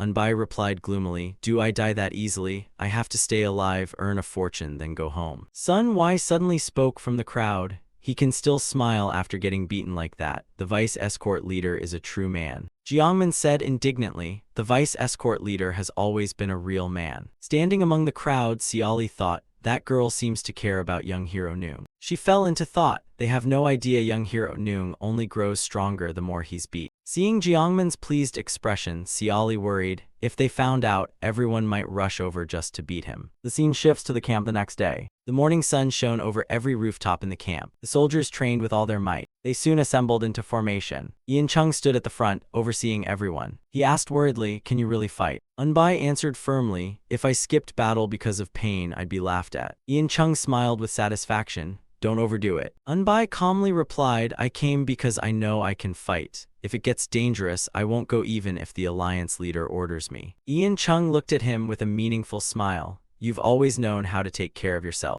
Ian Chung called out, how about we make a bet on who earns the greatest merit today? Unbai widened his eyes. A bet? Unbai asked suspiciously. Hearing that from you feels a little strange. Ian Chung asked why. Unbai replied, you look like the kind of upright man who belongs in a village school. Ian Chung immediately got angry. Fine, now you've challenged my pride, I'm a real man too. To defend his honor, he proposed, if we're betting, let's do it properly. Whoever kills fewer members of the 4 Black Lotus today buys drinks for the entire dragon martial escort. Unbai answered confidently, I'm fine with it, but are you sure about yourself? Ian Chung smiled mockingly. If Brother Noong were in perfect condition, I wouldn't dare make this bet, but today I have the advantage. Unbai continued, Brother, you're more cunning than you looked. Ian Chung provoked him. If you're not confident, we can call it off. Unbai answered without hesitation, I'm in, let's do it. Unbai thought what he really means is that neither of us is allowed to die, so we can drink together tonight. The soldiers shouted in unison and set off. Brilliant sunlight blazed across the sky. The soldiers quickly reached the enemy's ambush point. Standing at the front, Du Kang shouted, Red Tiger Hall, advance. The soldiers charged boldly toward the enemy with swords in hand. The scene shifts to the enemy side, where the Red Tiger Hall leader spotted Du Kang. He shouted, Azure Dragon Hall, advance and crush the enemy's momentum. The soldiers charged toward each other with loud battle cries. A roar echoed across the battlefield. The new Heavenly Dragon Hall leader, Du Bao. Everyone on their side was filled with fighting spirit. The opposing side radiated equally overwhelming pressure. Their side was just as eager to charge into battle. Both sides rushed forward with swords raised. Kill them all for justice. Hundreds of martial artists clashed in a fierce battle. Their weapons collided, sending dazzling sparks flying. A warrior shouted from behind, Brat, face me, Du Bao. Chadu fought excitedly. Can someone that tiny even withstand one move from me? Du Bao gripped his twin weapons and charged. You dull-faced fool, you're as stupid as you look. I'll tear that useless head off myself. Their weapons slammed together with a brilliant flash. Even their legs kept exchanging blows. Chadu was blasted back by the force and shouted, even your techniques are pitifully weak. Du Bao smugly pointed his weapon at his opponent. Chadu quickly raised his shield to block. Chadu seemed to take a palm strike and groaned in pain. Feeling he had the upper hand, Du Bao charged forward excitedly. This time I'll take your head. Chadu could only resist while Du Bao shouted excitedly, you little rat. The axe was knocked away and spun high through the air. Du Bao quickly caught the axe flying toward him. Then he smiled triumphantly, giving up already. Chadu showed no fear and instead sneered. Good, then I'll fight you seriously. In an instant, his eyes and entire body erupted with violent power. His clothes were instantly torn into countless pieces. His eyes glowed with a dazzling golden light. Seeing that, Du Bao was stunned. What? Chadu's body suddenly swelled to a gigantic size. I'll kill you. As soon as he finished speaking, he reached his massive hand toward Du Bao. Du Bao quickly aimed his weapon at him. What a monster. But that enormous hand easily seized the weapon. Du Bao couldn't believe his eyes. He caught my spear with his bare hand. Chadu noticed his expression and sneered. Surprised, aren't you? Without any effort, he snatched the spear from Du Bao's hand. Du Bao stared at his empty hand and instinctively stepped back. Chadu then said, look into my eyes. Hearing that, Du Bao sensed something was wrong. Chadu's eyes no longer emitted golden light. They had turned into concentric circles, as if drawing anyone who looked into them into an endless void. Du Bao froze at the sight. Elsewhere, a group of people stood in formation, waiting. Unbai widened his eyes in disbelief. What's going on? Ian Chung quietly asked, what is it? Unbai voiced his guess. The 4 Black Lotus are about to reveal their true forms. Ian Chung looked puzzled. Their true forms. Unbai didn't answer and instead asked seriously, do you remember the group we fought before, the battle where Chiok Jeong's broken sword was destroyed? Hearing that, Ian Chung couldn't hide his disgust. Of course I remember, they were absolutely vile. His face grew darker with anger. They disguised themselves as Martial Alliance warriors to attack us. They were so brutal and savage it still gives me chills. After hearing that, Unbai shared his guess.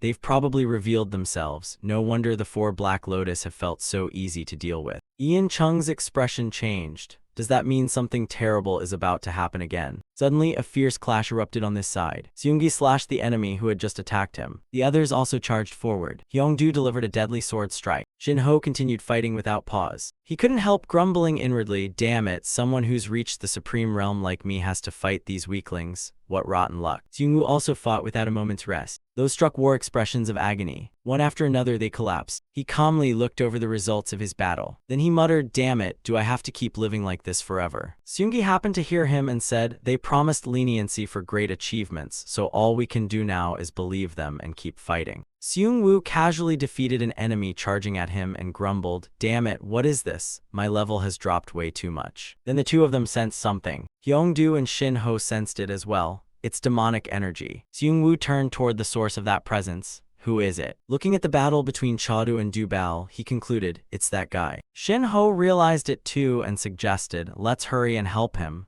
But Seungwoo refused. If we save him too easily, he won't appreciate it. His face turned extremely serious. Especially now that demonic energy has appeared, shouldn't we let him truly feel death closing in first? Seunggi nodded in agreement. You're right, otherwise we'll save him and still get cursed. Chadu raised his gigantic axe to bring it down on Dubal's head.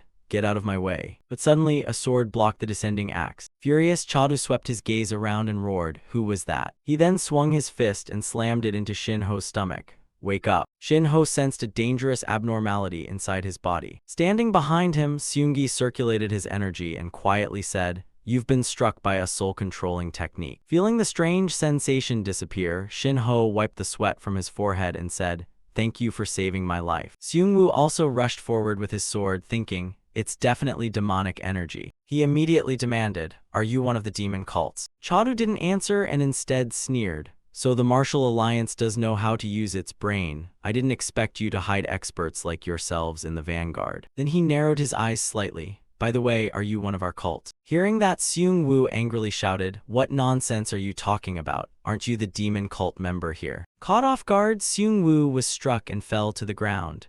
Chadu slowly approached him. If you're not one of our cult, why interfere with our affairs? If you worship the Demon King and embrace the sacred flame, I'll tell you everything. Seung-woo grew even angrier and swung his sword. Let's see if you can still laugh after I chop off your arms and legs. But Chadu easily blocked the sword with his axe. A sword shot through the air. It pierced the back of Chadu's neck. Crying out in pain, Chadu cursed, You cowards, sooner or later you'll see hell. Seunggi, who had thrown the sword, calmly replied, We've been living in hell all along. Chadu collapsed to the ground. One of his subordinates screamed, The hall leader has fallen. They fled in panic. Retreat, withdraw now. The Martial Alliance warriors beamed with joy. The sky above was clear and blue. The two armies stood facing each other, ready for battle. Unbai quietly said, Now the full-scale war is about to begin. Ian Chung reminded him, Be careful. Unbai looked completely confident. I'll survive no matter what, so don't worry. Ian Chung simply smiled. I believe you. Unbai added, And our dragon martial escort will survive too. Ian Chung nodded. That's right. Standing behind them, Sun Wai spoke up. That makes me feel left out. Don't leave us out of it. Unbai turned back with a smile. That's right, we're all family. Sun Wai smiled back. It's an honor to fight beside you all. The righteous army seemed protected by a defensive line. The enemy charged with shrill screams. Kill every one of those righteous dogs. Someone on their side also shouted, In the name of justice, defeat the 4 Black Lotus. The soldiers were fired up by the battle cry. Ian Chung gave the order, attack. The two sides closed in and clashed fiercely. This was the outermost front. They fought amid endless shouts, Kill them all. A demon cult warrior thrust his spear at Unbai. Unbai dodged and swung his fist. The punch blasted both the demon cult warrior and his weapon away. Sun Wai also punched another demon cult warrior across the face. Ian Chung shouted for support, Brother, take care of those bastards over there. Demon cult warriors were sent flying one after another. Unbai charged toward the designated target. A giant iron ball flew toward him. Unbai quickly blocked it with his hand. Though he stopped it, he grumbled inwardly, This iron mace is ridiculously heavy. My fist's already going numb. An enemy soldier stared in shock. Where did this brat come from? Unbai rolled his wrist with a smug grin. And what kind of trash are you? Hearing the taunt, the enemy flew into a rage. You insolent brat, I am. Before he could finish, Unbai had already rushed in with a punch. The enemy immediately swung his iron mace at Unbai. Die. Unbai widened his eyes as the iron ball flew straight toward him. One of Unbai's arms was struck by the iron mace. His face twisted in pain, but Unbai quickly regained himself and charged at his opponent. He threw a punch straight at the man who had attacked him. The punch sent the enemy flying to the ground. Meanwhile, Sun Wai kept cutting down the enemies rushing at him. Ian Chung was also displaying his strength. The two sides clashed fiercely amid cries of die. A young Martial Alliance warrior unleashed a sharp sword strike. Others continued fighting without pause. Jiaomin blocked the enemy's sword. Hanseol was also unleashing her techniques. The battlefield became complete chaos. The demon cult warriors panicked. Move aside. One fearless warrior still charged forward. Let me face you. Unbai sternly threw a punch forward. Ian Chung charged into the encirclement as an enemy shouted, Get back. Zenwei also unleashed a powerful punch. The enemy was blasted far away. The others gasped at the sight. Their legs trembled as they begged, Don't come any closer, please. Elsewhere, another group watched the battle intently. Seeing his army falling apart, Mugang sighed. I prepared for 20 years, yet I still couldn't gain the upper hand. He quietly called, Strategist. The man immediately bowed respectfully.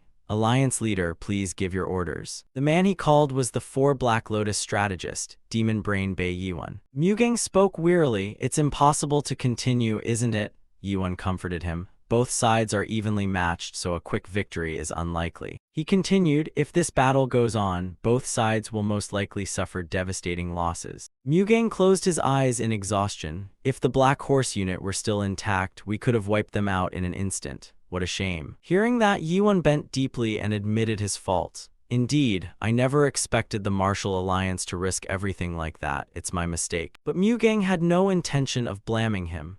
I never expected Alliance leader Du Kang to use his own life as bait to lure out the Black Horse unit. Suddenly, a subordinate rushed over shouting, Alliance leader, something terrible has happened. Both men turned at once. What is it? The subordinate reported in panic. Our main headquarters in Shanxi is under attack. Hearing that, Mugang was instantly alarmed. Has the Martial Alliance gone mad? They dared attack my rear. Realizing he'd misunderstood, the subordinate quickly corrected him. No, sir. The attackers were reported to be the demon cult. Mugang was even more shocked. The demon cult. He immediately ordered the messenger, explain everything. The man hurriedly replied, according to the report, our main headquarters has been completely destroyed by the demon cult, and the survivors are fleeing this way. The messenger handed him a letter. After reading it, Mugang's expression changed dramatically. Finishing the letter, he immediately ordered Yuan, strategist, issue the retreat order at once. Have the command unit and guard unit cover our withdrawal. I'll try to negotiate with Alliance leader Du Kang. Yuan bowed respectfully. Understood. Yuan turned and ordered the men behind him. Issue the retreat order immediately. The messenger obeyed at once and blew the signal horn. The troops fighting on the battlefield immediately received the order to retreat. They instantly called out to one another, retreat, retreat immediately. The Martial Alliance warriors stared in confusion. Why are they suddenly retreating? Someone roared, Alliance leader Du Kang, stop this battle, I have something to say. Hearing the shout, Du Kang frowned in confusion. What trick is this now? Standing behind him, Xiangdo spoke up. Alliance leader, don't mind him, we should press our advantage now. Du Kang nodded in agreement. That's right, you must never miss an opportunity in battle. All warriors hunt down the 4 Black Lotus to the very end. He then ordered his entire army to wipe them out. Another voice called from behind him, Alliance leader. Hearing that, Du Kang turned around. Looking at the messenger, he asked, aren't you Junwan, the steward of the Yangpyong outpost? Why did you rush here in such a panic? Junwan stammered, Alliance leader, something terrible has happened. Seeing him like that, Du Kang grew impatient. Calm down and report properly. Junwan caught his breath and explained, I received word that the Martial Alliance headquarters has fallen. Du Kang was stunned. What did you just say? Seeing his reaction, Junwan replied nervously, that's exactly what the Messenger Hawk's report said. The more he heard, the less Du Kang could believe it. How is that possible? The Henan Martial Alliance could never fall so easily. Junwan firmly confirmed it again. It even bears Chief Hyo Jiangmu's official seal. The report is genuine. Hearing that certainty, Du Kang was bewildered. What kind of madness is this? Struggling to stay calm, Du Kang asked, who did it? Junwan immediately answered, the demon cult. Du Kang was shocked, the demon cult. Exhaustion filled Du Kang's face. Those bastards took advantage of us while we were fighting the 4 Black Lotus. Then he shouted authoritatively, order the retreat, end the battle immediately. War drums thundered across the battlefield. The Martial Alliance warriors recognized the drums as the retreat signal. After giving the order, Du Kang realized Mugang had likely suffered at the demon cult's hands as well, which was why he had ordered a retreat. His eyes sharpened. The 4 Black Lotus headquarters has most likely been destroyed too. Standing nearby, Xiangdo pondered silently. The demon cult, a fanatical sect and the strongest single organization with over 100,000 followers. His thoughts continued. 10 years ago, only because the martial emperor defeated the heavenly demon was the demon cult's rise stopped. But now, only a handful of people know where the martial emperor is. His thoughts raced even faster. Whenever the demon cult invaded the Central Plains before, they openly declared war before advancing. Even 10 years ago, during their last invasion, it was the same. Xiangdo's expression turned grim, but this time they struck while the righteous and evil factions were at war. That means they no longer rely on strength alone. Looking at the battlefield, he thought, nothing is more terrifying than a deadly beast that has also become cunning. The battle below was still raging. Although puzzled by the retreat order, Unbai quickly realized something serious must have happened. Resting a hand on his hip, he said to the man beside him, hey, we're retreating. The man beside him showed no reaction. Seeing that, Unbai frowned. Just retreat already. Are you planning to stay until the end? The man pointed his sword at Unbai, releasing overwhelming power. Feeling that aura, Unbai thought, The energy from this guy makes my skin tingle like countless needles. The man smugly swung his sword. You should die. The sword seemed to radiate a sinister dark aura. Unbai raised both arms above his head to block the descending slash. The man looked surprised. You blocked it. Unbai struggled against the strange energy.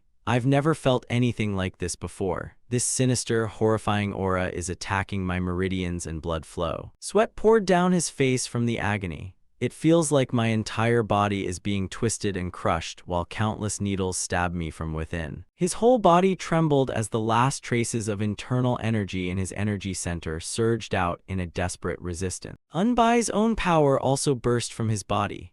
This wasn't resistance, but the natural energy of the heaven and earth divine art merging with that sinister aura, bringing unbearable pain. His trembling legs were about to give out when he suddenly collapsed to one knee, and black blood spurted from the wound on his leg. Unbai collapsed onto the ground. Seeing Unbai collapse, the man smirked. HMPH, just as I thought, a weakling like you could never withstand demonic energy. He then turned around and walked away. That bastard wasted enough of my time. Seung Woo wanted to chase after him. Stop. But he suddenly halted. Watching the figure disappear into the distance, he realized too late, I'm one step too late. Looking at Unbai lying on the ground, he guessed, he's been struck by a demonic art. A trace of satisfaction mixed with regret crossed his face. So he finally dies like this. After muttering that, he turned and left. Unbai lay there with strange veins bulging across his face. Ian Chung suddenly realized something and shouted, Vice Escort Leader Noong is missing. Everyone, spread out and find him. Hearing that, everyone immediately scattered in every direction. Worry was written all over Ian Chung's and Sun Y's faces. Elsewhere, Jiangmin spotted him and cried out, Vice Escort Leader. The others hurried over after hearing her scream. They were shocked by Unbai's condition. Ian Chung immediately called out, Brother Noong. Unbai lay trembling on the ground, letting out faint, incoherent groans. Seeing this, Jiangmin's eyes filled with tears.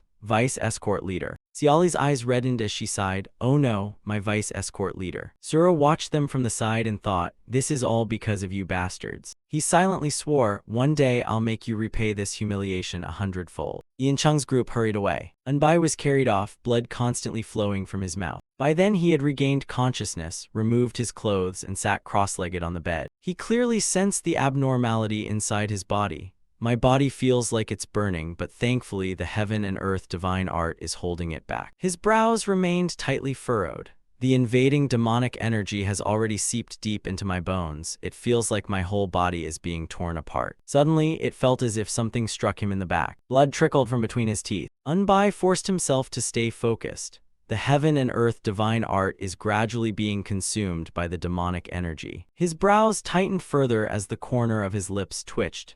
At this rate, my energy center will soon be filled with demonic energy. He silently judged his own fate. If I don't die, I'll lose my mind and become a demon driven only to kill. Suddenly, Unbai opened his eyes. Something was stirring inside his middle energy center. He lowered his gaze slightly. The constant impacts during battle must have created a portion of internal energy that entered my middle energy center. A powerful force gathered in his abdomen.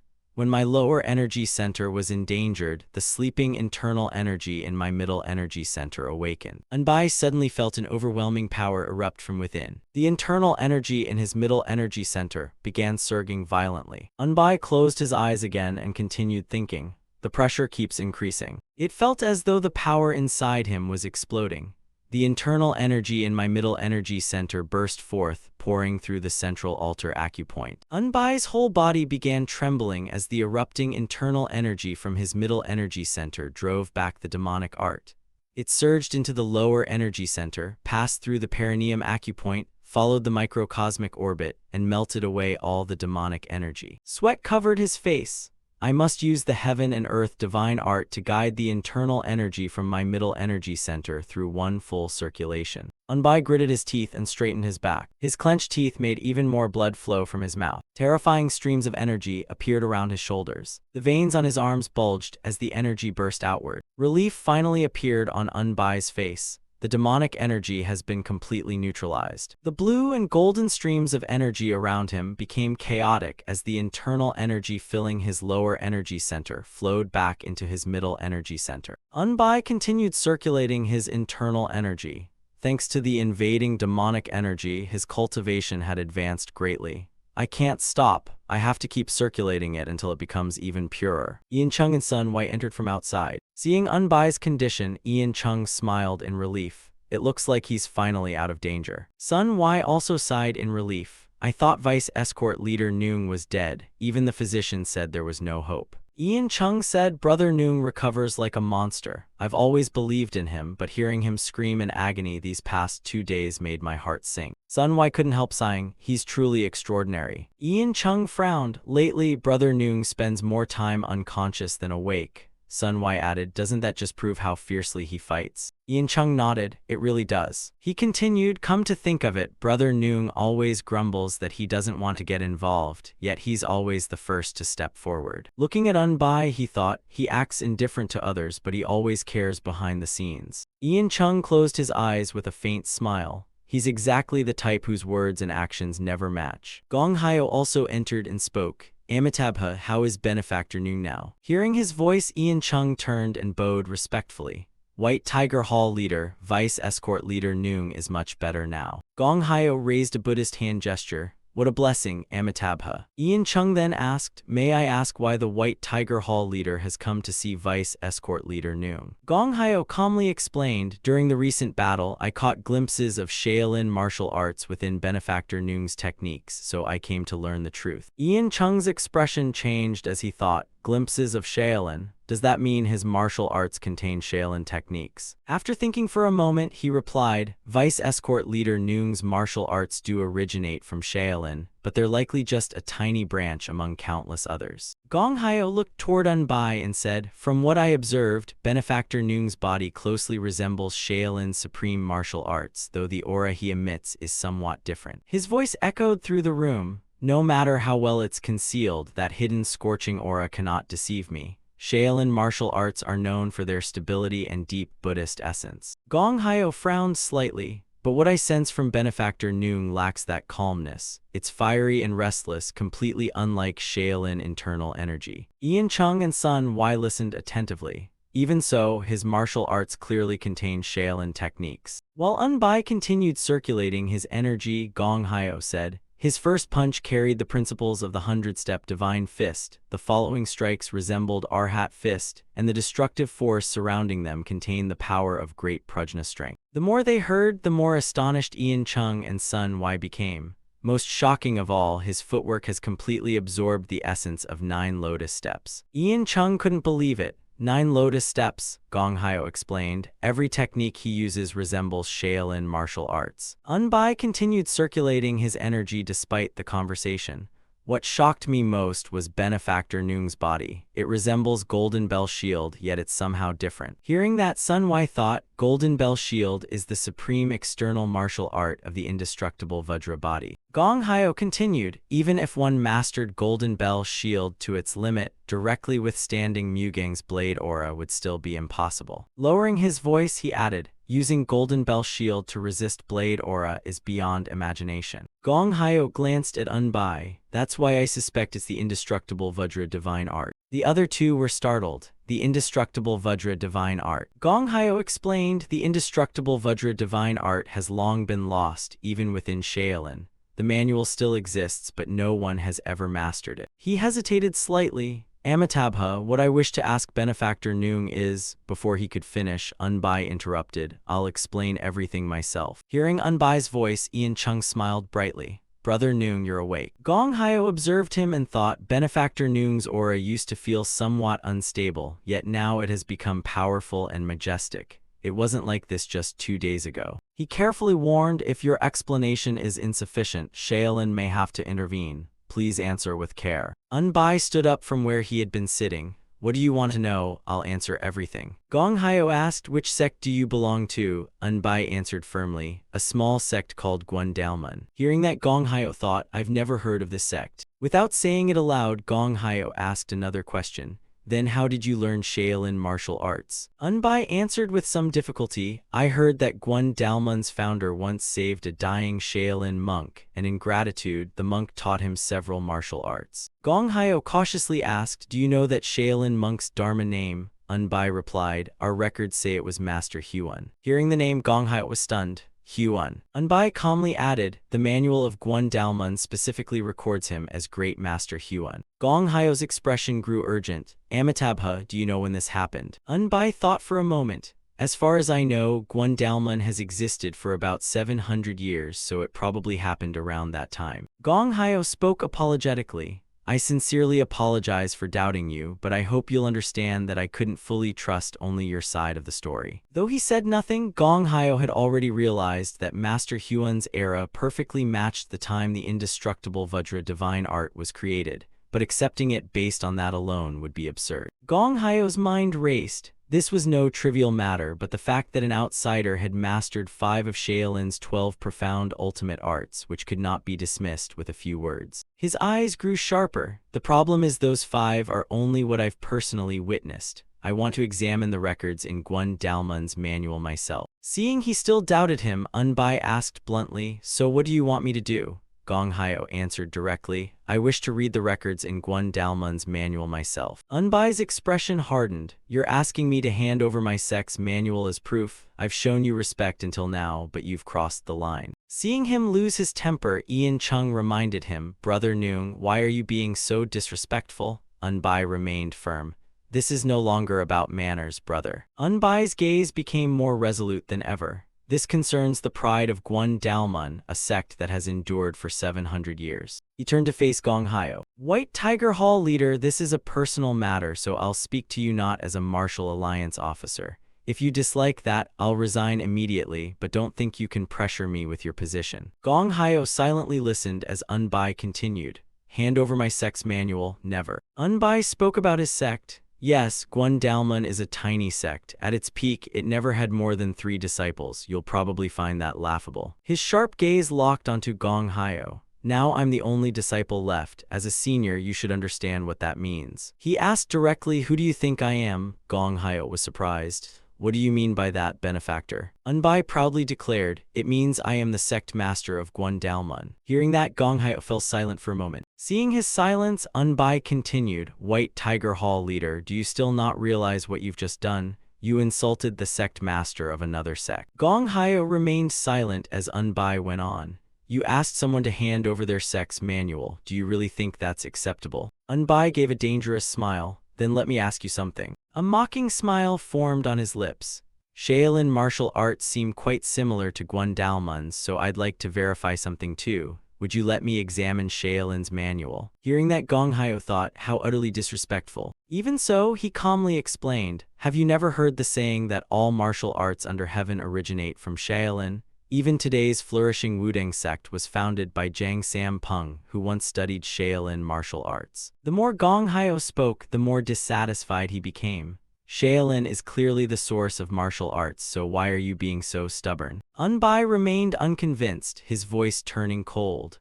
Has Shaolin ever demanded that the Wudang sect master hand over their manual just because their martial arts are similar? Faced with that question, Gong Hao hesitated. But he quickly regained his composure. Those are completely different matters. Are you really comparing Guan Dalmun to the Wudang sect? That's far too forced. Amitabha. Unbai let out a cold laugh. So that's how it is. Hearing that, Gong Hao secretly sighed in relief, thinking Unbai had finally understood. But Unbai continued, you don't dare challenge powerful sects, yet you try to crush obscure ones like ours with Shaolin's name.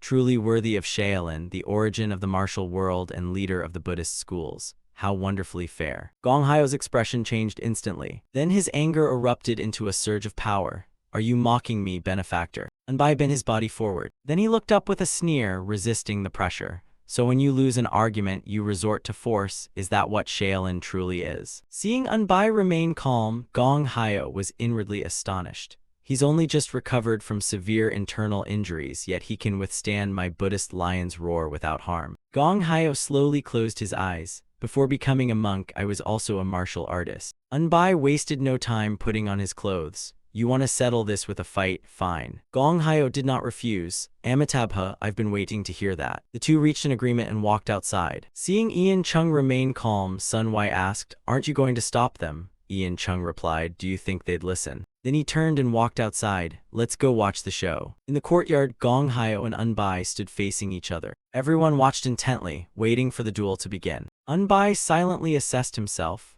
my middle energy center has opened, and my internal injuries are completely healed. He pondered, no, having two energy centers means I've become twice as strong. Looking at Gong Hyo, he thought, I should test exactly how strong I've become against this old monk. Gong Hyo smiled confidently, I'll let you make the first move. Without hesitation, Unbai unleashed a powerful punch. As you wish. Unbai's fist shot straight toward Gong Hyo. Watching the incoming punch, Gong Hyo shouted, 100-step divine fist. As he shouted, his hand radiated dazzling golden energy. Watching from outside, Ian Chung thought, that was Eagle Claw technique, one of the deadliest techniques among Shaolin's 72 profound ultimate arts. Gong Hyo charged at Unbai with a smug smile. Here I come. His fingertips emitted a blue aura as he shouted, one finger Zen art. Unbai answered with a punch, cursing inwardly, damn it, what kind of real man keeps poking people with his fingers? What's with all the pointing? Unbai's punch knocked the incoming energy aside. Seeing that, Gong Hyo froze in shock. He neutralized the one finger Zen art that easily. Unbai caught every bit of his expression. You'll be even more surprised. His fist shot forward with tremendous force. Gong Hyo thought, I have to use the full power of the Vajra Prajna divine art to unleash the great Vajra palm.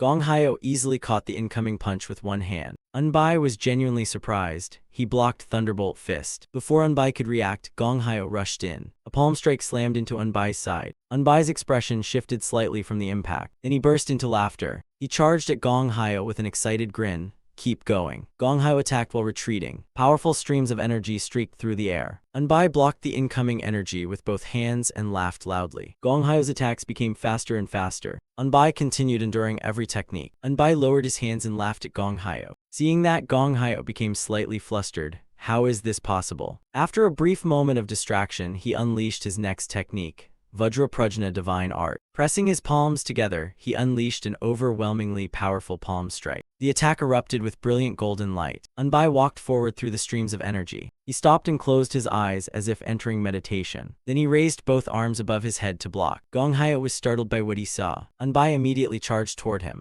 Gong Hyo hurriedly unleashed his secret technique. Great Vajra Palm. Completely unharmed, Unbai rammed Gong Hyo with his head. Their clash filled the area with a cloud of dust. Gong Hyo painfully took the headbutt, but Unbai did not continue attacking. Seeing Unbai stop, Gong Hyo asked in surprise, why did you stop? Unbai rolled his wrist with an impatient look. Are you going to keep fighting? It seems I've confirmed what I wanted. Hearing that, Gong Hyo was bewildered. Confirmed what? After a few seconds, he suddenly realized it. Arhat art. Hearing the name, Unbai showed little interest. Yeah, that's what they call it. In Guandalmun, we call it the heaven and earth divine art. Gong Hyo couldn't believe his own conclusion. Impossible. Countless thoughts raced through his mind. Although Arhat art is Shaolin's basic internal cultivation method, even lay disciples don't bother practicing it. Once formal training begins, every warrior monk abandons it. The more he thought, the grimmer his face became. Yet he used Arhat art to accumulate over 60 years of internal energy. If I hadn't seen it with my own eyes, I'd never have believed it. Standing before Unbai, Gong Hyo's mind raced. The recoil when I poured the Vajra art's power into Benefactor Noong's shoulder-well acupoint and the internal energy flowing from his fists are undoubtedly Shaolin's. His face grew thoughtful, his brows slightly furrowed. It possesses Shaolin's signature stability, utterly pure and untainted, so refined it even feels weightless. He cautiously asked, is it really Arhat art? Unbai answered confidently, you're far too suspicious. Unbai remained calm and composed, as if fully prepared. Just examine it yourself. He extended his hand as a brilliant aura surrounded his wrist. Gong Hyo gently placed 2 fingers on Unbai's wrist to examine his pulse and dispel his doubts. His eyes widened in surprise. As his internal energy flowed into Unbai's body, there was no rejection or resistance whatsoever, proving beyond doubt that both energies shared the same origin. Gong Hyo pondered for a long time. Unbai's internal energy is so pure that mine almost feels impure by comparison. His troubled expression deepened. This is truly authentic Shaolin energy. Its purity proves it's the original internal art, completely unaltered to enhance combat power. Among Shaolin's supreme internal arts, such purity is found only in novice monks. It perfectly matches the aura of a monk devoted solely to Arhat art before choosing another cultivation method. Amitabha, is such a thing really possible? After examining his pulse, countless possibilities crossed Gong Hyo's mind. If this isn't the Vajra Prajna divine art's internal energy required to cultivate the indestructible Vajra divine art, then nothing else could explain it. Gong Hyo slowly clasped his hands before his chest, bowed solemnly, and admitted his mistake. I misunderstood, Amitabha. Unbai frowned slightly and thought, I thought he was just a stubborn old monk, but at least he can openly admit when he's wrong. His brows remained slightly knit as he reflected. People in high positions rarely admit mistakes. They usually make excuses to cover them up. Unbai smiled with satisfaction. White Tiger Hall leader, you're truly a real man. Gong Hyo lowered his head with a gentle smile. Gong Hyo lowered his head and smiled softly. A satisfied smile slowly spread across Gong Hyo's lips, and quiet joy shone in his eyes. Still, the feeling wasn't bad at all. Unbai also smiled and scratched his head awkwardly under everyone's gaze. Brilliant sunlight filtered through the green canopy, painting golden rays across the tranquil forest. Dukang and Mugeng walked beneath the lush trees. Dukang said gravely, the demon cult planned this from the very beginning. Mugeng replied, we've been completely played by their scheme. Dukang added, they've hidden in the shadows for years, sharpening their blades for this day. Mugeng's sharp eyes narrowed. Meanwhile, both the Martial Alliance and the Four Black Lotus suffered devastating losses and both headquarters were attacked. Dukang analyzed, I believe demon cult spies have infiltrated both the Four Black Lotus and the Martial Alliance. Mugeng nodded, I suspected as much, which is why I asked you to deal with that Red Tiger Hall leader. Dukang replied worriedly, that man really was emitting demonic energy. Mugeng added, I'd suspected him for a long time, but he kept his identity hidden until today. Dukang asked uneasily, then how are we supposed to deal with the demon cult now? Mugeng closed his eyes helplessly. Dukang continued, now that we know the truth, let's firmly maintain our alliance.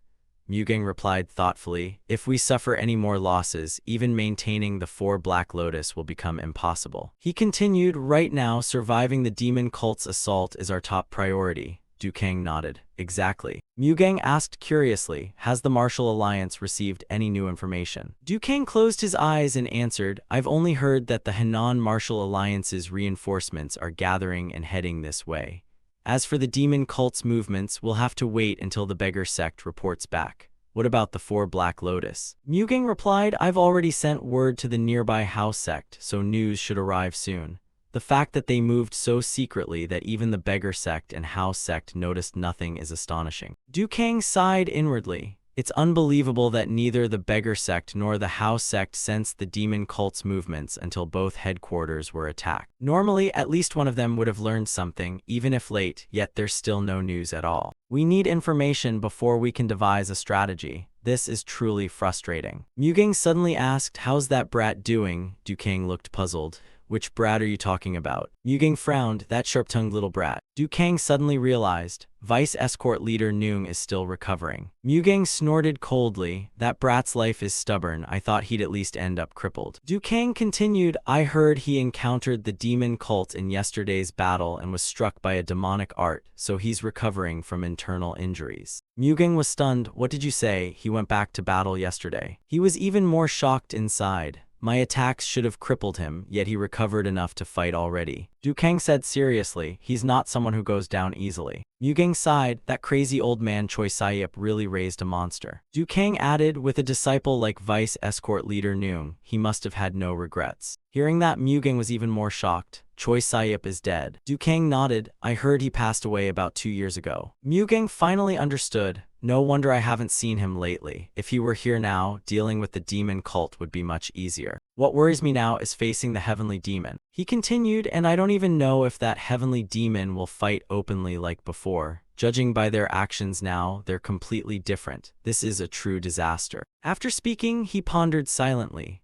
Unlike 10 years ago when they only charged head-on, this time they split the Martial Alliance and the Four Black Lotus apart before striking from behind. A powerful enemy that's also cunning. What a headache. The scene shifts to Unbai. As they walked, Ian Chung said, I'm glad everything was settled peacefully. He thought to himself, it's unbelievable that someone who lay unconscious for 2 days could wake up, fight a duel, and come out unharmed. After all, Master Gong Hyo of Shaolin stood on the same level as Dukang. Unbai glanced at him. Brother, I'm starving. Ian Chung laughed, look at my terrible memory. Come on, the others should have finished preparing by now. When you were about to wake up, Captain Mac already went out to prepare food. They quickly arrived where the others were gathered. As soon as they saw him, someone said, Vice Escort Leader Noong, we're so glad you've recovered. Unbai smiled back. Seeing you're safe puts my mind at ease too. Though he said that, he was inwardly puzzled. Why is everyone acting so respectfully? Ian Chung then said, the vice escort leader is starving. Bring the porridge right away. The man immediately obeyed. The two then walked inside together. They sat down at the dining table. Xiali soon brought over a bowl of porridge. Eat plenty. Without hesitation, Unbai immediately dug in. Ian Chung suddenly stood up. I have something to take care of. Take your time eating. After saying that, he left with Xiali.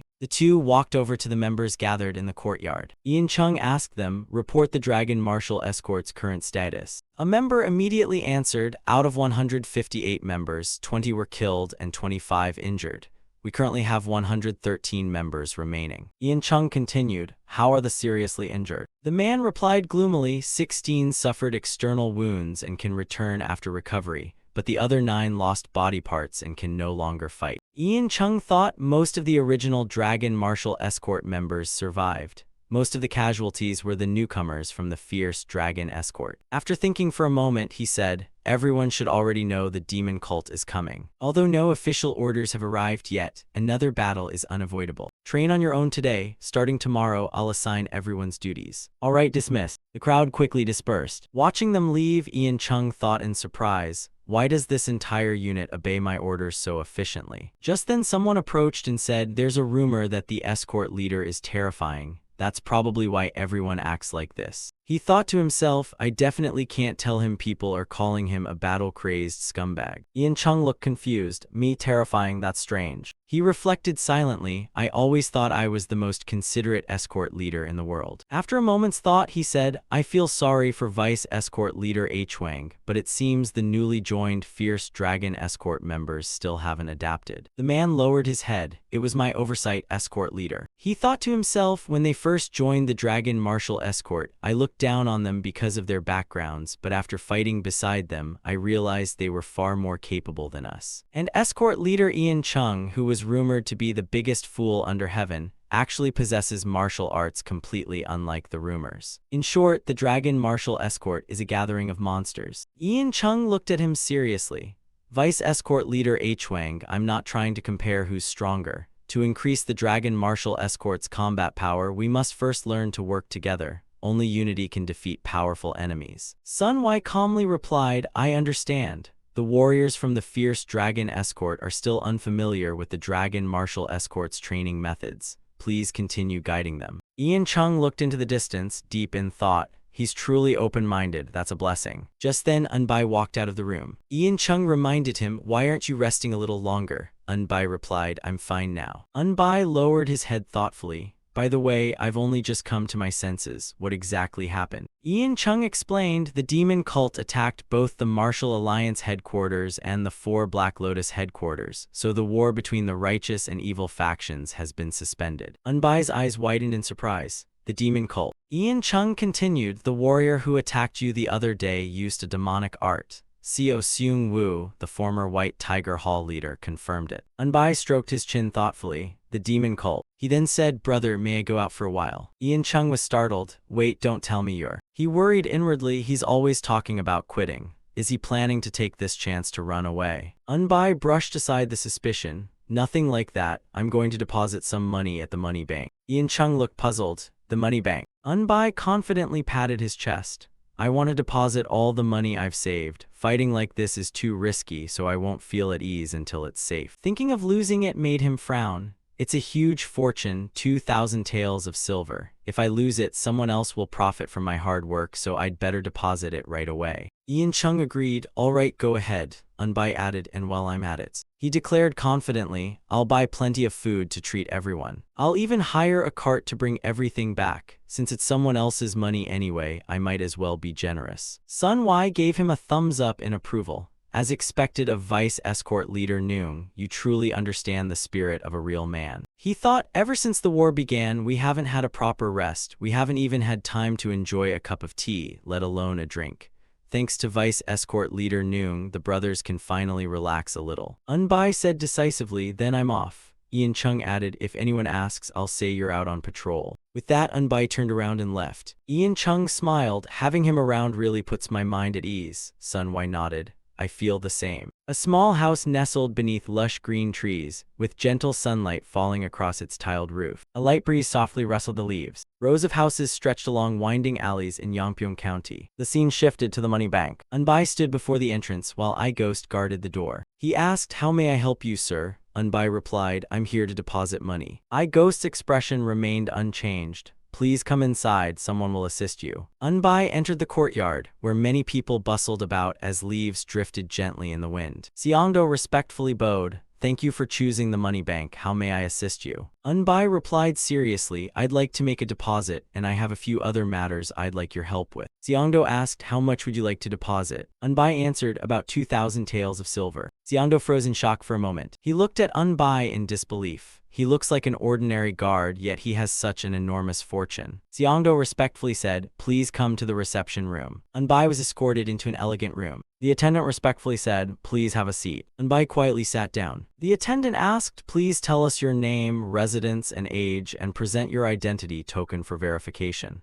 If you don't have one, please provide equivalent identification documents." Unbai handed over an identity token with a lion's head engraved on it. "My name is Unbai, I'm 21, and I'm from Gungal." The clerk picked up his brush. "Please tell me how much you'd like to deposit." Unbai reached into his robe. "Let me check first." A pile of gold and silver appeared before them, with gleaming ingots and coins reflecting the light. The clerk froze at the sight. Unbai picked up a stack of notes and read carefully. "I've earned a total of 2,232 taels of silver." He pushed everything toward the clerk. "Deposit 2,000 taels." Frowning with concern, he tucked the papers back into his robe. The clerk gathered the gold and silver and began counting. He said, "We've received 2,000 taels of silver. If you withdraw it within 3 months, we'll deduct a 5% interest fee." The clerk added, "The service fee is 12 taels of silver, and you must notify us at least 2 days before making a withdrawal." Unbai listened carefully to every detail before saying, "If I don't come to withdraw it after 5 months, please transfer this money to Yun Seol or Noong Woonsung at the Gwon Star Inn in Gungal. Please also tell them to withdraw the money I deposited at the Yellow Dragon Money Bank." The clerk put down his brush. "That will incur an additional fee. Since it includes locating the recipients, you'll need to pay another 15 taels. If you personally withdraw the money before then, we'll refund those 15 taels. Of course, if you withdraw it within 3 months, only 3 taels will be refunded. Do you agree?" Unbai nodded.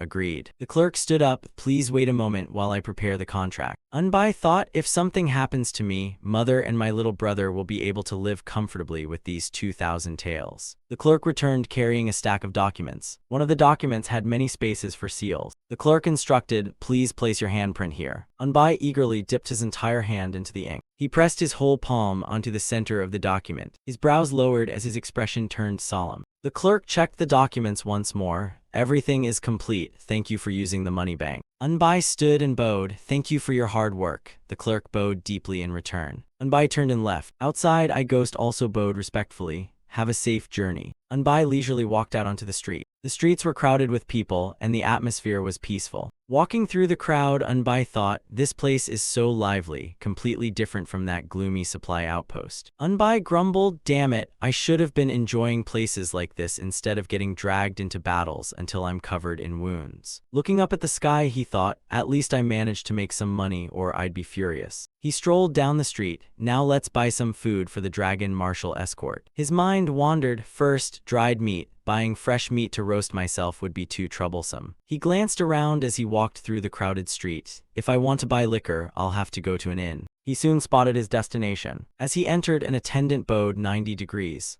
"Welcome, honored guest." Unbai got straight to the point. "I want to buy bamboo leaf green wine and some premium dried beef." The waiter asked, "How much would you like?" Unbai replied, 5 large jars of bamboo leaf green wine, 1 jar of wuliangai, and 20 jin of premium dried beef." The waiter exclaimed in shock, "That much?" Unbai spoke like a wealthy man. "How much is it altogether?" The waiter happily calculated. "The total is 62 taels of silver. Please pay in advance." Unbai calmly reached into his robe and took out the silver. "Here." Unbai held out a handful of gold and silver. The waiter carried it over to the innkeeper. The innkeeper inspected each ingot one by one. Unbai said, "I need a horse cart to take everything back and I'll pay the extra fee."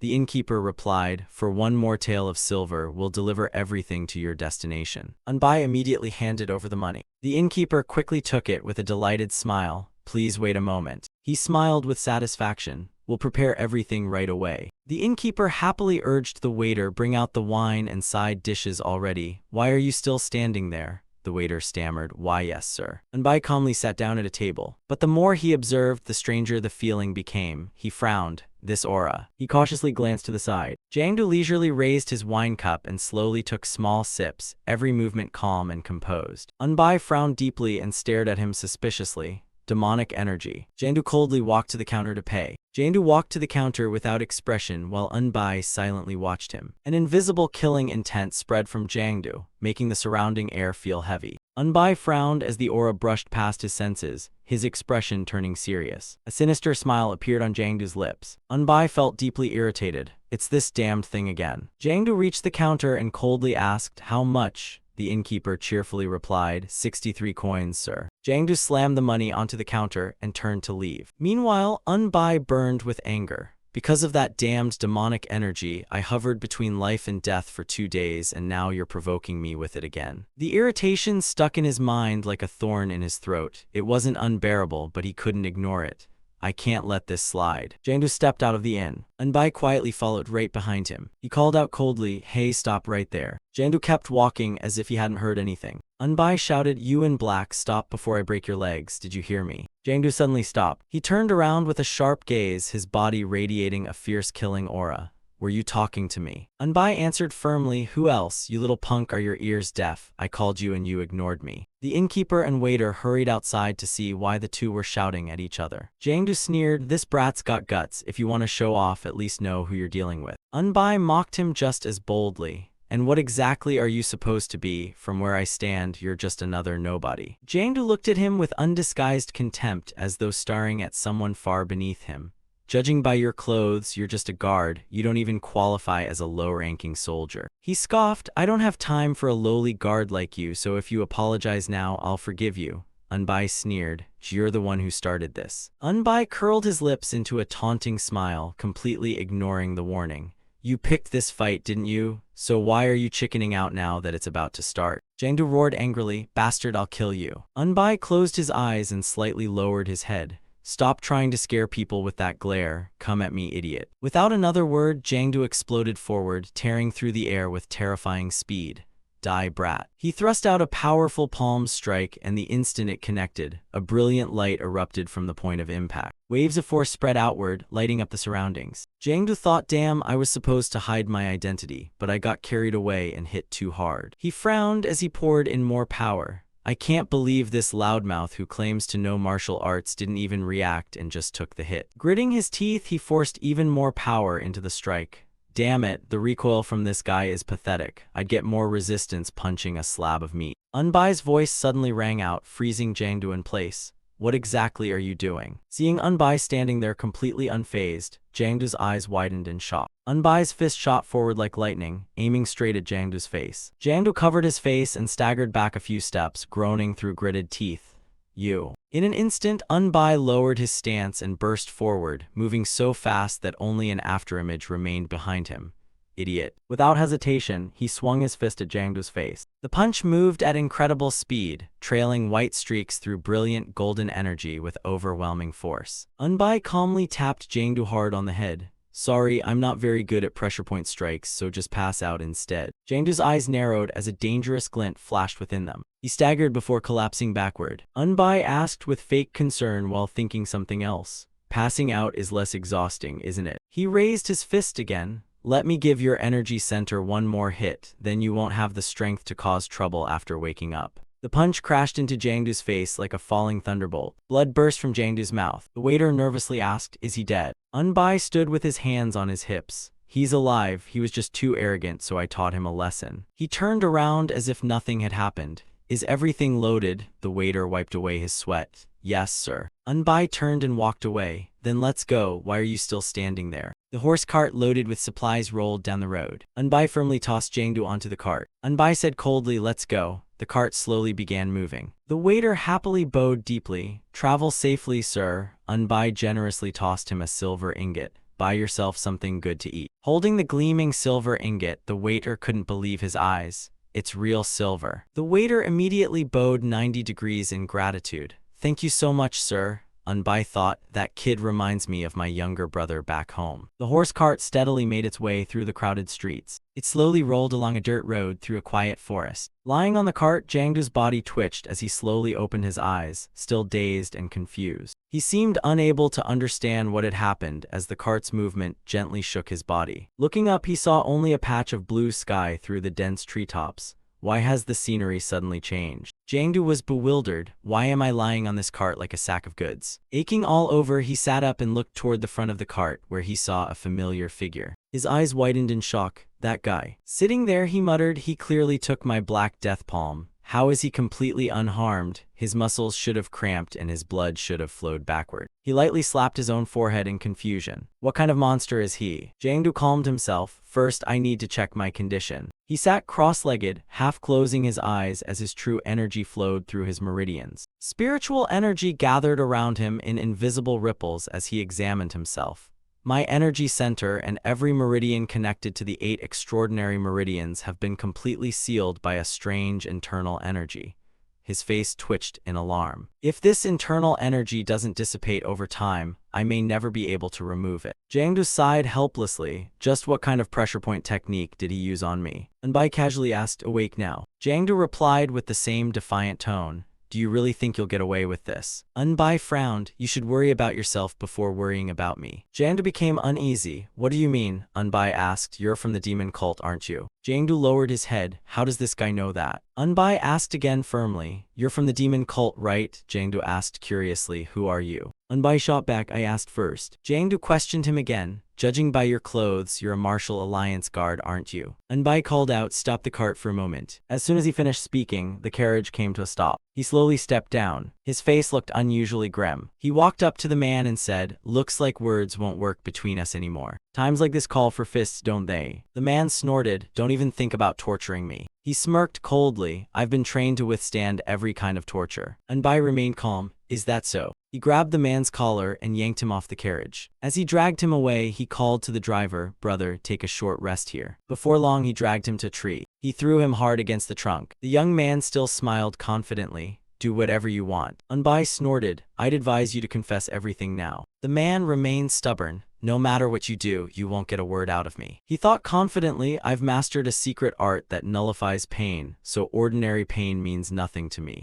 Unbai clenched his fist, then let's begin. Unbai drove a decisive punch into Jangdu's face. Blood burst from his mouth and a front tooth flew out with the blow. Even so, Jangdu merely shut his eyes and smirked. Seeing that smile, Unbai frowned in confusion. You're smiling. Though blood streamed from his nose, Jangdu sneered defiantly. Keep going, you'll be the one who collapses first. Facing such an odd man, Unbai thought, I guess I finally understand how people felt when I smiled while they beat me. Brushing the thought aside, he smiled lightly. We'll worry about that later. First, I'll make you feel pain deep in your flesh. As soon as he finished, he gave a cruel smile. The pain will reach even the finest veins. Then a tremendously powerful strike slammed into Jangdu's chest before he could react. Jangdu's eyes suddenly widened in shock. Instantly, excruciating pain surged through him, shaking all his internal organs. Jangdu screamed in agony. His eyes bulged with savage terror. He staggered while clutching his chest, feeling as if countless needles were piercing his body. Jangdu desperately hugged his trembling body. Then he looked up and shouted, it hurts. I'm going to die. Seeing this, Unbai grinned. We've only just started and you're already like this. Clutching his head, Jangdu groaned.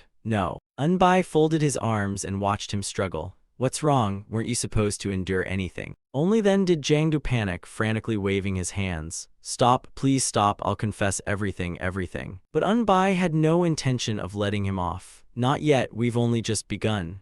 Jangdu hurriedly begged. I'll confess, I said I'll confess. Unbai raised a finger, refusing to negotiate.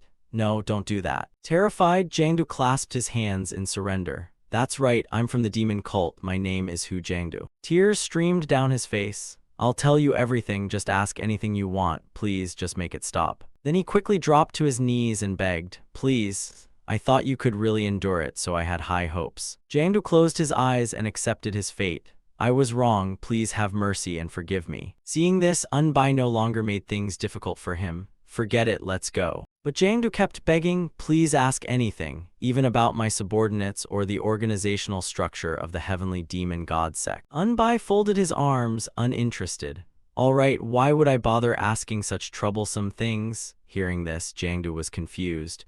but you just said you wanted me to confess everything. Anbai frowned at him. You already told me everything. Only then did Jiangdu widen his eyes in shock. I have. Anbai patiently reminded him, you said you're from the demon cult, right? Yes, I am indeed from the demon cult. Then he explained to him, that's enough, that's all I wanted to know. He sighed lightly. I went through the trouble of capturing you, and if you turned out not to be from the demon cult, I'd be embarrassed. Jiangdu stared at him in disbelief at that answer. Seeing this, Anbai scolded him. So if you had answered honestly from the start, wouldn't it have been better for both of us? Hearing this, Jiangdu cursed inwardly. Damn it, just for that. Then Anbai turned to him. Let's go. As Jiangdu stood up, one of his legs suddenly trembled. Right after that, he staggered a few steps and his body swayed. He fell hard to the ground, grinding his teeth in pain. Seeing his miserable condition, Anbai was surprised. You can't even walk after just that much beating. Jiangdu couldn't hide his frustration. Just that much, it felt like my whole body was being torn apart. Anbai grabbed him from behind with one hand and lifted him up. What a hassle. Then he threw him straight onto the carriage. Jiangdu only managed a suppressed groan. Anbai also jumped up and sat beside the coachman, shouting, let's go. The wheels rattled across the ground as the carriage left the dirt road. Above, the blazing sunlight illuminated the entire forest. At the entrance of the main camp, several disciples stood guard in formation. Seeing the carriage approaching, they immediately recognized that the vice leader of the Wulong squad was returning. The carriage then came to a stop. The shocked gazes of the disciples turned toward the back of the carriage. Seeing the black-clothed Jiangdu lying motionless, they all wondered, why did you bring back a corpse? Everyone immediately felt displeased. We were already exhausted cleaning up the scattered corpses at Wenjiang Pass. Hearing this, Anbai quickly explained, he's still alive, so don't worry. This man is from the demon cult. I went down to the village and captured him. Upon hearing this, everyone widened their eyes in shock. The demon cult. Anbai helped Jiangdu up and instructed, first bind him tightly and report to the higher-ups. After saying that, he threw him down mercilessly. I've already properly educated him, so he'll answer truthfully to any questions. Then he went and brought down a jar of wine and some snacks. Consider this a small token of my appreciation. Please accept it. Oh my, such valuable gifts. The disciples quickly bowed in thanks. Thank you very much. We'll enjoy it gratefully. You've all worked hard. Whispering continued behind him without end. He really is a good person. I thought a master would be rude and have a bad temper, but he's unexpectedly kind. Someone sighed, if all high-ranking nobles were like him, that would be great. Then they hurriedly urged each other, all right, this isn't the time to chat, hide the wine and snacks and go report first. In the prison cell, Jiangdu was tightly bound, still not fully conscious. The fire in the furnace crackled softly. In front of him, a large jailer and another disciple were intently watching him. The jailer's eyes flashed with interest. A demon cult member, it's been a long time since I've stretched my muscles. Then he turned and ordered him to be woken up. A bucket of water was mercilessly splashed over Jiangdu. He quickly opened his eyes in shock. Seeing that he was awake, the jailer smirked. Demon cult brat, I don't know how long you can hold out, but speak whenever you're ready to confess. Hearing this, Jiangdu shouted, just ask anything, I'll confess everything clean and complete. Afraid the other wouldn't believe him, he added, even my 18th generation ancestors, I'll confess them all, so hurry up and ask. The jailer was shocked. What, you really are from the demon cult? Yes, my name is Hu Jiangdu. I'm 37 years old, born in Guangyang County, Shanxi.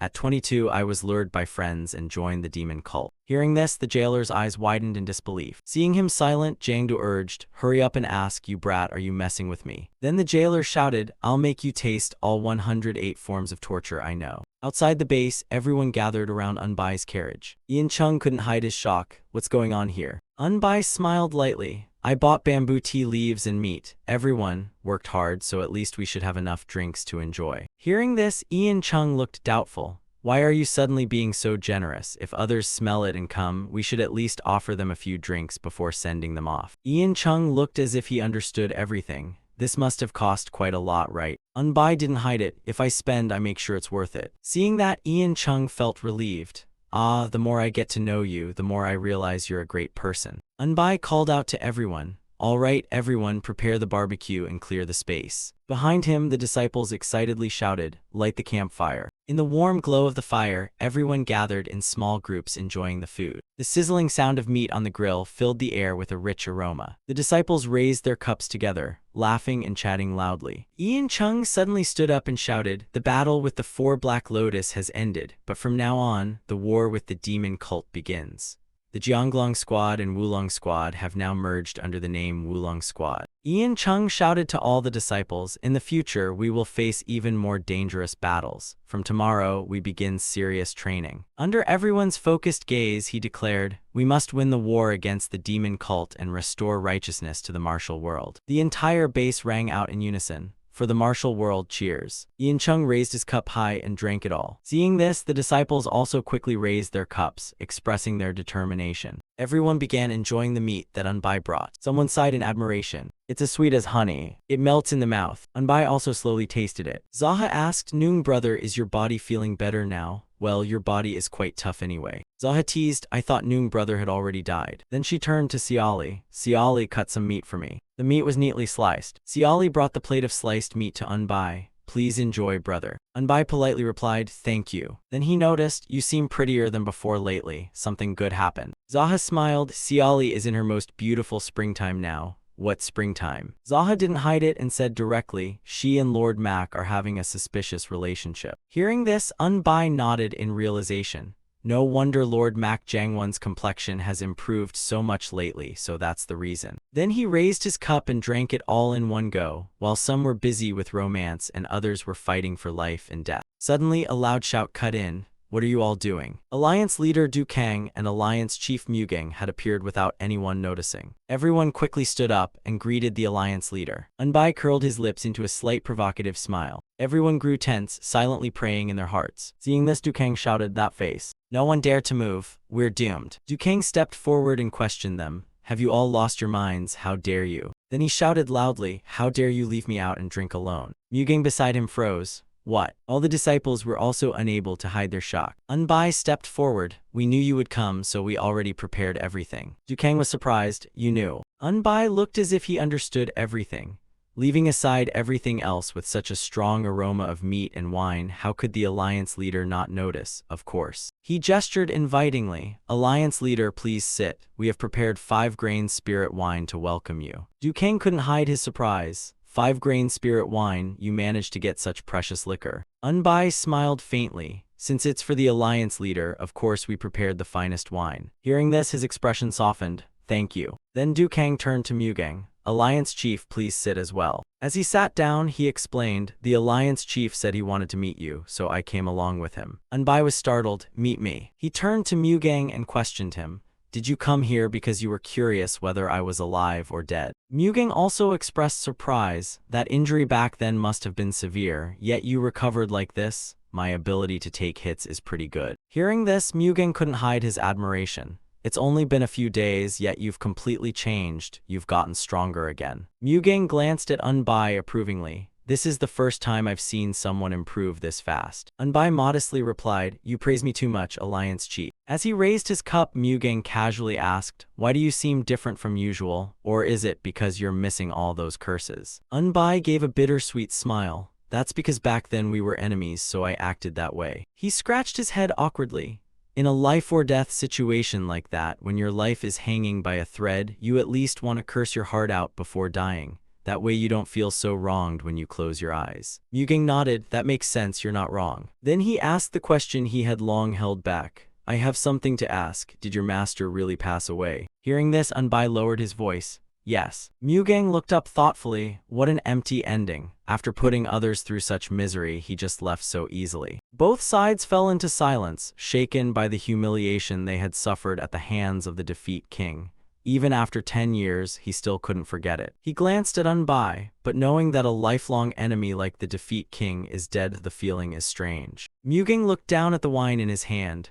"I worked so hard just to defeat him. Now that goal is gone, I just feel empty." Then he raised his cup. "Let's drink to your master." Mugang and Unbai both tilted their heads back and emptied their cups. Du Kang watched and sighed. "The two of you really sync well." Mugang also praised him. "This kid looks just like his master." "I think so too." Hearing that, Unbai quickly objected. "How am I like him? I'm much more handsome than him." Mugang picked up a piece of meat and replied, "Even your appearance is similar." "Kid, stop it. There's no way that's true." Mugang looked closely at him. 10 years ago, he wasn't even that old looking, and he was quite handsome. Hearing that, Unbai was surprised. "Master, me." Seeing this, Du Kang also took the chance to boast. "Kid, when I was young, I was quite handsome too. Of course, even now my looks are still quite refined and mature." Unbai lowered his head and chuckled. You should focus on drinking instead. Dukang quickly agreed. All right, let's drink. Everyone raised their cups and drank together. Suddenly, Dukang said thoughtfully, but this is worrying. We have no information at all about the demon cult's movements. Unbai quickly looked up. Did you get anything out of the captured man? Dukang reported no, he seems extremely stubborn.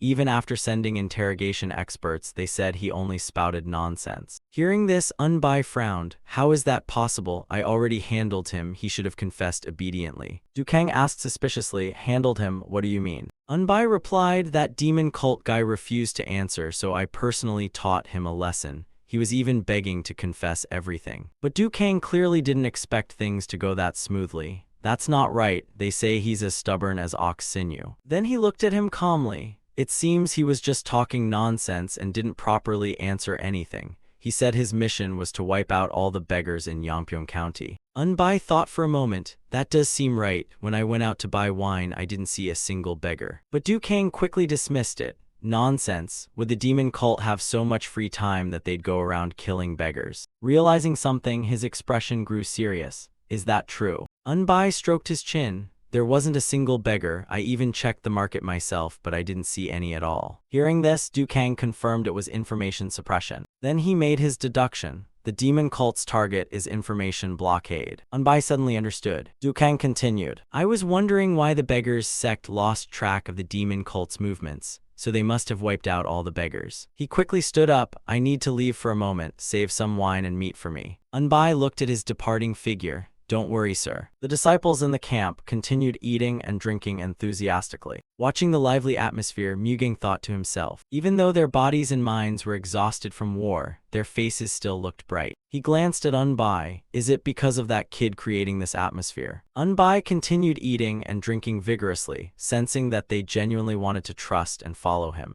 Mugang raised his cup. Having a subordinate like this, the alliance leader is truly fortunate. Unbai didn't seem to notice his gaze. But where did that old alliance leader suddenly go? If there's work, he could just order his subordinates instead. After a while, Dukang returned. He sat down beside Mugang. Seeing this, Mugang asked, where exactly did you go in such a hurry? Dukang replied, I just went to order the interrogation experts to record everything that demon cult guy said. Unbai continued eating while listening. If that kid was really handled, he must have been beaten to a pulp. Dukang continued, that guy isn't just good at swearing, he's also surprisingly skilled at fighting back. Hearing this, Mugang agreed, he really is quite an interesting one.